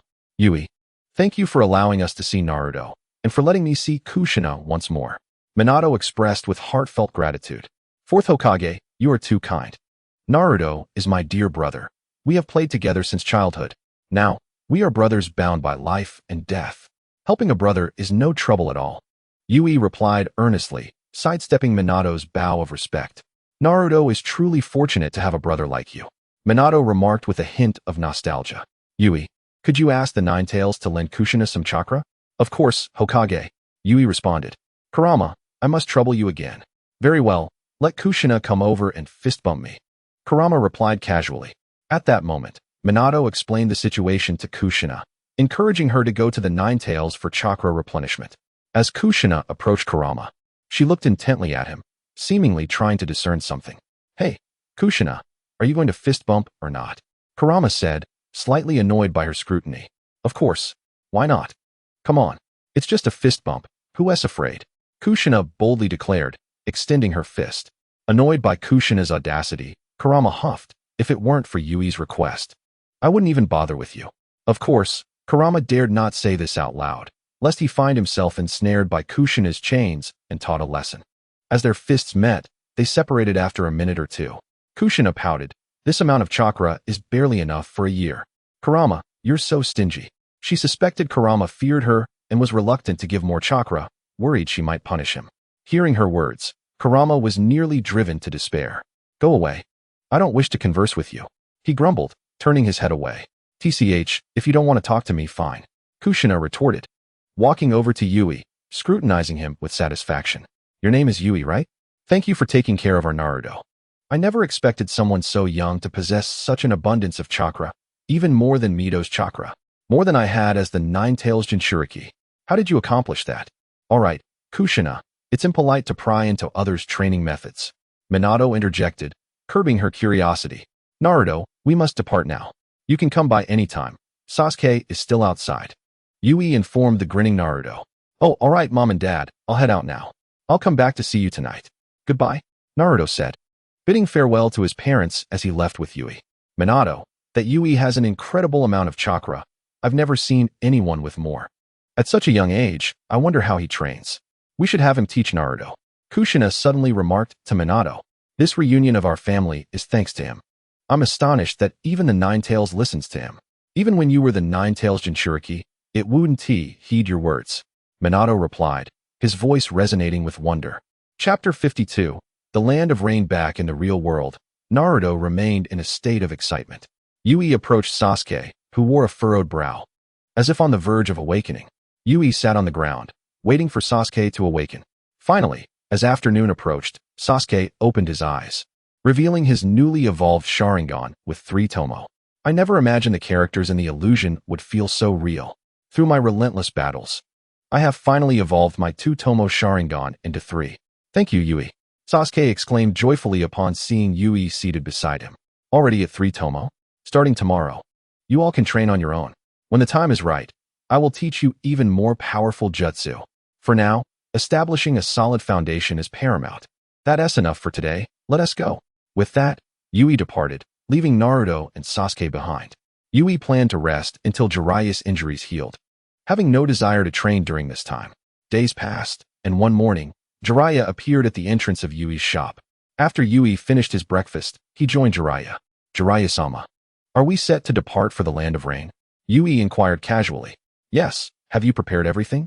If so, we can leave now. Jiraiya replied. I have everything ready. We can set off. By the way, here is a kunai for you.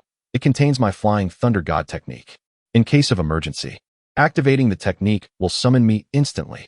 Yui explained to Jiraiya. Flying Thunder God? I didn't expect you to master that jutsu. It brings back memories. Jiraiya remarked with a hint of nostalgia. Let us go. After 3 days of travel, Yui and Jiraiya finally stopped less than 10 miles from the Rain Ninja Village. Let us rest for half an hour, then we will proceed. Jiraiya instructed Yui, pulling out some rations to eat. Yui also took out his provisions and began to eat. After finishing, he took a sip of water. Jiraiya-sama, how do you plan to infiltrate the Rain Ninja Village? Yui casually asked. First, we'll disguise ourselves, and then use a toad to enter. Jiraiya replied, sipping water as he answered Yui's question. Jiraiya-sama, as I mentioned before, each person who awakens the Mangekyo Sharingan gains 2 jutsu, and one of mine allows me to glimpse the future. Yui informed Jiraiya, preparing to reveal some intel. You can see the future? Such a jutsu exists? Is it similar to the abilities of the Sage of Toads? Can you see fragments of the future or the entirety? Jiraiya asked, astonished by Yui's revelation. It is evident that, despite our attempts at infiltration, we have achieved nothing. Lord Jiraiya, you are aware that the Land of Rain experiences perpetual rainfall. However, there exist certain areas that are seldom affected by it. One of which is the former Rain Ninja Village. Presently, this village is under the control of Nagato, who employs a technique known as the Rain Tiger Freedom Technique. This jutsu ensures that the area enveloped by it experiences unrelenting rain, infused with Nagato's chakra. Although the chakra within the rain is exceedingly faint, any location shrouded by it remains under Nagato's surveillance. Such rain is imperceptible to all but the most skilled sensory ninjas. Therefore, I propose that instead of cautiously attempting to infiltrate, we should boldly enter. What do you think, Lord Jiraiya? Upon hearing this, Lu Yi turned to Jiraiya. Is the Rain Ninja Village truly under Nagato's control? What of Hanzo the Salamander? Jiraiya inquired, somewhat astonished. Hanzo was slain by Nagato. In the past, Danzo utilized Hanzo to capture Konan, threatening Nagato to kill Yahiko. However, Nagato could not bring himself to do so. In a bid to save Konan, Yahiko impaled his own heart on Nagato's kunai, perishing in the process. Witnessing the death of his dear friend, Nagato awakened the Rinnegan and, utilizing the body flicker technique, appeared before the captured Konan, freeing her. However, he sustained injuries from a trap set by Hanzo. In his fury, Nagato unleashed the outer path Gedomazo, the husk of the 10 tails, though he nearly drained himself of chakra in the process. Realizing he had no chakra left, it began to absorb his very life force, leaving him a mere shell of his former self. Even in this weakened state, Nagato used the black rods created by the Rinnegan's yin-yang release to transform Yahiko into a puppet. He crafted a total of 6 puppets, with the exception of Yahiko, all of which were former rogue ninjas that you, Lord Jiraiya, had slain. Once Nagato mastered the 6 puppets, he named them the 6 Paths of Pain. Subsequently, he manipulated them to eliminate Hanzo and assumed leadership of the Rain Ninja Village, declaring himself God, while Konan became known as his messenger. Lu Yi relayed the essential intelligence to Jiraiya. I never imagined such heartbreaking events unfolded after my departure. Jiraiya exclaimed. Since infiltration has proven futile, we shall proceed directly. Let us go, Lu Yi. With that, Jiraiya rose and led the way, with Lu Yi following closely. A few minutes later, they arrived at the entrance of the Rain Ninja Village. Without hesitation, they strode in, with the guarding ninjas falling under Lu Yi's Jinjutsu, ignoring both him and Jiraiya. As they strolled through the rain-soaked streets, the Rain Ninja Village presented a stark contrast to Konoha, featuring towering structures akin to iron spires. At that moment, atop one of these iron towers, Nagato detected Jiraiya and Lu Yi's arrival through the Rain Tiger Freedom Technique. Konan, 2 intruders have entered the village. Nagato, seated within a contraption, informed Konan, who was attending to him. What are their abilities? Should I handle them? Konan asked, her expression devoid of emotion. The intruders are familiar faces, my master, Jiraiya, and another individual whose strength I sense to be formidable. I cannot allow you to confront them alone.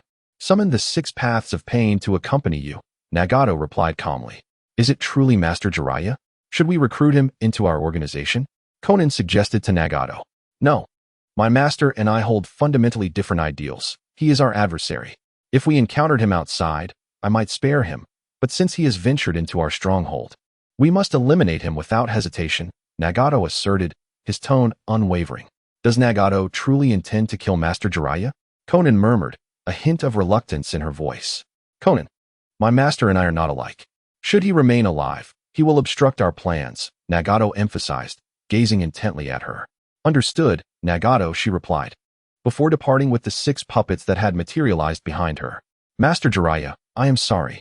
Nagato's voice echoed hauntingly in the darkness.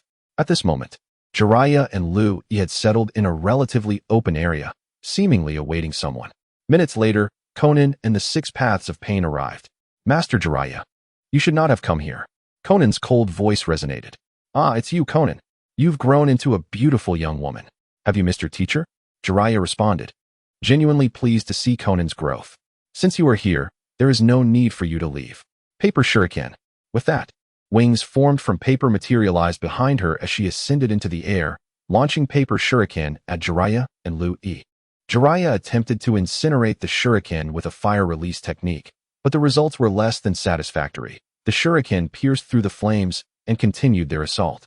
Lu Yi remained still, watching the unfolding confrontation, allowing Jiraiya to spar with Konan. Utilizing the lion's main technique, Jiraiya deflected the paper shuriken one by one. Konan then sent another paper kunai flying, which Jiraiya coated in oil, significantly reducing its effectiveness. Haha, Conan, you've improved greatly since our youth. I must take this battle seriously, Jiraiya declared, halting his assault against her. If I am not mistaken, you are Yahiko, transformed into a puppet by Nagato. Even if one is reluctant to lose a dear friend, to make them a puppet is a grave error. Nagato, you have strayed from your path. It seems I failed to guide you properly, Jiraiya remarked somberly, observing the Yahiko puppet, now a manifestation of pain. Master Jiraiya, you cannot comprehend my suffering, for you have never experienced true pain. Why is it that you cannot understand? Because you, as a mere mortal, cannot fathom the existence of a god such as I. Thus, I shall ensure you feel this pain, albeit at the cost of your life. The Deva path of pain declared, retreating behind the other pains. The Azura path then launched a missile towards Jiraiya, while the animal path summoned three-headed dog beasts, rhinoceroses, and an invisible chameleon. The human path approached Jiraiya's flank, seemingly preparing for a sneak attack, while the hungry ghost path shielded the Deva path, and the hell path remained close by. He had no intention of intervening, at least not until Jiraiya was incapacitated. In response to the incoming missile, Jiraiya extended his hair, using the lion's mane technique, striking the missile and causing it to explode. He then swung his hair to send the three-headed dog flying and strangled the rhinoceros to death. Twisting his hair mid-air, he ensnared the animal path, tearing it apart into fragments. Jiraiya surveyed the puppets. Upon Liu Yi's reminder, he realized that, aside from Yahiko, all of them were former rogue ninjas he had slain. In an instant, he eliminated one of the pains, yet he remained vigilant against the others. At this moment, the human path pain launched a punch towards Jiraiya, who instinctively raised his hand to block it. However, he was seized by the human path, which began to employ the soul extraction technique. Sensing the impending danger, Jiraiya quickly retaliated with an attack using his hair. Faced with Jiraiya's hair assault, the human path was compelled to abandon his attack and retreat. Meanwhile, the Azura path transformed its arm into a chainsaw and charged at Jiraiya, who deftly dodged the attack and sent the Azura path flying with a powerful kick. At that moment, the three-headed dog lunged at Jiraiya, but he kicked it away and swiftly formed hand seals, summoning two enormous toads with a resounding bang. Why are there only the two of you? Where is Lord Fukasaku? Jiraiya inquired upon noticing only Toad Gamma and Toad Hero. Lord Fukasaku is aware that you summoned him and chose not to come, as he feels you particularly enjoy putting him in difficult situations, Toad Hero replied. Jiraiya was somewhat speechless. He realized he had summoned Toad Fukasaku twice recently, and both times he had been defeated by the enemy, causing him to lose confidence and return to Mount Mayaboku. Alright then, you two, put in some effort to deal with that three-headed dog, Jiraiya instructed the toads. He then engaged the Azura path and human path in combat. As the hell path joined the fray, Jiraiya felt the pressure mounting. Utilizing the earth-style technique, he ensnared the Azura path, hell path, and human path in a swamp. Seizing the opportunity, Jiraiya clasped his hands together and began to enter sage mode. He glanced at Yui, who was locked in a silent standoff with Conan, seemingly unwilling to engage in battle. It appeared that Yui was allowing Jiraiya to confront his disciples. Conan, sensing Yui's immense power up close, refrained from acting recklessly, remaining vigilant and ready to react only if Yui moved. Jiraiya had now successfully summoned the two toads, who perched on his shoulders, clearly indicating that he had completed his sage mode transformation. The three pain bodies materialized before Jiraiya as his earth-style technique dissipated. This time, the human path was ensnared by Fukasaku's tongue and shattered by Jiraiya's Rasengan. The Azura path was obliterated by Fukasaku's wind-style technique. The remaining hell path swiftly evaded Fukasaku's incoming tongue attack.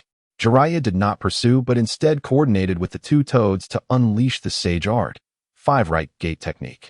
A massive flame surged toward the hell path, but as it approached, a figure appeared and absorbed the flames with outstretched hands. Before the hell path stood the hungry ghost path, possessing the ability to absorb chakra, even from ninjutsu.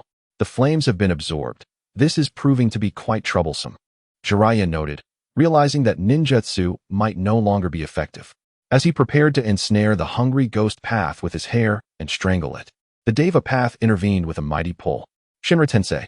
A tremendous repulsive force struck Jiraiya, sending him and the two toads flying. Despite being in sage mode, Jiraiya sustained only minor injuries, but his expression grew serious. It was clear that defeating the remaining puppets to confront Nagato would be impossible alone. With this thought in mind, Jiraiya dashed toward the 3 remaining panes, but the Hell Path and Hungry Ghost Path quickly intervened to protect the Deva Path. Jiraiya observed this development keenly. Shifting his focus to the Deva Path, he rapidly approached and delivered a powerful punch, sending the Deva Path soaring. Just as he was about to press the attack, he was struck by another powerful repulsion. This time, Jiraiya was injured but not severely, and he continued his assault on the Deva Path. Employing taijutsu, he swiftly dispatched the Hungry Ghost Path with a kick. Only the Hell Path and Deva Path remained on the battlefield. I never expected my teacher to possess such strength. What ninjutsu are you using now? The Deva Path inquired expressionlessly. Heh, Nagato, do you wish to learn? This is Sage Mode, if you wish. I will teach it to you. Jiraiya replied earnestly. Sage Mode. Yet even a sage is not as powerful as a god. Before a god, even a sage cannot stand against me. I will make you feel pain, Jiraiya-sensei. Shinra-tensei. After declaring this, the Deva Path unleashed its technique at Jiraiya. Hold on. As the Deva Path prepared to use Shinra-tensei again, Jiraiya utilized his hair to deeply embed several strands into the ground, barely countering the Deva Path's attack. Following this, he leaped and unleashed a sage art, Super Rasengan. Just as the Deva Path was about to be struck, another figure appeared, extending its hands to absorb the Super Rasengan. What? How is this possible? Wasn't he shattered by little Jiraiya? Fukasaku was taken aback by the sudden reappearance of the Hungry Ghost Path. Jiraiya, hearing the commotion, turned to see the Hungry Ghost Path, but his attention was quickly drawn elsewhere. The Hell Path had placed the Hungry Ghost Path, which had been shattered earlier, into the mouth of a summoned King Enma, chewing it briefly before it was restored. Although Jiraiya did not witness the revival, he recalled that the human path, Azura Path, and animal path had all emerged unscathed from the Hell Path summoning. The sight left Jiraiya uncertain if he could defeat them again. Jiraiya-sensei, now that all 6 panes are gathered once more, do you still think you can defeat them? The Deva Path approached, speaking coolly. Heh, Nagato, until the end. Who can truly know the outcome? How can one know without trying? Jiraiya maintained his composure, even in the face of overwhelming odds, especially against a former disciple. Very well then, I shall show you the difference between a sage and a god. Bansho Tenin, the Deva Path declared, launching an attack at Jiraiya. Jiraiya immediately sensed a powerful pulling force and responded with his hair, attempting to counter the Deva Path's technique. Although he managed to hold on, the 2 toads perched on his shoulders were unable to withstand the force, hurtling toward the Deva Path. With the departure of the 2 toads, Jiraiya's sage mode was disrupted, leaving him unable to save them. Yui, quickly help. Save the old man and the lady. Jiraiya called out in desperation, hoping for Yui's assistance. If Yui intervened, the situation would surely be resolved with ease. Hearing Jiraiya's plea, Yui instantly appeared before the Deva Path and struck it with a powerful punch, moving so swiftly that the other panes were caught off guard. Even Conan, who had been on guard since hearing Jiraiya's call, was taken aback by Yui's speed. As the Deva Path was sent flying, it tumbled across the ground until it was finally halted by the human path. At the moment when the Deva Path of Pain was sent flying, the technique of universal pull was rendered ineffective, causing the 2 sages to plummet to the ground. It is you, Louis. Thank you for rescuing me and the mother of my child. Sage Fukasaku exclaimed, recognizing Liu Yi's intervention. With you here, I can breathe easy. Sage Shima echoed, expressing his relief. You 2 should head to Lord Jiraiya for now. I must prepare for battle. Liu Yi advised the 2 sages with a nod. At that moment, the Deva Path of Pain and the other panes regrouped. Who are you? I see from your forehead protector that you are a leaf ninja. Since you are here with Master Jiraiya, you shall perish here as well. The Deva Path remarked to Liu Yi, his demeanor unfazed as if he hadn't just been sent flying. Liu Yi found Nagato's current theatrics rather neurotic and chose to dismiss any further dialogue, opting instead to strike him down decisively. Nearby, on a rooftop, a sudden distortion of space heralded the arrival of a figure cloaked in a red cloud-patterned mantle, his face obscured by a whirlpool mask. He observed the scene intently. Beside him, another figure emerged, sporting a unique appearance with half of his face black and half white, also clad in a similar mantle. Obito, did I not tell you that there would be an entertaining show at the Rain Ninja Village's stronghold? I did not deceive you. The peculiar being remarked to the masked man. Silence, Zetsu. I have instructed you to call me Uchiha Madara. Do not disclose my identity. The masked man replied in a deep voice. Understood, Lord Madara. Zetsu acknowledged. Let us observe their battle quietly. Liu Yi swiftly formed hand seals. Ice Release, Dragon King. Ice Release, Demon Car. Ice Release, Seven Wolves. Ice Release, Ice Dragon Bite. Ice Release, Sun Wukong. Ice Release, Kirin King. Lu Yi unleashed a barrage of 6 ice release techniques against the 6 pains. He leapt atop the crystalline dragon, manipulating the massive creature, which spanned over 600 meters, to execute a powerful tail swipe at the Deva Path. Shinra Tensei. The Deva Path extended his hand, expressionless, countering with his technique. The clash between the tail swipe and Shinra Tensei resulted in a stalemate, neither side gaining the upper hand. The crystalline dragon then lunged forward, its claws aimed at the Deva Path, who found himself retreating, astonished that his invincible Shinra Tensei had been thwarted. The other ice release techniques found their respective targets.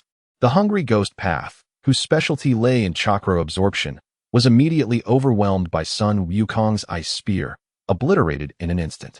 The Hell Path faced the brunt of 4 massive ice dragons, while the Azura Path was torn apart by the icy projectiles unleashed by the Demon Car. The Animal Path, attempting to summon its beasts, was relentlessly pursued and shredded by 7 ice wolves. Its demise appeared inevitable. The most tragic fate befell the Hell Path, which was devoured whole by the Kirin King, a creature nearly 500 meters long and 300 meters tall. Soon, the 7 ice wolves, Sun Wukong, the Demon Car, the 4 ice dragons, and the Kirin King encircled the Deva Path. He had not anticipated that in mere moments, 5 of his fellow pains would be annihilated. With such a multitude of colossal beasts surrounding him, the Deva Path, devoid of expression, resorted to an S-rank technique, Chibaku Tensei. He clasped his hands together, and moments later, released a small black sphere that ascended into the sky, generating an immense gravitational pull that began to lift debris from the ground. As the sphere reached a height of 20 to 30 meters, Lu Yi manipulated the crystalline dragon to unleash a wave of frigid air, encasing the black sphere in ice before crushing it to powder with the dragon's claws. This series of actions left the Deva Path utterly astounded. Nearby, Jiraiya and the 2 sages gaped in disbelief. While they had anticipated Lu Yi would handle the pains with ease, they had not expected such swift and overwhelming dominance. Had Jiraiya not recently suffered a severe defeat, he might have believed he could have matched Lu Yi. On the distant rooftop, the masked man and Zetsu exchanged glances, their expressions shifting in astonishment. They had not anticipated that this sudden young warrior would possess such formidable strength, easily overpowering the 6 paths of pain with a significant disparity in power. The observers, clear-minded while the participants were enmeshed in the fray, noted how, after Lu Yi completed his hand seals, the pains fell one after another, 5 of them rendered to naught. The Deva Path, now levitating skyward, began to recite. A bag of rice bears the weight of the upper floors, feel the pain. A bag of rice bears the weight of the second floor, contemplate the pain. A bag of rice given in excess, accept the pain. A bag of rice I wash, understand the pain. A bag of rice muddied, for those who do not comprehend suffering. And that pile of black tiles, crumbling rubble, cannot know true peace. Each grain is muddied, from now on. Who offers you a bag of rice? Let the world feel anguish.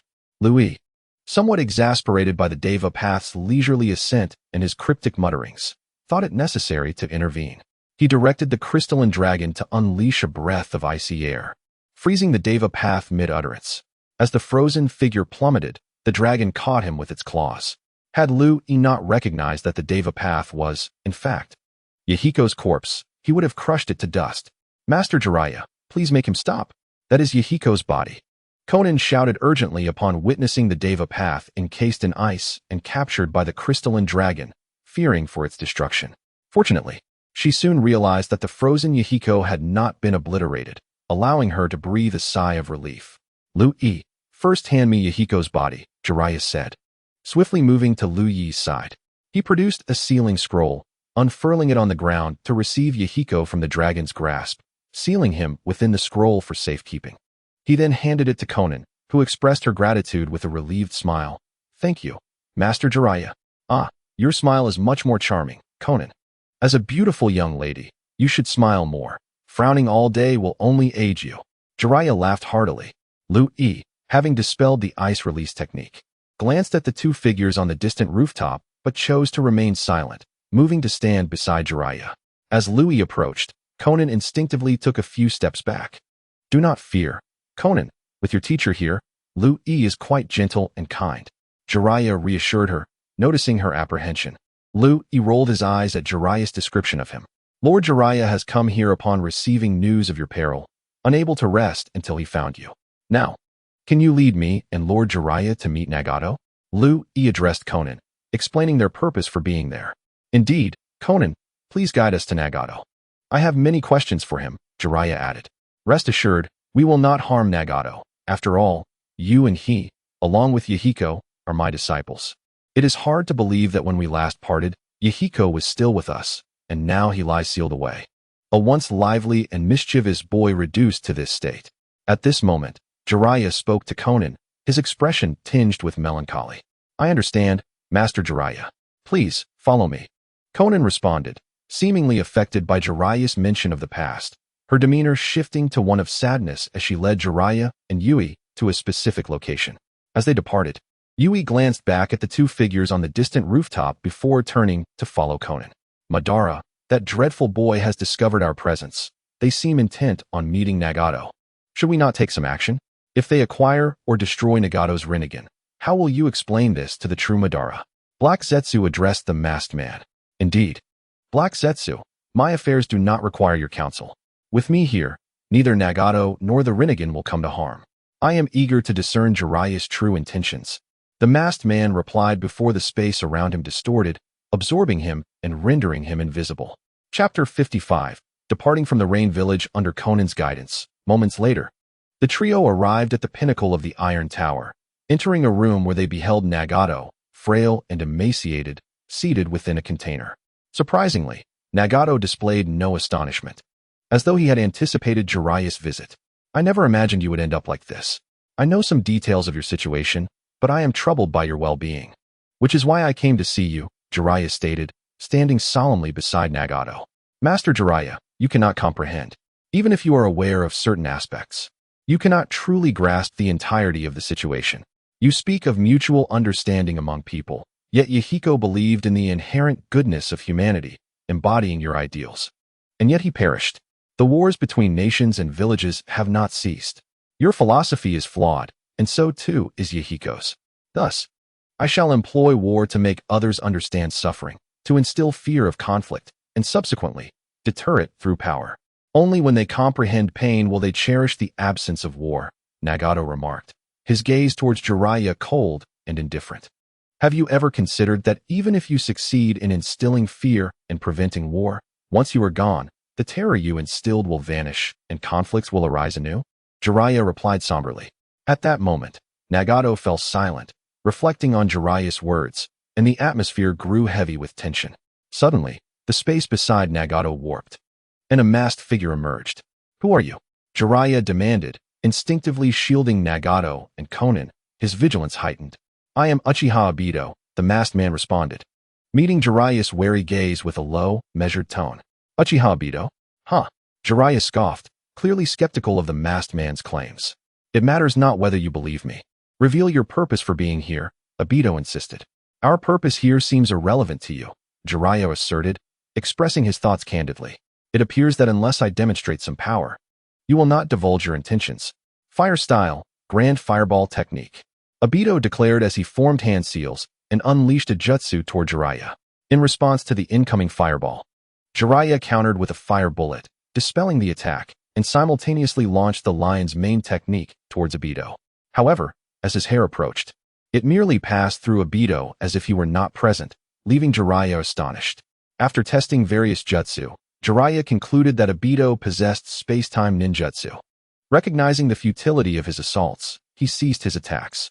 It is surprising that you wield space-time ninjutsu, Jiraiya remarked, his expression grave. Your jutsu is ineffective against me. Now, will you disclose your reasons for being here? Obito's voice resonated, low and commanding. Master Jiraiya has come merely to check on us. Even if he has ulterior motives, they are of no concern to you, Konan interjected, unable to tolerate Obito's presence. Have you forgotten our collaboration, Nagato? Obito retorted, ignoring Konan's words, directing his gaze at Nagato. Master Jiraiya, since you have encountered us, please take your leave, Nagato suddenly instructed. Nagato. Konan looked at him, puzzled. Nagato, I initially came upon hearing you were in peril. Now that I know you are alive, I am relieved, but Yahiko's death weighs heavily on my heart. There is much I wish to discuss with you, matters of great importance. Jiraiya conveyed earnestly. Master Jiraiya, please depart. Our philosophies diverge. If you are unwilling to leave, then you may as well kill us. After all, you are a leaf ninja. And my parents fell victim to leaf ninjas. If you were to end my life, I could reunite with them and see Yahiko, who must have been waiting for so long. Nagato replied coldly. Nagato, I truly have vital matters to discuss with you. Jiraiya urged, his anxiety palpable. Then, Master Jiraiya, speak. What is this crucial matter? I am listening, Nagato's voice echoed. First, you must dismiss that masked man. I can only share this with you and Konan. Jiraiya insisted, desperate to convey his message. Master Jiraiya, he is my collaborator. You may speak. He is privy to my affairs, Nagato stated impassively. This is a grave matter. I can only confide in you and Konan. Please, send him away. Jiraiya pleaded earnestly. Master Jiraiya, you should leave. I no longer wish to hear your important news. Depart from here, or you may as well kill me. Nagato replied, his patience wearing thin. Nagato, what more do you wish to say? Jiraiya began, but Yui interrupted, pulling him back. Master Jiraiya, since he has rejected your efforts, it is evident this is fate. Any further attempts to alter this will be in vain. Let us depart from here. Some choices, once made, bind us to a path we must follow until the end, Yui advised. After absorbing Yui's words, Jiraiya fell into a contemplative silence, suddenly turning to Nagato and Konan. Though you cannot hear this critical information, you must remain vigilant and ensure no one approaches you except for Konan. Konan, take care of yourself and Nagato, should you encounter insurmountable challenges. Seek out your teacher in the leaf, Jiraiya instructed before departing with Yui. On an unnamed hillside, Jiraiya stood still, gazing wistfully towards the distant rain village. Jiraiya-sama, you have been watching for 2 hours now. Some matters are fated. Even if you were to caution Nagato, informing him that the Rinnegan does not belong to him, but is instead a burden imposed by Uchiha Madara, and urging him to find a way to unravel the curse upon his heart, what difference would it make? He is now strung like a bow, compelled to act. If I am not mistaken, that masked man is likely a hidden piece placed by Uchiha Madara, watching over Nagato. Therefore, even if Nagato were to become aware of everything, his desire to change would be thwarted by that masked man, who would not allow him to deviate from their objective. Should unforeseen circumstances arise, they may choose to eliminate Nagato altogether. That is why I intervened to prevent you from continuing, Jiraiya-sama, Yui remarked as he approached Jiraiya. Perhaps you are right. It is possible that Nagato has sensed something amiss, which is why he allowed me to leave. At that moment, I only knew that he would face danger in the future, and I wished to tell him everything. Yet I did not realize that revealing everything could lead him into greater peril. I hope he can navigate through these treacherous waters in the future. Jiraiya chose not to linger any longer. My task here is complete, albeit not entirely satisfactory. Without you, I might not have been able to return. I shall refrain from expressing my gratitude. Now, are you to complete your mission, or will you accompany me back to Konoha? Jiraiya suddenly asked Yui. I will not return to Konoha with you. I plan to fulfill my mission first. Are you intending to take Naruto out for training upon your return? Yui replied to Jiraiya. Indeed, my plan is to take Naruto out for training this time. He should not remain in Konoha any longer, Jiraiya stated his intentions. I believe it may be unnecessary to take Naruto out. Let him cultivate his skills in Konoha, undertaking missions occasionally. Moreover, I forgot to mention that during my last visit with Naruto to meet Kurama, we reached an agreement. From now on, Naruto need not worry about Kurama's negative emotional chakra. As long as Naruto's strength increases, Kurama has promised to lend his chakra to Naruto for use, enabling him to learn the Sage Mode I previously demonstrated to you. Additionally, within the sealing space, both the 4th Hokage and Kushina Senpai are present, having sealed their souls within that realm. Should Naruto ever be tempted by Kurama and tear the sealing symbol, the 4th Hokage will emerge to reinforce the seal. When Naruto and Kurama reach a collaborative understanding in training the Ninetales chakra mode, should any unforeseen events arise, Kushina Senpai will appear to assist Naruto in overcoming challenges. In that case, with Kushina Senpai's support, Naruto will quickly master the Ninetales chakra mode, which I refer to as the Sage Mode. Due to my agreement with Kurama, I instructed Naruto to tear the sealing symbol, and at the moment he was about to do so, the 4th Hokage appeared. Subsequently, I had Kurama share some chakra with the 4th Hokage, allowing him to reside within the sealing space. Kushina-senpai followed suit. Now, Naruto has the fourth Hokage teaching him ninjutsu, and Kushina-senpai instructing him in sealing techniques. Therefore, I suggest that in 2 years, you take Naruto to Miyaboku Mountain to learn sage techniques. As for everything else, let Naruto's parents handle it, Yui advised Jiraiya. Ah, I see. Minato is indeed clever, skillfully utilizing Kushina's sealing techniques. Jiraiya exclaimed joyfully. Very well, Jiraiya-sama. We shall part ways here. Upon your return to Konoha, if you wish to meet the fourth Hokage, you may have Naruto take you into the sealing space. I believe the fourth Hokage would be eager to see you. Farewell. With that, Yui vanished in an instant. Half a day later, Yui found himself by an unnamed river. Fishing. Sitting on the grass, he planted his fishing rod into the ground, neglecting it thereafter. Now possessing the 9 tails and Gaara's hair, he only needed the hair or similar items from the other 7 Jinchuriki. Who should he seek first? The 2 tails and 8 tails Jinchuriki are in the land of lightning. In Kumogakure, the 3 tails is still in the process of revival and will not return for another 3 years, which is why the Akatsuki waited until then to begin capturing the tailed beasts. The 4 tails Jinchuriki, Old Purple, has a conflict with its Tsuchikage and has left Awagakure. His whereabouts are currently unknown. The 5 tails Jinchuriki is in Awagakure, while the 6 tails is evading the pursuit of the Umbu from Kirigakure, currently on the run. The 7 tails Jinchuriki is a girl named Fu, who is around the same age as him. Decidedly, he would first seek out those who are settled in one place before pursuing those who are on the run. Thus, he would first look for the girl named Fu. With this thought, Yui abandoned his fishing rod and disappeared in an instant. A week later, Yui finally arrived at Takigakure. With the aid of his Sharingan, he unknowingly passed through the grand waterfall outside and entered the village. To avoid unnecessary complications, Yui concealed his forehead protector. In a secluded spot, he activated Sage Mode, utilizing the chakra of the 9 tails to sense the location of the 7 tails Jinchuriki. Half an hour later, Yui arrived at a remote cabin, where he discovered a small girl with green short hair and tan skin. The girl noticed Yui and ran over, her face alight with joy. Are you here to be my friend? Why do you glow? Fu asked cheerfully, completely unguarded towards Yui, who felt no malice from her while in Sage Mode. Yes, I have come to be your friend. I too am a Jinchuriki, just like you. We are of the same kind. Yui replied to Fu. You are also a Jinchuriki? Does that mean, like me, no one wants to be with you? I often feel so lonely. I love making friends. Since you want to be my friend, then we are friends. But why are you alone? How can you, as a Jinchuriki, leave the village? You are amazing. Fu expressed her happiness and envy. Well, my strength is quite formidable, allowing me to leave my village. If you grow strong like me, you too will be able to leave your village one day. Yui explained to Fu. How did you become so strong? Can you teach me? Fu eagerly inquired. Of course. Whenever you have time, I will teach you. Yui smiled at Fu. I am free at all times. Can we start now? Fu replied eagerly. Shall we train here? Will anyone interrupt us? Yui asked Fu. Don't worry, Yui. Very few come here, but this is where I live. Let us train just over there by the waterfall. Fu said, pointing to a spot not far away. Upon reaching the base of the waterfall, Yui began to instruct Fu in the fundamental training of chakra. He did not inquire about her chakra nature, instead opting to teach her the Reincarnated, a technique that does not require hand seals and is independent of chakra nature. This eliminated the need for Yui to question Fu about her chakra attributes. He also intended to teach Fu how to train to become a perfect Jinchuriki. The chakra capacity of the 7 tails ranks 3rd among the tailed beasts. However, its combat prowess is notably the least impressive. This is largely attributed to the 7 tails' timid nature.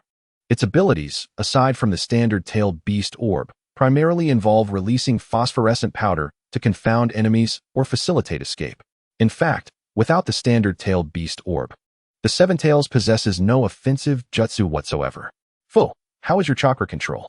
Can you walk on trees or run across water? Lu Yi intended to inquire about Fu's foundational chakra skills. I have mastered these techniques. What do you plan to teach me?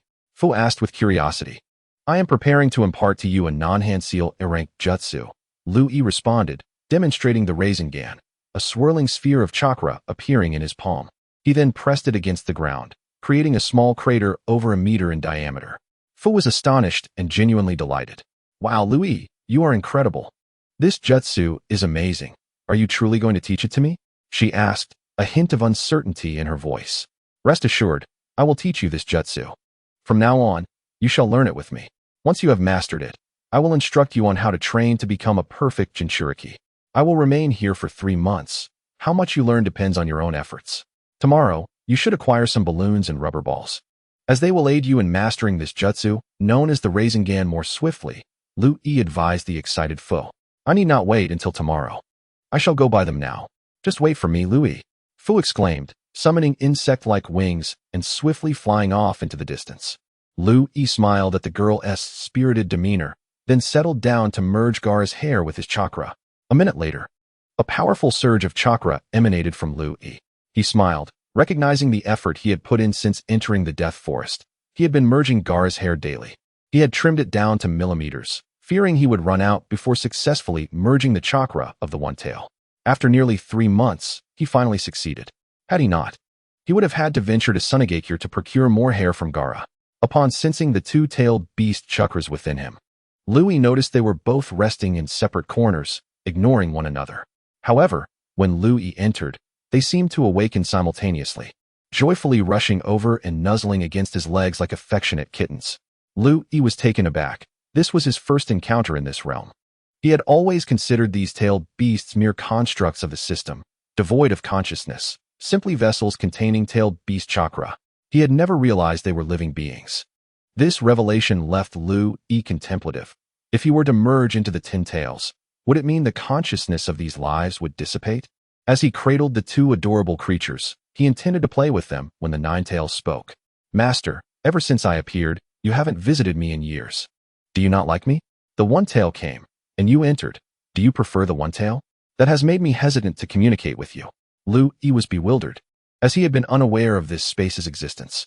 Had he not been curious about the 2-tailed beast chakras, he might never have sensed them. He realized that these beasts were not simply a fusion of chakra. Creating life was far more complex than mere destruction. Clearly, the system he had overlooked was far from simple. He resolved to take the time to communicate with it properly. Chapter 57. The Jinchuriki of the 7 Tails, Fu. I did not ignore you. I was unaware of your presence in this space. Had I known, I would have visited. In the future, I shall come often. Lu Yi reassured, petting the 2 small creatures. Does that mean you do not dislike me? The 9 tails asked, eyes wide with anticipation. Of course not. You are so obedient and adorable. I could not dislike you, Lu Yi affirmed. Master is truly kind. The 9 tails replied, happily nuzzling against Lu Yi. I like you as well. The One Tail chimed in with a sweet tone. Haha, I like you both. Do you have names? Or are you simply referred to as the One Tail and 9 tails like the others? Lu Yi inquired while petting the 2 small beings. We do not have names yet. Please bestow us with names, Master. They replied in unison. Lu Yi pondered for a moment, struggling to conjure suitable names. For now, let us stick with One Tail and 9 tails. When I think of something more fitting, I'll name you, he suggested. All right, Master. The One Tail and 9 tails agreed. In this space, Lu Yi discovered that only the 9 tails could transform into a radiant chakra mode, while the One Tail could only achieve complete tailed beast transformation or a red chakra cloak. Although these forms granted immense power, Lu Yi found himself favoring the 9 tails chakra mode, particularly the golden form. The Sage Fox mode would be even more delightful. As Lu Yi played with the 2 small beings, he lost track of time, until he heard Fu's voice outside. Lu Yi, I've returned with the balloons and rubber balls. What do I need to do? Fu called out to Lu Yi, who was seated on the ground. In truth, Fu had returned quite some time ago, and was prompting Lu Yi as dusk approached. Awakening, Lu Yi noticed how dark it had become. I apologize, Fu. I lost track of time while training. I'll come by tomorrow morning. Please take the balloons with you, and I'll teach you how to practice the Rasengan. He said apologetically. No worries, Lu Yi. Do you have a place to rest? Have you eaten dinner yet? Fu suddenly asked. Not yet. And I plan to stay at the village inn, Lu Yi replied honestly. Why stay at an inn? You can come to my place. I have an extra room. And I haven't eaten dinner either. Let us eat together. Fu cheerfully took Lu Yi's hand and led him to her small wooden cabin. Lu Yi surveyed the cabin. While it was indeed small, it was well equipped, featuring 2 rooms. Fu quickly prepared Lu Yi's sleeping quarters, ensuring the linens were clean. Afterward, she approached Lu Yi. I've tidied up your room, and you'll sleep here tonight. The bathroom is right next door. I've also placed toiletries in your room. If you wish to shower, I can accompany you to buy clothes tomorrow. I'm going to prepare dinner now. What do you like to eat? Fu explained in one breath. Subsequently, Louis was asked by Fu what he liked to eat. Well, I enjoy fish and meat. A soup and some vegetables would suffice, Louis replied to Fu's inquiry. Please wait a moment. I will call you when it's ready. Feel free to explore around the room, Fu said before departing to the kitchen to prepare dinner. Watching Fu leave with such carefree exuberance, Louis fell into a contemplative silence. Initially, he had intended to discreetly incapacitate Fu and take a few strands of her hair before departing, going their separate ways as mere strangers, unfamiliar with one another. However, Louis was not one to overlook kindness. He felt compelled to reciprocate any goodwill shown to him, often magnifying it tenfold. It seemed prudent to take precautions regarding the Akatsuki organization. He resolved to purchase a ring or bracelet in the village the next day, one imbued with the Flying Thunder God technique. This way, should Fu find herself in peril, she could activate the technique, allowing him to sense her distress and reach her in an instant. In doing so, Fu's safety would be significantly enhanced. Louis recognized that he must take the next 3 months to thoroughly instruct Fu, ideally enabling her to become the perfect Jinchuriki. Thus, regardless of which Akatsuki members she encountered, she would have the time to activate the technique.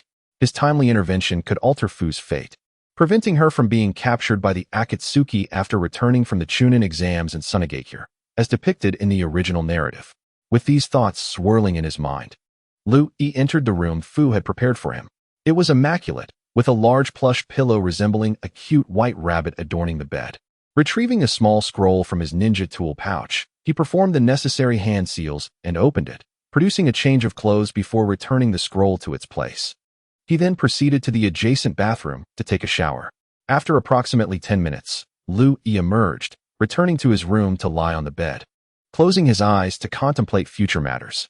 During his last encounter with Jiraiya, he had only revealed his ice release techniques.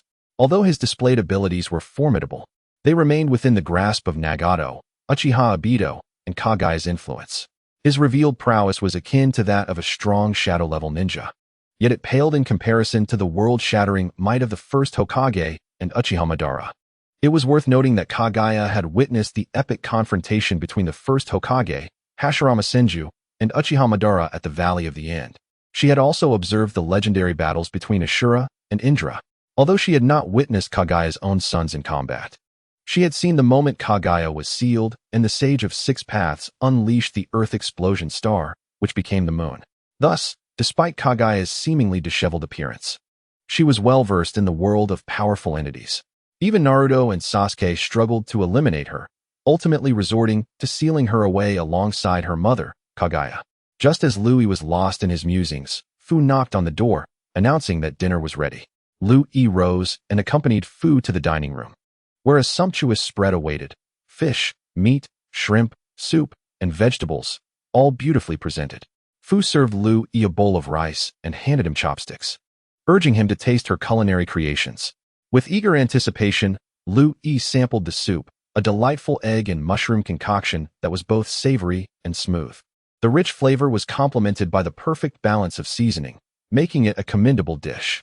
Next, he savored the braised pork, its aromatic sauce offering a delightful hint of spice and sweetness, melting in his mouth and leaving a lingering taste. He then tried the fish, which was fresh and tender, its delicate sweetness enhanced by a generous amount of garlic.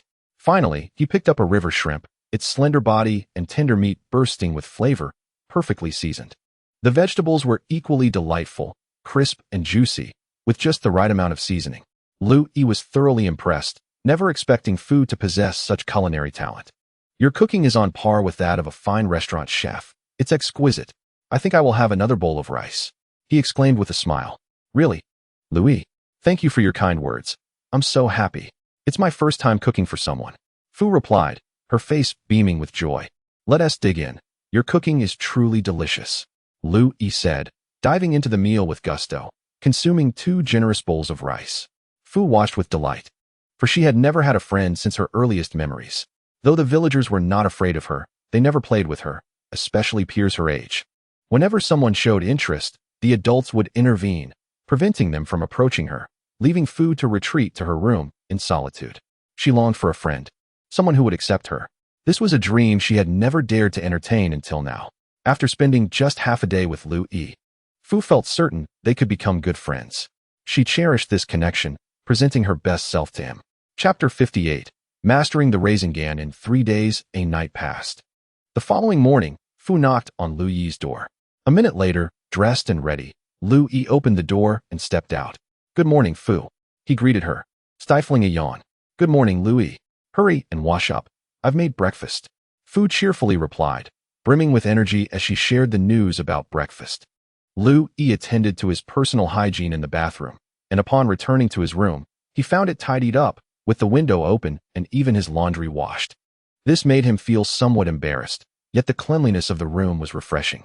After breakfast, Lu Yi and Fu returned to the training area from the previous day, where they filled 4 balloons with water. Lu Yi then held 1 water balloon in his hand and explained the training method, including the technique for using the Rasengan. With a burst of chakra, he made the water balloon explode. Fu watched intently, diligently mimicking Lu Yi's technique. However, despite her efforts, the balloon remained intact, showing no signs of breaking even after a prolonged struggle. Sighing, Fu took a short break before resuming her training, her small face reflecting determination. As time passed, traces of fatigue began to surface on her features, and her palms bore faint scratches. Nevertheless, Fu persevered, continuing her training until noon when she returned home to prepare lunch. After sharing a meal with Lu Yi, she resumed her practice, working diligently until evening. After dinner, Lu Yi noticed the scratches on Fu's palms. Approaching her, he gently asked her to extend her hand and open her palm. Although puzzled by his intentions, Fu complied obediently. Lu Yi then utilized a healing technique to treat her hands. In no time, Fu's palms were restored to their original state, prompting her to smile with joy. "Lu Yi, you're amazing.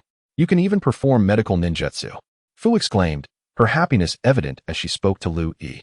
"All right, Fu, make sure to rest well. Don't push yourself so hard during training tomorrow. Good night, see you tomorrow," Lu Yi said to Fu before heading to his room. Fu watched Lu Yi leave and smiled, wishing him good night in return. The next day began with the continuation of their training regimen. By evening, Fu had managed to pop a ball during practice, which filled her with immense joy. She grabbed Lu Yi's arm and bounced around excitedly for a while. On the 3rd day, Lu Yi and Fu finished breakfast early and made their way to the waterfall to commence their training. "Fu, since you successfully exploded the ball yesterday using your chakra, it indicates that you have grasped the fundamental explosive power of the Rasengan. Today, I will teach you how to stabilize your chakra while maintaining that explosive force. Only when the chakra sphere possesses both explosive power and stability can we consider the Rasengan a success. Let me demonstrate first, so pay close attention." Lu Yi explained the basic structure of the Rasengan and shared some techniques. He then began to control his chakra at a slow pace, gradually forming strands of chakra that started to swirl in irregular patterns. As time passed, the strands increased in number and density, ultimately coalescing into a continuously rotating chakra sphere. The Rasengan manifested successfully before them. "Fu, do you understand my demonstration?" Lu Yi asked as he dispelled the Rasengan, noticing her curious gaze. "Yes. Your demonstration of the Rasengan was very clear. I understand how to practice it now. Watch me. I will definitely master it today," Fu replied earnestly. "All right then. Take your time to practice. I will be training nearby. Feel free to ask me anything if you encounter difficulties," Lu Yi said, settling down a short distance away to meditate. "Yes, Lu Yi, you continue your training. I will let you know if I have any questions," Fu responded, extending her palm and gradually gathering chakra into her hand. Within a couple of seconds, strands of chakra began to appear, multiplying rapidly. However, just as the chakra sphere was about to take shape, the strands collided in an unpredictable manner, causing the nearly formed chakra sphere to deflate like a punctured balloon. Realizing her failure, Fu did not lose heart and continued to gather chakra into her palm. As time passed, they took a break for lunch, and Fu resumed her training afterward. By evening, just as Lu Yi thought Fu was unable to learn the Rasengan that day, jubilant cheers erupted from her side. "Lu Yi, look, I did it. I have learned the Rasengan," Fu exclaimed, running over to Lu Yi with the rotating Rasengan in her palm, her face beaming with pride. "Impressive, Fu. You mastered the Rasengan so quickly. Now try it out on the ground." Lu Yi encouraged her with a smile. "All right, Lu Yi. I too wish to see the power of the Rasengan I created," Fu declared, and with that, she slammed the Rasengan onto the ground, producing a small crater approximately half a meter in diameter and 20 to 30 centimeters deep. "Wow, that's quite good. Although it doesn't match the strength of your Rasengan, Lu Yi, this technique doesn't require hand signs and is still an A-rank ninjutsu. I really enjoy this technique. Thank you for teaching me. Fu joyfully expressed her gratitude to Lu Yi. Congratulations on mastering the Rasengan. It's already evening, so we'll conclude today's training here. Tomorrow morning, come back, and I will teach you how to train to become a perfect Jinchuriki, Lu Yi stated, laying out the training goal for the following day before heading towards the cabin. Fu followed behind Lu Yi, hopping along like a little rabbit. As night fell, the next day arrived at the waterfall once more. Today, I will teach you how to train to become a perfect Jinchuriki. Fu, are you ready? Soon, I will guide you into the ceiling space within your body. Lu Yi informed her. Yes, I am ready. Please begin, Lu Yi. Fu replied with determination. Lu Yi then transported them into the ceiling space within her body. This place was quite different from Naruto's ceiling space, resembling a vast underground cavern. At that moment, the Seven Tails, Komi-ai, was asleep, but Lu Yi and Fu's arrival stirred it awake. Sensing the chakra of both the Nine Tails and the One Tail within the same individual left Komi-ai a bit bewildered, unsure of what was happening. However, it thought to ask for clarification. Who are you, and why are you here with Fu? I sense both the Nine Tails and One Tail chakra in your body. What is going on? Komi-ai inquired, looking at Lu Yi. Senior Komi-ai, I am here to facilitate communication between you and Fu, hoping you can collaborate to help her become a perfect Jinchuriki, ensuring safety for both of you. As for why I possess the chakra of the Nine Tails and One Tail, I have awakened a rather unique bloodline that allows me to fuse and replicate the chakra of tailed beasts. I may even be able to fuse your chakra as well. Lu Yi explained his purpose for bringing Fu and clarified the reason for the presence of two tailed beast chakras within him. I don't know how you know my name, but I will not cooperate with that girl to become a perfect Jinchuriki. While I cannot deny sensing the chakra of both the Nine Tails and One Tail from you, I will not grant you my chakra or allow you to fuse it. Komi-ai firmly rejected Lu Yi's proposal. Senior Komi-ai, please do not be so hasty to refuse. Let's exchange a fist bump first, and then you can decide, Lu Yi suggested, stepping closer to Komi-ai's cage and extending his fist, waiting for Komi-ai to respond. After observing Lu Yi intently for a moment, Komi-ai finally tapped his claw against Lu Yi's fist. Lu Yi shared with Fu the events after she participated in the Chunin exams in Sunagakure, where she encountered the immortal duo of the Akatsuki organization, Kakuzu and Haiden. Fu was quickly captured by them and ultimately perished after having the chakra of the Seven Tails extracted. Komi-ai was taken aback as he witnessed the scene of himself being extracted from the Jinchuriki's body and imprisoned within the Outer Path's golem. It surprised him that someone had located the body of the Ten Tails and appeared to be attempting to capture tailed beasts to revive the Ten Tails. Chapter 59. The Eight Tails and Killer Bee. As Komi-ai contemplated this, he continued to observe. The next scene revealed the Fourth Great Ninja War, where he was manipulated by a masked figure, using Fu as a puppet in battle. Ultimately, he saw himself being fused into the Ten Tails Jinchuriki and later becoming the Ten Tails Jinchuriki at the hands of Uchiha Madara. Just as the scene concluded, everything faded away. What happened next? Komi-ai couldn't help but ask Lu Yi. Lu Yi had no intention of allowing Komi-ai to see more of the events. Didn't you just witness it? There are no more scenes beyond that. It is irrelevant if you cannot see the future. What matters is that you do not wish to be captured by the masked man's organization and turned into mere sustenance for the Ten Tails, correct? Lu Yi replied to Komi-ai. How do I know if your visions are genuine? Komi-ai suddenly retorted. It seems Senior Komi-ai is not inclined to cooperate earnestly, Lu Yi remarked. Growing weary of the conversation, he swiftly activated his eternal Mangekyo Sharingan, immediately taking control of Komi-ai. The moment Lu Yi activated the eternal Mangekyo Sharingan, Zhongming felt an impending sense of doom. He wished to resist, but it was futile. Even the Nine Tails could be briefly controlled by the Mangekyo Sharingan, let alone Lu Yi's eternal variant and his pseudo-Six Paths level of power. In every aspect, Lu Yi could easily overpower Zhongming, with the eternal Mangekyo Sharingan being the most convenient tool at his disposal. Lu Yi released the controlled Zhongming and regarded him silently. Meanwhile, Fu observed the scene in utter bewilderment, unsure of what had transpired. She had merely seen Lu Yi and Zhongming exchange fist bumps, after which Zhongming rejected Lu Yi's various proposals, only to be ensnared by Lu Yi's extraordinary eyes. Fu found Lu Yi's eyes remarkably captivating and wondered about their special nature. Now that Lu Yi had released Zhongming, she mused, I did not expect you to be from the Uchiha clan, wielding the Mangekyo Sharingan. Perhaps your proposal holds merit. I shall attempt to collaborate with Fu, and I will provide her with chakra. Whether she can become the perfect Jinchuriki will depend on her abilities. I will also grant you a small portion of chakra. With that, a small orb of chakra erupted from his body and drifted towards Lu Yi. Upon receiving it, Lu Yi seamlessly fused this chakra with the chakra of the seven tails using his system. From the moment he encountered Zhongming, he had speculated that directly utilizing the chakra of the tailed beasts would enhance the success rate of fusion. His conjecture proved correct.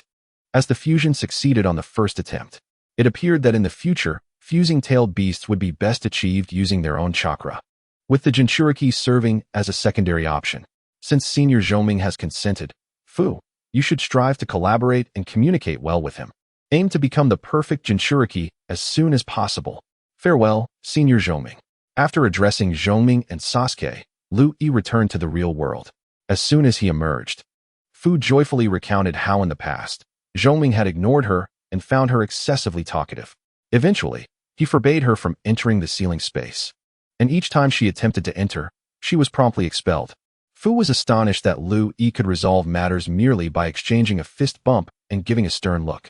Fu, begin communicating with Senior Zhongming now. Early collaboration will hasten your journey to becoming the perfect Jinchuriki. Lu Yi urged earnestly.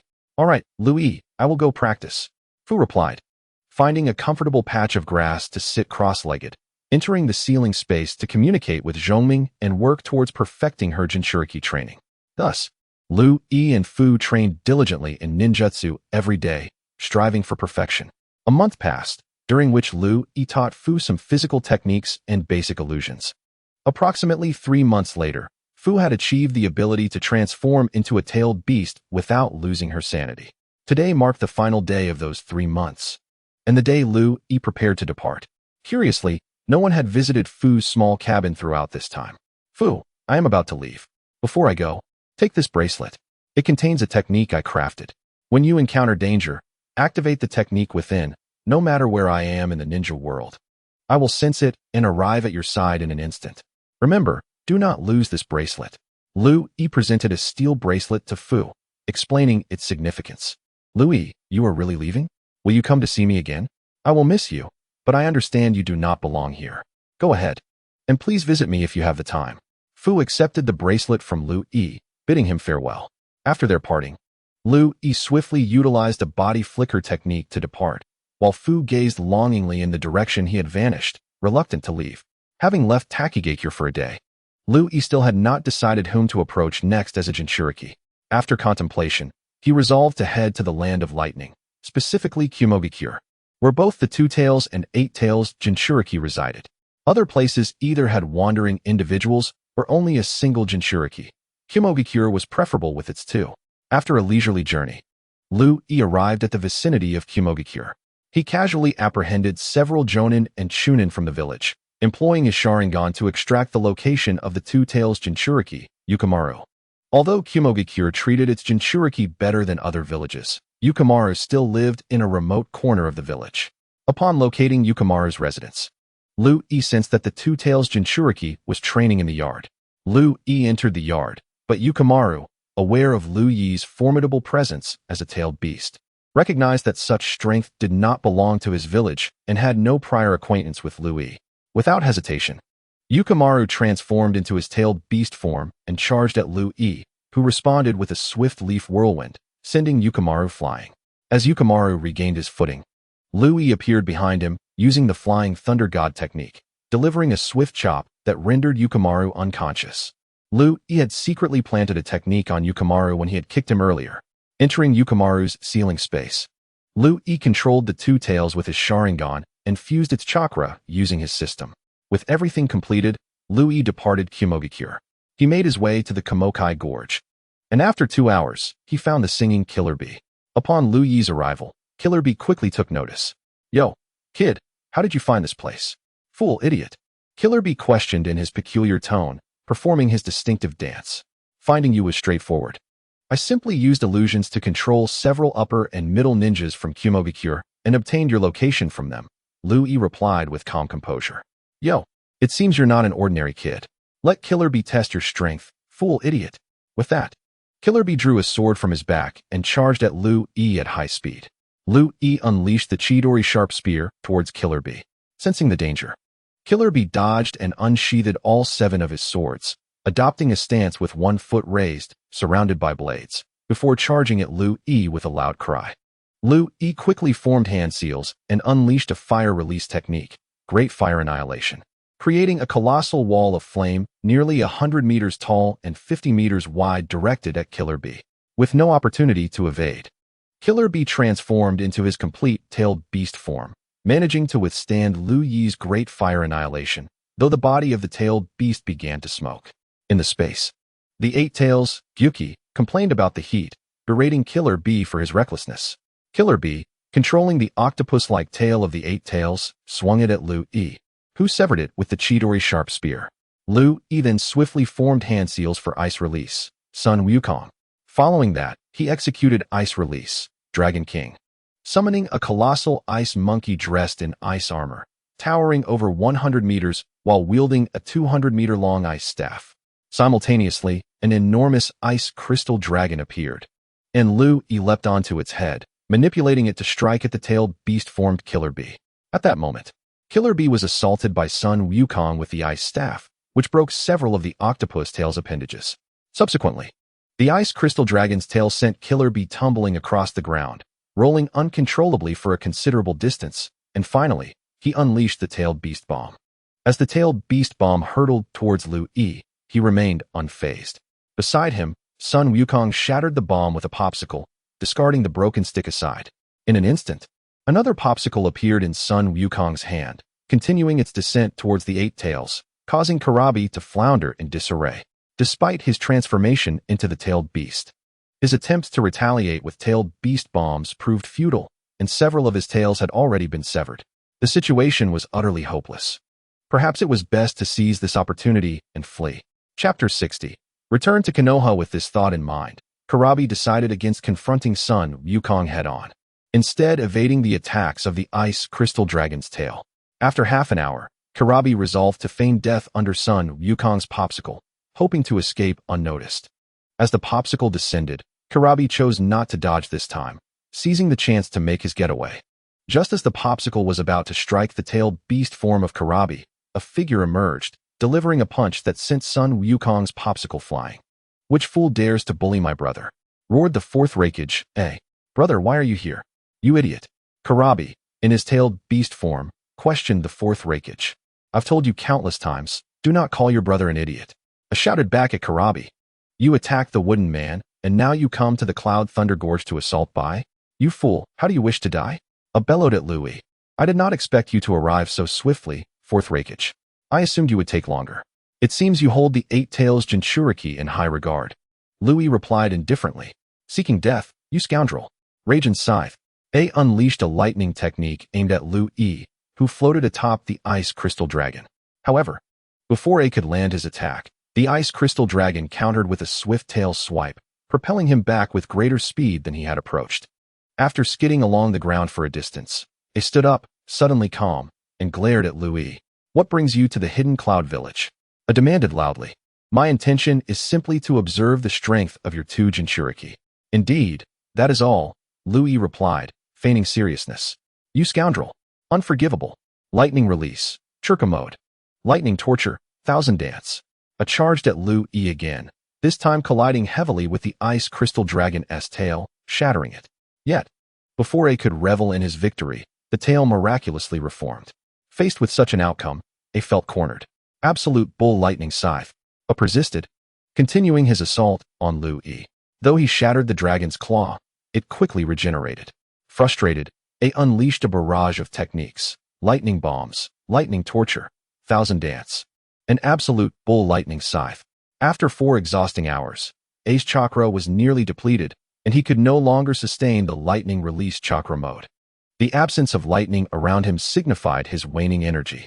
In that moment, the ice crystal dragon struck again, sending a flying and rendering him unconscious upon landing. Meanwhile, Karabi, who had been floating with Sun Wukong, noticed the unconscious Reikage and rushed to protect him.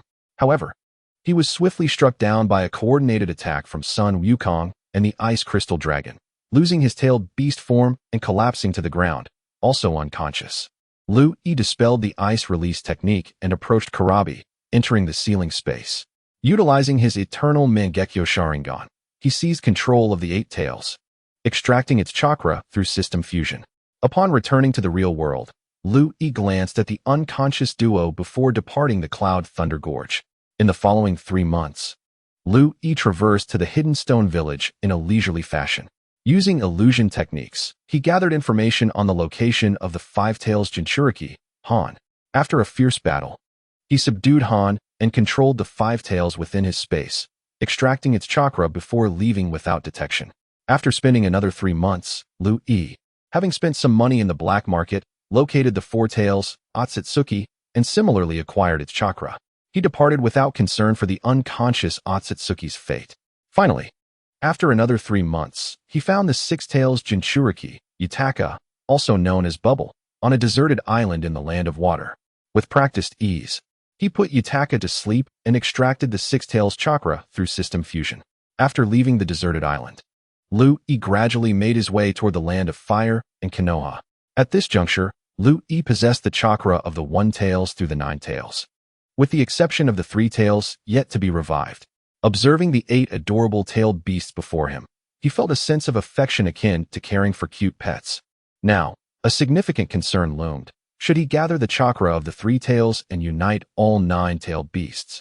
His initial plan was to transform them into the 10 Tails and become the 10 Tails Jinchuriki. However, gazing at the lively tailed beasts, Liu Yi sensed their vitality and emotions, perceiving them as his loyal companions. The thought of merging them into the 10 Tails filled him with reluctance. He questioned whether their consciousness would vanish in the process. He decided to take things step by step, deferring the matter until he had collected all 9-tailed beasts. Half a month later, after being away for over a year, Liu Yi finally returned to the gates of Konoha. Observing the long-standing gatekeepers, Kamizuki, Izumi, and Go, he pondered why these two brothers consistently guarded the entrance. After donning the forehead protector he had not worn for over a year, he presented the special entry permit given by the Hokage before leaving Konoha to the gatekeepers and entered the village. As he walked through Konoha, he noticed little had changed since his departure a year prior. He encountered no familiar faces along the way and hastened toward home. Upon entering the village, a wave of nostalgia for his parents washed over him. Arriving at his family's shop, he stepped inside and immediately spotted his mother, Hanada Mihoko, introducing clothing to a customer. "Mom, I'm back," Liu Yi exclaimed joyfully. Initially unaware of his presence, Mihoko turned upon hearing his voice, abandoning her customer to rush over and embrace Liu Yi. "Liu Yi, it's been over a year. You haven't returned even once. Your father and I have been so worried, fearing you weren't eating well or sleeping properly. And what if you encountered bad people or danger?" Tears welled in her eyes as she spoke. "I'm sorry, Mom, for making you worry. I promise I won't do it again. I'll stay at home from now on. And even if I go on missions, I won't be away for more than half a month. I missed you and Dad so much," Liu Yi reassured her. Releasing Liu Yi from her embrace, Mihoko looked at him earnestly, noticing he had grown taller than her during their time apart, surpassing 1.7 meters. Soon, he would be taller than his father at over 1.8 meters, and he had become increasingly handsome. "Liu Yi, why don't you go check on your father in the backyard? He doesn't know you're back yet, and he'll surely be delighted to see you. Today, Mother prepared your favorite dishes. I went to close the shop. It is of utmost importance that our family of 3 gathers well since my son is back." After saying this, Michiko Hanadu sold the clothes the customer had chosen and promptly closed the store to go grocery shopping. Liu Yi arrived at the 3 processing rooms in the backyard and found his father, Hanadu Akane. After a conversation, Akane instructed the workers to leave early today, assuring them that they would be paid for a full day's work, which delighted the group. Upon returning to his room, which he had not slept in for over a year, he found it clean and tidy, clearly indicating that his mother had been diligently maintaining it. After shedding his clothes, Liu Yi laid down on the tatami mat and fell into a deep slumber from noon until dusk when Akane called him for dinner. Tonight's dinner was particularly sumptuous, featuring braised chicken, steamed fish, boiled pork slices, spicy shrimp, beef soup, and vegetables. Few could prepare such dishes in the ninja world, as these were meals Liu Yi had long requested from his mother, Michiko Hanadu. For their only son, Hanadu Akane and Michiko would gladly fulfill his reasonable wishes. After enjoying a pleasant dinner with his parents, Akane inquired about Lu Yi's experiences over the past year. Lu Yi shared a few simple anecdotes, all commonplace occurrences. The next morning, Lu Yi had breakfast and prepared to head out when he was unexpectedly informed by a sudden appearance of an umbu that the Hokage wished to see him. A few minutes later, Lu Yi stood outside the Hokage's office, knocking on the door. Upon hearing a voice inviting him in, he entered the office and addressed Tsunade. "Hokage-sama. You called for me." Tsunade replied.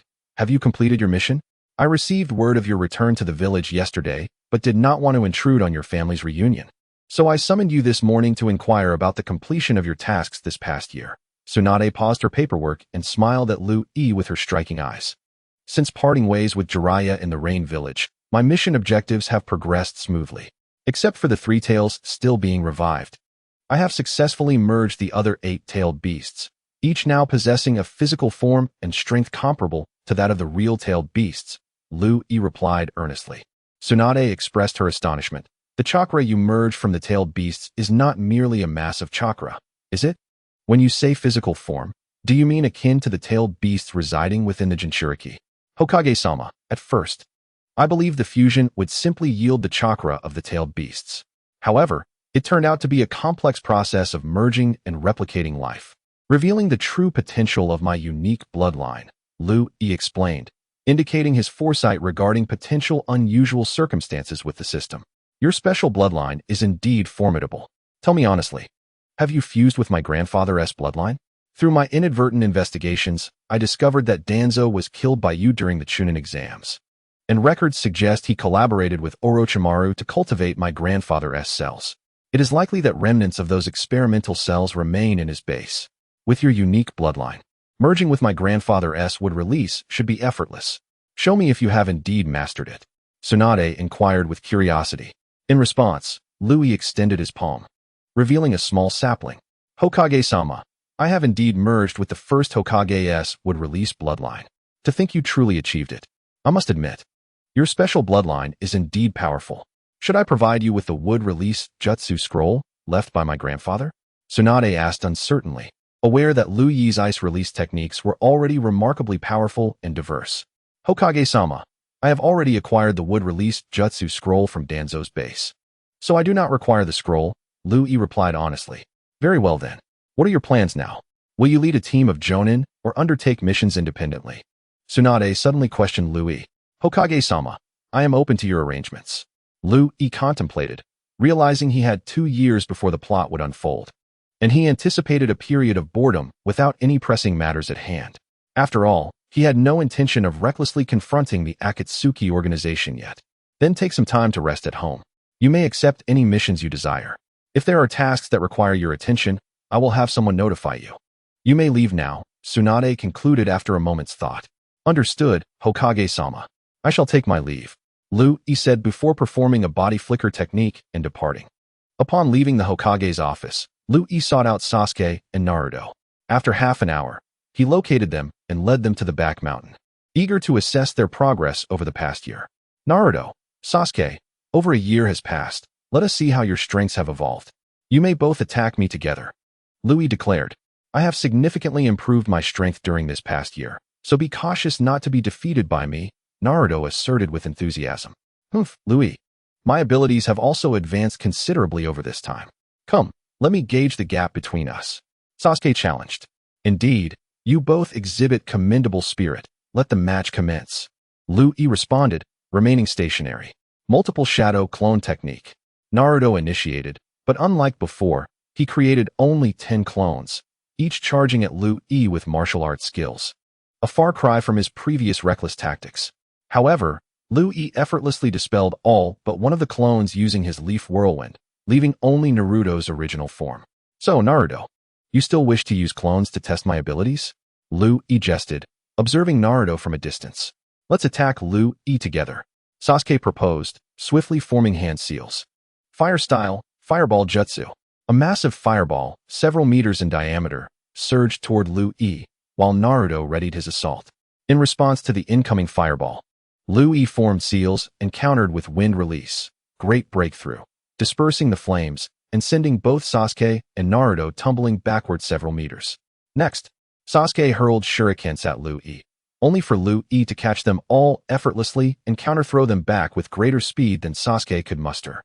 Naruto charged toward Liu Yi's left side, while Sasuke approached from the right, ready to engage. Faced with the relentless punches and kicks from his two opponents, Liu Yi effortlessly neutralized their attacks. Sasuke activated his three-tomo Sharingan and unleashed a Jinjutsu upon Liu Yi, simultaneously thrusting his Chidori towards Liu Yi's heart. Meanwhile, Naruto aimed his Rasengan at Liu Yi's head. Unfazed by Sasuke's Jinjutsu, Liu Yi seized Sasuke's left arm, which wielded Chidori, with his right hand and grasped Naruto's right arm, which was poised to strike with the Rasengan, with his left. He then lifted both of them and slammed them forcefully into the ground, resulting in a loud thud and a cloud of dust. When the dust settled, Naruto and Sasuke had vanished. It turned out they were merely shadow clones. Indeed, you two have made some progress, albeit limited, Liu Yi remarked calmly, a smile gracing his lips. TCH, the gap remains vast. Liu Yi is truly a monster. Sasuke mused inwardly. Haha, Liu Yi, who would have thought that after more than a year, our power disparity would still be so pronounced. However, I've recently learned a new technique that I intend to use against you. Diamond Lock. As soon as he finished speaking, Naruto appeared from behind, unleashing 4 chains that slithered toward Liu Yi like serpents. Sasuke, too, employed his Chidori flow, wielding his blade in a Chidori slash aimed at Liu Yi. Liu Yi evaded Naruto's Diamond Lock and positioned himself behind Sasuke, executing a leaf hurricane aimed at him. Sasuke, with his three-tomo Sharingan, discerned Liu Yi's movements and swiftly dodged. He then swung his blade at Liu Yi's thigh. Liu Yi altered his kick just slightly, striking the side of Sasuke's blade, sending both Sasuke and his weapon flying. Grasping the incoming chains, he yanked them forcefully, pulling Naruto closer and delivering a swift chop to Naruto's shoulder, knocking him out. In a flash, Liu Yi appeared beside Sasuke, who had just risen. Upon seeing Liu Yi raise his hand, Sasuke quickly called for a halt, narrowly avoiding the same fate as Naruto. I never imagined that after more than a year of rigorous training, the gap between us and you would still be so significant. I wonder when I will finally be able to defeat that guy. Sasuke expressed his frustration. Sasuke, your strength and foundation have improved significantly. It is time to advance to the next stage of training. How about it? Would you like to join? I will also instruct Naruto. Liu Yi stated, having revived Naruto. Liu Yi, you were too rough. Why did you knock me out without giving me a chance to concede? That's just unfair. Naruto complained, somewhat miffed. Liu Yi, what does the next stage of training entail? Sasuke inquired, intrigued by the prospect of enhancing his abilities. The next phase primarily focuses on Naruto's tailed beast transformation and perfecting his Jinchuriki training, along with your Sharingan training. You have already mastered techniques from low level to S rank. But your Uchiha clan's advantage lies in the Sharingan, so this stage will concentrate on its training, Liu Yi explained to Sasuke. Do you have a deep understanding of the Uchiha clan's Sharingan? Sasuke asked, puzzled by Liu Yi's knowledge of their abilities. I possess some knowledge about your Sharingan. Over the next 2 years, I will devote myself to nurturing both of you, as I will require your assistance in the future, Liu Yi assured Naruto and Sasuke. Need our help? What do you want us for? Naruto, no longer sulking, approached with curiosity. You will find out in due time. It is still too early to discuss it now. Liu Yi decided against revealing too much. For today, let us focus on training Naruto to control the Nine Tails chakra, aiming to complete the perfect Jinchuriki as soon as possible. Sasuke, when you return home, stop by my place. I have something for you. Understood. Sasuke acknowledged, resuming his training. Naruto, first communicate with Kurama and ask him to provide you with chakra. Liu Yi advised, observing Naruto deep in thought. Absolutely, Liu Yi. I will go and converse with Kurama right now, Naruto declared, settling into a meditative position. Moments later, he opened his eyes, a crimson chakra cloak enveloping him. Liu Yi furrowed his brow at the sight. All right, Naruto, halt for a moment. Let us enter your internal space to investigate what is amiss, Liu Yi instructed suddenly. In an instant, Liu Yi and Naruto found themselves in Naruto's sealed internal space. The space displayed a stark contrast. One half was a sunlit grassland, while the side imprisoning the Nine Tails was shrouded in darkness, complete with familiar iron bars and a damp floor. You're here. It has been a while. Upon their arrival, the fourth Hokage, Minato Namikaze, and Kushina appeared beside Liu Yi, greeting him warmly. Hello, Hokage-sama, and you as well, Kushina. Just in time, Hokage-sama. I need your assistance in unsealing Kurama for Naruto, so he can absorb the Nine Tails chakra, ultimately mastering it to become a perfect Jinchuriki and attain the Nine Tails chakra mode. Lui conveyed his purpose to Minato. Certainly. After your last visit, Kurama replenished his chakra several times. It is time to unseal him. Minato responded, commencing the hand seals.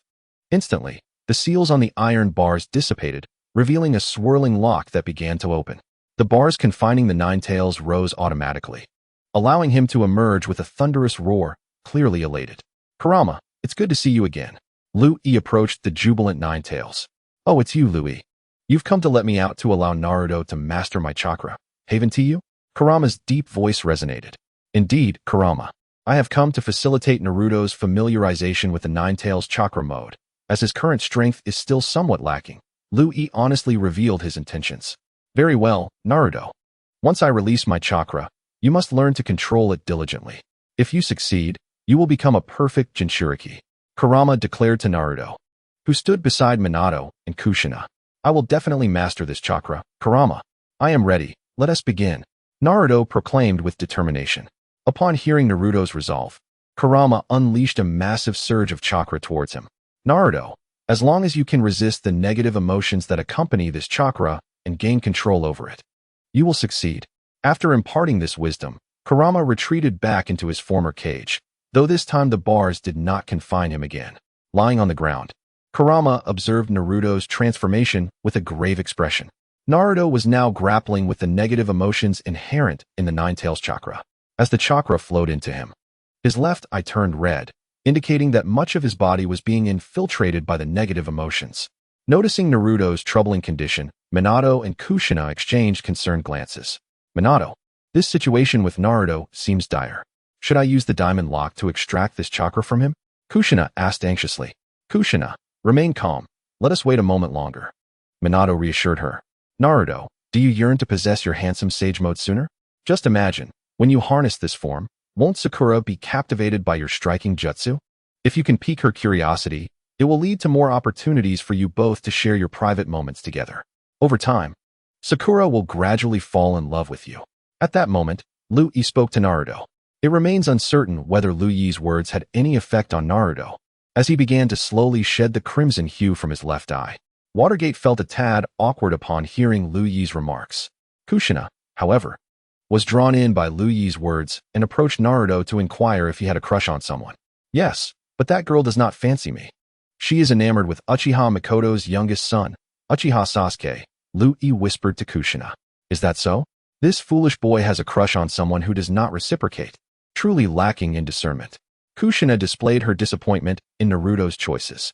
Yet, from what I know, the thoughtful Hinata has always harbored a secret affection for Naruto. She is the princess of the Hyuga clan, the eldest daughter of the clan leader, Hyuga Hisashi.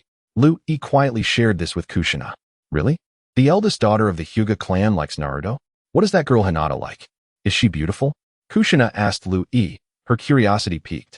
Indeed, she is exponentially more beautiful than Sakura, who Naruto admires. In Hinata's eyes, Naruto is of utmost importance. If he chose her, she would pursue him fervently. Lui continued his conversation with Kushina.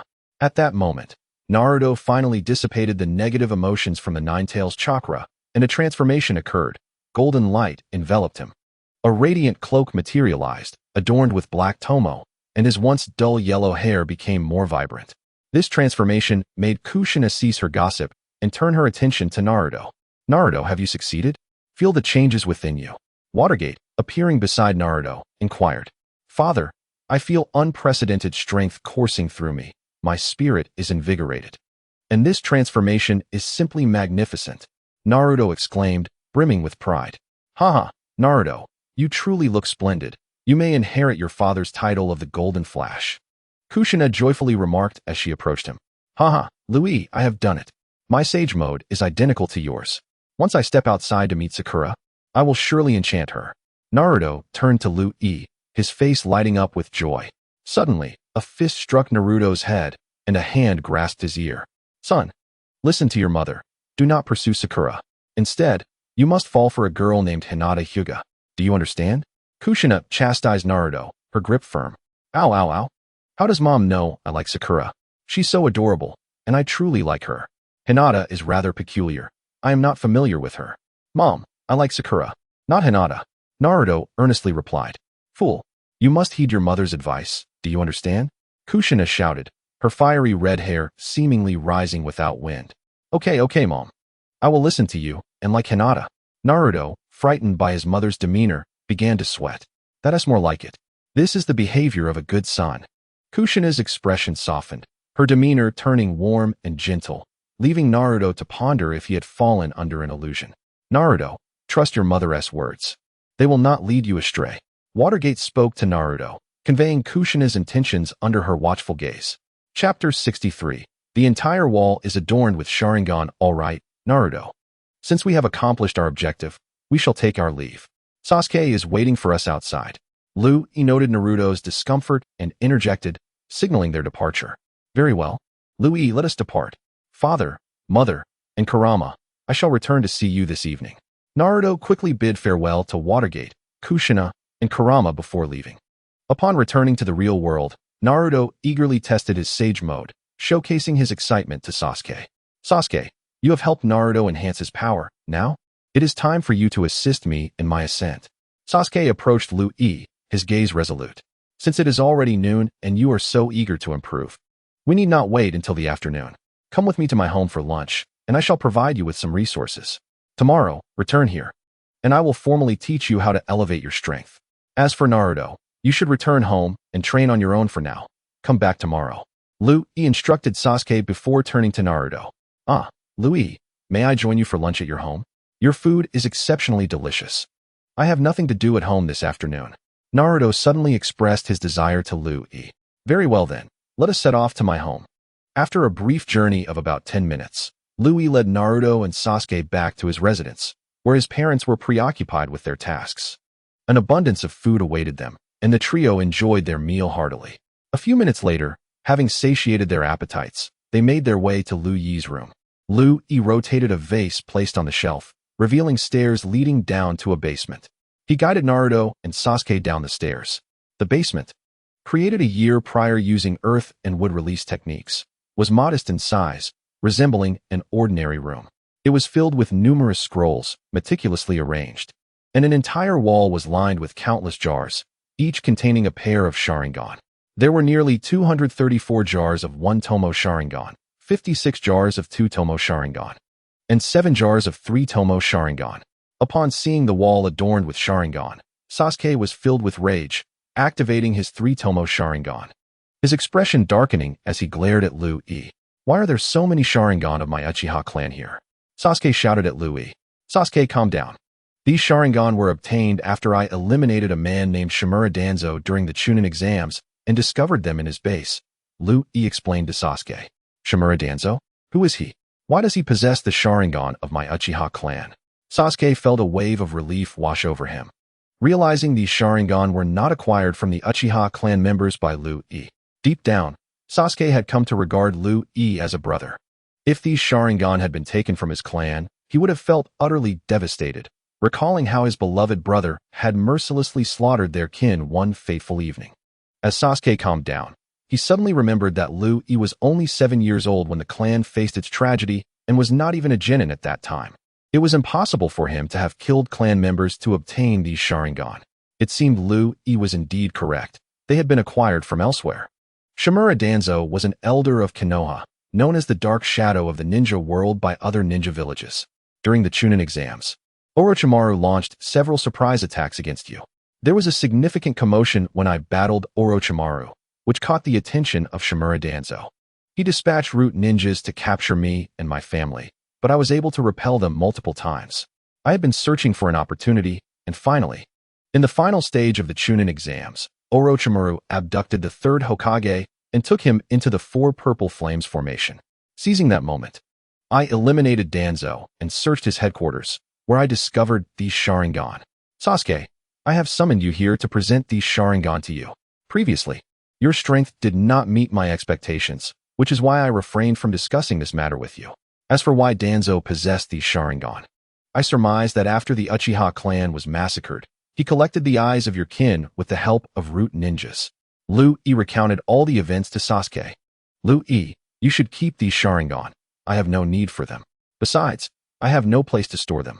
After contemplating for a moment, Sasuke realized that he did not require these Sharingan and had no better place to keep them, thus declining Lu Yi's offer. Lu Yi, shall we step outside? This atmosphere feels quite oppressive. I find it a bit unsettling, Naruto suggested awkwardly from the side. Very well, let us ascend, Lu Yi replied, taking the lead as they made their way to Lu Yi's room. We'll conclude for today. Let us meet at the training ground tomorrow morning, Lu Yi said as he ushered Naruto and Sasuke away. The following morning at the training ground in the back mountain, Naruto and Sasuke had already begun their practice. Upon Lu Yi's arrival, the two ceased their training. Naruto, today your training objective is to master various Rasengan techniques in your tailed beast mode without injuring yourself, as well as to continue exploring combat strategies in this form. Lu Yi instructed Naruto before dismissing him to practice at a greater distance. Sasuke, your primary focus now is to evolve your 3-Tomo Sharingan into the Mangekyo Sharingan. Your Uchiha clan has been referred to by the second Hokage as the Clan of Love, as well as the Cursed Clan. The designation of the Clan of Love stems from your deep value placed on love, kinship, and friendship, exhibiting an obsession that is often incomprehensible. The label of the Cursed Clan arises from the fact that each evolution of the Sharingan necessitates intense emotional turmoil, typically accompanied by profound suffering. Witnessing the death of loved ones, siblings, parents, or cherished friends can trigger the emotions required for this transformation. To evolve from the 3-Tomo Sharingan to the Mangekyo Sharingan, one must experience extreme emotional upheaval to have any chance of success. Lu Yi elaborated on the origins of the Uchiha clan's evolution to Sasuke. I see. So it is this intense emotional stimulus that drives the need for the Mangekyo Sharingan. That scoundrel committed the massacre for this very reason. I shall undoubtedly kill him, Sasuke concluded, inferring that Itachi Uchiha may have decimated their clan to obtain stronger eyes. Lu Yi, please teach me how to evolve into the Mangekyo Sharingan, Sasuke implored Lu Yi, visibly excited. You wish to evolve into the Mangekyo Sharingan? You must understand the cost of such an evolution. It will bring you great pain. Are you prepared? Lu Yi questioned, scrutinizing Sasuke's resolve. I am ready. No matter how excruciating it may be, I fear nothing as long as I can kill that man, Sasuke declared with unwavering determination. Since you have made your decision, I shall assist you, Lu Yi responded, activating his eternal Mangekyo Sharingan, preparing to use Jinjutsu on Sasuke. Wait, Lu Yi, how do you possess a Sharingan, and a high-level Mangekyo Sharingan at that? Sasuke asked, excitement coursing through him as he observed Lu Yi's eyes transform. Could it be that Lu Yi is of my Uchiha clan? Lu Yi's Sharingan, capable of being activated and deactivated, was a trait exclusive to Uchiha clan members. Kakashi, not being of their bloodline, could never turn off his Sharingan. This revelation filled Sasuke with joy and exhilaration. Sasuke, I am not a member of the Uchiha clan. I will explain the nature of my Sharingan later.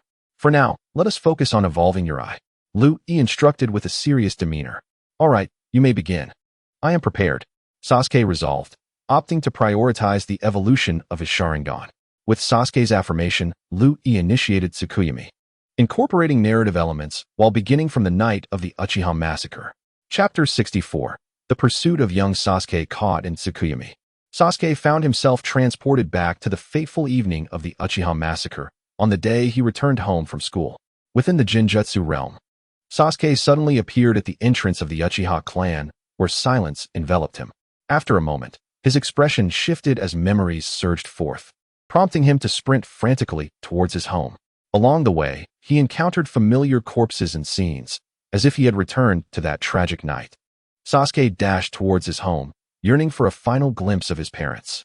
Upon reaching the doorstep, he hurried to his parents' room, but before he could enter, he heard a child's voice. You're lying. No way, my brother wouldn't kill our parents. You're just lying. Recognizing the voice as his own from childhood, Sasuke entered the room to witness, after a lapse of 6.5 years, his parents lying in a pool of blood, and his younger self collapsed against the wall, unconscious. Itachi Uchiha slowly approached the young Sasuke. Seeing this scene again, Sasuke's 3-Tomo Sharingan began to spin. Itachi, I will kill you, Sasuke shouted, drawing the blade from his back and activating Chidori to accelerate, his Chidori blade gleaming as he charged at Itachi.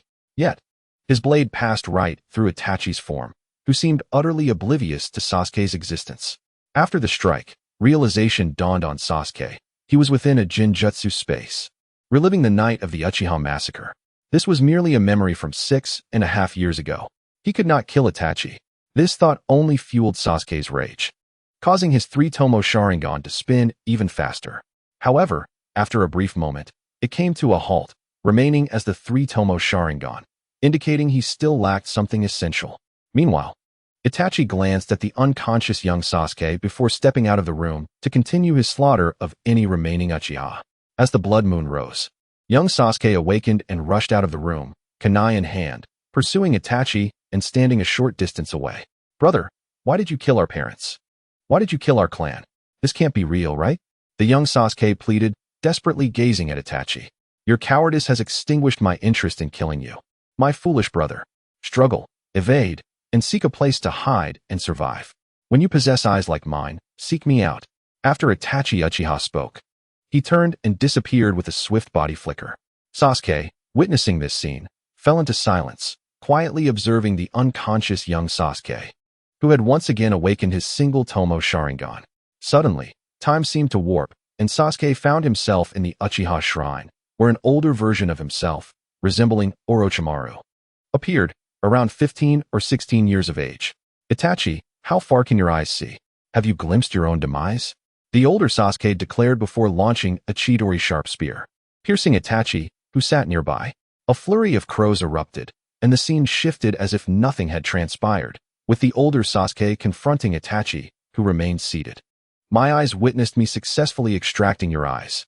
Itachi abruptly rose, addressing the older Sasuke. Fire style, fireball technique. Both engaged outside, simultaneously unleashing the fireball technique in a fierce clash. They followed with the Great Fire Dragon technique and the Phoenix Fire technique, causing the temperature around them to soar, ultimately transforming the day into a rainy one. Sasuke suddenly leapt backward to a towering stone tablet, harnessing the lightning from the sky with Chidori to execute the S-rank lightning release technique. Kirin. A colossal thunderous serpent descended upon Itachi, but it was thwarted by Itachi's Susanoo. At that moment, the older Sasuke felt weak, kneeling on the ground as a gargantuan creature emerged from his shoulder, Orochimaru in the form of the 8-headed serpent. He launched an attack on Itachi, who swiftly severed the other serpent heads with the Yata mirror, leaving only Orochimaru's human head, which Itachi sealed with the Totsuka blade. After completing this, Itachi activated Amaterasu, incinerating the body of the 8-headed serpent. He slowly approached the older Sasuke, who had lost all fighting capacity. As Itachi extended his finger to extract the older Sasuke's eyes, fear gripped him. Just as Itachi's finger was about to plunge into his eyes, a golden figure appeared. It was Naruto Uzumaki, who sent Itachi flying with a punch and seized the older Sasuke, teleporting them away from the battlefield. However, Itachi pursued them relentlessly. With assistance from the members of Team Hawk, Sasuke and Naruto temporarily evaded Itachi's pursuit. Yet, a day later, Itachi returned. This time with 2 members of Team Hawk's heads thrown before the injured older Sasuke, inciting his rage to confront Itachi once more. However, Naruto intervened, urging the older Sasuke and a girl with red hair to escape while he held off Itachi. 2 days later, nearing the entrance of Konoha, Itachi caught up with them, tossing Naruto's head before the older Sasuke. Consumed by fury, he clashed with Itachi, but he was no match. The commotion attracted the attention of numerous Konoha ninjas, who intervened to save him. The entire ordeal was witnessed by Sasuke, who grew increasingly enraged as he saw 2 members of Team Hawk perish and Naruto fall. The 3-tomo began to spin rapidly again, but tragically, they did not evolve into the Mangekyo Sharingan. The scene shifted once more to a wooden cabin, where the older Sasuke now appeared as a young man, beside the red-haired woman cradling a child. "Sasuke, our child looks so much like you. Look at that little mouth, that tiny nose, and those eyes, so reminiscent of you," the woman exclaimed joyfully. The young Sasuke beamed at the child, holding him close with a smile. "Sasuke, our baby is already 3 months old. You should name him," the red-haired woman suggested. Sasuke approached the child, finding him quite adorable. This would be the child he would have with the red-haired woman. He glanced at her, contemplating the prospect of having a child of his own, which seemed appealing. A faint smile crept upon his lips. "Let me think of a good name," he mused, but after pondering for a while, he found nothing fitting and voiced his frustration. "There is no need to name a child who is about to die. My foolish brother, instead of staying in Konoha, you built a little wooden cabin here. Today, I shall do a good deed and send your family to meet the Uchiha clan. Itachi declared before engaging the young Sasuke in battle. The brothers exchanged powerful fireball techniques with remarkable synchronicity. The fight was intense, but after an hour, the young Sasuke was defeated, collapsing to the ground, drained of chakra. He attempted to rise, but failed repeatedly as Itachi approached him. My foolish brother, you truly are pathetic. After all these years, you still haven't awakened the Mangekyo Sharingan. What do you intend to fight me with? You watched as so many loved ones perished for you, and yet you still haven't awakened it. Do you think seeing me kill your wife and child before your eyes will trigger it? Ha! Itachi kicked the young Sasuke aside and moved toward the red-haired woman and child. Itachi, no! You beast, you monster! Sasuke shouted in outrage from the sidelines. But Itachi was oblivious to his presence, leaving Sasuke worried for the safety of the woman and child. Itachi reached the red-haired woman and, with a kunai, slashed her throat. Blood gushing forth as she collapsed, cradling her child in a protective embrace. Witnessing this, both the young Sasuke and Sasuke felt their three tomos spinning uncontrollably. Itachi, no! Stop! They both screamed in unison. Chapter 65. The Mangekyo power awakened. Itachi seized the child, glancing at him as he cried out in pain. My foolish brother. Your child is quite adorable, remarkably resembling you as a child. However, he cannot compare to you, destined to live in ignorance for 20 years. He shall soon meet his end. Ha! Do you feel helpless? Do you feel useless? When I killed our parents, you could not stop me. When I slaughtered our clan, you were absent. Now, I kill your wife before your very eyes, and still, you cannot intervene. Now, I shall kill your child. Come, stop me if you can. Haha. You are indeed worthless. With that, Itachi raised the child high and slammed him to the ground, silencing his cries. Ah, Itachi, I will kill you. I will kill you. The young Sasuke and Sasuke's Sharingan bled as they simultaneously evolved into the six-pointed star Mangekyo Sharingan. As the scene shifted, Sasuke returned to the realm of reality. His three-tomo Sharingan ceasing its rotation as he opened his eyes, blood trickling forth. Two kaleidoscopic Sharingan with star-like patterns emerged. However, Sasuke felt no joy. The images within the illusionary space were too vivid, leading him to believe that Naruto had truly perished, along with his wife and their newborn child. This intensified Sasuke's hatred for Itachi Uchiha, fueling his desire to enhance his power. He was determined that he would not allow the haunting images of the illusionary realm to replay. It seems you have witnessed something that has left you deeply saddened, said Lui solemnly. Now that your Mangekyo Sharingan has successfully evolved, you must strengthen your abilities to prevent such distressing events from recurring. You are right, Lui. I must bolster my strength to avert the repetition of tragedy, Sasuke affirmed. Exactly.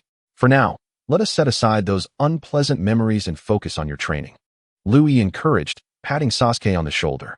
Before we proceed, shouldn't you explain how you came to possess the Mangekyo Sharingan? Sasuke inquired, voicing his curiosity. I possess a unique bloodline limit.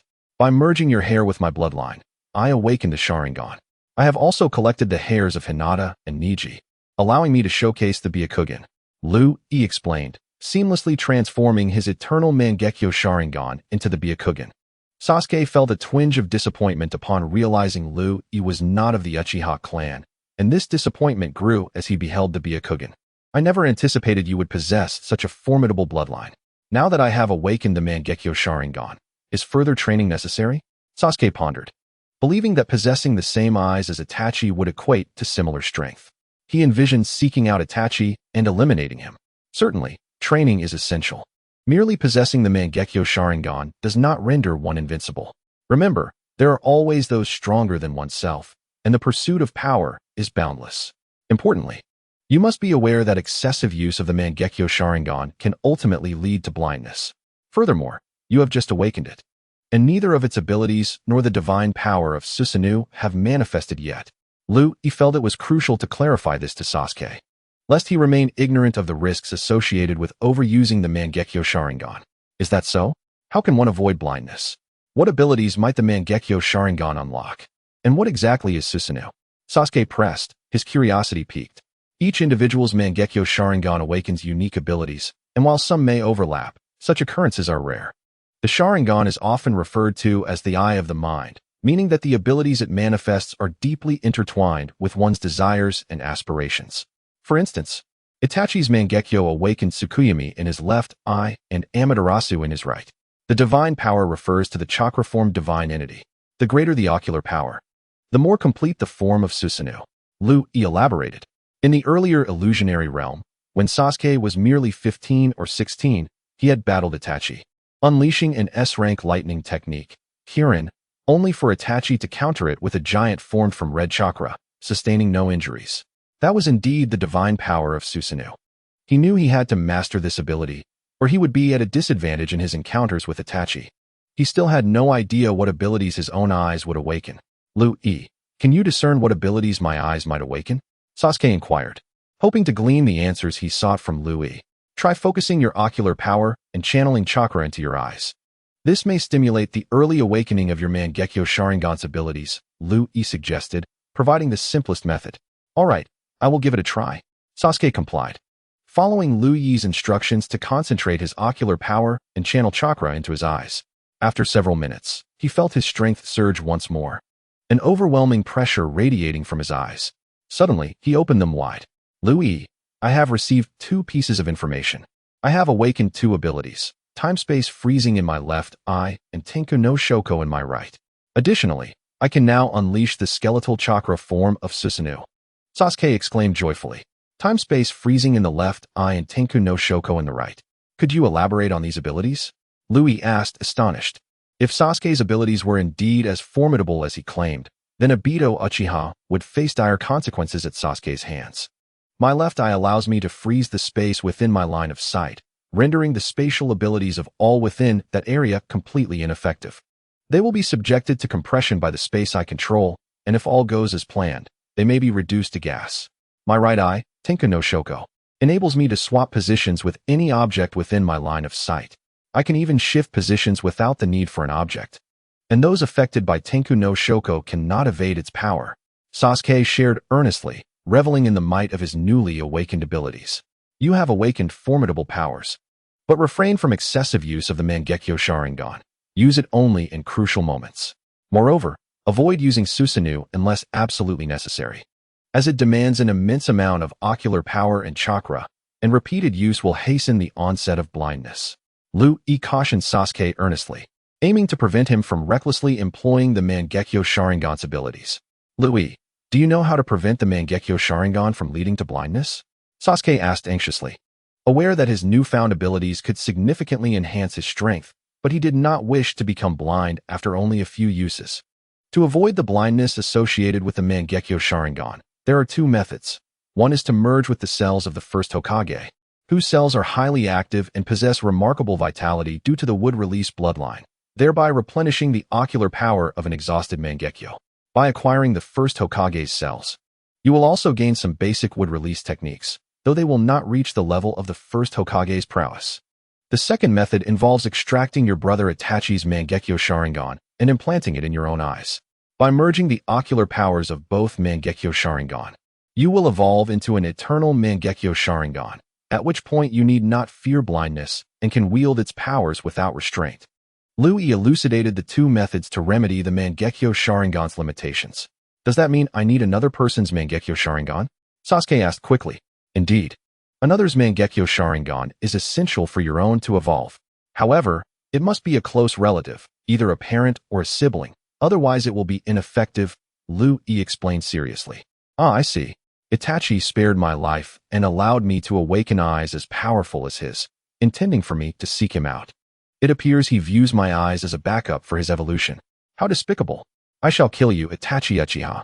Understanding the sequence of events, Sasuke spoke in a fit of anger.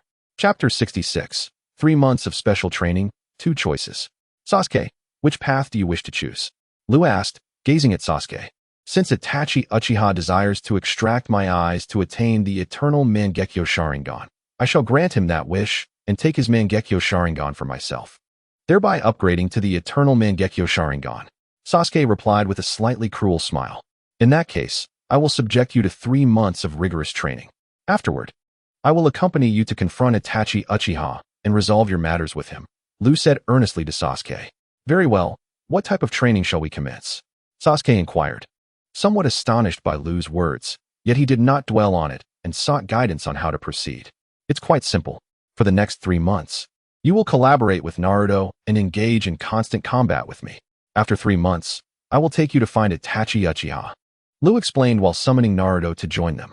Lu, are you prepared to fight alongside Sasuke and me once more? It's the perfect opportunity to test my new Sage mode, and I see Sasuke's Sharingan has also evolved, Naruto remarked. Aware of Lu's intent and noticing the hexagram in Sasuke's eyes, confirming the successful evolution of his Sharingan. Indeed, Naruto, for the next 3 months, I will conduct special training for both of you. Now, prepare yourselves, for we shall commence battle, Lu declared. Ice Release, Dragon King. Ice Release, Sun Wukong. Ice Release, Kirin. Lu swiftly formed hand seals and leaped atop the crystalline dragon's head. It seems Lu is truly serious this time. Sasuke, let us join forces, Naruto said, casting a grave glance at Sasuke. In the next moment, Naruto activated Sage mode and charged toward Lu, manifesting 6 chakra arms as he unleashed a Rasengan. Sasuke closed his hexagram and activated his 3-tomo Sharingan, employing Fire Release, Great Dragon Fire technique against the approaching Sun Wukong while evading the icy spears and the charging Kirin. Though Sasuke attempted to use Chidori Sharp Spear to slice through Sun Wukong and Kirin, it proved ineffective, as both were restored in mere seconds. Leaving Sasuke with a sense of helplessness, Naruto's Rasengan, wielded through his chakra arms, was swiftly dissipated by the crystalline dragon's tail, forcing him to retreat and amplify his wind chakra to unleash Wind Release, spiraling shuriken toward the crystalline dragon's head. Lu responded by forming hand seals for Ice Release, triple bronze gates, conjuring 3 towering ice gates resembling bronze doors, each 100 meters tall and 10 meters thick. Naruto's first shuriken shattered the first ice gate, but as he attacked the second, an explosion occurred, blocked by the third gate. This left Naruto astonished, as his first A-rank technique had been so easily thwarted. If 1 shuriken isn't sufficient, then I'll launch 3, he exclaimed, swiftly utilizing Shadow Clone technique to create 2 clones. Together, they hurled the Wind Release, spiraling shuriken at Lu. This time, Lu did not hold back and employed the 5-headed gate technique obtained from Danzo's base, summoning 5 gates adorned with demonic faces that successfully blocked all 3 spiraling shurikens. At a loss, Naruto charged forward to engage Lu in taijutsu. Meanwhile, Sasuke was overwhelmed by Sun Wukong and Kirin, repeatedly contemplating the use of his Mangekyo Sharingan. Yet he refrained, recognizing that if he resorted to it even in training, he would soon succumb to blindness. Retreating to a distance, Sasuke unleashed the Fire Release, Great Fire Extinguish, conjuring a towering wall of flames towards Sun Wukong. Unfazed, Sun Wukong leaped over the fire wall, swinging his icy staff down upon Sasuke. Sasuke executed body flicker technique to evade, only to find himself nearly bitten by Kirin.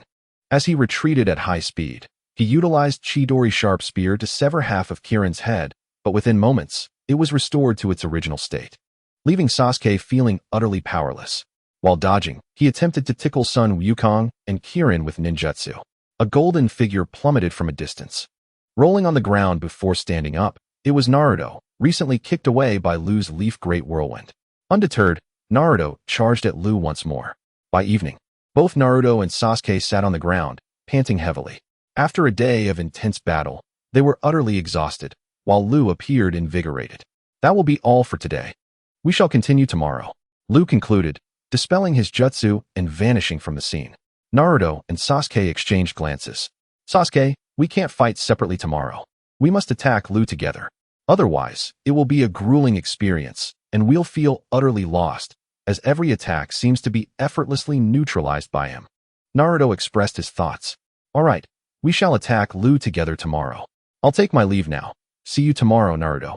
Sasuke agreed, bidding farewell to Naruto before departing.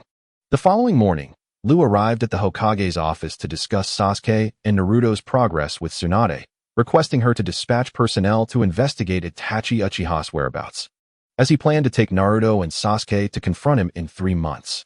Upon hearing Lu's report and request, Tsunade arranged for Selmambu to covertly seek information about Itachi. That day, Lu engaged Naruto and Sasuke in a different style of combat, utilizing purely taijutsu and overwhelming speed, relentlessly tormenting them throughout the day. While the previous day had left them feeling lost against Lu, Today they were thoroughly battered. Lu used healing palm technique to treat Naruto and Sasuke's superficial injuries. Alright, that concludes today's training. We shall continue tomorrow. I must take my leave. See you then, Lu remarked, casting a glance at the two exhausted individuals before departing. Sasuke, I wonder what method Lu will use to torment us tomorrow. I'm feeling a bit anxious. Do you have any strategies? Naruto asked, looking weakly at Sasuke. We'll find out tomorrow. I can't think of any strategies myself. I should head back now, Naruto. See you tomorrow, Sasuke replied, bidding farewell to Naruto before leaving. On the third day, Lu unleashed would-release techniques with great ferocity, subjecting Naruto and Sasuke to relentless assaults as he suspended them mid-air. After much pleading, Lu allowed them to return home early, but not before treating their injuries to ensure they were in good health. For the next 3 months, Lu consistently tormented Naruto and Sasuke, which, while painful, resulted in significant improvements in their strength, particularly in their combat abilities, justifying the hardships endured during this period. Occasionally, Kakashi would join in, but always alongside Naruto and Sasuke in their assaults against Lu. Throughout these 3 months, Lu would occasionally grant Naruto and Sasuke breaks, allowing them to socialize with the other members of Team 7. As Louis was preparing to conclude tonight's training session, a member of the Umbu suddenly appeared, informing him that the Hokage wished to see him. You both heard that, right? I must head to the Hokage's office, so today's training ends here, and the 3-month intensive training is suspended. You may return for now. I will seek you out if necessary. Lu said to Naruto and Sasuke before departing with the Umbu. Naruto and Sasuke exchanged glances, bid each other farewell, and then left the area. 10 minutes later, Lu arrived at the Hokage's office. Hokage-sama, have you found the whereabouts of Itachi Uchiha? Lu inquired of Tsunade. Indeed, this morning, a team from the Umbu located Itachi Uchiha, Tsunade replied. Where is he? Lu pressed further. Here is the information regarding Itachi Uchiha's location. Along with an S-rank rogue ninja from the Mist Village, Kisame Hashigaki. This scroll contains detailed information about Itachi, Tsunade stated, handing Lu a scroll from her desk. Thank you, Hokage-sama. I intend to set out tomorrow morning with Naruto and Sasuke to find Itachi. Please provide me with a pass for leaving the village. Lu expressed his intentions. Is Naruto going as well? Should I send additional personnel with you? Tsunade asked, furrowing her brow. No need for extra personnel. The 3 of us will suffice, Lu declined. Very well, you understand the importance of Naruto to the village.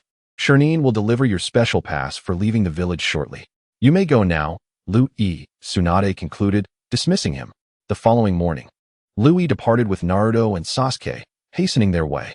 3 days later, they found Itachi and Kisame in a forest along the border of the Land of Fire. Both parties spotted each other from several hundred meters away, yet neither showed any inclination to alter their course. Soon, they halted at a short distance, wary of one another. It has been a while, Sasuke. You have grown taller, Itachi remarked, his voice calm and measured. Itachi Uchiha, I have come to find you as you instructed when I attained eyes like yours. Now that I possess them, I am here, Sasuke retorted, his expression tinged with anger. It seems Sasuke has matured. Allow me, as your elder brother, to test your resolve. Come forth, Sasuke. Itachi responded, unfazed.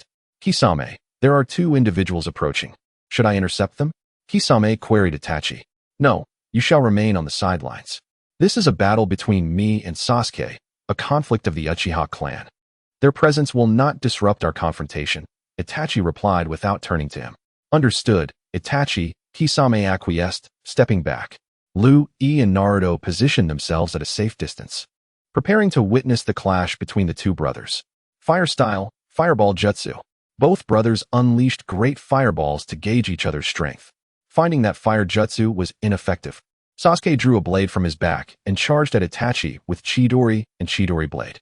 In response, Itachi threw shuriken, which Sasuke deftly sliced apart with his sword. Sasuke then attacked Itachi, who evaded the strike, seized Sasuke's wrist, and kicked the blade from his grasp. Sasuke unleashed the full power of Chidori, compelling Itachi to retreat slightly, yet he still felt a tingle of numbness. Chidori began to surge toward Itachi, who swiftly dodged and began forming hand seals, executing Phoenix Fire Jutsu. Fireballs, heated to extreme temperatures, soared towards Sasuke, only to be dissipated by his lightning release. Sasuke launched a Chidori sharp spear aimed at Itachi's heart. But Itachi used body flicker technique to evade, countering with fire style, Dragon Flame Jutsu, which Sasuke matched with his own fire style, Great Dragon Fire Technique. The two resumed close combat, trading blows. Sasuke landed a punch on Itachi's face, who retaliated in kind. Both staggered back slightly, then engaged in a flurry of strikes, culminating in simultaneous kicks to each other's chests, causing both to retreat a distance. Sasuke activated his three-tomo Sharingan and began forming seals, prompting Itachi to do the same. Fire Style, Great Fire Destruction. Fire Style, Great Fire Destruction. They both exhaled massive walls of flame that collided, the rising temperature altering the air, leading to thunder and rain. Sasuke swiftly found an elevated position, summoning Chidori and drawing lightning. A smirk crept across his lips. Itachi, quickly unleash your Susanoo, or you shall perish beneath my next jutsu. Sasuke called out to Itachi. Lightning Style, Kirin. With those words, Sasuke released Chidori, and a colossal lightning dragon emerged from the clouds, striking toward Itachi with devastating force. With a thunderous roar, a massive figure made of red chakra manifested, blocking Sasuke's Kirin. This outcome was anticipated by Sasuke, who had witnessed such an event in his mind's eye 3 months prior when he awakened his Mangekyo Sharingan. His objective was to exhaust Itachi's chakra. Seizing a nearby blade, Sasuke dashed towards Itachi, leaping to thrust the weapon into Itachi's Susanoo. However, whether from excessive force or a faulty blade, the weapon shattered upon contact with Susanoo. Sensing danger, Sasuke quickly evaded, employing various tactics to harass Itachi, preventing him from retracting Susanoo at will. Realizing Sasuke's intentions, Itachi utilized Tsukuyomi.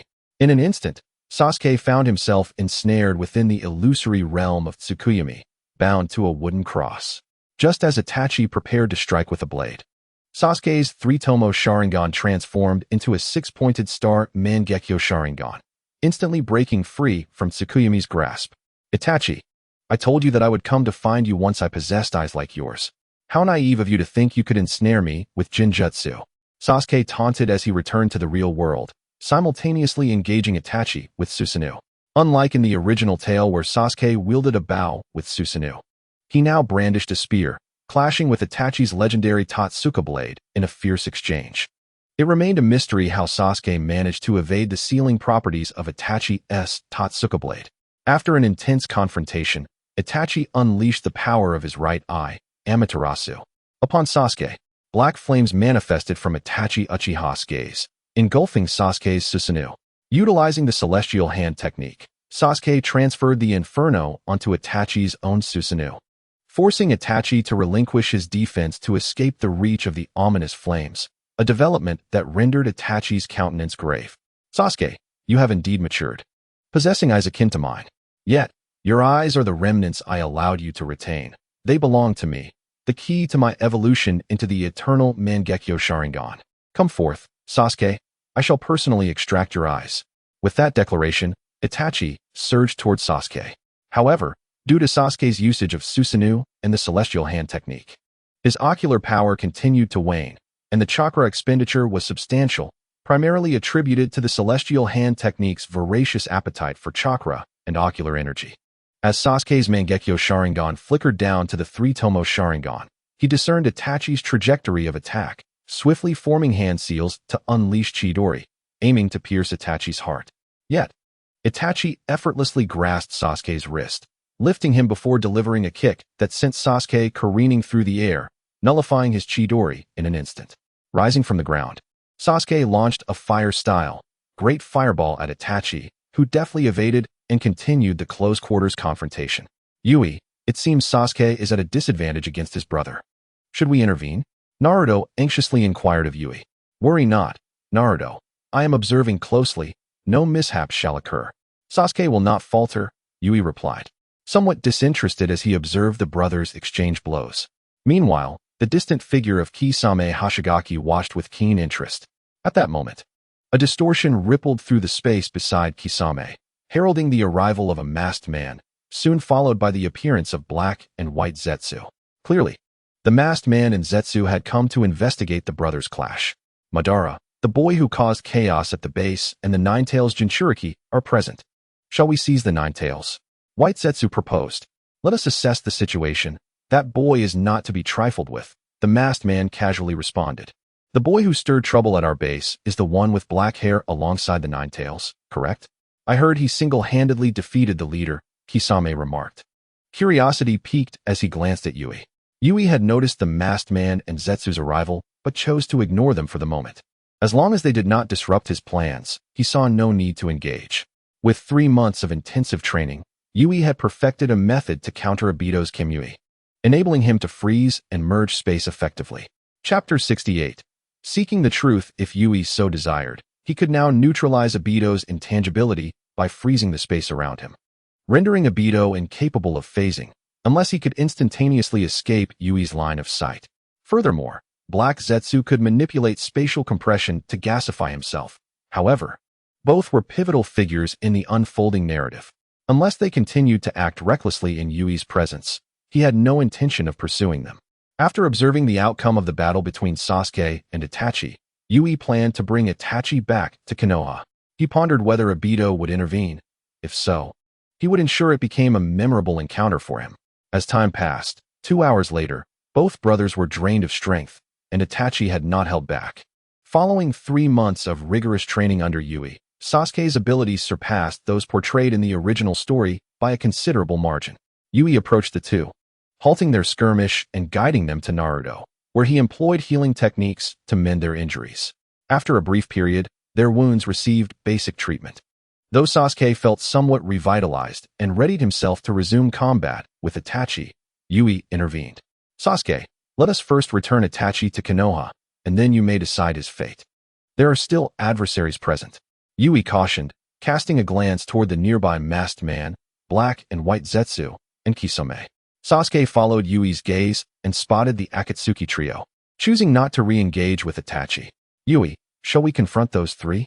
Naruto asked, eyeing the trio from a distance. We will escort Itachi back to Konoha and observe whether they obstruct our path. If they do not, we shall avoid conflict. Otherwise, be prepared for battle. Yui articulated his strategy. Naruto, you carry Itachi. Rest assured, I have sealed his chakra, and he poses no threat to you. Let us proceed to Konoha, Yui instructed. As Naruto promptly hoisted Itachi onto his back, with Sasuke trailing closely behind, Yui took up the rear, casting one last glance at the trio in the distance. No sooner had they taken a few steps than a distortion in space heralded the masked man's emergence beside them. I see you intend to abscond with a member of our organization. That, I cannot permit, he stated with a serious demeanor. Are you suggesting we remain? Yui replied nonchalantly. Glancing at Obito, members of our organization are not so easily taken. Allow me to test your strength. I have yet to address your previous disruption at our base. The masked man declared, unleashing a great fireball technique toward Yui. Naruto, Sasuke, stand back for a moment. I will handle this, Yui instructed. He swiftly formed hand seals and utilized wind release. Great breakthrough to disperse the masked man's fire technique. Following this, Yui executed a leaf great whirlwind aimed at the masked man, but his attack passed harmlessly through. In that instant, the masked man brandished chains, attempting to ensnare Yui. Yet, Yui seized the chains, pulling the masked man closer and delivering a powerful blow. However, his fist merely passed through the masked man's head, indicating a futile effort. Your attacks cannot reach me. Hand over Itachi, and I will allow you to leave, the masked man proclaimed, a hint of smugness in his tone. Aware of Yui's formidable prowess. Unable to strike me?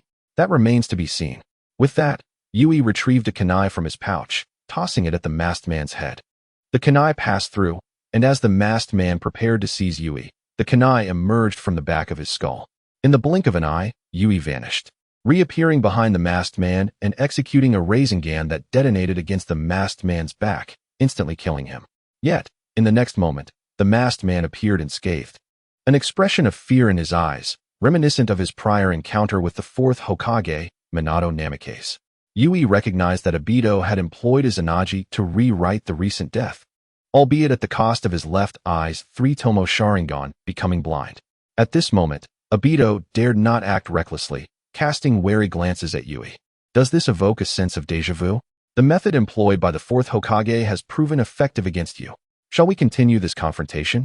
Yui taunted the masked man.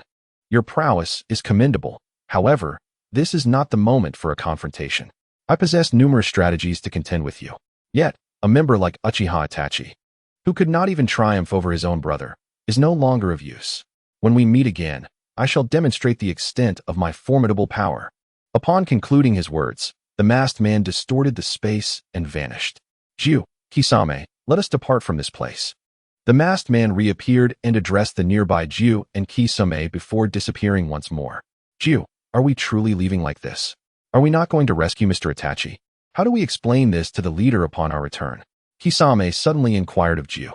"How can we rescue him? Lord Madara could not defeat that youth," which attests to his formidable strength. The last time, did not the leader himself receive a thorough beating at his doorstep? "Let us return to the organization and report truthfully," Jiu stated before sinking into the earth and vanishing. "I apologize, Mr. Itachi. I cannot save you." Kisame glanced at Lu E and the others before hastily exiting the area, disappearing in a series of flickers. "Let us leave as well. Naruto, carry Uchiha Itachi. Sasuke, once we return, you shall deal with Uchiha Itachi," Lu E remarked to the silent Sasuke. On the journey here, we wasted some time only knowing the general route of Uchiha Itachi, but on the return, we arrived at the gates of Konohagakure in just 2.5 days.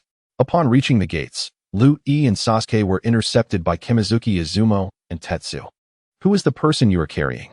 Please provide a brief explanation," Tetsu inquired, pointing at the individual on Naruto's back. "This is our pass for entry. It is a special mission entrusted to us by Lord Hokage. We have completed it, and are thus returning to the village with our target. If you wish to know the specifics of the mission, you may inquire with Lord Hokage." Lu E presented the special pass he had obtained from Tsunade to Tetsu. "The pass is valid. You may enter. Welcome back to the village." After examining the special pass for a moment, Tetsu handed it back to Lu E and addressed the group. As they entered Konohagakure, Lu E led Naruto, Sasuke, and the unconscious Uchiha Itachi to the entrance of the Hokage's office. Lu E knocked on the door, and upon receiving permission, the group entered the office. "Have you finished your task? Who is this?" Tsunade inquired of Lu E, suddenly noticing the person on Naruto's back. "Lord Hokage, this is Uchiha Itachi, Sasuke's brother. Our target this time was him, and now we require your cooperation on a matter." Lu E explained the purpose of their visit to Tsunade. "Uchiha Itachi, the S-rank rogue ninja wanted by the village, the one responsible for the massacre of the Uchiha clan. Speak. What do you wish from me now that you have brought him here?" Tsunade sensed that Lu Yi's intention for bringing Uchiha Itachi was not a simple request for assistance. "Lord Hokage, I need you to unlock the classified S-rank files regarding Uchiha Itachi that were sealed by the third Hokage, Sarutobi Hiruzen, to uncover the truth of the massacre that night." Lu Yi expressed his thoughts to Tsunade. "In that case, let us proceed as you suggest. Bring out the files. Shizen, take my order and retrieve all important documents pertaining to Uchiha Itachi and the Uchiha clan." Tsunade instructed Shizun, who was working nearby. "Yes, Lord Hokage." Receiving the order, Shizun swiftly departed the Hokage office. "Lu E, is there truly another reason behind the Uchiha clan's massacre?" Sasuke asked Lu E, furrowing his brow. "Sasuke, be patient. After so many years, allow some time for your heart to settle. Your mind is in turmoil." Lu E advised Sasuke seriously while instructing Naruto to set Uchiha Itachi down. This brought a smile to Naruto's face, as he had carried him the whole way without a change in burden. Had it not been for the fact that this person was of use to Sasuke, he would have abandoned him long ago. Half an hour later, Shizun returned with 3 umbu, placing the files on the desk. "Lu E, all the documents you requested are here," Tsunade stated succinctly. "Sasuke, you should review them personally. It is time for you to learn the entire truth." Lu E said to Sasuke. "All right, Lord Hokage, my apologies." Sasuke approached the documents, bowing to Tsunade before examining the crucial files. As Sasuke perused the files, Uchiha Itachi, who had been set down, displayed noticeable emotional fluctuations, but soon regained his indifferent demeanor. Time passed slowly. 2 hours later, Sasuke finally completed his review of all the documents. His expression transformed continuously, seemingly in disbelief at everything he had uncovered. "Itachi, I ask you, was it an order from the higher-ups of Konoha that led you to massacre the Uchiha clan? Why did you do this? Was it truly because there was no turning back between the village and the Uchiha? Damn the third Hokage, Sarutobi Hiruzen, and Danzo Shimura." Upon learning the truth, Sasuke was unable to accept it, harboring an even deeper hatred for Sarutobi Hiruzen and Danzo Shimura, yet both of them were already dead. This left Sasuke with no outlet for his anger. "Sasuke, Now that you have reviewed the historical documents, you understand the events of that time. What do you plan to do? Kill me and transplant my eyes into yours. Thus, you will possess the eternal Mangekyo Sharingan. Uchiha Itachi stated with an unchanging expression. Humph. Uchiha Itachi, while I understand that it was not your desire to annihilate the clan, your hands were still the ones that carried it out. I may not kill you now, but I shall not forgive you. At this moment, Sasuke's heart was in disarray, uncertain of the path to take. According to the original narrative, had he learned all of this, he would undoubtedly seek vengeance against Konoha. However, under Liu Yi's influence, he had not left the village. Born and raised in Konoha, Sasuke held deep feelings for it. Vengeance was not so easily enacted. There were friends he knew, and good brothers like Naruto and Liu Yi. It was not something Sasuke could simply cast aside. Sasuke, I have a suggestion that could aid in revitalizing the Uchiha clan. In less than 15 or 16 years, your clan will thrive once more. Liu Yi suddenly addressed Sasuke. His words captured everyone's attention. Sasuke gazed at Liu Yi in astonishment. Liu Yi, what plan do you have in mind? Sasuke inquired excitedly. Uchiha, you now know everything and cannot bring yourself to harm your brother. Let him atone for the Uchiha clan. You must find 100 beautiful women for him, ensuring he fathers 2 or 3 children with each. In less than 20 years, the Uchiha clan will number in the hundreds. If you are not concerned about the financial costs, you could have hundreds of women-bear children with Uchiha Itachi, thus reviving the Uchiha clan even more swiftly. Liu Yi proposed to Sasuke. Upon hearing Liu Yi's words, Sasuke felt as if a door had swung open, revealing a new world.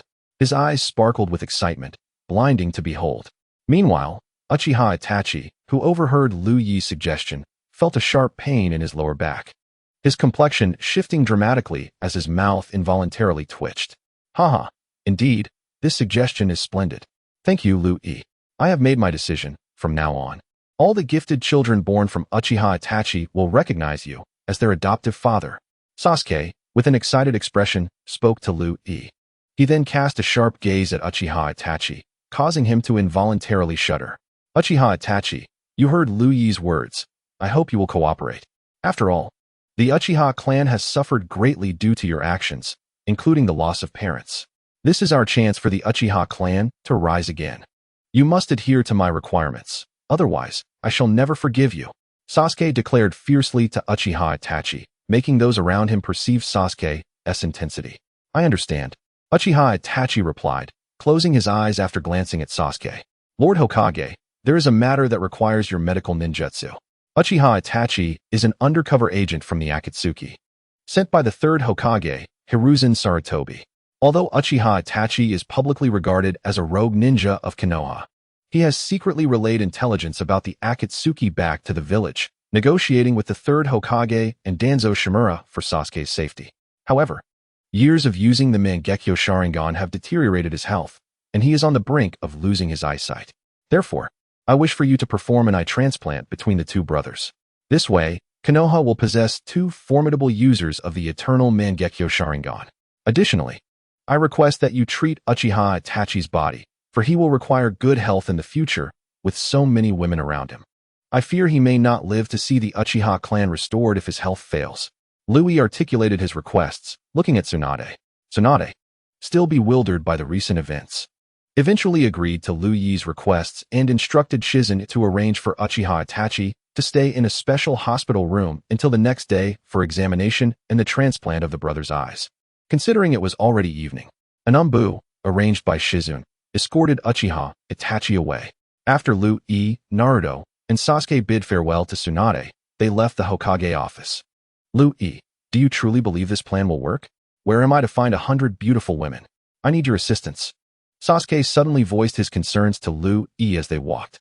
Despite having beautiful women around him over the years, the idea of gathering 100 women as his sisters was daunting for Sasuke. Sasuke, 100 beautiful women is not an insurmountable number. Tomorrow, discuss this thoroughly with Lord Hokage. Perhaps he can negotiate with the clan leaders of the shinobi families to send suitable female ninjas from their clans to the Uchiha. I estimate there won't be too many, so you may need to seek out civilian female ninjas. If that still doesn't suffice, then the target must shift to civilian women who are not ninjas. This way, you will find 100 beautiful women. Rest assured, your brother is a genius ninja. His descendants will not disappoint. Even those born from civilian women will be prodigies. Liu Yi expressed his thoughts to Sasuke, hoping to aid him, knowing he himself lacked experience. Who would have thought Sasuke's brother would be the ultimate victor, lounging at home surrounded by various beautiful women? How I wish for such a life. Naruto remarked enviously from the side. Your idea is splendid, Naruto. When you grow older, you could marry 10 or 8 women and perhaps establish a vast Uzumaki clan. Why not give it a try? Liu Yi joked. How did I not think of that? You are incredibly clever, Liu Yi. I will definitely pursue 10 or 8 beautiful girls in the future and establish an Uzumaki clan. No, 10 or 8 is too few. I shall aim for 100. I cannot be outdone by Sasuke's brother, Naruto exclaimed, his realization evident. Are you serious, Naruto? Both Liu Yi and Sasuke were taken aback. Liu Yi couldn't help but ask. Of course. My children must outnumber Sasuke's Uchiha clan. I cannot lose to him. Naruto replied earnestly, glaring at Sasuke. Fool. Sasuke retorted back at Naruto. Aren't you going to pursue your crush, Sakura? Liu Yi inquired, noticing Naruto's serious demeanor. Sakura doesn't like me. The last time I used the sage mode in front of her, she didn't even react. When I confessed, she chased me down and beat me up. I don't like her anymore. My mother also disapproves of my feelings for Sakura. Now, I am pursuing Hinata instead. Liu Yi, you have no idea how adorable Hinata is. Most importantly, she listens to me. In the future, if I pursue 100 beautiful women, Hinata won't stop me. Naruto said with pride, casting a triumphant glance at Sasuke. This made Sasuke recall the red-haired woman he had encountered in Liu Yi's illusion space, who had given birth to a child within that realm. If it were her, he thought, having her as a wife would be quite acceptable. Chapter 70. The brothers' eye exchanged the following morning. Tsunade brought Liu Yi and Sasuke to the special hospital room arranged by Shizune the previous day, with Naruto tagging along out of boredom. Inside the room were only Tsunade and Shizune, the 2 medical ninjas, with no other medical personnel present. Outside the room, Liu Yi, Naruto, and Sasuke watched through the glass as Tsunade and Shizune conducted an examination on Uchiha Itachi. Do not worry, Sasuke. Lord Hokage is the most powerful medical ninja in the entire shinobi world. Shizune is also quite skilled. With both of them working together, Uchiha Itachi's health will improve swiftly. Liu Yi reassured Sasuke, noticing his anxiety. Sasuke, realizing his own tension, began to relax upon hearing Liu Yi's words. Meanwhile, Naruto seemed somewhat bored, staring blankly as if he had entered a sealed space to accompany his parents. After a while, Liu Yi took a seat to meditate, attempting to enter his inner space like Naruto. Once inside, the 8-tailed beast shrank down and rushed toward him. Master, you've come to see us. The 8-tailed beasts exclaimed in unison. Indeed, I have come to visit. It has been a while. Have you all missed me? Liu Yi asked, cradling the 9 tails. I think of you every day. The 8 tails declared joyfully. I miss you the most. The 4 tails chimed in. No, I am the one who misses you the most. The 1 tail countered. All right, you all miss me. No need to quarrel. You are siblings and must stand united. Liu Yi remarked with a hint of exasperation. Previously, when only the 9 tails and 1 tail were present, they mostly slept and ignored one another, avoiding conflicts.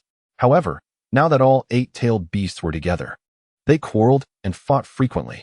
While Liu Yi was present, things were manageable, but when he wasn't, chaos ensued. Whenever the noise became too loud, the enraged 9 tails would suppress them. Thus, the 9 tails was always the first-tailed beast to be cradled by the master. After spending some time with the 8-tailed beasts, Liu Yi heard someone calling for him from outside and left the space. Liu Yi, Sasuke, and Itachi Uchiha's ailments have been healed by my own hand. These were minor issues accumulated over many years, and after a month of recuperation, they will fully recover. Shall we proceed with the eye transplantation now? Tsunade inquired of Liu Yi and Sasuke, specifically asking Sasuke if he wished to undergo the procedure at this moment. Sasuke sought clarification on whether Itachi's body was suitable for the eye exchange, and, upon receiving Tsunade's affirmative response, consented to the surgery without delay. After an afternoon of meticulous work, Tsunade and Shizune emerged from the operating room. Clearly, Tsunade approached the eye transplant for the 2 future bearers of the eternal Mangekyo Sharingan with utmost seriousness, conducting 2 intricate surgeries that required considerable time. This was a stark contrast to the swift procedure performed by Lin Noura when she exchanged Kakashi's eye in the heat of battle, where time was of the essence. The efficiency with which Lin accomplished her task, allowing immediate usage, left Lu Yi in awe of her medical ninjutsu prowess. When the doors to the operating room opened, Tsunade beckoned Lu Yi and Naruto to enter. Inside, Itachi and Sasuke lay on their respective beds, their eyes swathed in white gauze. "Lord Hokage, when can they be discharged?" Lu Yi asked, harboring no concerns regarding the potential failure of the eye transplantation, confident in Tsunade's skills. He merely wished to know when Sasuke would be able to leave the hospital. "In 3 days, Sasuke can be discharged and will be able to engage in battle, while Itachi will require a month of recovery. It is best that he refrains from combat during this period, or future treatments may become quite troublesome," Tsunade relayed, detailing their conditions. "Sasuke, I am fine and will be able to leave in 3 days," Sasuke declared. "Lord Hokage, could you speak to the leaders of the various clans and request that they send eligible female ninjas to the Uchiha clan for potential marriage? I require 100 beautiful women. If that is insufficient, I would also accept eligible civilian female ninjas, or even civilian women if necessary," Sasuke stated, his cheeks tinged with a blush. Tsunade rolled her eyes at his request. She had initially thought Lu Yi's suggestion was a jest, only to find Sasuke approaching it with earnestness. The mere thought of discussing such matters with the clan leaders made her instinctively want to decline. However, she suddenly realized she could delegate that responsibility to Sasuke himself, sparing her the headache of dealing with it directly. "Sasuke, I can arrange for the clan leaders to gather, but I will not act as a matchmaker for the Uchiha clan. You will have to discuss it with them on your own. If you think it feasible, I will arrange the meeting for after your discharge. If not, you must find another way," Tsunade articulated her stance clearly. "Very well, I appreciate your assistance, Lord Hokage. After my discharge, please help me arrange a meeting with the clan leaders, and I will discuss this matter with them," Sasuke replied after some contemplation. "All right then, I shall take my leave. During this time, both you and Itachi must refrain from using your eyes and avoid exposing the gauze to bright sunlight. When I return next, I will personally remove the gauze," Tsunade instructed as she turned to leave, but not before emphasizing some resting guidelines. "Sasuke, take care and rest well. Should anything arise, have the Umbu notify me. I will return with Naruto to see you tomorrow," Lu Yi said as he prepared to exit the ward. "Lu Yi, wait. I have something to discuss with you," Sasuke suddenly called out. "What is it?" Lu Yi inquired, intrigued.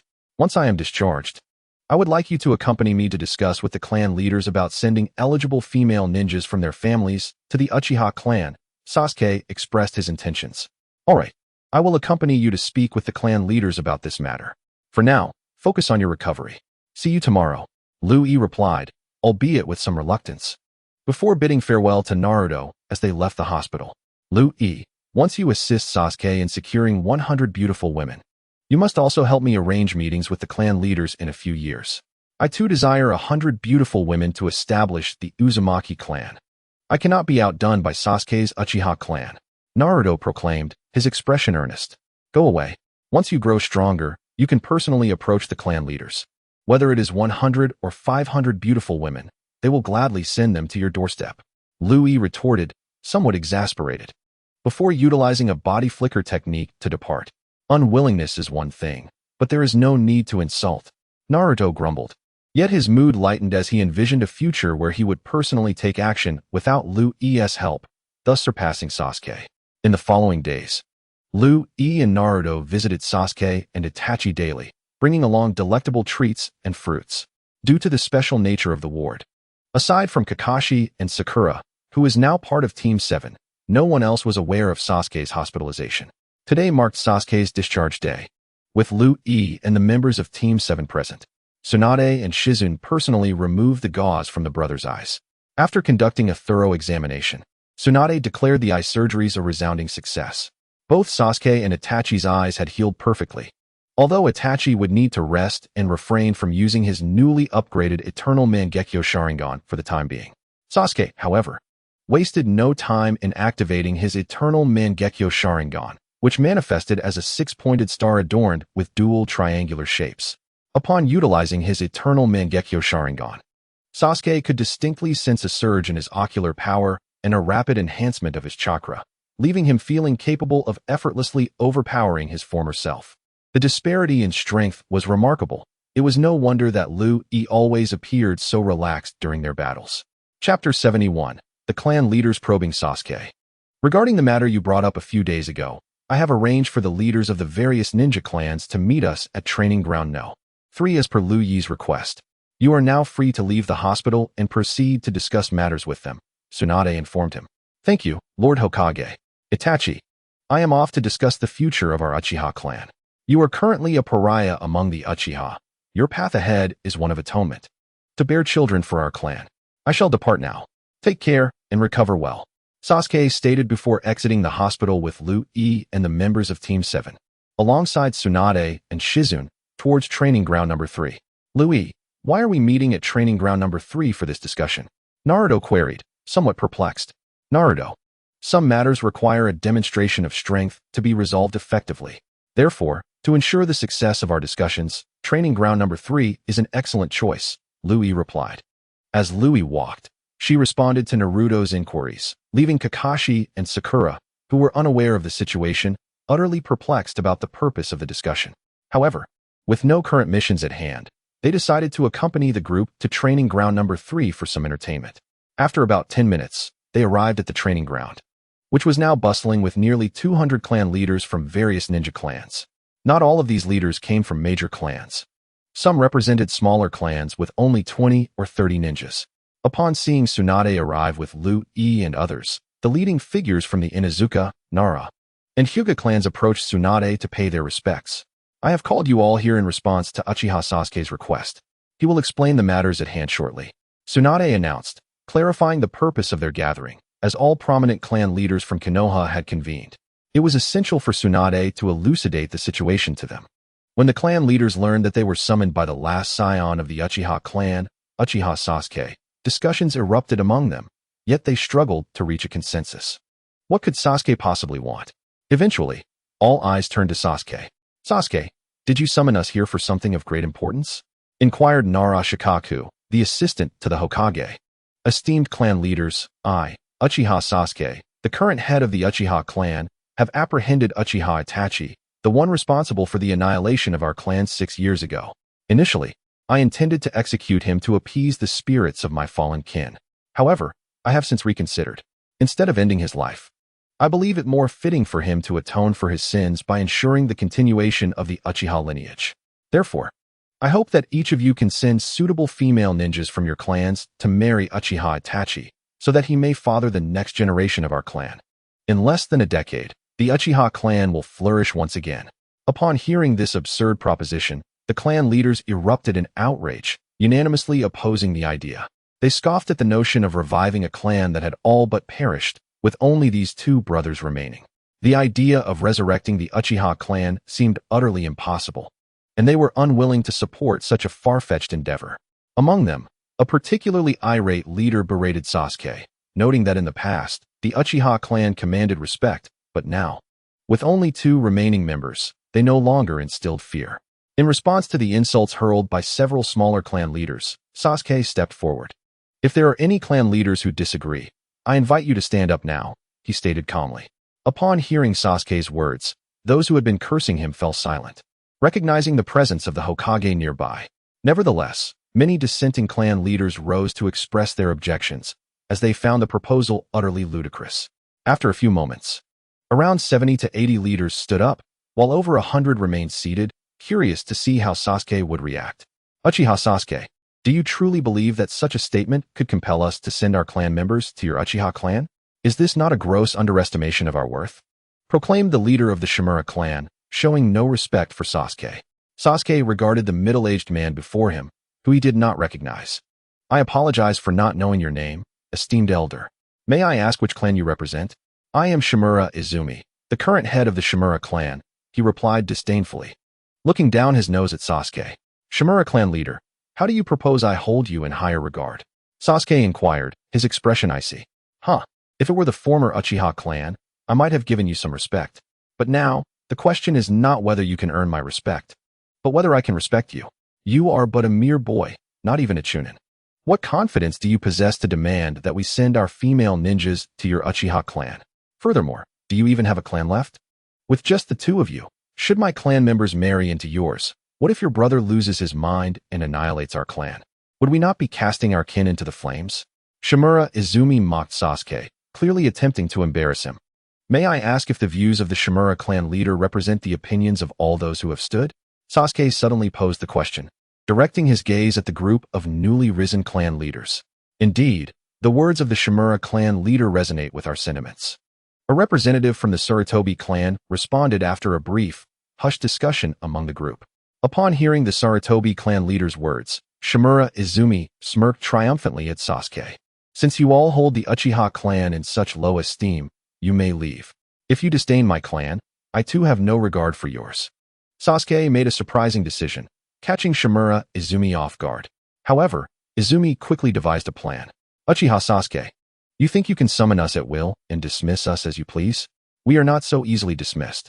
As compensation for wasting our time, you shall offer us the ancestral lands of the Uchiha clan.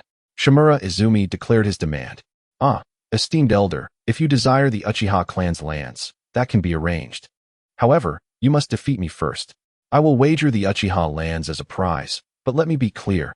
If you lose, I wonder if you can present an equivalent stake, Sasuke replied, eyeing the clan leaders before him, determined to teach them a lesson they would not forget, reminding them not to underestimate the Uchiha clan simply because it currently consisted of only 2 brothers. The clans opposing Sasuke, Shimura, Sarutobi, Yamanaka, and Mito, convened for a brief discussion. Moments later, they reached a consensus. Shimura Izumi stepped forward. Uchiha Sasuke, we have agreed to wager 300 million ryo, along with 20 tokens, to challenge you. Just remember, this exceeds the value of your Uchiha clan's lands. However, you must first clarify the terms of this contest. Only those designated by us may compete against you. Do you agree? There's no need for such complexity.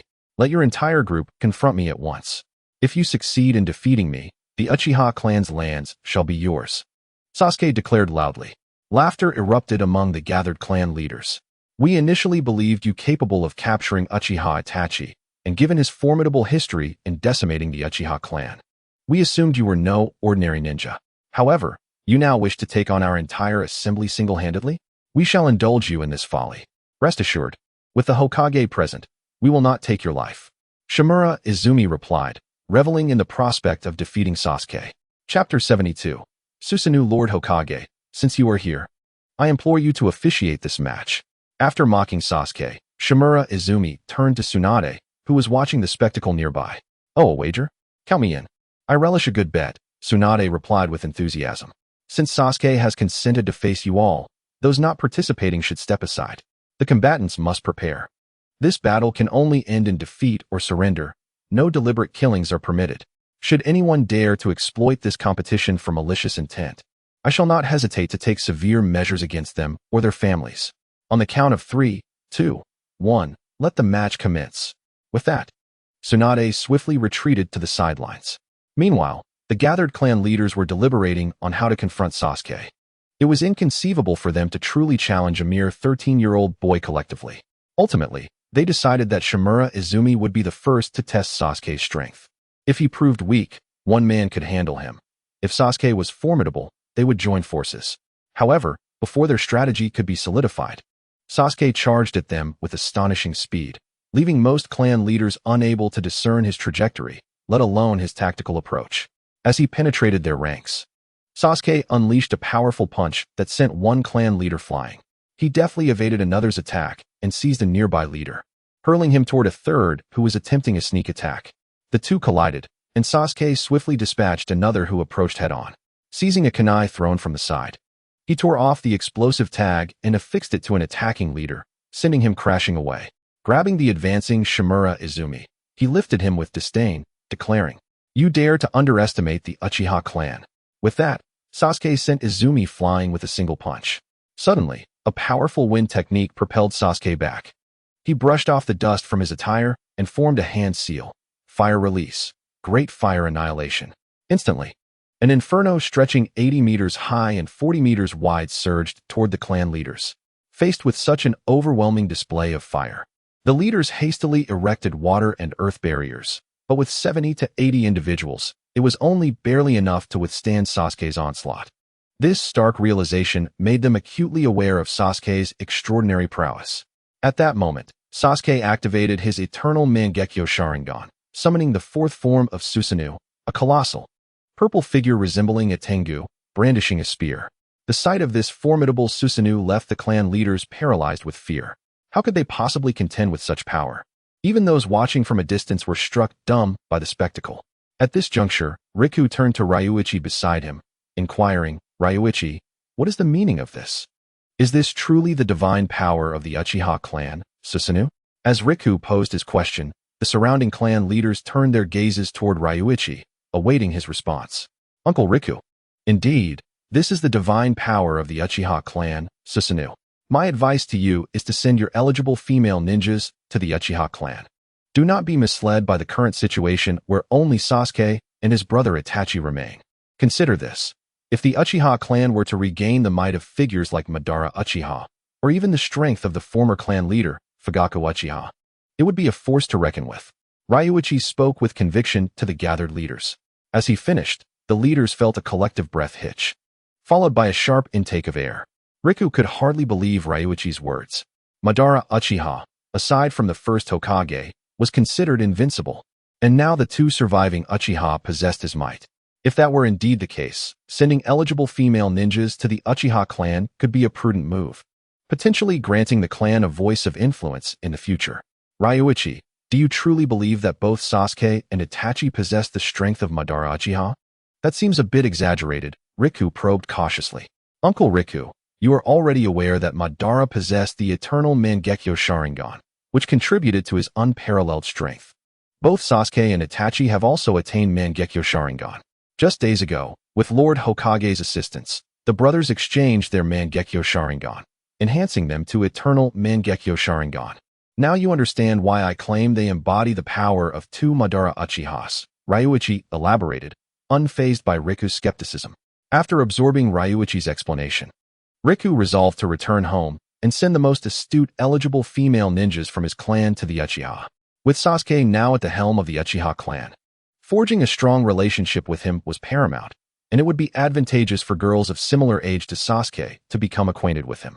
"Haichi, isn't your daughter Ino in the same class as Sasuke? When you return, encourage her to forge a bond with him. If she were to become Sasuke's wife, it would be a tremendous boon, granting our clan significant influence within the Uchiha," Riku discreetly suggested to Yamenka Haichi. Little did they realize how powerful Sasuke and Itachi had become. "Ryuichi, the idea of Itachi having 100 beautiful women and procreating, was that your brainchild?" Kakashi interjected suddenly, turning to Ryuichi. "Huh, Teacher Kakashi, you're quite perceptive. Yes, that was indeed my suggestion to Sasuke. I believe it's a splendid idea. I too plan to take 100 beautiful women. No, 200. This way, I can establish a clan more powerful than the Uchiha, the Uzumaki clan. And then, I shall request beautiful women from these clan leaders." Naruto exclaimed exuberantly, sharing his aspirations. This proclamation caused the gathered clan leaders to twitch at the corners of their mouths. It seemed Naruto had opened a rather peculiar discussion. They all turned their gazes toward Ryuichi, including Kakashi, Sakura, Tsunade, and Shizune, who also looked to him for a response. Yet, Ryuichi remained unfazed, his expression betraying no hint of concern as he ignored the scrutiny of those around him. Such talent, to remain indifferent under the gaze of so many. Meanwhile, the clan leaders engaged in battle with Sasuke found themselves at a loss. How could they fight against such might? Attempts using fire, water, wind, or earth techniques proved futile against Susanoo. They could not breach the barrier of chakra, leaving them without a path to victory. Sasuke wielded the chakra-formed spear, sweeping it through the ranks of the clan leaders, sending numerous individuals sprawling to the ground, unconscious or too injured to rise. Resigned to their fate, as hope for victory faded into oblivion. As the number of clan leaders lying on the ground increased, only 4 remained struggling: Shimizu Ichizo, the Sarutobi clan, the Torike's clan, and the Mito clan. It was not that they wished to concede, but rather that Sasuke would not allow it. Each of them desired to surrender, yet pride held them back. Though the other clan leaders had already succumbed, none of them had officially acknowledged defeat. At that moment, Shimizu Ichizo felt the most discomfort. He had initially aimed to humiliate the once mighty Uchiha clan, now reduced to just 2 members, by relentlessly mocking Sasuke, hoping to assert his own superiority. Little did he realize that he was taunting not a mere lamb, but a formidable ninja capable of effortlessly obliterating him. Now, regret washed over Shimizu Ichizo. As he beheld the chakra spear sweeping toward him once more, he evaded with the fastest speed he could muster. Yet he could not escape the fierce wind generated by the attack. He was sent flying, feeling as if his body might shatter. And a mouthful of blood erupted from him, rolling across the ground before he lost consciousness. Having executed this display, Sasuke did not spare a glance at the unconscious Shimizu Ichizo.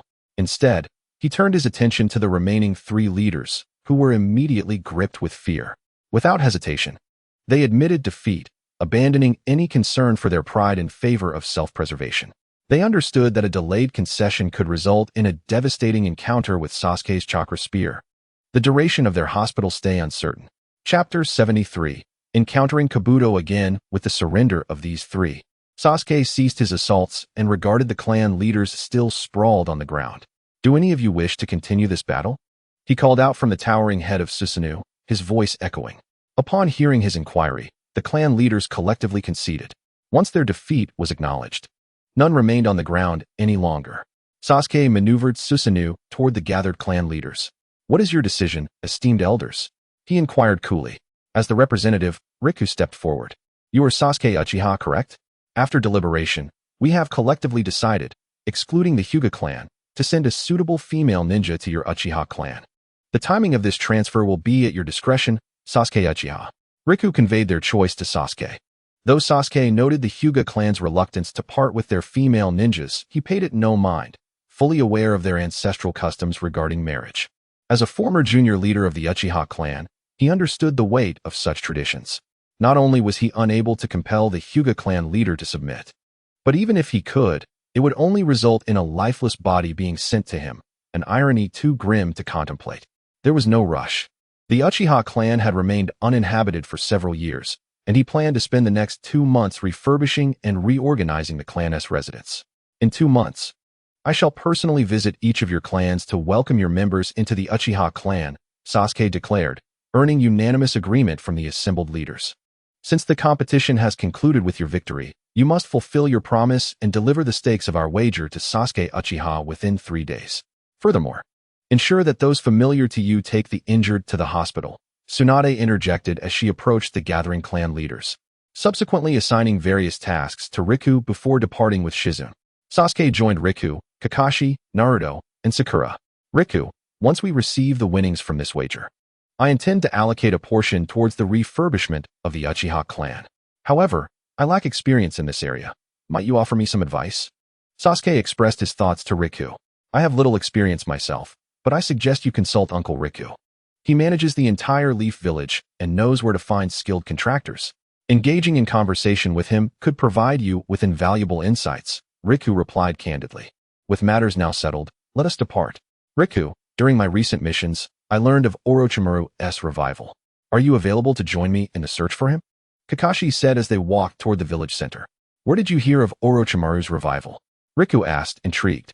While on a mission in the land of Rice, I encountered a sound ninja squad and, under the influence of my Sharingan, extracted information regarding Orochimaru's return, Kakashi explained. Given that we have confirmation of Orochimaru's whereabouts, when shall we commence this mission? Riku inquired. Tomorrow sounds prudent. The sooner, the better. It has been 3 days since I eliminated that sound ninja squad, and I fear any delay may hinder our ability to ascertain Orochimaru's precise location, Kakashi replied thoughtfully. Shall it be just the 2 of us? Or should Team 7 accompany us on this mission? Riku suddenly questioned Kakashi. I wish to join as well, Kakashi-sensei. Naruto exclaimed. And I too, Kakashi-sensei. Sakura added. Do not worry. I had already intended for our entire Team 7 to undertake this mission together. We shall gather at the Leaf Village gates at 8 in the morning, Kakashi assured them. Then it is settled. Until tomorrow, Riku concluded with a swift body flicker technique, vanishing. Upon returning home, he enjoyed dinner with his parents. The following morning at 8, Riku arrived punctually at the Leaf Village gates, where Kakashi, Naruto, Sakura, and even Sasuke awaited. Now that everyone is here, let us depart. Kakashi led the way out of the village. As they traversed the path, Riku and the others leaped from branch to branch, taking breaks as needed to rest and replenish their energy with food and water. After 3 days of rapid travel, they arrived near the Sound Village, now a mere ruin. Riku sensed a chakra disturbance approximately 300 meters away. In an instant, he vanished, reappearing with a middle-aged Sound ninja before Kakashi and the others. Without uttering a word, Riku activated his Sharingan to control the Chunin. "What is your name, and why are you here?" he demanded. "I am Fumo Rukin, and I have lived in this vicinity." The Chunin replied, dazed.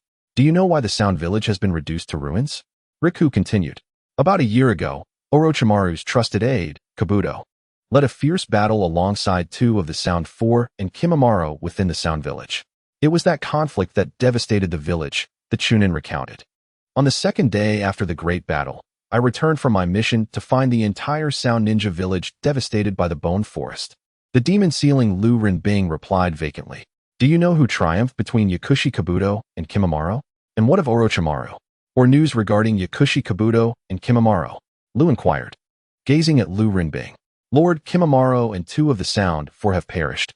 Only Lord Yakushi Kabuto remains alive," Lu Rinbing recounted.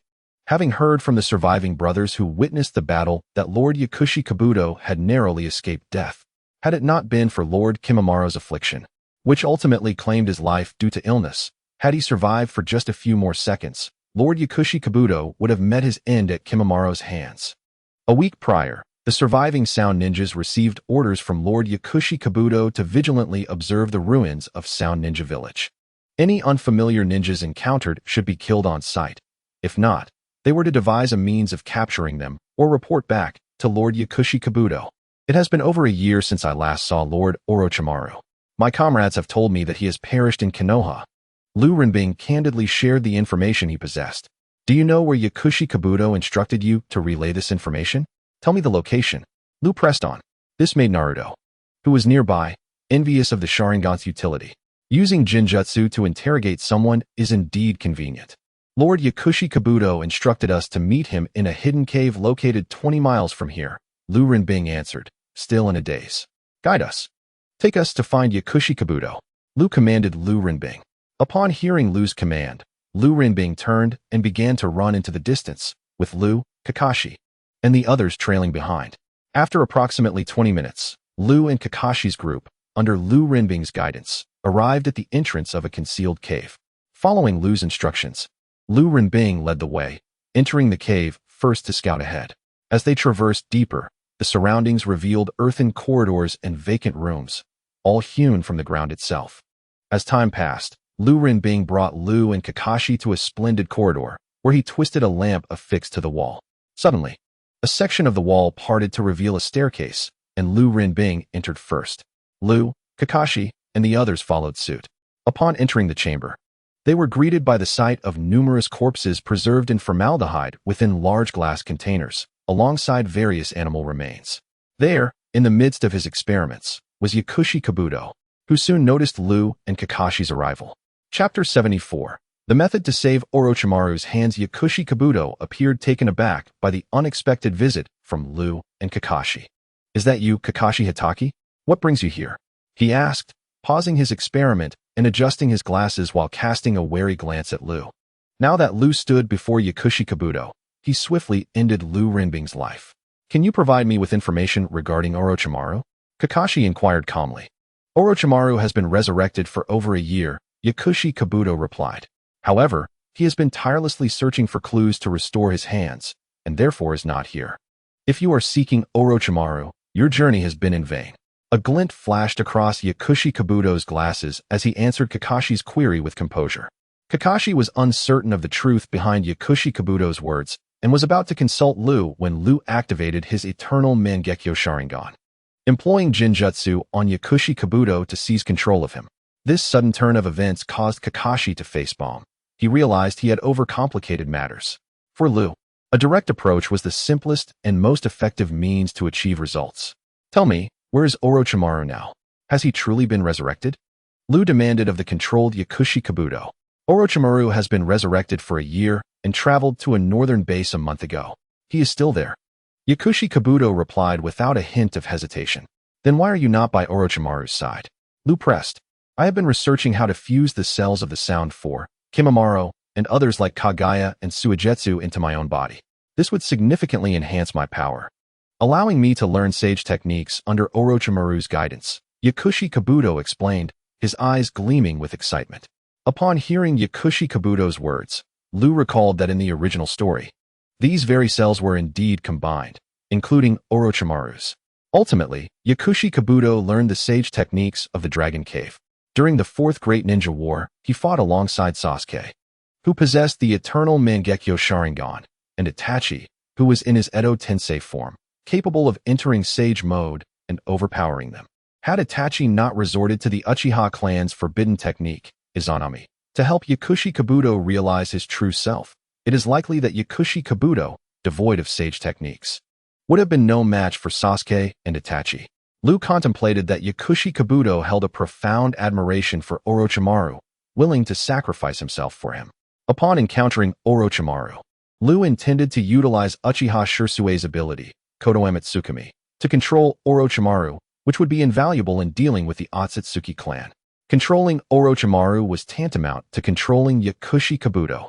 Very well, lead us to find Orochimaru. Lu commanded Yakushi Kabuto. Understood. Yakushi Kabuto promptly guided Lu, Kakashi, and their companions away, and after several minutes, they emerged on the surface. Yakushi Kabuto continued to lead them northward at a swift pace, with Lu and Kakashi closely following. After 4 days of travel, Yakushi Kabuto finally brought Lu and Kakashi to a small island. Throughout these days, they had endured both travel and sailing. After a half-hour's rest, they set out and, around midday, located a base where captives were held. As Lu and Kakashi approached the base with Yakushi Kabuto, Orochimaru appeared alongside Karen. Oh, what a surprise to encounter you here, Lu. It has been over a year since we last met. I wonder what brings you here this time. Surely you are not here to kill me again, Orochimaru remarked, his pupils momentarily narrowing upon spotting Lu, before smiling amiably and inquiring. He had also noticed that Yakushi Kabuto was under Jinjutsu. Indeed, it has been over a year since our last encounter. I never anticipated your resurrection. Truly remarkable. However, I have noticed you are somewhat different from before. Lu gazed at Orochimaru and noticed that this resurrected version of him lacked the former aura of a venomous serpent, which once seemed to lurk at any moment. The current Orochimaru appeared particularly tranquil, devoid of the menacing presence that once surrounded him. Thank you for your compliments, Lu. However, I am yet unaware of your purpose for being here. Orochimaru smiled, completely ignoring Kakashi, Naruto, Sasuke, and Sakura. At that moment, Sasuke's attention was drawn to the girl with red hair, standing beside Orochimaru. This girl was the same one he had encountered in the illusionary space created by Lu, the one who would bear his child. Since she was here, it was likely that the other two individuals who had perished for young Sasuke were also present. In the illusionary realm, young Sasuke's attire bore some resemblance to Orochimaru's, suggesting that those two were likely his subordinates. He resolved to search for them here shortly. I sought you out because of your research capabilities. I know how to restore your hands. Would you like to know? Lu revealed his intentions to Orochimaru, prompting a glance from Kakashi, though he remained silent. Lu, you must realize that this villain, Orochimaru, is responsible for the death of the third Hokage, Naruto exclaimed, voicing his concerns. Sakura, too, nodded in agreement, clearly supporting Naruto's stance. I never expected you, Lu, to value the power of research. But can you enlighten me on how to retrieve my hands from the clutches of death? Orochimaru raised his sealed hands, indicating their confinement, yet refraining from offering Lu any assistance in his research endeavors. I can indeed tell you how to heal your hands, but first, you must become my subordinate before I divulge the method, Lu declared, unwilling to waste further words with Orochimaru. He activated his eternal Mangekyo Sharingan and directly employed the Kodoamatsukami on Orochimaru, compelling him to acknowledge Lu as his master. Orochimaru felt an overwhelming mental force altering his thoughts, causing his expression to shift dramatically. Moments later, he returned to his previous demeanor, unaware that he had unconsciously accepted Lu-Yi's authority, believing it to be the natural order of things. Orochimaru, in the ancestral lands of the Uzumaki clan, there is a room called the Namiantang. Inside, you will find a mask imbued with the essence of death. Use a sealing technique, the Shiki Fujin, to summon the Shinigami. At the moment of its arrival, you must cut open your abdomen.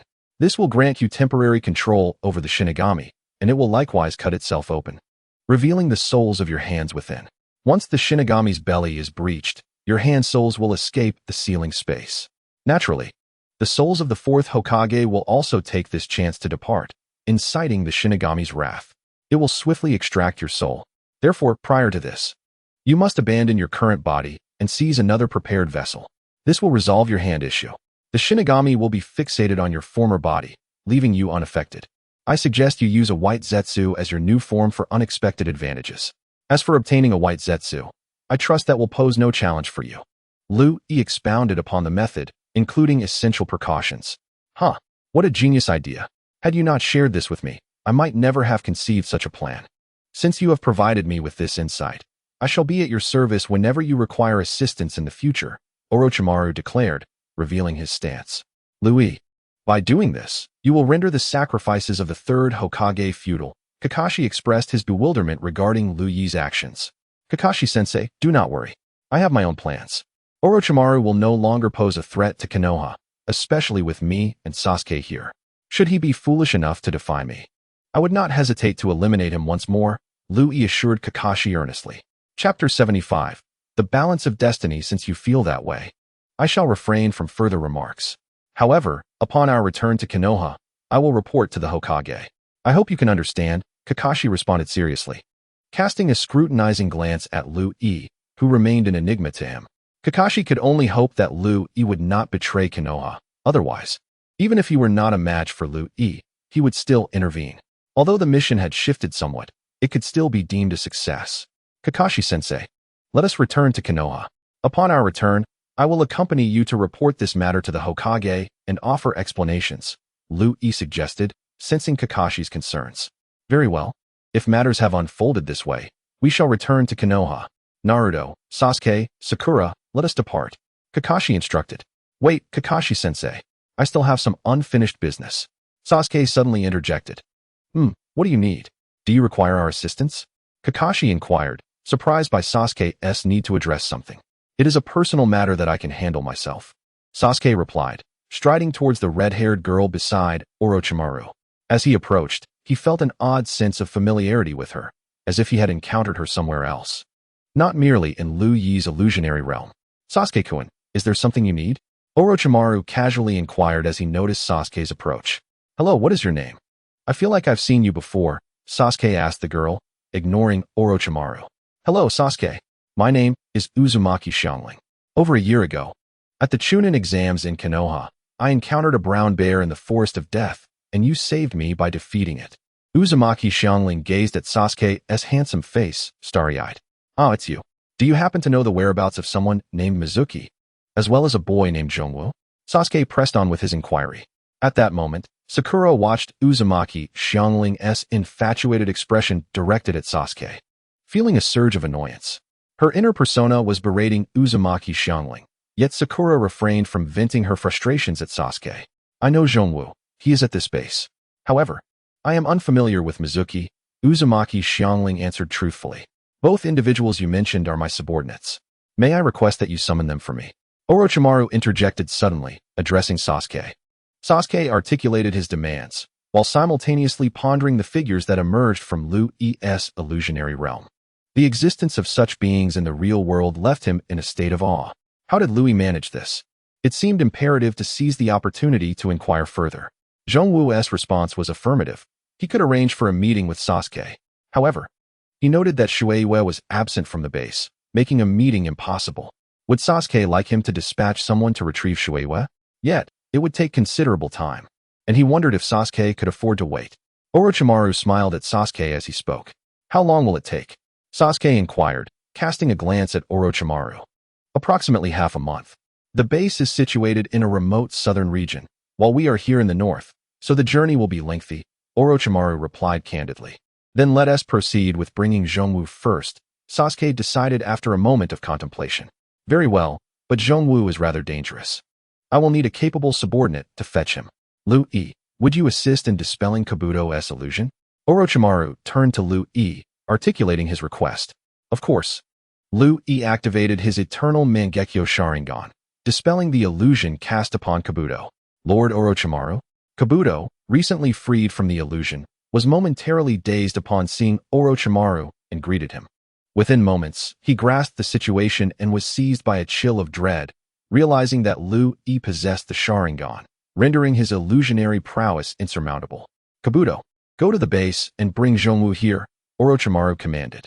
Yes, Lord Orochimaru. Kabuto responded, swiftly departing with a body flicker technique to retrieve Zhongwu.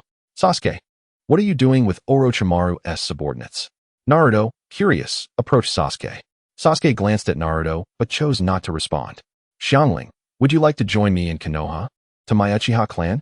Sasuke suddenly directed his question at the nearby vortex Xiangling. Perhaps the suddenness of this happiness left her astonished, as Xiangling stood there, momentarily speechless. Not willing? Then I shall abandon the idea. Sasuke assumed her silence indicated refusal and resolved to let it go. I'm willing.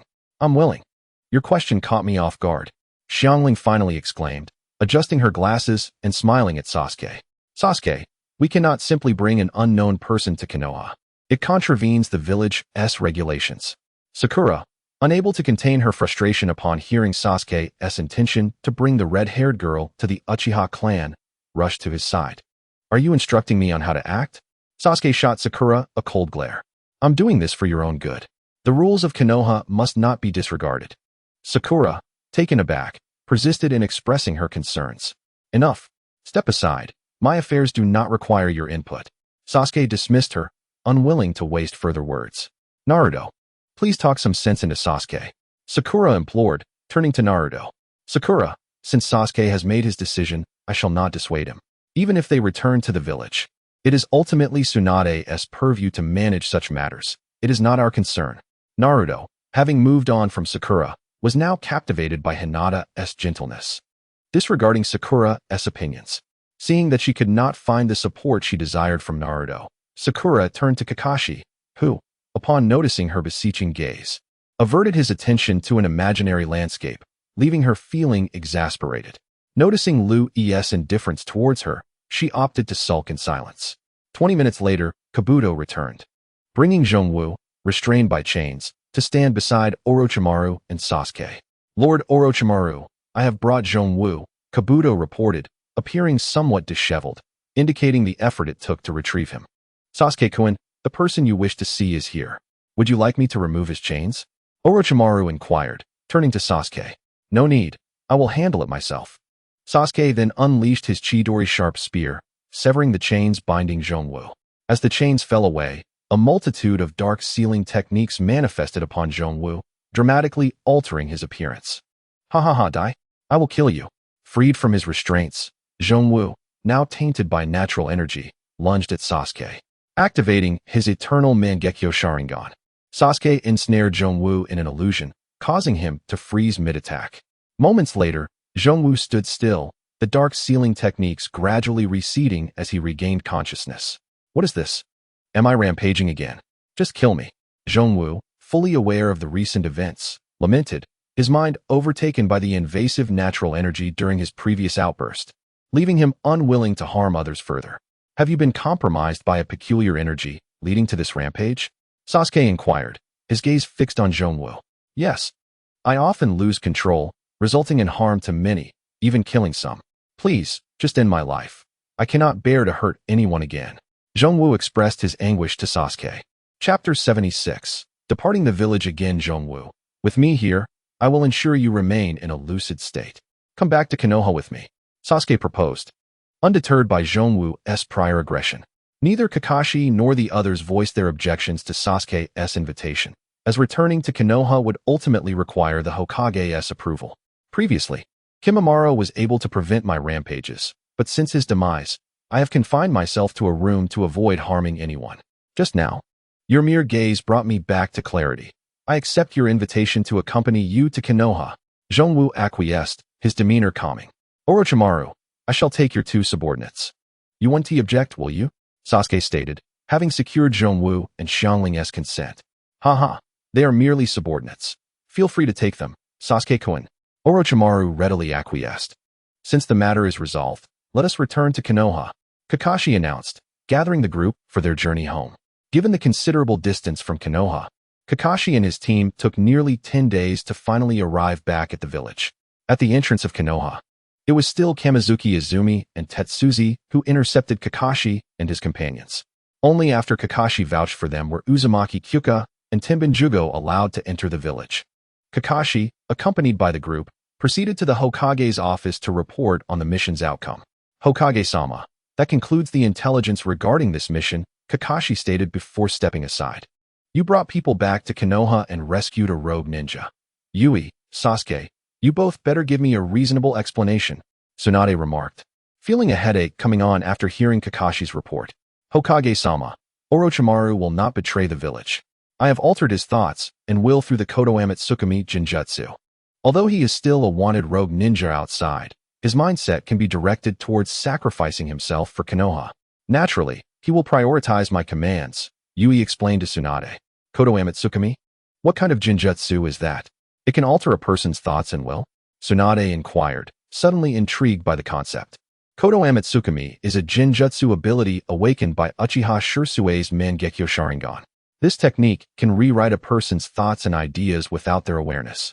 For instance, if Sakura dislikes Naruto, using this technique on her could make her develop feelings for him without her realizing it. She would believe it was always meant to be that way, Yui elaborated. Using Sakura and Naruto as examples, which sent a chill down Sakura's spine, prompting her to cautiously distance herself from Yui. Naruto, on the other hand, showed no reaction. He currently had no interest in Sakura, as Hinata was far more appealing to him. Can this Jinjutsu be dispelled? What would happen if you used it on me? Tsunade voiced her concerns, feeling a wave of panic at the thought of Jiraiya discovering this, and asking Yui to cast Kodoamatsukami on him to compel her to love him. The mere idea sent a shiver down her spine. Well, Hokage-sama, this Jinjutsu can only be dispelled if it fails to take effect. If successful, it cannot be undone. Furthermore, why would I use such a technique on you? You wouldn't stand a chance against me. To use this permanent effect Jinjutsu, my eternal Mangekyo Sharingan requires a year before it can be used again. However, there is a shorter version of Kodoamatsukami that can temporarily alter another's will and thoughts. But it requires a month before it can be reused, Yui clarified earnestly. Since it can ensure Orochimaru poses no threat to Konoha, I shall let you off the hook. But Sasuke, what is your intention in bringing these two to Konoha?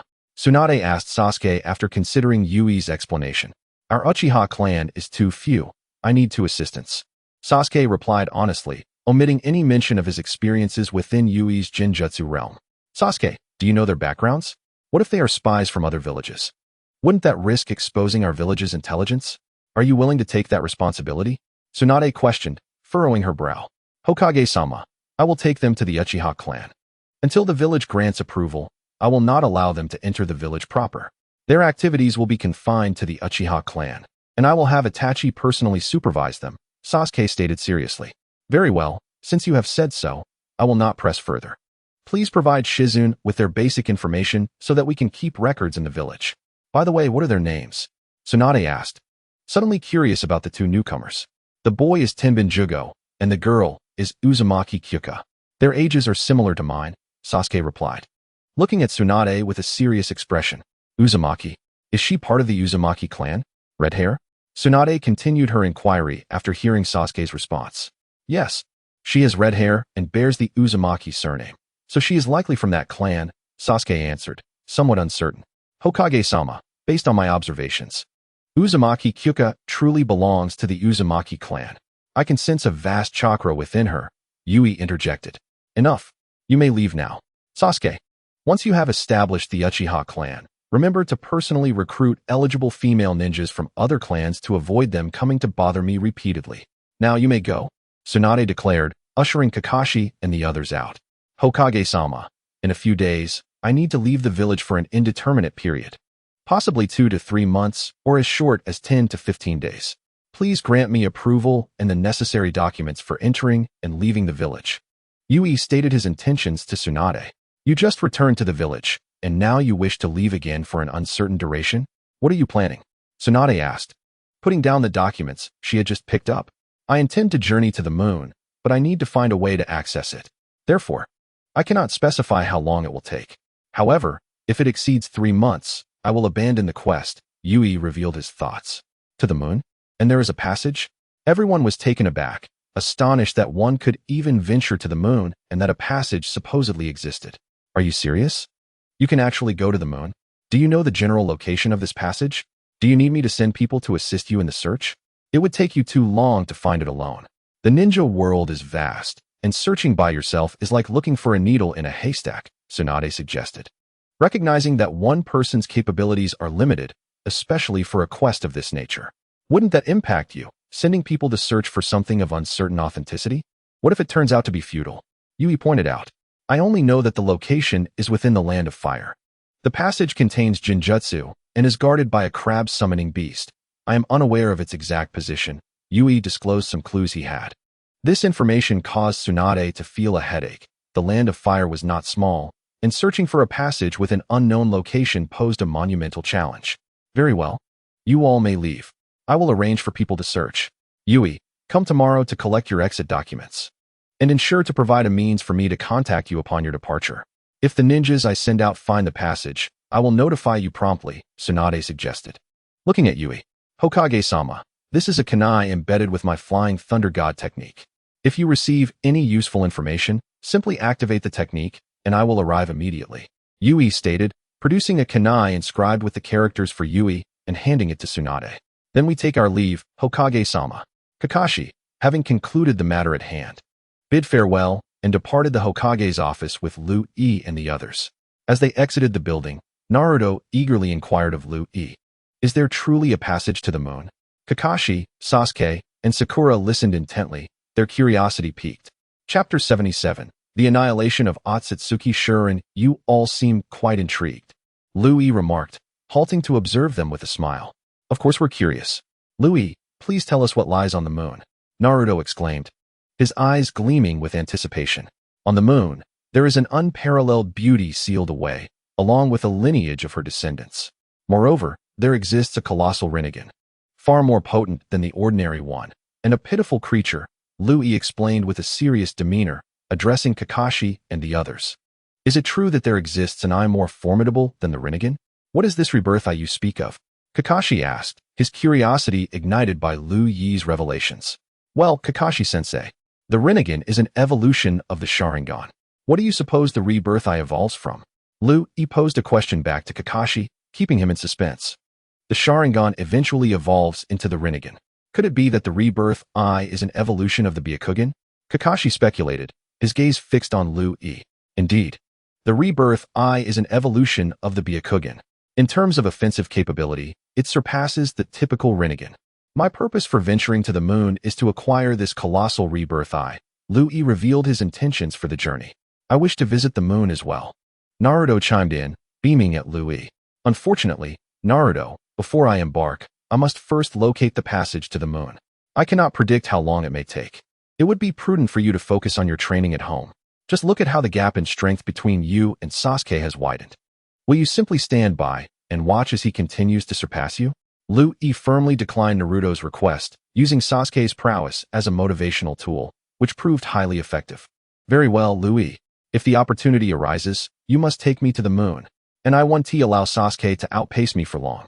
Before your return, I will close this gap, Naruto declared, casting a defiant glance at Sasuke. Sasuke, indifferent to Naruto's antics, replied, I had intended to join you on your moon expedition, but I must dedicate my time to the restructuring of the Uchiha clan and assist Itachi in marrying over 100 women. I simply cannot spare the time. I understand. You tend to your affairs. I shall take my leave now. Farewell, everyone, Liu Yi stated, turning to return home. After spending 3 days with his parents, Liu Yi informed them of his impending mission, which could last anywhere from 10 days to several months. His parents, Hanada Haruka and Hanada Miho, felt a mix of reluctance and concern for Liu Yi's safety, unaware of his true capabilities as mere ordinary folk. On the 4th morning, Liu Yi arrived at the Hokage's office to collect his entry permit and exchange pleasantries with Tsunade before departing the village. Throughout the ensuing days, Liu Yi's presence was noted in various desolate locales and small valleys, having traveled several days' distance from Konoha. After over 10 days of relentless searching, he diligently recalled how Naruto had discovered the passage. Given the nearly decade-long span since his arrival in the ninja world, coupled with his previous years of experience, Liu Yi found it challenging to pinpoint the exact location. As he prepared to rest, a memory surfaced. Naruto and Shikamaru had set off in the evening to search, and by midnight, they were roasting marshmallows with Sai. The next morning, they serendipitously stumbled upon the passage to the moon. This indicated that they had not strayed far from the village, a distance comparable to his current location. By centering his search around Konoha, he swiftly devised a plan to locate the moon's passage. Without delay, Lu Yi spent 3 additional days in a small valley over 100 miles from the Valley of the End, ultimately discovering the passage to the moon. Upon entering the passage, Lu Yi traversed a space filled with bubbles and encountered no spirit beasts. In an instant, he found himself near a palace on the moon. Shortly after his arrival, he was detected by a cadre of busy puppets that swiftly advanced to attack him. Shinra-tensei. Lu Yi activated his Rinnegan, unperturbed by revealing his strength on the moon, employing jutsu with ease. In a flash, the swarm of puppets was obliterated by his technique. As he advanced, a greater number of puppets emerged from the palace, launching an assault. Utilizing Chidori Stream, Lu Yi became the epicenter of destruction, annihilating all puppets within a 200-meter radius. With each step closer to the palace, the number of destroyed puppets increased exponentially. After half an hour, Lu Yi entered the grand hall of the palace, where he beheld Otsutsuki Shuren seated with closed eyes. Sensing Lu Yi's presence, Shuren rose from his seat, exuding arrogance. Another unwitting intruder from the ninja world has found their way to the moon. You are significantly more powerful than those who came before you. You have earned the right for me to know your name.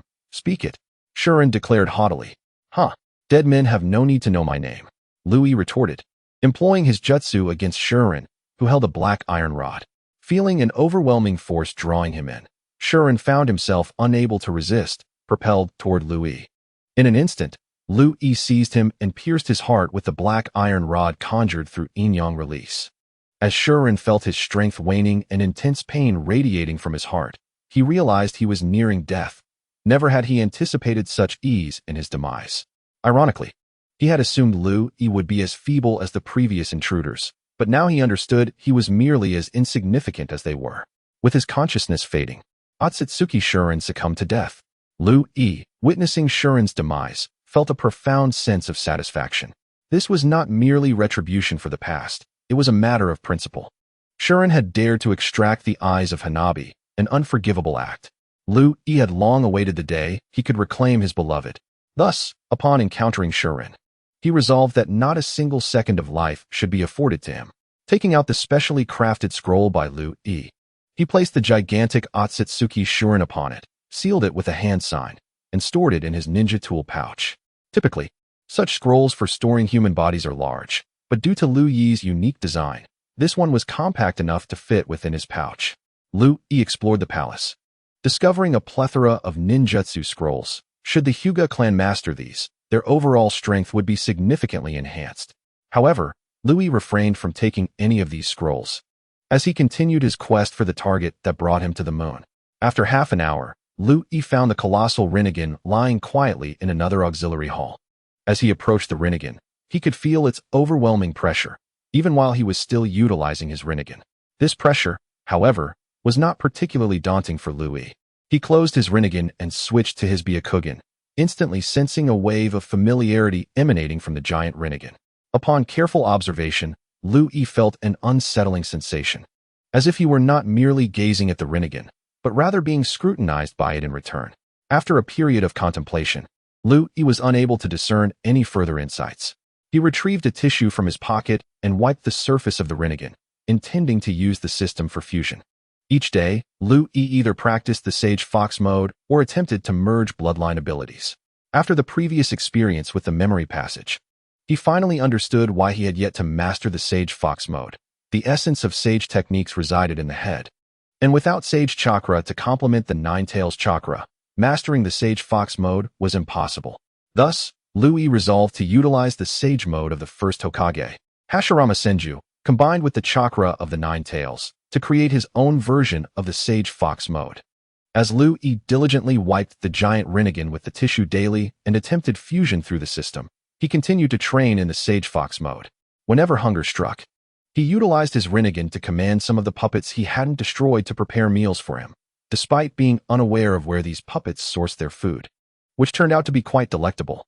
This led Lu Yi to regret the destruction of so many puppets during his time on the moon, deeming it a waste. Chapter 78. Departure from the moon. After a day turned into another, and after a month and a half on the moon, Lu Yi finally upgraded his Byakugan to the Rinnegan. Because this transformation was a product of system fusion, he did not undergo the so-called gestation phase that the original Otsutsuki Shuren experienced. Upon checking the evaluation in the system, He found himself rated as a 6 paths level powerhouse. Previously, despite possessing the Rinnegan, Sage techniques, and the Eternal Mangekyo Sharingan, along with a multitude of ninjutsu and bloodlines, the system had only deemed him a pseudo-6 paths entity. Now, he had truly become a legitimate 6 paths powerhouse.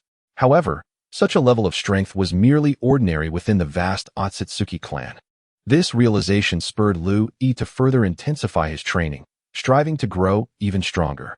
In the future, he hoped to learn more about the Otsutsuki clan in the universe through figures like Otsutsuki Kinshiki, Otsutsuki Mamashiki, Otsutsuki Kagaya, or Otsutsuki Ishiki. Liu Yi was uncertain of their true might, but understood that a 6 paths level prowess likely did not hold much significance among the Otsutsuki. At most, it could be considered as part of their core strength. Activating the Rinnegan chakra mode, he radiated a golden light, distinct from the green glow of Otsutsuki Shurin.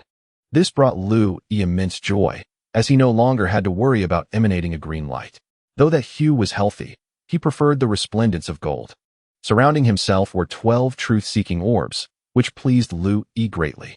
He fused 6 of these orbs together to form a halberd, and combined the remaining 6 into a black armor that he donned, instantly feeling a surge of authority, creating an ice wall. He could clearly see his reflection in the armor. Although he had initially expected to look quite impressive, he realized that his expectations had not aligned with reality.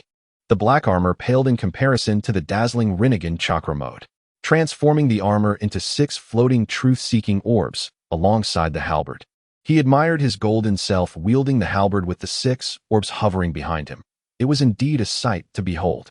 With his objectives on the moon achieved, it was time to depart. However, before leaving, Liu Yi took some time to seal the passage connecting the moon to the ninja world. There lay a colossal Rinnegan and many scrolls beneficial to the Hyuga clan.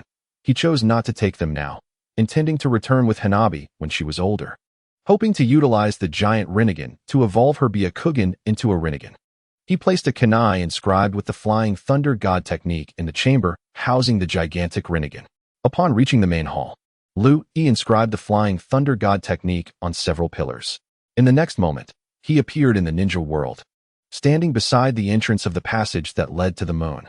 After spending half a day, Liu Yi arrived at the gates of Konohagakure.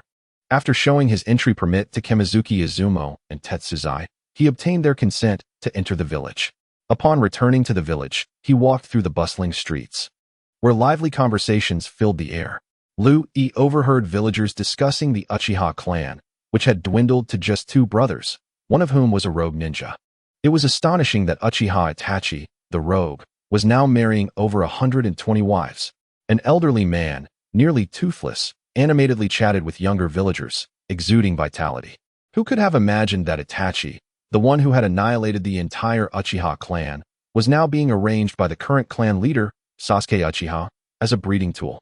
It was said he had been designated a sinner, tasked with atoning for the clan by marrying over 120 wives. A young man exclaimed loudly, "Huh, you all might not know, but I heard the current Uchiha clan leader demanded Itachi must father 300 children within 5 years, or else he would not acknowledge him as his brother." An uncle chimed in, sporting an all-knowing expression as he boasted to the surrounding villagers. Upon hearing this, Liu Yi finally grasped the situation. It had been over 2 months since he left, and today was the day of Uchiha Itachi's wedding.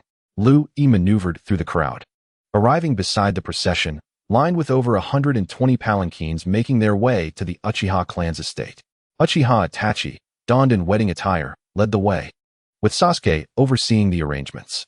The gifts from various clans were being carried by their respective members, relieving Sasuke of that responsibility. Liu Yi approached Sasuke, soon standing beside him, where Sasuke noticed Liu Yi's presence. "Liu Yi, have you completed your task?" Sasuke inquired, genuinely curious about Liu Yi's mission. Were it not for the current setting, he would have pressed for details. "Yes, the task went rather well, quite smoothly. In fact, I didn't expect to return just in time for your brother's wedding." Liu Yi replied, "How have you and Kakashi-sensei been during this time? Has Naruto improved his strength? I recall him boasting the last time I was away." Kakashi-sensei remains as busy as ever, constantly on missions. Naruto has indeed made some improvements, but he is still not my match. I can sense that it won't be long before he reaches a level comparable to mine. I can't quite explain why, but that feeling is particularly strong. Sasuke responded as they walked side by side. Sasuke articulated his recent experiences and emotions. It's merely a feeling, do not dwell on it too much. Today, your brother is marrying, and I shall shamelessly partake in the wedding feast. By the way, where is Naruto? Is Kakashi-sensei also absent? Upon surveying the surroundings, Lu-E realized that neither Naruto nor Kakashi was present and thus inquired of Sasuke. Naruto and Kakashi-sensei are assisting the Uchiha clan in welcoming guests. Even Xiangling and Zhongwu have been conscripted to help. Sakura and Ino have also come to lend a hand, Sasuke replied casually without turning back, responding to Lu-Yi's query. As their procession drew closer to the Uchiha clan, Lu-E aided in arranging the brides, ensuring each was seated in a palanquin heading for their designated chambers, each adorned with the bride's name and family members awaiting outside. Clearly, the clan heads were aware of Sasuke's insufficient manpower and had taken it upon themselves to organize their kin. Once all were gathered, the ceremony was presided over by Kaku, who arranged for all the brides to bow before Itachi Uchiha on a grand stage. On one side stood 120 brides, while Itachi stood alone. Without the formalities of traditional vows, Itachi and the brides became wed in the presence of witnesses. As the brides returned to their respective chambers, Itachi greeted guests outside, and Lu-E sought out the 12 young ninjas, finding the 4 girls seated at another table, while the boys' table, excluding Sasuke, comprised 8 members. Lu-E, have you completed your task? Naruto eagerly inquired upon spotting Lu-E. Yes, it was accomplished smoothly. I shall share the details privately later, Lu-E responded, wanting to prevent Naruto from inadvertently revealing anything. All right, Naruto acknowledged, realizing the inappropriateness of the current setting. Lu-E, it has been ages. You never come to gather with us. Shikamaru greeted Lu-E at that moment. Haha, I've either been training Naruto and Sasuke or undertaking missions. Whenever I have a break, I spend it with my parents. However, I am free now and would love to catch up with all of you. Lu-E replied cheerfully to Shikamaru, recognizing that he hadn't taken the time to reunite with his friends recently. TCH, with your immense strength, you still train so diligently. Don't you allow yourself any respite? It seems quite bothersome. Shikamaru remarked with a lackadaisical expression. Lu-E merely smiled, refraining from comment. Minutes later, when the food was served, the group began to indulge in the feast, particularly Naruto and Choji, who were competing to see who could eat more. After half an hour, Naruto was bested by Choji, prompting Lu-E to give Choji a thumbs up, which delighted him greatly. After the meal, Sasuke led Lu-E to a quiet courtyard where Naruto, Kakashi, Sakura, Tsunade, Shizen, and Kakuzu were also present. As Lu-E entered, all eyes turned towards him. Ignoring their gazes, he settled into a comfortable chair and glanced at the group. Hey kid, quickly tell me what you discovered on the moon. Provide me with the details, Tsunade demanded as soon as Lu-E was seated, her curiosity palpable as everyone leaned in to listen intently. Hihi, Hokage-sama, the moon is quite desolate. Apart from a few special locations suitable for habitation, the rest is inhospitable. Lu-E began recounting his observations of the moon. At this, Tsunade's forehead began to throb, evidently struggling to contain her frustration. She slammed her palm on the stone table and yelled at Lu-E, "You little rascal, I meant the conditions on the moon, not the scenery and living environment you encountered." Tsunade glared at Lu-E as he continued, "Haha, Hokage-sama, do not be angry. I spent half a month searching for the passage to the moon. Upon successfully landing, I was surrounded by a swarm of puppets." And then, Naruto interjected, unable to suppress his curiosity. "After a fierce battle, I vanquished all the puppets. When I reached the hall of a palace, I encountered someone around my age named Otsutsuki Shurin, who was blind. As soon as I appeared, he attempted to kill me, but I managed to turn the tables." Lu-E elaborated. "Is that all? Are you joking with us? What about the others?" Tsunade pressed, her excitement waning. "There were no others.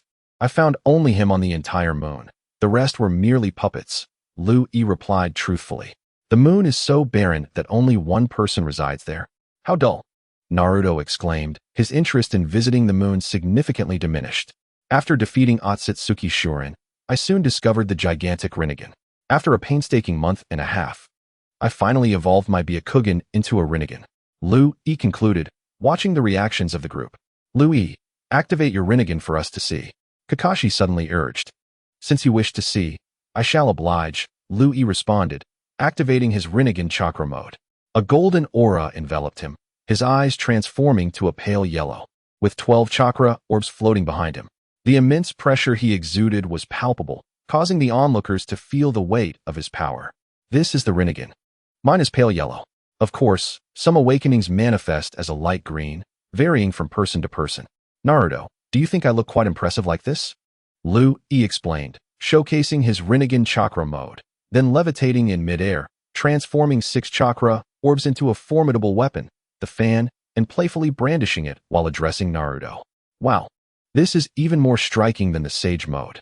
You can fly, and that weapon in your hands is remarkably powerful. I wish to obtain this mode as well. Naruto exclaimed with envy after witnessing Lu Yi's Rinnegan chakra mode. So Lu Yi, does this mean you have now reached the level of a Sage of 6 Paths? Nara Kakuzu inquired, his attention fully on Lu Yi. The others turned to Lu Yi, eager to hear his response. Indeed, Uncle Kakuzu, with this Rinnegan obtained from the moon, I now possess the power of the Sage of 6 Paths, becoming a 6 Paths level ninja. However, this is not my final destination. I shall continue to enhance my strength. Lu Yi affirmed, revealing the extent of his abilities. Truly remarkable. To achieve the legendary power of the Sage of 6 Paths at just 14 years old. I can only imagine how strong you will become in the future. It is quite exciting. Kakuzu remarked with admiration. Lu Yi, with your newfound strength, what are your plans for the future? Tsunade asked suddenly. For now, I have no immediate plans, as the ninja world appears to be in a state of peace. I will not engage in wanton violence merely due to my increased power. For the time being, I will undertake simple tasks in the village and spend more time with my parents. Should Hokage-sama require my assistance with any tasks, please do not hesitate to inform me, and I shall fulfill them. Lu gazed earnestly at Tsunade and remarked, Haha, quite impressive. Although I have come to know over these nearly 2 years that you are not a reckless individual, many have experienced significant power surges, leading them to lose themselves and become capricious, deriving pleasure from slaughter. I was somewhat concerned earlier, but it appears my worries were unfounded. You remain lucid and have not been consumed by your newfound strength. With a smile, Tsunade responded, Lu, you've been away for over 2 months. You should return home and spend time with your parents. Is there anything else you need to attend to? If not, we shall disperse. After Tsunade's announcement, the group, having confirmed their lack of further matters, departed from Sasuke's courtyard. By the time Lu returned home, it was already evening. Mom, Dad, I'm back. He called out to his parents, who were having dinner. My dear son has returned. Let me see if you've been hurt. Thankfully, you haven't lost weight. Upon hearing Lu's voice, Huadao Mehui set down her bowl and rushed to Lu, inspecting him closely to ensure her precious son was unharmed. Don't worry, Mom. I only undertook some simple tasks and rarely engaged in combat. Rest assured, I'm unscathed. Lu quickly reassured his mother, downplaying his assignments to alleviate her concerns. That's good to hear. Come, dear son, let us eat together. We've just started. After confirming Lu was indeed unharmed, Huadao Meihui's mood brightened, and she urged him to join their meal. I've already eaten, Mom. I had a meal at the Uchiha clan before I came back. Lu explained hastily, as he had just finished eating and didn't wish to continue. It was at Sasuke's house, you say? Their family was quite lively today. I heard his brother Itachi married 120 brides. Truly, they are the foremost family in the village, setting a precedent for marriage. I wonder whose idea it was, so cruel to let so many girls marry into that family. It must be a hardship for them. Son, you mustn't associate with those who entertain such notions. Huadao Mehui cautioned Lu as she spoke. Lu refrained from revealing that the mastermind behind that idea was none other than himself, finding it somewhat amusing. All right then, dear son, since you've already eaten, you should head to your room and rest. We'll continue our meal, Lu's father, Huadao Zhaojin, suggested to Mehui. Very well, dear son, go rest in your room. I won't disturb you any longer. Huadao Mehui released Lu's arm and gently patted his shoulder. All right, Mom and Dad, I'll head to rest now. Enjoy your meal. And remember to call me if anything comes up. Lu bid farewell to his parents and retreated to his room. As per usual, his room was clean and tidy, having been organized by his mother during his absence. Approaching the bookshelf, Lu turned a vase, revealing a secret passageway within his room. He entered the basement, which remained largely unchanged since his last visit with Naruto and Sasuke. Lu retrieved the body scroll of Otsutsuki Shurin from his ninja tool pouch and placed it in a designated area. It seems I can leave you for Orochimaru to study. I wonder what surprises he will unveil. Perhaps he could clone some artificial beings akin to Otsutsuki Shurin. They may prove beneficial in the future. Kabuto is a rare talent. I ought to discuss this with Orochimaru and nurture Kabuto's abilities further. With these thoughts in mind, Lu reflected on his current power, which had reached the true 6 paths level, and noted that there remained less than 2 years before the Akatsuki began capturing tailed beasts. It was merely 1 year and 10 months to go. It appeared that during this phase, he had little to occupy his time. He had accomplished all that he set out to achieve. Initially, he had aimed to become a 6 paths level powerhouse before the Akatsuki's capture of the tailed beasts. But he had achieved this nearly 2 years ahead of schedule. With 8 tailed beasts accounted for, only the chakra of the 3-tailed beast, which would resurrect in 2 years, remained. Thus, barring any significant events, Lu could peacefully bide his time in Konoha for the next 2 years, training occasionally or bringing Naruto and Sasuke out for some rigorous training under the pretense of enhancing their skills. This approach could serve as a delightful seasoning in his life. He remembered his promise to Shikamaru to gather with them when time permitted. Now, with ample free time, he resolved to reunite with Shikamaru and the others in a few days. With that, Lu decided to leave the basement, freshen up in the bathroom, and soon after, he lay down on the tatami mat and fell asleep. Chapter 80. A picnic with the 12 young warriors. After spending 2 to 3 days at home with his parents, Lu began to feel restless. He decided to venture out and see which of the 12 young warriors were still in the village and not on missions. Today, he intended to gather them for a picnic. After half an hour of searching, fortune smiled upon him. All 12 were in the village. Once assembled, Lu instructed, Naruto, you and Kiba go purchase cooking utensils.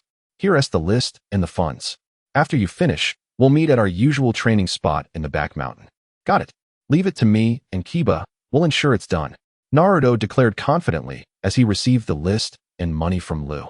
Kiba and Akamaru followed him without hesitation. Sakura, you're in charge of the seasonings. Here is the list and money. You know where we're meeting, right? Lu asked, slightly uncertain after handing her the items. Don't worry, I'll handle the seasonings. I know the place where you train with Naruto and Sasuke. Sakura assured him as she set off to procure the ingredients.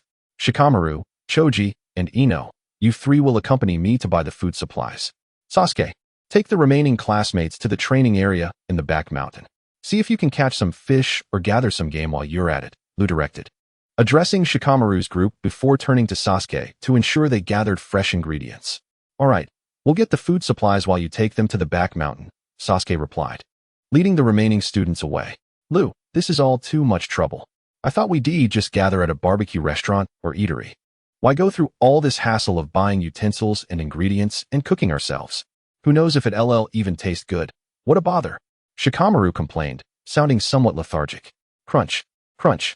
Choji remained silent, munching on chips, while Ino kept her thoughts to herself. However, Ino felt quite happy inside, pleased that Lu had remembered her and included her in this gathering. What a good friend he was. Enough, Shikamaru, no more sarcasm. Today, I shall showcase my culinary skills, ensuring you all indulge in delightful dishes and experience absolute relaxation. Yui reassured Shikamaru, who was nearby, as they arrived at the market. Accompanied by Shikamaru, Choji, and Shino, Yui meticulously selected fresh vegetables, bell peppers, onions, ginger, and garlic, not to mention chicken, duck, goose, beef, lamb, pork, and fish, essentially everything that could be found in the sky, running on the ground, or swimming in the water. Afterward, they ventured into a supermarket to procure rice, flour, and beverages. An hour later, Yui and the trio reached the training ground in the back mountain, laden with bags. Rock Lee and Niji hurried over to assist with the load. Joined by several girls eager to help, Yui chose a spot near the waterfall to set down the ingredients. Naruto and Sakura soon returned with their supplies. Noticing that everyone except Sasuke had gathered, Yui promptly employed wood release to construct a spacious row of pavilions, complete with tables and chairs, leaving all but Naruto and Sakura utterly astonished. Who would have thought Yui possessed wood release ninjutsu? Niji remarked, his expression shifting in surprise. Indeed, Niji, I too, was unaware that Yui-kun could perform wood release. I've only heard from Gai-sensei about Yui's formidable strength. It seems he can wield wood release as well. Rock Lee added enthusiastically. This is what Naruto often mentions, Yui-kun's incredible prowess. I never imagined he would also master wood release. However, Naruto will become a powerful ninja in the future. Hinata mused, glancing at Yui before turning her gaze toward Naruto. How extravagant. He can even use the wood release of the first Hokage, But with a pavilion, tables, and chairs, this wood-release technique is remarkably convenient. Tintin noted, admiring the structure. Yes, it's not troublesome at all. Perhaps, as Yui suggested, it truly can help alleviate our minds. What do you think, Choji? Shikamaru asked, eyeing Choji, who was munching on chips, snatching a few for himself as he spoke. I trust Shikamaru, and if Yui says it will help us relax, then I believe it. Choji replied, crunching on the chips. Haha, Yui, your creativity is truly commendable. It's fantastic that we'll have tables and chairs when it's time to eat. This is wonderful, Naruto exclaimed, delighted by the transformation. All right, Naruto and Shikamaru. Let South help place the ingredients on this large table, and you girls can assist in washing the vegetables. Yui instructed, immediately summoning 30 shadow clones. A few clones set up the stove and cleaned the cooking utensils brought back by Naruto, while others prepared the chicken, duck, goose, fish, beef, lamb, and pork. 10 clones worked on steaming rice and making buns, dumplings, and wontons, while 5 clones marinated and skewered the freshly seasoned meat for grilling. The remaining 5 clones collaborated with Yui to stir-fry vegetables, creating an exhilarating scene. At that moment, Sasuke returned with 10 rabbits and a deer. Yui glanced at them and dispatched 5 clones to prepare the rabbits and roast the deer whole. The other 11 young ninjas began tackling simpler tasks, such as washing plates and bowls and cleaning the vegetables to hand over to Yui's clones for preparation. As time passed, after more than 2 hours, Yui completed an array of dishes. Observing the large quantity, Yui promptly sent out 5 clones to invite others to join for the feast. Within 10 minutes, Tsunade, Shizune, Kurenai, Asuma, Might Guy, Kakashi, Iruka, and the clan leaders from the Inuzuka, Nara, and Hyuga families arrived, bringing along drinks favored by the adults. The gathering divided into 2 large tables, one for the adults and the other for Yui and the 11 young ninjas. All the dishes were evenly distributed across the tables: roast chicken, old duck soup, iron pot stewed goose, bubbling fish, spicy rabbit heads, braised rabbit meat, steamed fish, oil-braised river shrimp, steamed pork, lamb stew with radishes, and a dual-flavored hot pot with thinly sliced beef and lamb, fish fillets, shrimp paste, and beef paste, various vegetables for the hot pot, as well as the steamed buns, dumplings, and wontons, complemented the feast, alongside an array of grilled meats and vegetables. The grand finale was the roasted deer, now cut in half. Under Yui's guidance, everyone settled down and began to indulge in the delectable offerings, creating a lively atmosphere.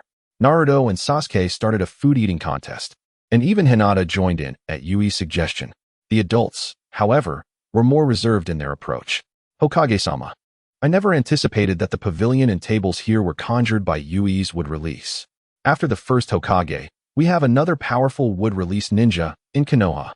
Hayashi Hyuga remarked, casting a glance at Tsunade, who was heartily enjoying her drink. Hayashi, Yui's capabilities extend far beyond wood-release. Even Sasuke is no match for him. Yui is the most talented and powerful ninja I have ever encountered. His strength surpasses that of my grandfather, Tsunade declared, taking a sip of her drink while smiling at Hayashi. Among those present, aside from Iruka, Might Guy, Kurenai, and Asuma, everyone had witnessed Sasuke's formidable prowess. Tsunade's assertion that Sasuke was no match for Yui, coupled with the revelation that Yui's strength exceeded that of the first Hokage, left many who were unaware of Yui's true power momentarily stunned, placing their drinks down as they attentively listened to Tsunade. Naturally, Kakashi, Shikamaru, and Shizune remained unfazed. Let us not dwell on that. Just know that Yui's strength surpasses that of my grandfather, and that he is currently the most powerful ninja in Konoha.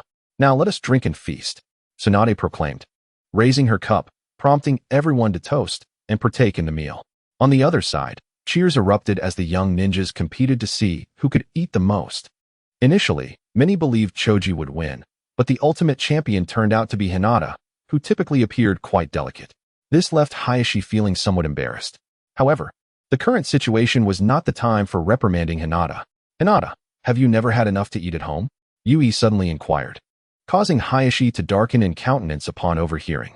Yet, as a member of the prestigious Hyuga clan, he refrained from making a scene. Chapter 81. The Hyuga clan leader Hinata felt somewhat bashful in response to Yui's forthright question, casting a glance at Hayashi, her eyes betraying a hint of evasion. The sight of his daughter avoiding his gaze only deepened Hayashi's embarrassment. What did her avoidance imply?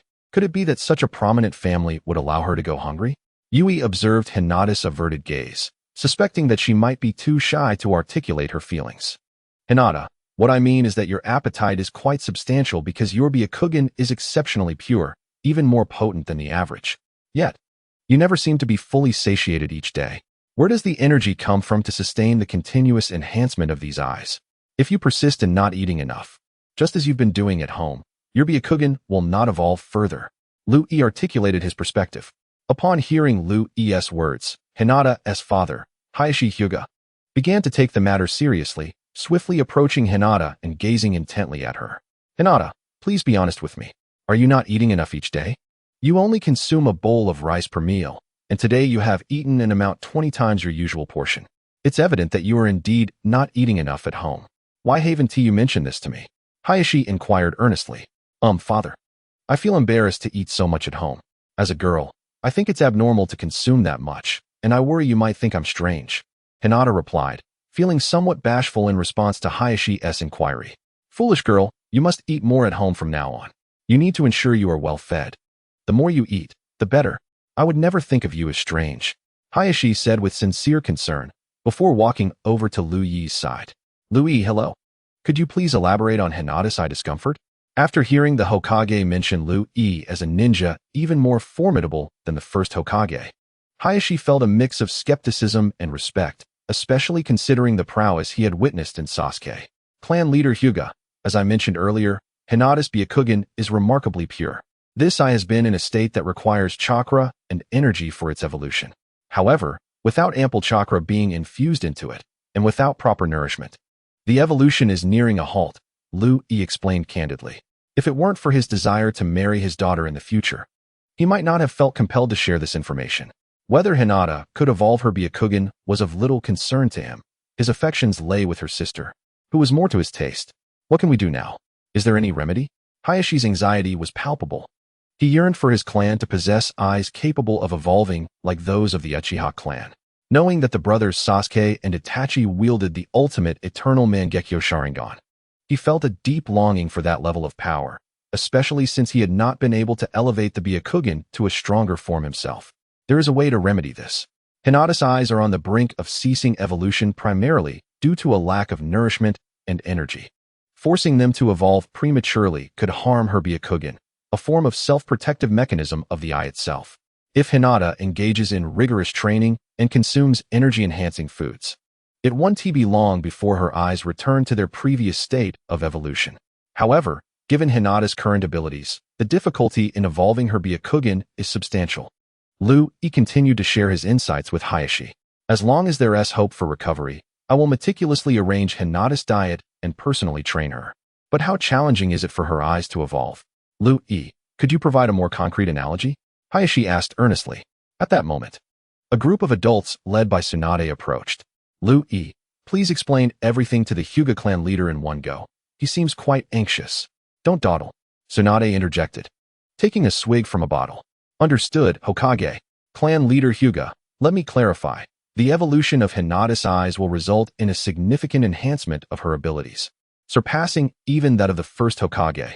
To put it in perspective, it's akin to an Uchiha clan member evolving from having no ocular powers to attaining the eternal Mangekyo Sharingan, and then the Rinnegan.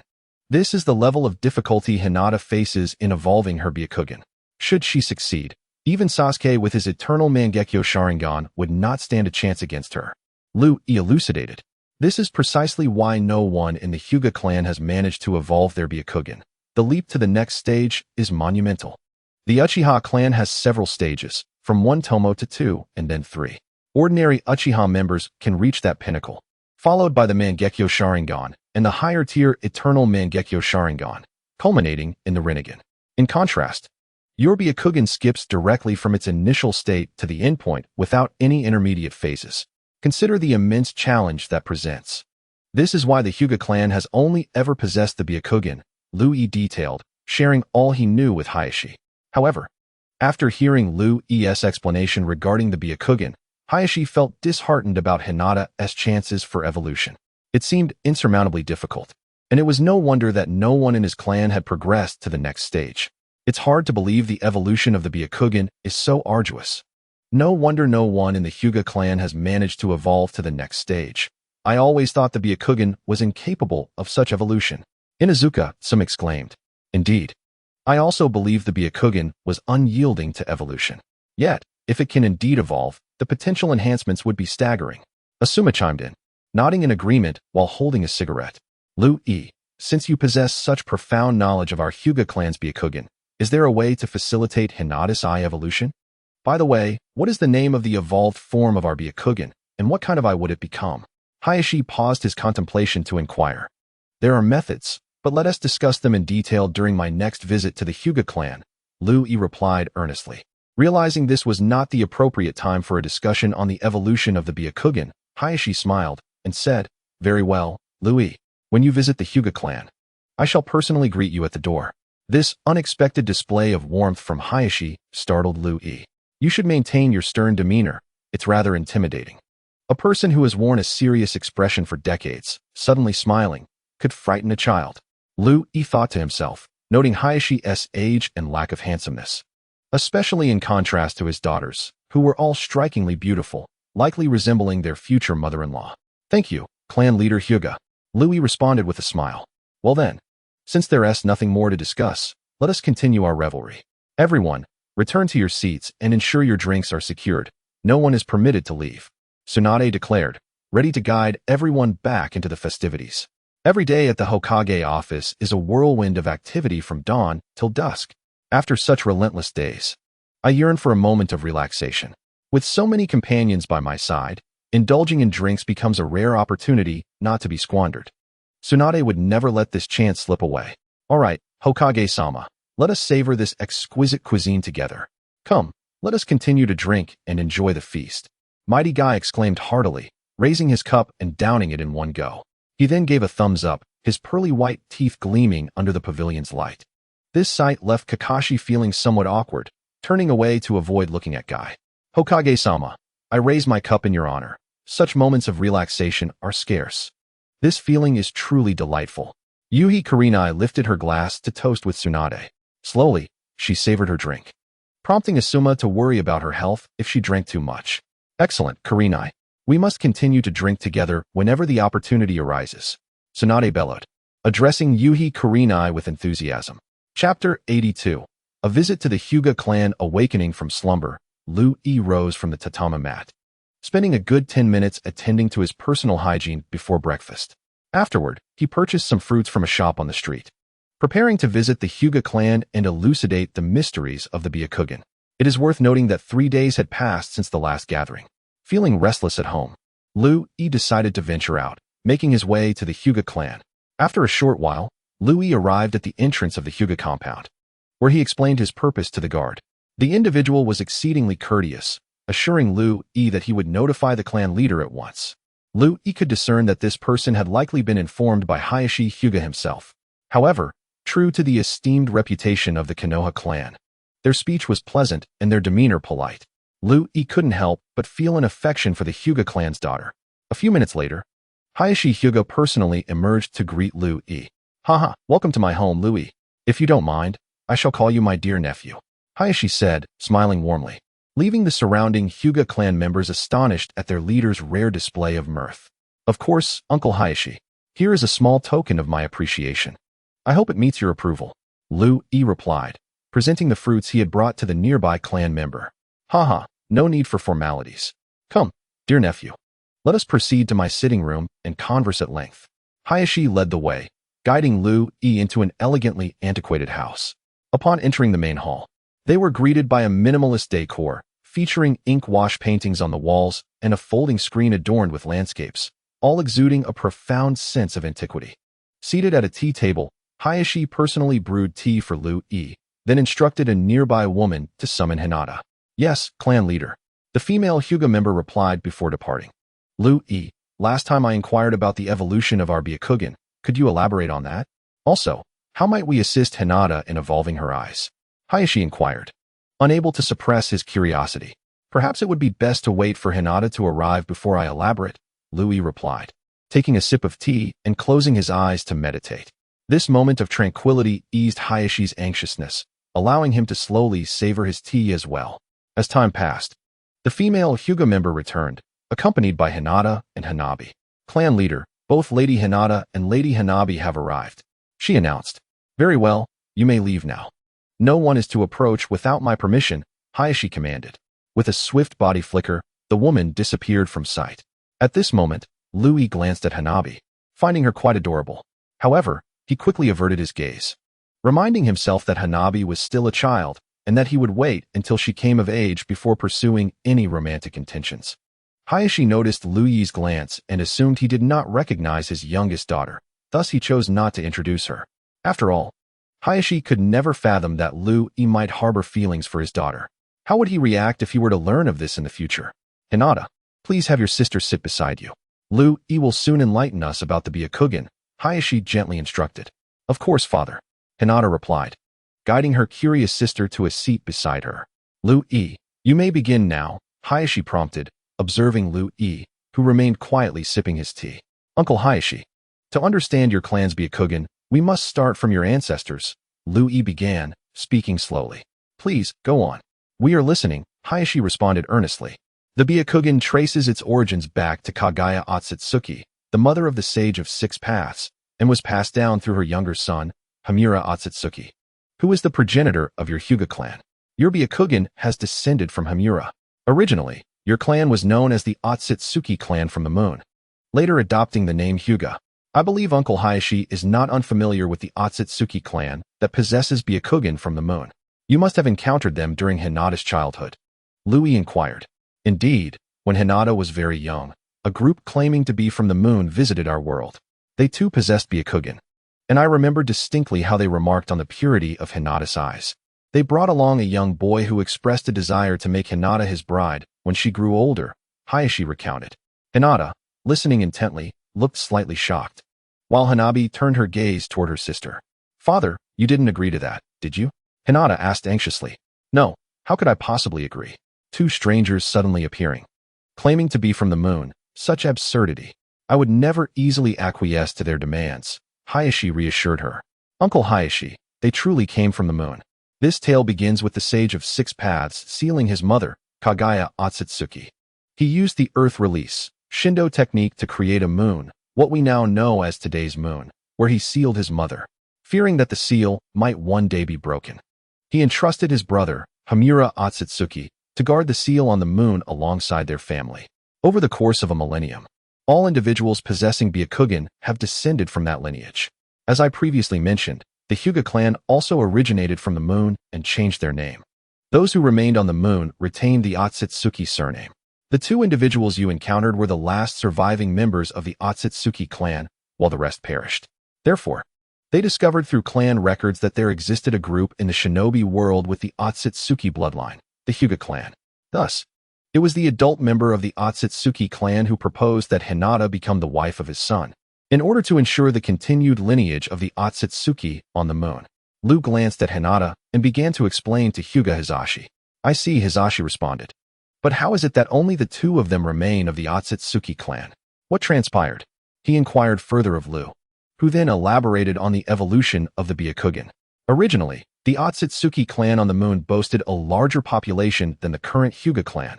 However, due to the existence of both the main and branch families within the Otsutsuki, the branch family sought to escape their subjugation. They devised a plan to evolve a stronger ocular power than the Byakugan, ultimately succeeding in creating the Rinnegan. This massive Rinnegan was formed from the aggregation of countless Byakugan, and through its power, the branch family was able to liberate themselves from the main family's control. What followed was a brutal conflict, resulting in the survival of only the branch family members. However, due to the intensity of the battle and the subsequent loss of nearly all Byakugan, only two individuals remained alive after many years, those who had sought out Hyuga Hizashi from the ninja world long ago. The Rinnegan, evolved from the Byakugan, was possessed by the progenitor of the Hyuga clan, Otsutsuki Hamura, whose strength was not far from that of the Sage of Six Paths. Liu recounted all this information regarding the Rinnegan to Hyuga Hizashi. Upon hearing Liu's exposition, Hizashi expressed concern, noting that the Hyuga clan also had its own main and branch families, with some stubborn elders fiercely protective of the main family's authority. If the branch family were to adopt the ways of the lunar branch family, wouldn't that spell doom for the Hyuga clan? It seems we must revise these outdated clan rules. Lu, in response, was asked by Hisashi how to facilitate Hinata's evolution into the Rinnegan. There are two methods. Lu explained earnestly. One involves journeying to the moon to attempt to harness the energy of that massive Rinnegan, which could expedite Hinata's evolution into the Rinnegan. The second option entails extracting cells from the Otsutsuki clan on the moon and merging them, offering a chance for rapid evolution into the Rinnegan. Though it may also result in a slow process, or perhaps even a lifetime without achieving such evolution. Are there any risks associated with these methods? Hisashi inquired seriously. Lu responded, both methods carry certain risks. The first method, absorbing the power and energy of the massive Rinnegan, is unpredictable and could lead to catastrophic consequences. The second method, involving the extraction and fusion of cells from the moon's Otsutsuki, might provoke rejection, with the gravest outcome being death. Such severe risks. Does that mean Hinata's Byakugan cannot successfully evolve? Hisashi asked, somewhat disheartened. Lu replied, at present, evolution is not feasible, and Hinata's current strength is insufficient for absorption or fusion. It would be prudent to focus on amassing energy and enhancing her chakra levels. It seemed that was the only course of action. Noticing it had become midday, Hisashi cheerfully suggested, I have already arranged for a meal to be prepared. Let us dine together. Certainly, Uncle Hisashi. Lu replied courteously. An hour later, Lu departed the Hyuga clan amidst the warm send-off from Hisashi and his daughter. In the subsequent week, Lu occasionally engaged in battles with Naruto and Sasuke to pass the time. This morning, as he prepared to venture out, he was intercepted by a member of the Umbu, who announced, the Hokage requests your presence. With that, the Umbu vanished in an instant. Although the masked figure was unrecognizable, Lu quickly identified her as the girlfriend of the recently deceased examiner from the Chunin exams, Yagura Shikaze, distinguished by her long purple hair. What was her name again? Ah, yes. Yuzuki Yugao. A few minutes later, Lu arrived outside the Hokage's office, entering without hesitation to find Tsunade engrossed in paperwork. He refrained from interrupting, and the office remained steeped in silence, broken only by the rustle of pages. After about 10 minutes, Tsunade's voice broke the quiet. Lu, I have a task for you to attend to. Yes, what is it, Lady Hokage? Lu queried as he snapped back to attention. An investigation by the Umbu has revealed unusual activity in the dragon vein of the ancient country of Lulan in the Land of Wind. You must check it out. Over a decade ago, the fourth Hokage, Minato Namikaze, sealed the dragon vein there. If the seal has weakened, you are to reseal it. By the way, you will be going alone. Tsunade relayed the details of the mission to Lu. I've heard that the dragon vein possesses the ability to traverse time and space. If I trigger that power and become displaced in time, please take care of my parents. I might not return for a year or two. Lu mused, contemplating the prospect of a journey to the ninja world of a decade past. The current era was one of superficial peace, and Lu had no inclination to engage in mindless chaos. He would not undertake thankless tasks. Had he not grown weary of sparring with Naruto and Sasuke, who were now avoiding him, he would not have considered such an adventure. Is that truly the case? Are you certain? What if a time travel incident occurs and you cannot return? Tsunade asked, her expression shifting to one of seriousness, concerned that losing Lu would mean the loss of a formidable force for Konoha. No, this is not advisable. I cannot permit you to go. Lady Hokage, the time-traveling ability of the dragon vein is limited. Once that energy is expended, it will revert to its original temporal state. Rest assured, the current energy of the dragon vein cannot sustain itself for more than 2 years.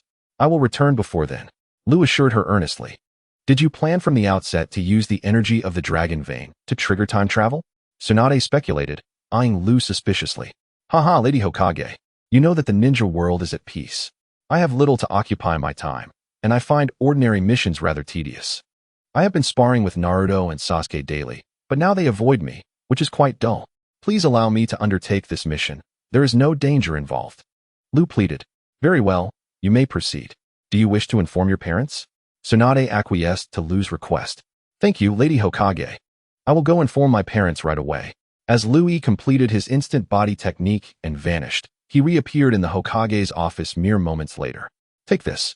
I would assume you no longer require it, Tsunade remarked, handing Lui a permit for entering and exiting the village. Heh.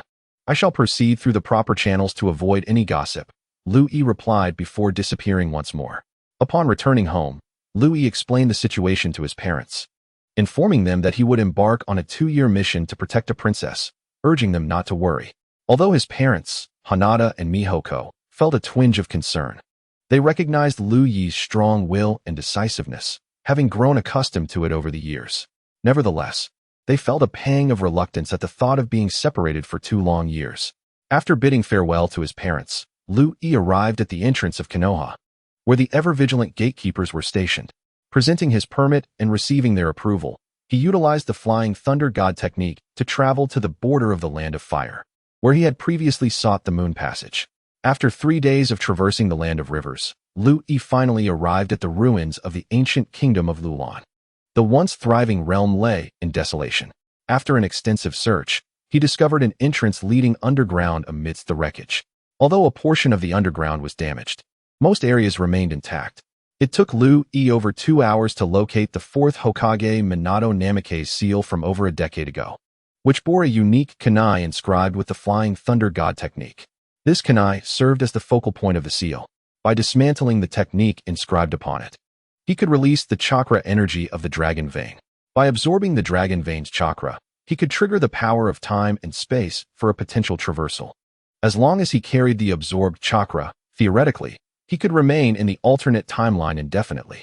Resolute in his decision, Lu Yi chose a straightforward approach to dismantle the 4th Hokage's seal.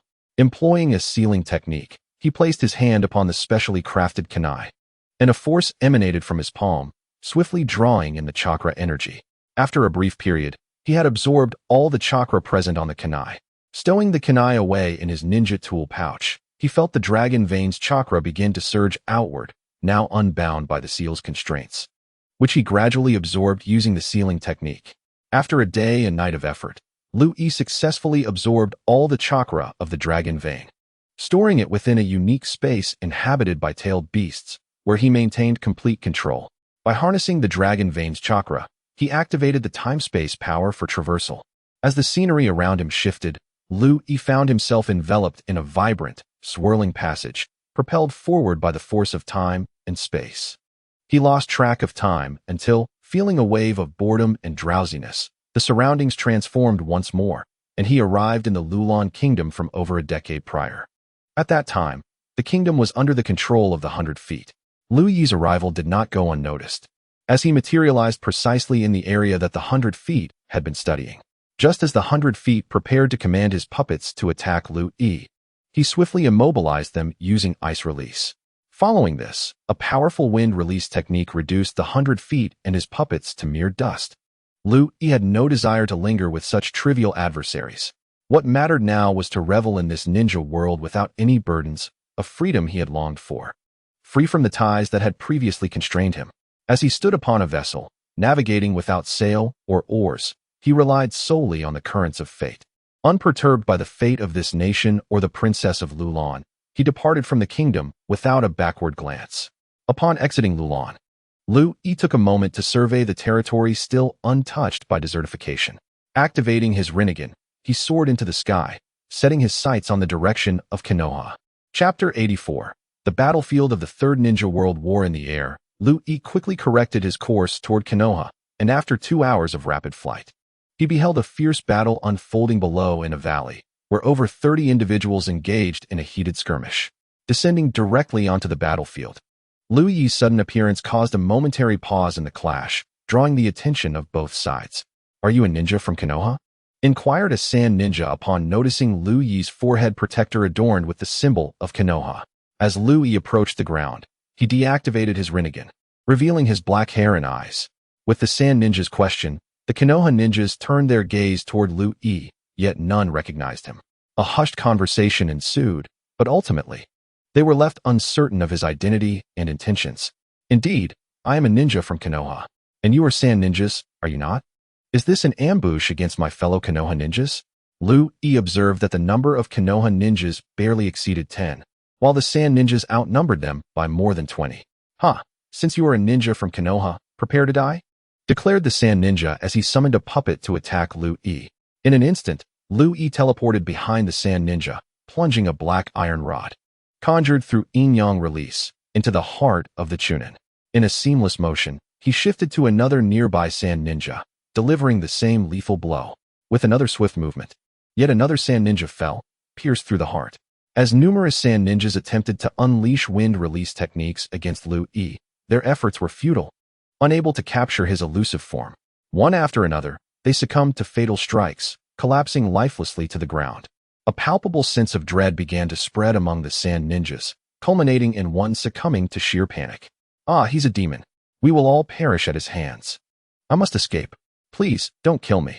Yet, this sand ninja, in his frantic bid for survival, met the same grim fate as his comrades. As time flowed, shadows flickered, and in the span of 2 minutes, over 20 sand ninjas lay dead, including 3 jonin, 8 chunin, and 15 genin, all felled by single, decisive strikes. A Konoha ninja, unable to contain his anxiety, swallowed audibly, the sound echoing clearly among the ranks of his peers, as Lu Yi began to approach them. The Konoha ninjas instinctively took a step back, their expressions tinged with apprehension. Clearly, they were intimidated by Lu Yi's overwhelming prowess, compounded by the fact that none among them recognized him. The most pressing concern was the uncertainty surrounding Lu Yi's allegiance.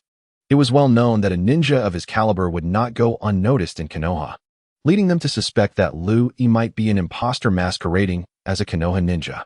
This lingering doubt bred wariness among the Konoha ninjas, prompting them to fear the black rod in Lu Yi's possession might soon find its way to their own hearts. Pray tell, good sir, are you truly a ninja of Konoha? A ninja with a positive mindset mustered his courage and cautiously inquired of Lu Yi. I am indeed a genuine leaf ninja. Look at my forehead protector, it's authentic. As Lu Yi stepped closer to the group of leaf ninjas, they instinctively recoiled, which left him feeling somewhat exasperated. How fearful they are of me, he thought. Can anyone enlighten me about the current battle situation between the leaf and sand ninjas? Lu Yi paused, casually asking the question. After a moment's wait, he noticed that none of the leaf ninjas responded. They merely stared at him with palpable tension. This lack of engagement prompted Lu Yi to find them exceedingly dull. He then executed a body flicker technique and vanished from their midst. Having distanced himself several miles from the befuddled leaf ninjas, Lu Yi activated the Kagura Hard Eye, which he had fused from Xianglin's abilities. Chakra surged forth, instantly revealing a 200-mile radius around him in his mind, far more potent than the several dozen miles he had experienced with Xianglin. In that moment, he detected the chakra presences of both Kakashi and Orochimaru, located approximately 180 miles away. Following the trail of chakra, Lu Yi swiftly advanced. An hour later, he adeptly avoided all leaf ninjas along his path and appeared suddenly beside Orochimaru, who was in the midst of strategizing with a group of elite jonin. The abruptness of Lu Yi's arrival left them astounded, and they quickly surrounded him. Ah, so it is Orochimaru who leads this operation. I had presumed Uncle Kakashi was in charge. Can you tell me what year it is in the leaf? Lu Yi asked, maintaining an air of calm as he regarded the encircling ninjas, showing no regard for their presence. Uncle Kakashi, my young friend, if memory serves. I do not believe we have met before. This is indeed our first encounter, Nara Kakashi remarked, addressing Lu Yi. Uncle Kakashi, of course, no longer recognizes me. I have traversed through time from the year 62 of the leaf. However, I am uncertain of the current time frame. I sense the chakra of Orochimaru and Uncle Kakashi, which guided me here. Could you enlighten me as to the present year? It appears there is a battle taking place at Kikyo Mountain with the Sand Ninjas. Lu Yi responded truthfully to Kakashi's inquiry. You claim to have come from a future beyond the year 62 of the leaf? My dear boy? Such a declaration strains credulity, Kakashi replied, clearly skeptical of Lu Yi's assertion. If you hail from the future, then tell me, have we won this battle? What is my fate in that time? Orochimaru interjected, his curiosity piqued as he licked his lips. According to future records, our leaf village triumphed in the battle at Kikyo Mountain. As for your fate, Orochimaru, in the future, you are indeed my subordinate, obedient to my every command. Surprised, are we? Lu Yi teased mischievously. At this, Orochimaru's demeanor shifted. He ceased his tongue licking and retracted his serpent-like head, his expression turning grim as he regarded Lu Yi. Do you seek to provoke me? Shadow Snake Hand. Orochimaru swiftly performed hand seals, attempting to test Lu Yi with a ninjutsu technique. Has my words incited your ire? In the future, you are my subordinate, obedient to my every whim. I have spoken no falsehood. Lu Yi replied with a grin, extending his palm as a wave of chilling air erupted forth. surging towards Orochimaru's shadow snake hand and instantly freezing the serpents that materialized from it. Lu Yi snapped his fingers, and the frozen snakes shattered into dust. This display of power compelled the assembled leaf ninjas to reassess Lu Yi's capabilities. Oh, so you are a user of ice release. It appears our leaf village lacks such bloodline abilities. You must be from the Mist Village, then? Orochimaru observed, his gaze icy as he scrutinized Lu Yi. Is that so? To wield ice release makes one a ninja of the Mist Village? Then what of this? Lu Yi retorted, clapping his hands together. Instantly, vines erupted from the ground, reaching for Orochimaru. He sensed danger and leaped away just in time, causing the emerging vines to transform into a towering tree. The manifestation of Lu Yi's would release ninjutsu astonished all present leaf ninjas. Would release. This boy possesses would release. That is a technique unique to the first Hokage. One of the elite Jonin exclaimed with excitement. Indeed, who would have thought that after all these years? Another would release user has emerged in our leaf village? What a delight. Another Jonin chimed in, unable to contain his joy. You possess the wood release as well? I must admit, I underestimated you. Pray tell, who exactly are you? Orochimaru inquired, halting his offensive as he regarded Lu Yi with newfound interest. He could sense the immense vitality emanating from the tree that had just appeared. I have stated that I hail from the future. My name is Lu Yi, and Orochimaru. In the future, you truly are my subordinate, obedient to my every command. I assure you, I speak the truth. By the way, Uncle Kakashi, I am also classmates and good friends with your son, Shikamaru. I would often visit your home, where your greatest pastime was to best me at shogi, Lu Yi added, addressing Kakashi after answering Orochimaru's question. This revelation left Kakashi somewhat bewildered. His fondness for shogi was not widely known, and his penchant for defeating others at the game was even less so. Could it be true that this young man knows of my future son, Shikamaru? The name is rather pleasing. It aligns with what I had envisioned.